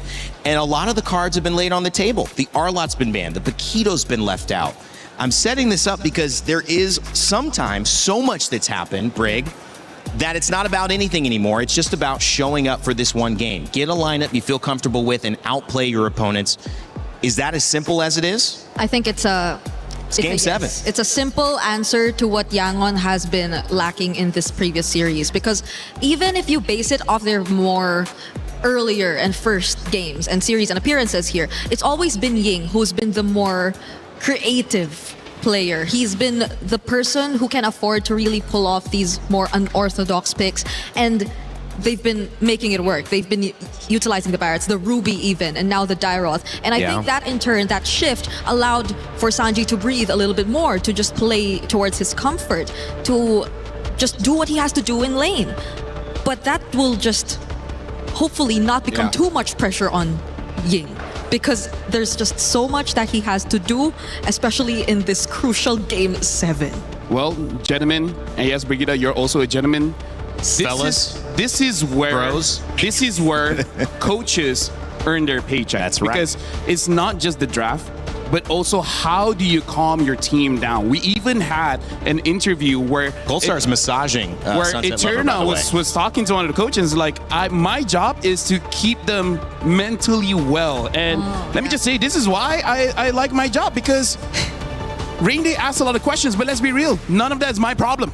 It's a problem that the teams have to solve, and because of that, I don't give a crap. Right now, I'm just enjoying the game. Like, this is the moment after the draft. Let me tell you, I'm just gonna be a fan. I don't care what's happening. And that's the beauty, guys, because game 7, it's like we've all thrown punches. It is the 12th round. You know, the bell tolls, and you're just like, who is going to take it? It is about grit, it's endurance, it's strength, but it's more than that. It's spirit, it's perseverance, it's opportunity, and sometimes it's destiny. We said there is a new era Yep. We said there would be a new chapter written. We already know that. But what is the difference in all the big moments? And you go back again, the Odyssey, a movie everyone's seeing nowadays. You see these big impact moments that change the course of civilization. And when you break it down to the course of esports, there are these one games, these one picks that go whether it's going to be Myanmar, who are your new champions, or whether it's going to be EECA. Is it going to be Kid Bomba that goes into the crowd hugging his mom, or is it going to be Ying holding up that MVP trophy and undying, becoming the name that echoes around not only Paris, but across all of Myanmar for years to come? I do have to say, the thing that I like is that I feel like a new chapter has already been written, but like you said, winning this one, I don't see how the domino effect is going to happen. Like, this is such new territories. For sure, whether YG or Team Spirit wins, it will change MLBB. I just don't know how yet. Same. I don't know what's next. That's the thing. I don't know what's next, how the other regions will adjust, how they will adapt or pick up some of the learnings that we got from this tournament even. Because we've been so used to something different, but they're not doing something different. It's a Paquito that, again, came in as one of the biggest surprise adjustments from YG. Wow. We probably are going to see it again in Jungle, but it's pretty much the exact same draft. They're not changing as much. If they don't pick up Rafa is going to get banned, but they may have something else up their sleeve. And by the speed of how both teams have drafted, I feel like both teams have agreed as like, this is our best draft. We just made that one mistake where we, well, basically Zaur walked in blind into two people ganking him. They're just like, let's not do that anymore, and then we can win. So is it just the Rafa? Because the Dyroth is also still available, but it's not like they know that there's an Esmeralda coming up, but they decide to take it out altogether. So they're just probably going to go all in. But they don't want to react to the matchup anymore, or they want to play comfort. So if that's the case, could we be looking at maybe even a disruptor hero again for Ying? There's the Arlott still. No Arlott available. I mean, they're not going to give it, and that's smart. But now the Uranus question comes up. Do you ban Uranus, or do you leave it open and you kind of predict that most likely, if it is open, it's something that Bomba would be comfortable grabbing? That gives you some more information on the side of YG, but it's a risky bet because of the Esmeralda ban. Yeah, because you don't get the matchup into the Uranus anymore, so you'll have to settle with something different. I mean, I think you can still Dyroth into the Uranus, but again, considering that the Rafa might get banned or not, because we don't know if Spirit are really looking to take it out. Okay, they just both take out the Esmeralda and Uranus, that's why. So it's really going to be an XP showdown, regardless of what the picks are going to look like. And I feel like this is their way of opening up the Paquito. It doesn't have to be in the jungle now. Now without the Uranus as well as the Esme, makes it so that they can put it in the EXP if they so choose. That is a great point, because it was too clear that he might lose that matchup against Esmeralda last time. Now it's not. Dyroth ban, which they're respecting, which means I think they understand this Rafaela could come out, but if it does, I would bet the Cold Star and Team Spirit have an answer now. I mean, like, they can pick the Rafa now, and then after seeing the entire draft, they can make the decision. Where does this Paquito go? But instead, they pick up the Selena. So, interesting adjustment here. Kaiser, is it his first time? It's his first time on the Selena, right? I think they used it earlier, game 2. At least in the series. Maybe game 2. There's so much new things being introduced to us here by YG, drafting-wise. But these two, Brig, I mean, Gatakacha didn't do enough. That was what was picked. How deep are we going into the Roam? How deep are we going into the XP? Those are the only two picks here. Are they going back to the Lapu? Because again, there's a lot. Phoveus too. I mean, I don't want to see the Phoveus again, considering that. I mean, like, they don't have a... Okay, so yeah, the Gato picked up as well as the Lapu. Okay. So this is just saying, like, dude, you're pretty good at this hero. Could you do it again? So the question of where the Paquito is actually going to be will be answered here. Do they feel like they're still lacking in terms of front, or do they want to just double down on damage? Because I think there's a lot. They can go for some... Okay, they go for the Suyo. Oh, man. Because I was about to say, this Paquito can go either way. Even in... You know what? Come on, thoughts. Baby. No more thoughts. Come on, guys. Whatever happens, happens. Congrats to the champion, because this This is going to be a good one. You can feel it in the arena. LaFell and Brig have given you their thoughts, but at this point, they're just fans. So am I here as well. It's a Game 7 at MSC. EWC 2026 has not disappointed, and you can't ask for anything better to end this tournament. Yango Galacticos, first team spirit, Game 7. Let's go! Today we bear witness to history. One match, one opportunity. Who is it going to be? Is it Team Spirit or is it gonna be the Yangon Galacticos as we go into our very final match? Yangon, they're showing a different side of their draft, but even for Team Spirit, the bans tell you a lot. The amount of respect that both of our warriors have put here today will not be forgotten in our history books of MLBB Esports. And you gotta take those gambles in a Game 7. You can't just play around comforts. Well, you can, but obviously, look at this composition. YG, again, they pull off a composition, that unorthodox, all-in style from the match, or the game rather, that we saw against Falcons. It was all in, no frontliner. It's just Blink. Really is just Blink so far. And I mean, the early game is going to determine everything that's going to happen. And Sawo understands when he is playing on this Gator, there's a lot of work that he has to do in these early moments. Every position that he takes could be the end for them. But I like the fact that at least for the side of Team Spirit, despite building their composition in a style where it's definitely having to play around Hiko, they still are willing to take the Lapu on their side to make sure that nobody can get to Hiko safely. Not without committing everything they got. This time around, it's still the same idea. Sanji would walk up again on Hiko. This lane should be good for the Claude, and so far he's done an amazing job at capitalizing on that. Now the fight, Gold Crab goes to Sanji. It's all about these small wins. Talking about small wins here, Ying getting shoved in pretty hard, knowing that a lot of the forces of TS have come down to his side lane. Any little advantage could be the difference maker here. And you can see that showing presence makes a huge difference. Now they're going to go for their traditional rotate over into the mid lane to get Sunset Lover as close to 4 as possible. And now that Kid Bomba is for himself, he wants to maintain pressure. So far, Kaize hasn't landed a single Abyssal Arrow at the start of the game. That's going to be the bravest fighter from Bomba, zoning Han away. Blade Surge Blink out of the way. Ying making his way back in again. The Retribution from Sour, claiming the first turtle of game number 7. Very tactical, very clean for the side of TS. We don't need to take unnecessary fights. We just need to be together. And now first blood achieved instantaneously. A good arrow coming in from Kaize. Kaize hasn't played a single Selena game this tournament, and he decides to play it in game 7.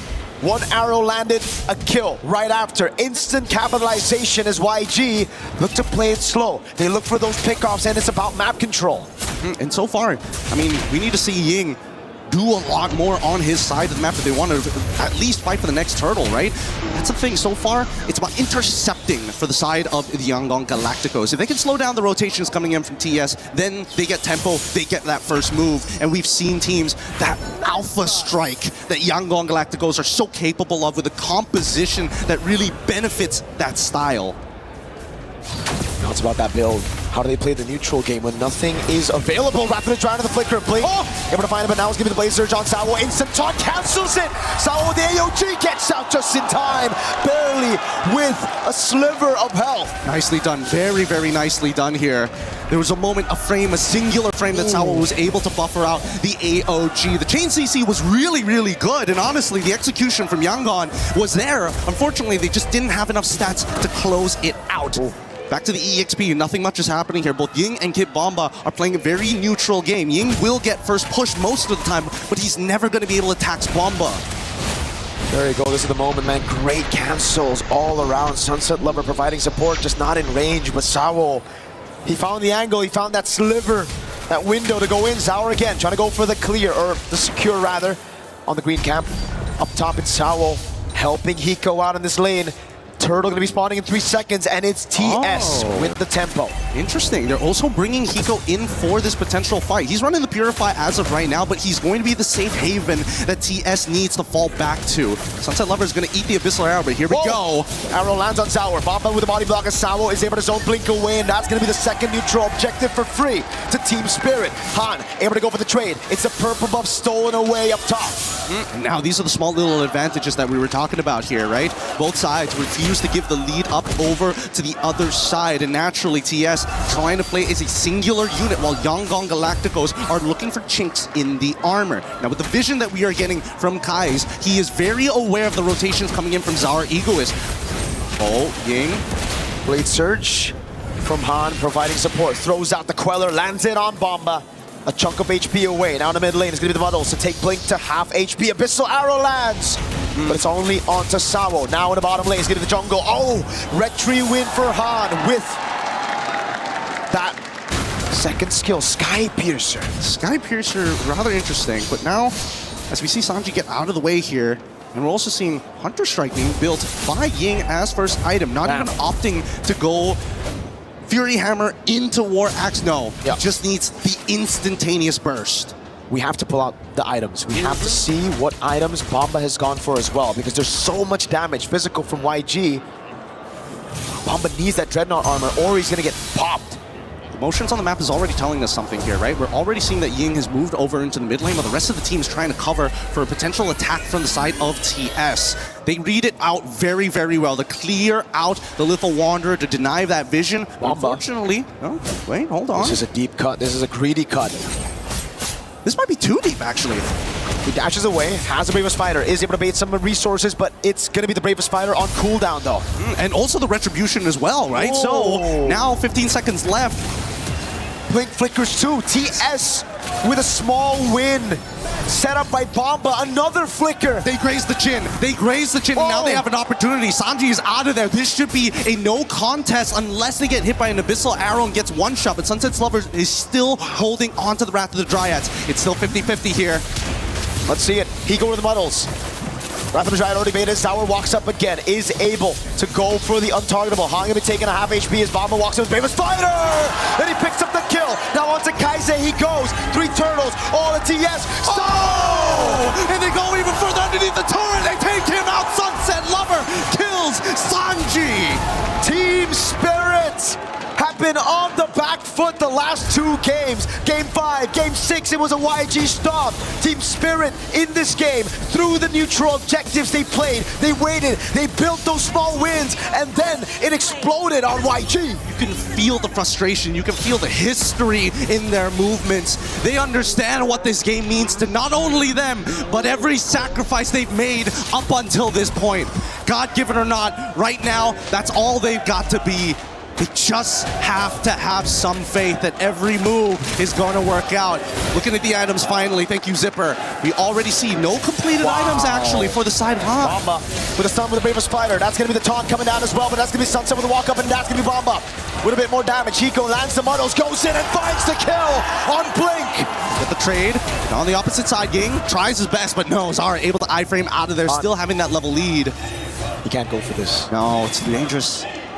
They know that he's going to instantly get there, and Zara, he's already on top of it. At this stage, TS, they're now starting to probe in enemy territory to see what's going to go happen. But, ooh, man, there's a lot of like weird moments in this game, especially from Yangon. And sometimes it's like they forget, oh yeah, we can't really force without our battle spells. So I think Yangon, they just need to take a step back. It's about the timing of when they attack, not how hard they hit. Catching your opponents off guard. That's when the knockout happens. It's the punches you don't see, and YG definitely didn't see that. Now, did he see this? Han walks up to aggressive 3 members of Spirit Corral. That's creativity there.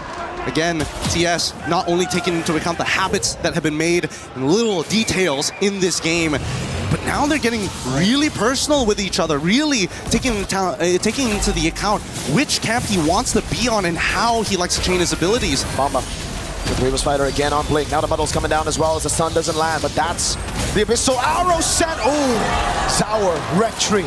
Close, very, very close. And even Ying was looking to get into position, but unfortunately could not find the angle at this point of time.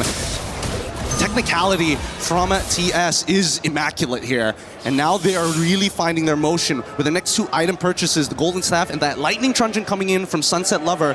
Kaise, he's got to be very, very careful jumping into these fights. The same can be said about Han. Ying has been a little out of it for a good amount of time, which is rather surprising. I would have imagined that he would be there in first position.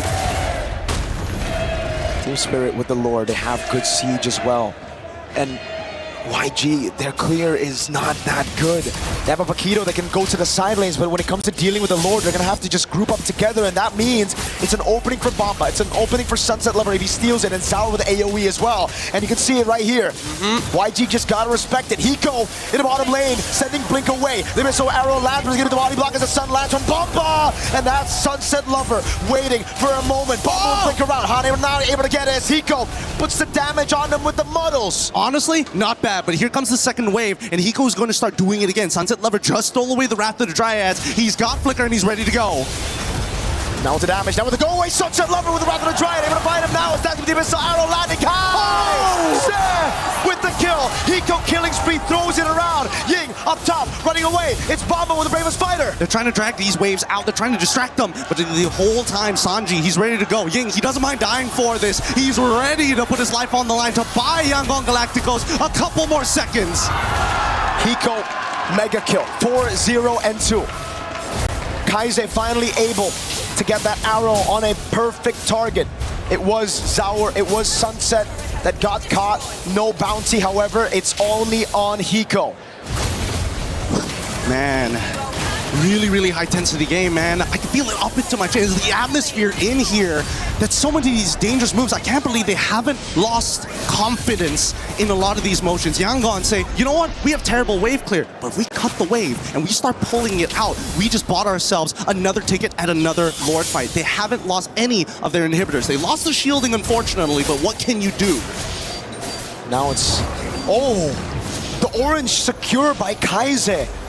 Really coming online now in the 10th minute of the game. These arrows are going to start to hurt. And if Kaise can find yet another one on a big target, it could send YG back to level playing field. Bomba taking it very low. Sanji already right there, but the BMI sends him back. He needs to play it safe. Yeah, I think he needs to reset or at least find a wave to actually, heal himself back up to where he needs to be. 15 seconds left on the neutral objective. Before that Lord spawns, we need to see Hiko lose out on his Purify if Yangon stands any chance. Wait, hold on. Kid Bomba already trying to engage. Blink, he's in trouble! The models in the back, Sawa able to get the taunt. Sanji's right there, and that's going to be Han. Although Bomba! And they catch him! Double kill for Zaur Egoist! This Lord should be free! And the question is, TS, you taking the discipline route, or are you going for the throw? Because they're looking to open up the inhibitor first. It's the Dragon Siege. Once again, Hiko with the muddle, zoning them away. Han and Blink both down. Ying in the bottom lane. Again, they are going to play it safe. Zaur was already on the Lord. They just cracked the base open. They recall and they reset. And that's an elbow right to the temple there. Yangon Galacticos now have to worry about constantly pushing mid-wave during these neutral objectives. And worse yet, with a 7.1k lead, is it inevitable, or can there be the temple breaker that they've been praying for? YG have to defend. It's another siege. They have to find a creative way to the back. That's the only way. But then there's a Wind of Nature. Then there's a go away. Then there's Sawa, who's constantly behind. How do they do this? One arrow could make the difference here. They need to find it somewhere, somehow. Kaise is looking for an angle, but TS, they are spreading very wide to ensure that there's no way that that's possible. Now with the Abyssal Traps as well, trying to slow down that wave. It doesn't actually connect on the wave, and now here they go! Bartle's already placed. Lord going to be dealt with now with the wave in the bottom lane, and the top lane is going to come crashing down. That's a base sword up top. Hiko with a dash away from the Abyssal Arrow. Now, one final wave in the bottom lane, but Ying is caught all alone. Sawa with the chase with the AOG. And Ying, he's able to delay this wave, and that's perfect because look at that top side. Instantly, we're seeing Han is able to do something else. He trades his life for something greater than himself, but it's not over just yet. That wave is still healthy. They still have the siege, and they even absorb the Abyssal Arrows. It didn't connect. It didn't. Now the models are landing. Hiko dodges away, gets some shots on Kaise. So severed from Han, clears out the wave. They stay alive. YG Oh my goodness, this game could not get more exciting. I'm already off my seat. My knees are getting weak. My arms are heavy watching this match progress. And yet, I think it's going to come down to whether or not Blink can find a super engagement or whether Sunset Lover can finally get a punish onto YG. I think for Team Spirit, they don't need to go for any risk. It's YG right now that needs to look for a wild haymaker to knock Spirit out. Spirit can just build. They've got the points. They got an 8.5k gold lead. Waves to play with. A Lord spawning. All they need to do is suffocate YG. Don't give them anything to farm up. The wave up top and the mid lane, it's a guaranteed. Slow pushing anyways, but the bottom wave, keep it right there. The jungle, take it all, snatch it all away from YG. Yep, they don't. YG unfortunately can't just sit there and take it. They're already in the guard of TS, but they cannot give under their throat. They can't give their backs up as well. They're willing to sacrifice an arm and a leg, but if that's the necessary cost to win the fight, then so be it. For now, Sawo has been playing a very, very tight game with his engages not only being immaculate, but denying a lot of the space for Han. Big pickup, Divine Glaive for Sunset Lover. Now Blink, the only frontliner, is going to have even more trouble to deal with the damage output from Spirit. Well, Sanji, he's going to have to try his best here, and I totally understand. Arrow lands. No. They still got plenty of bodies there. They're going to cover for him every single time, even if it slips on through. Blink! Right for the Dryad, baits out the Purify. That could be the angle. Now the Brave Spider from Bamba is going to be jumping into models. Won't be able to land with a stun.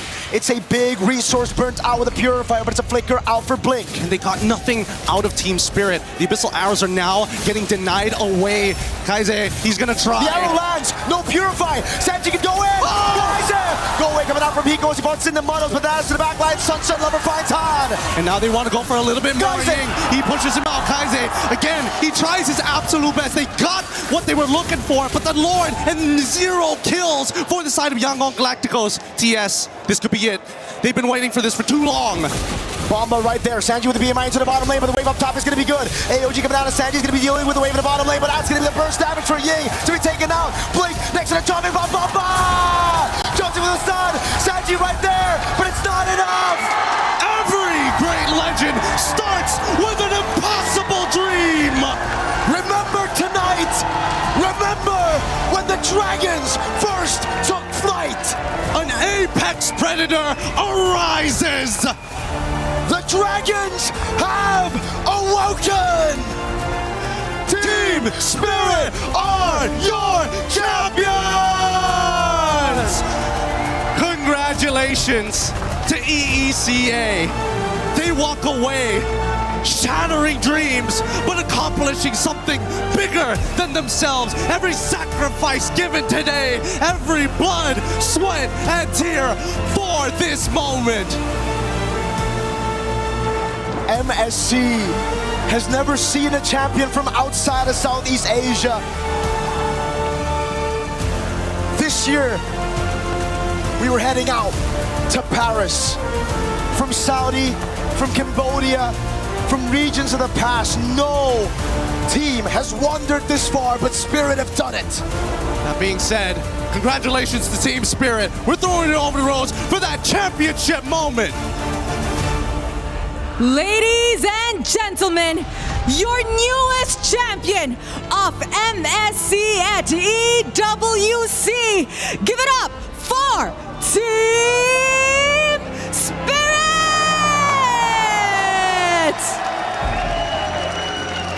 Boys, congratulations. What a journey you guys have been through. However, before we even continue with our trophy lift, we are first going to crush some keys. So if you guys could follow me to our key crusher over here at the back. Come on over, guys. Emotions are overpouring today. I have a question.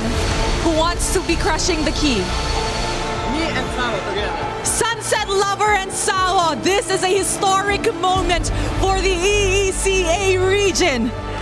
Their debut in M1. And now, finally, they are international champions as well. As Sawa and Sunset Lover are getting ready to crush some keys, the emotions are overpouring here on the stage. And there you guys have it. Team Spirit is your champions this MSC. Dropping and sending Yangon Galacticus home as the second. This has been a moment everybody has been waiting for. Such a feat for the EECA region. And there you guys have it. All right, guys, if we can now head on over to the front. It is time to claim what is yours. Make your way over to your trophy. Ladies and gentlemen, this is Team Spirit. You may raise your trophy in 3, 2, 1.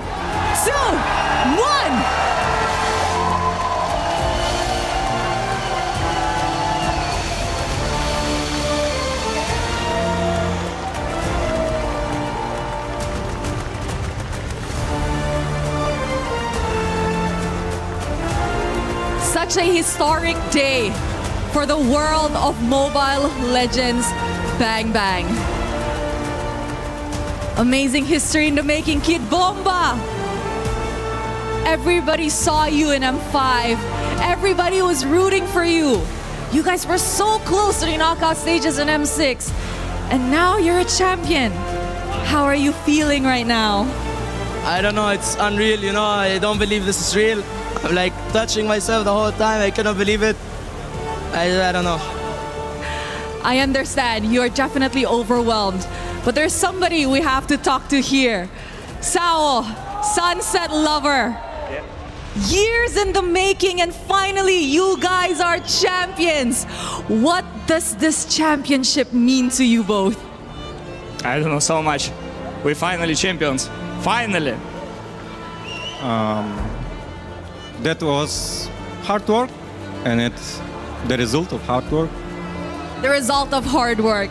And I see over here, Hiko Mania. He is very emotional today.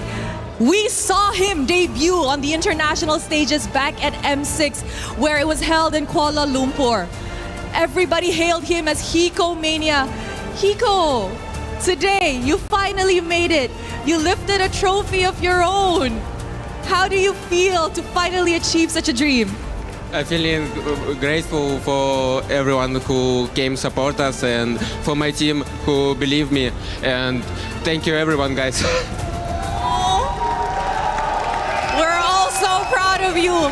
And of course, the young jungler, the new face, the newcomer, Czar Egoist. Coming into this tournament, a lot of people had their eyes on you because everybody was saying that you are a great jungler. But at such a young age, already winning your first championship in the international stages. What is next for you? What else do you want to achieve in MLBB?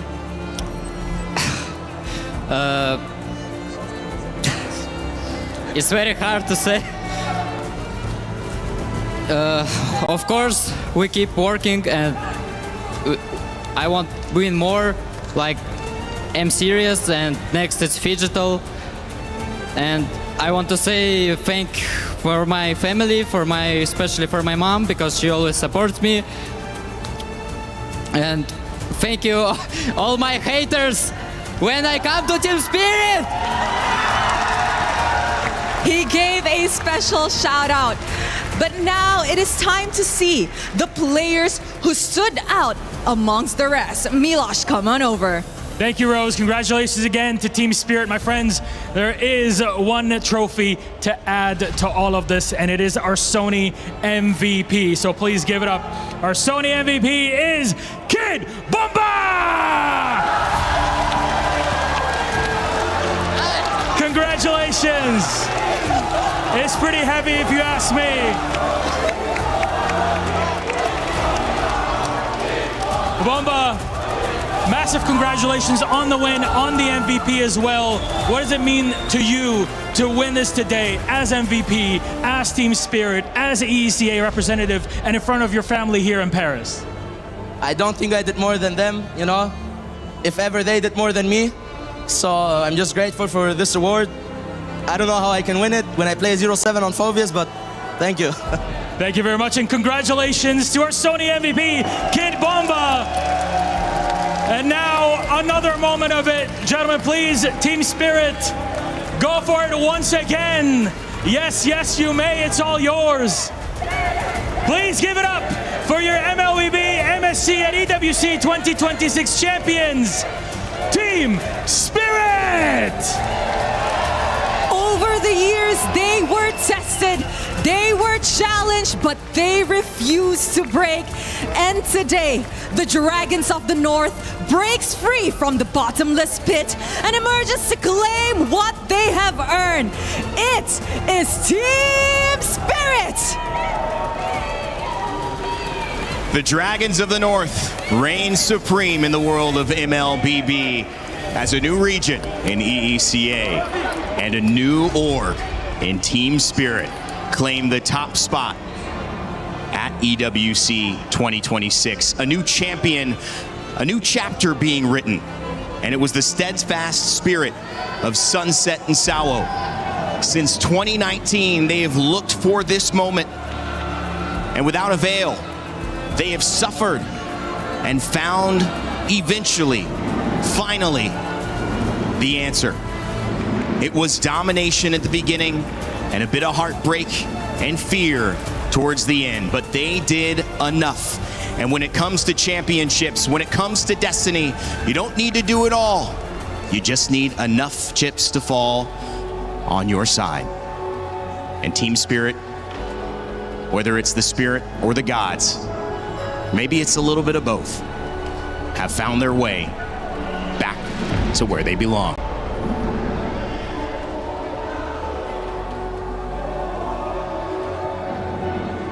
Cup champion, Team Spirits!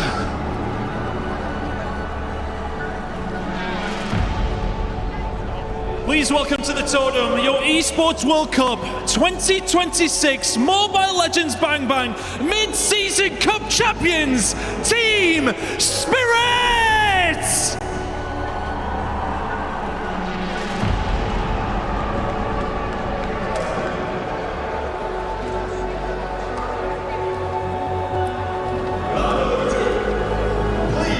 Take to the stage, pick up your frame, and cement your legacy.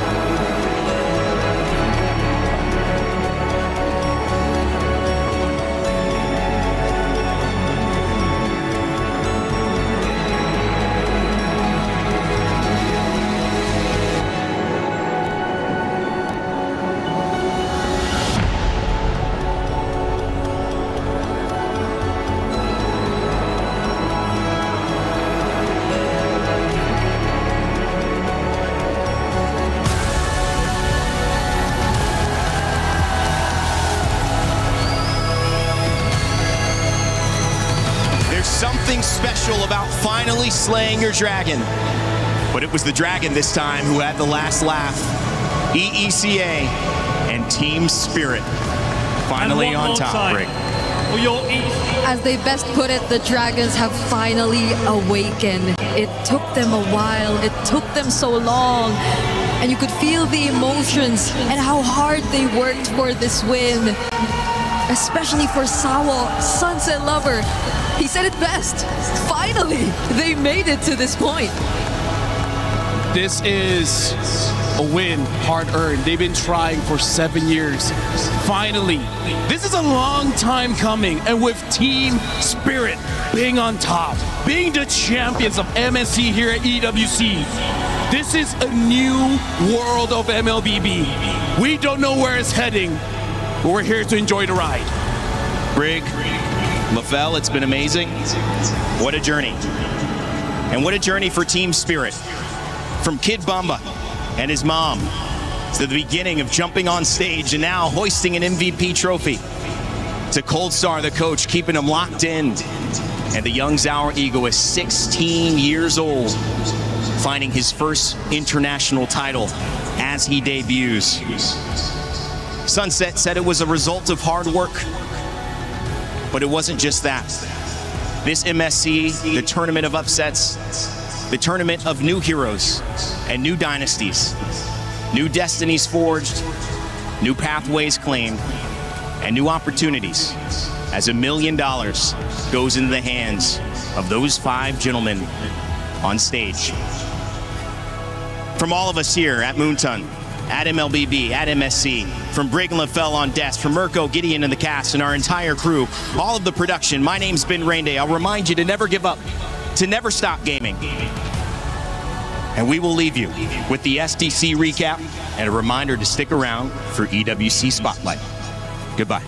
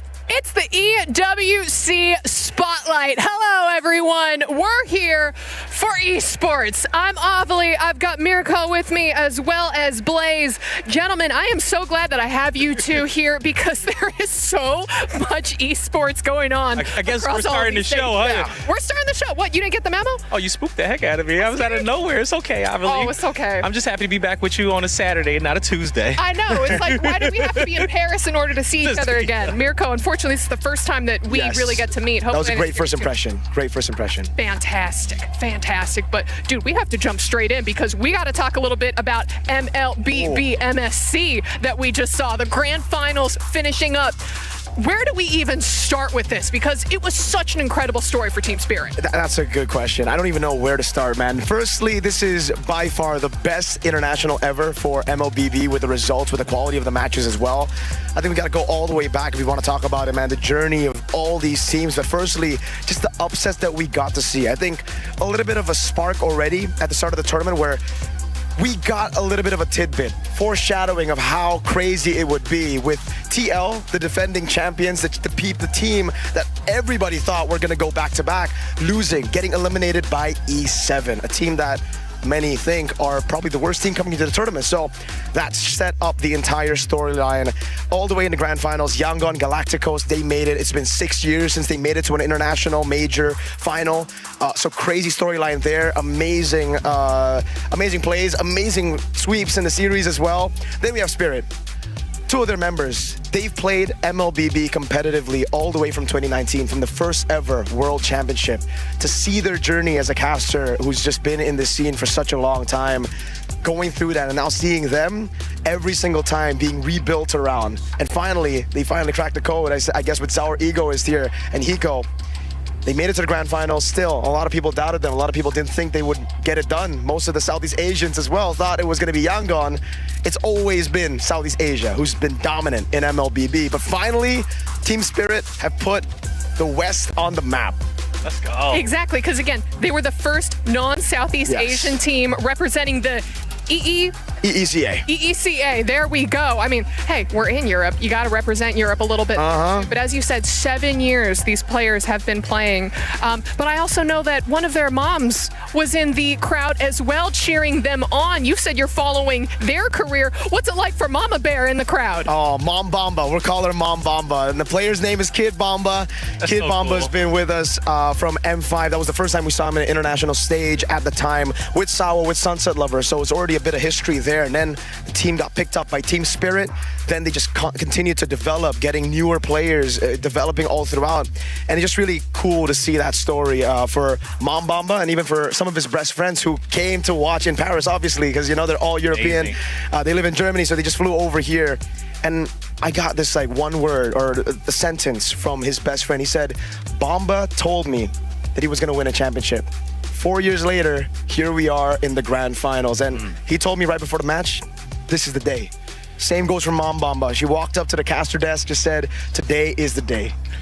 Dang, I got chills off that one a little bit. You know that? Right. You translated that one really well, okay? You brought that right over to us. Man, but those are the beautiful storylines that I absolutely love following. And again, huge congratulations to Team Spirit there. But okay, Blaze, come on. You know that we got to talk a little bit about Call of Duty and Warzone. I know that this has been your game, your stage over on stage 2. Yes, it has been. Right now, we're currently looking to lock in those top 6 for the grand finals tomorrow.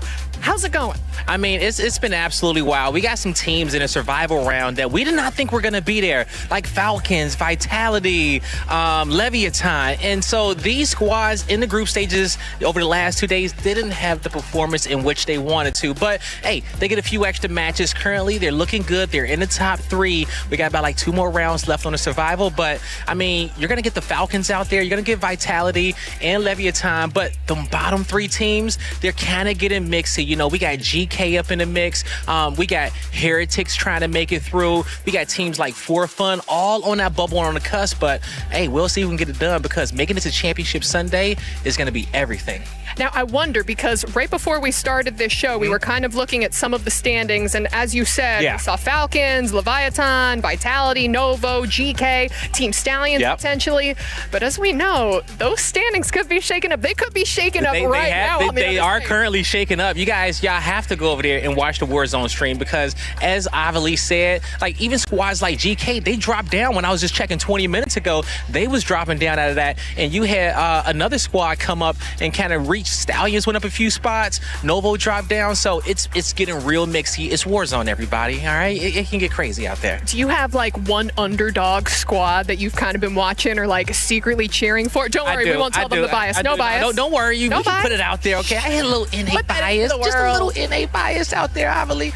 Team For Fun Esports, you know, maybe my bias is coming because I got a chance to eat some fruitini with them. I don't know if you guys know about fruitini, but they take fruits and they fill them up with sorbet, right? And the actual fruit skin. And so I got to eat a lot of fruitini and sorbet fruits with them. So we kind of bonded, all right? We shared some spoons together. So I want to see For Fun make it to Championship Sunday. Okay, so all I'm seeing is that Blaze's love can be bought with sorbet, which, you know what? Same here. He gets me. Same here. He gets You can me. just give me a jersey and I'm all yours, man. It's like He wears a large, everybody. Okay. Get that esports swag in and we are good to go. But all right, and just again, there are a lot of these games that are still going on across these stages, so make sure that you are checking in. But let's move straight on to Street Fighter because I believe they just wrapped up their quarterfinals. You and I were watching backstage going like, what is happening? And I got a chance to even go over there towards the stage and check it out. You know, we got so many prominent figures in the Street Fighter and fighting game community hanging out over there. And, you know, we got a chance to watch Carmi, the young prodigy, turn up playing for Team Falcons, looking to get Falcons their first win of EWC. And he's going to those semifinals looking fierce. I saw Steve in the back getting hype for him and a few other boys back there.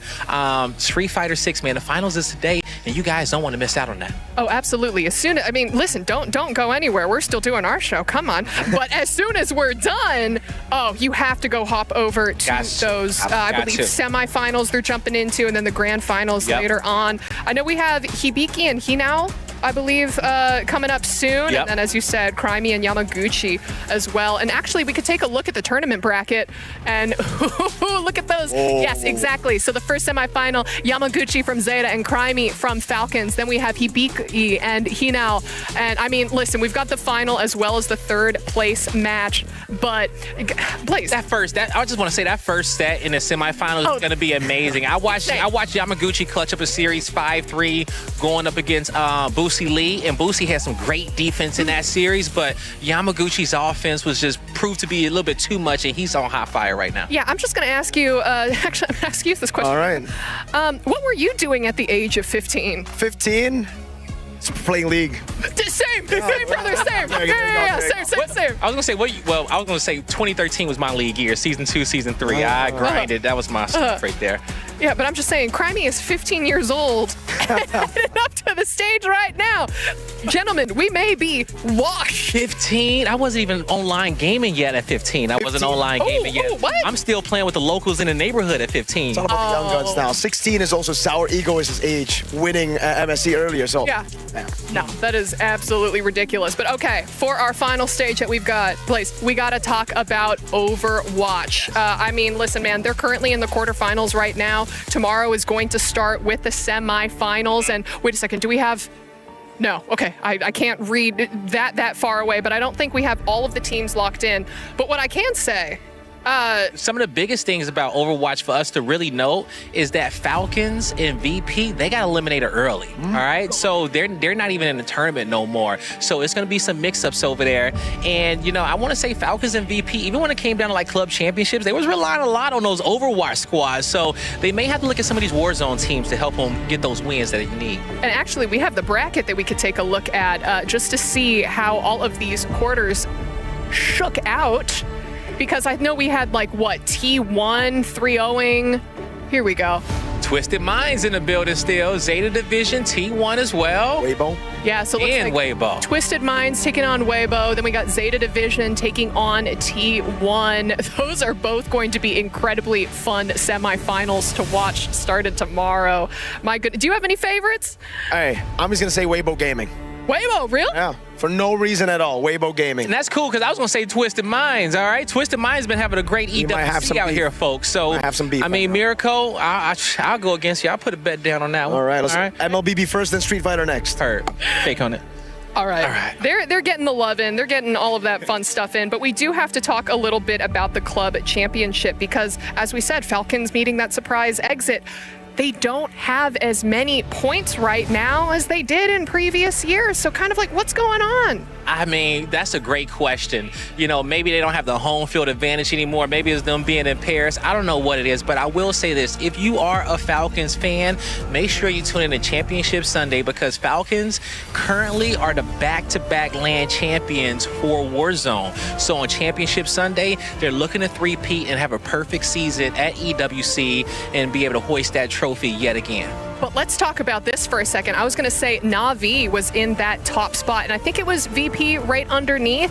But the team that has been missing for me is, where's Team Liquid? They've been the runner-up 2 years in a row, and yet we are looking at the top 24 right now. I'm seeing Heretics on the right. I don't see no Liquid on there. I do not see Liquid. They were there in the top 10 earlier, but it was pretty low. But again, They were pretty low? It's the same, right? It's the same story. A big contributing factor of how they were able to get top 2 the last 2 years was because of their MLBB team as well, being one of the strongest teams, and they dropped out early. So no points, bang.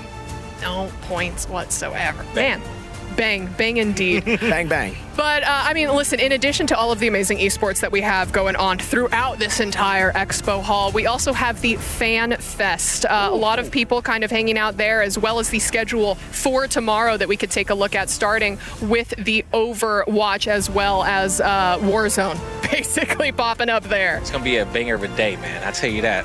What has the crowd been like in the Warzone area for you? We got so many drums. We got so many cosplayers. The Ghosts have showed up from Call of Duty Ghosts. They got their face masks. They're all throughout the crowd. I mean, and you know, if you know the Genomates fans, the Paris Genomates, I mean, we got tons of Genomates fans, Falcons, Leviathan fans as well. Like, everyone is showing up for their squads. Championship Sunday for Warzone is going to be the loudest stage in this venue, and you can quote me on that. I am excited to see it. But listen, again, I want to go watch those Street Fighter games. So, Mirko, last things from you. MLBB is amazing. MSC continue to surprise. I think the EWC is going to have a crazy turn of events. I mean, watch out for VP, Virtus Pro, all right? It doesn't matter the game. Virtus Pro, as far as an organization, I got high hopes for them this EWC. All right, and everyone, this was the first ever EWC Spotlight in Paris. And I don't know about you guys, but I'm going to go watch the Street Fighter games. So, bye. Let me know what happens. Nope, I'm going. Yo, bye. 1v1 now? 1v1 now? Let's go. Sure, I'll run 1v1 rock, paper, scissors. Let's go.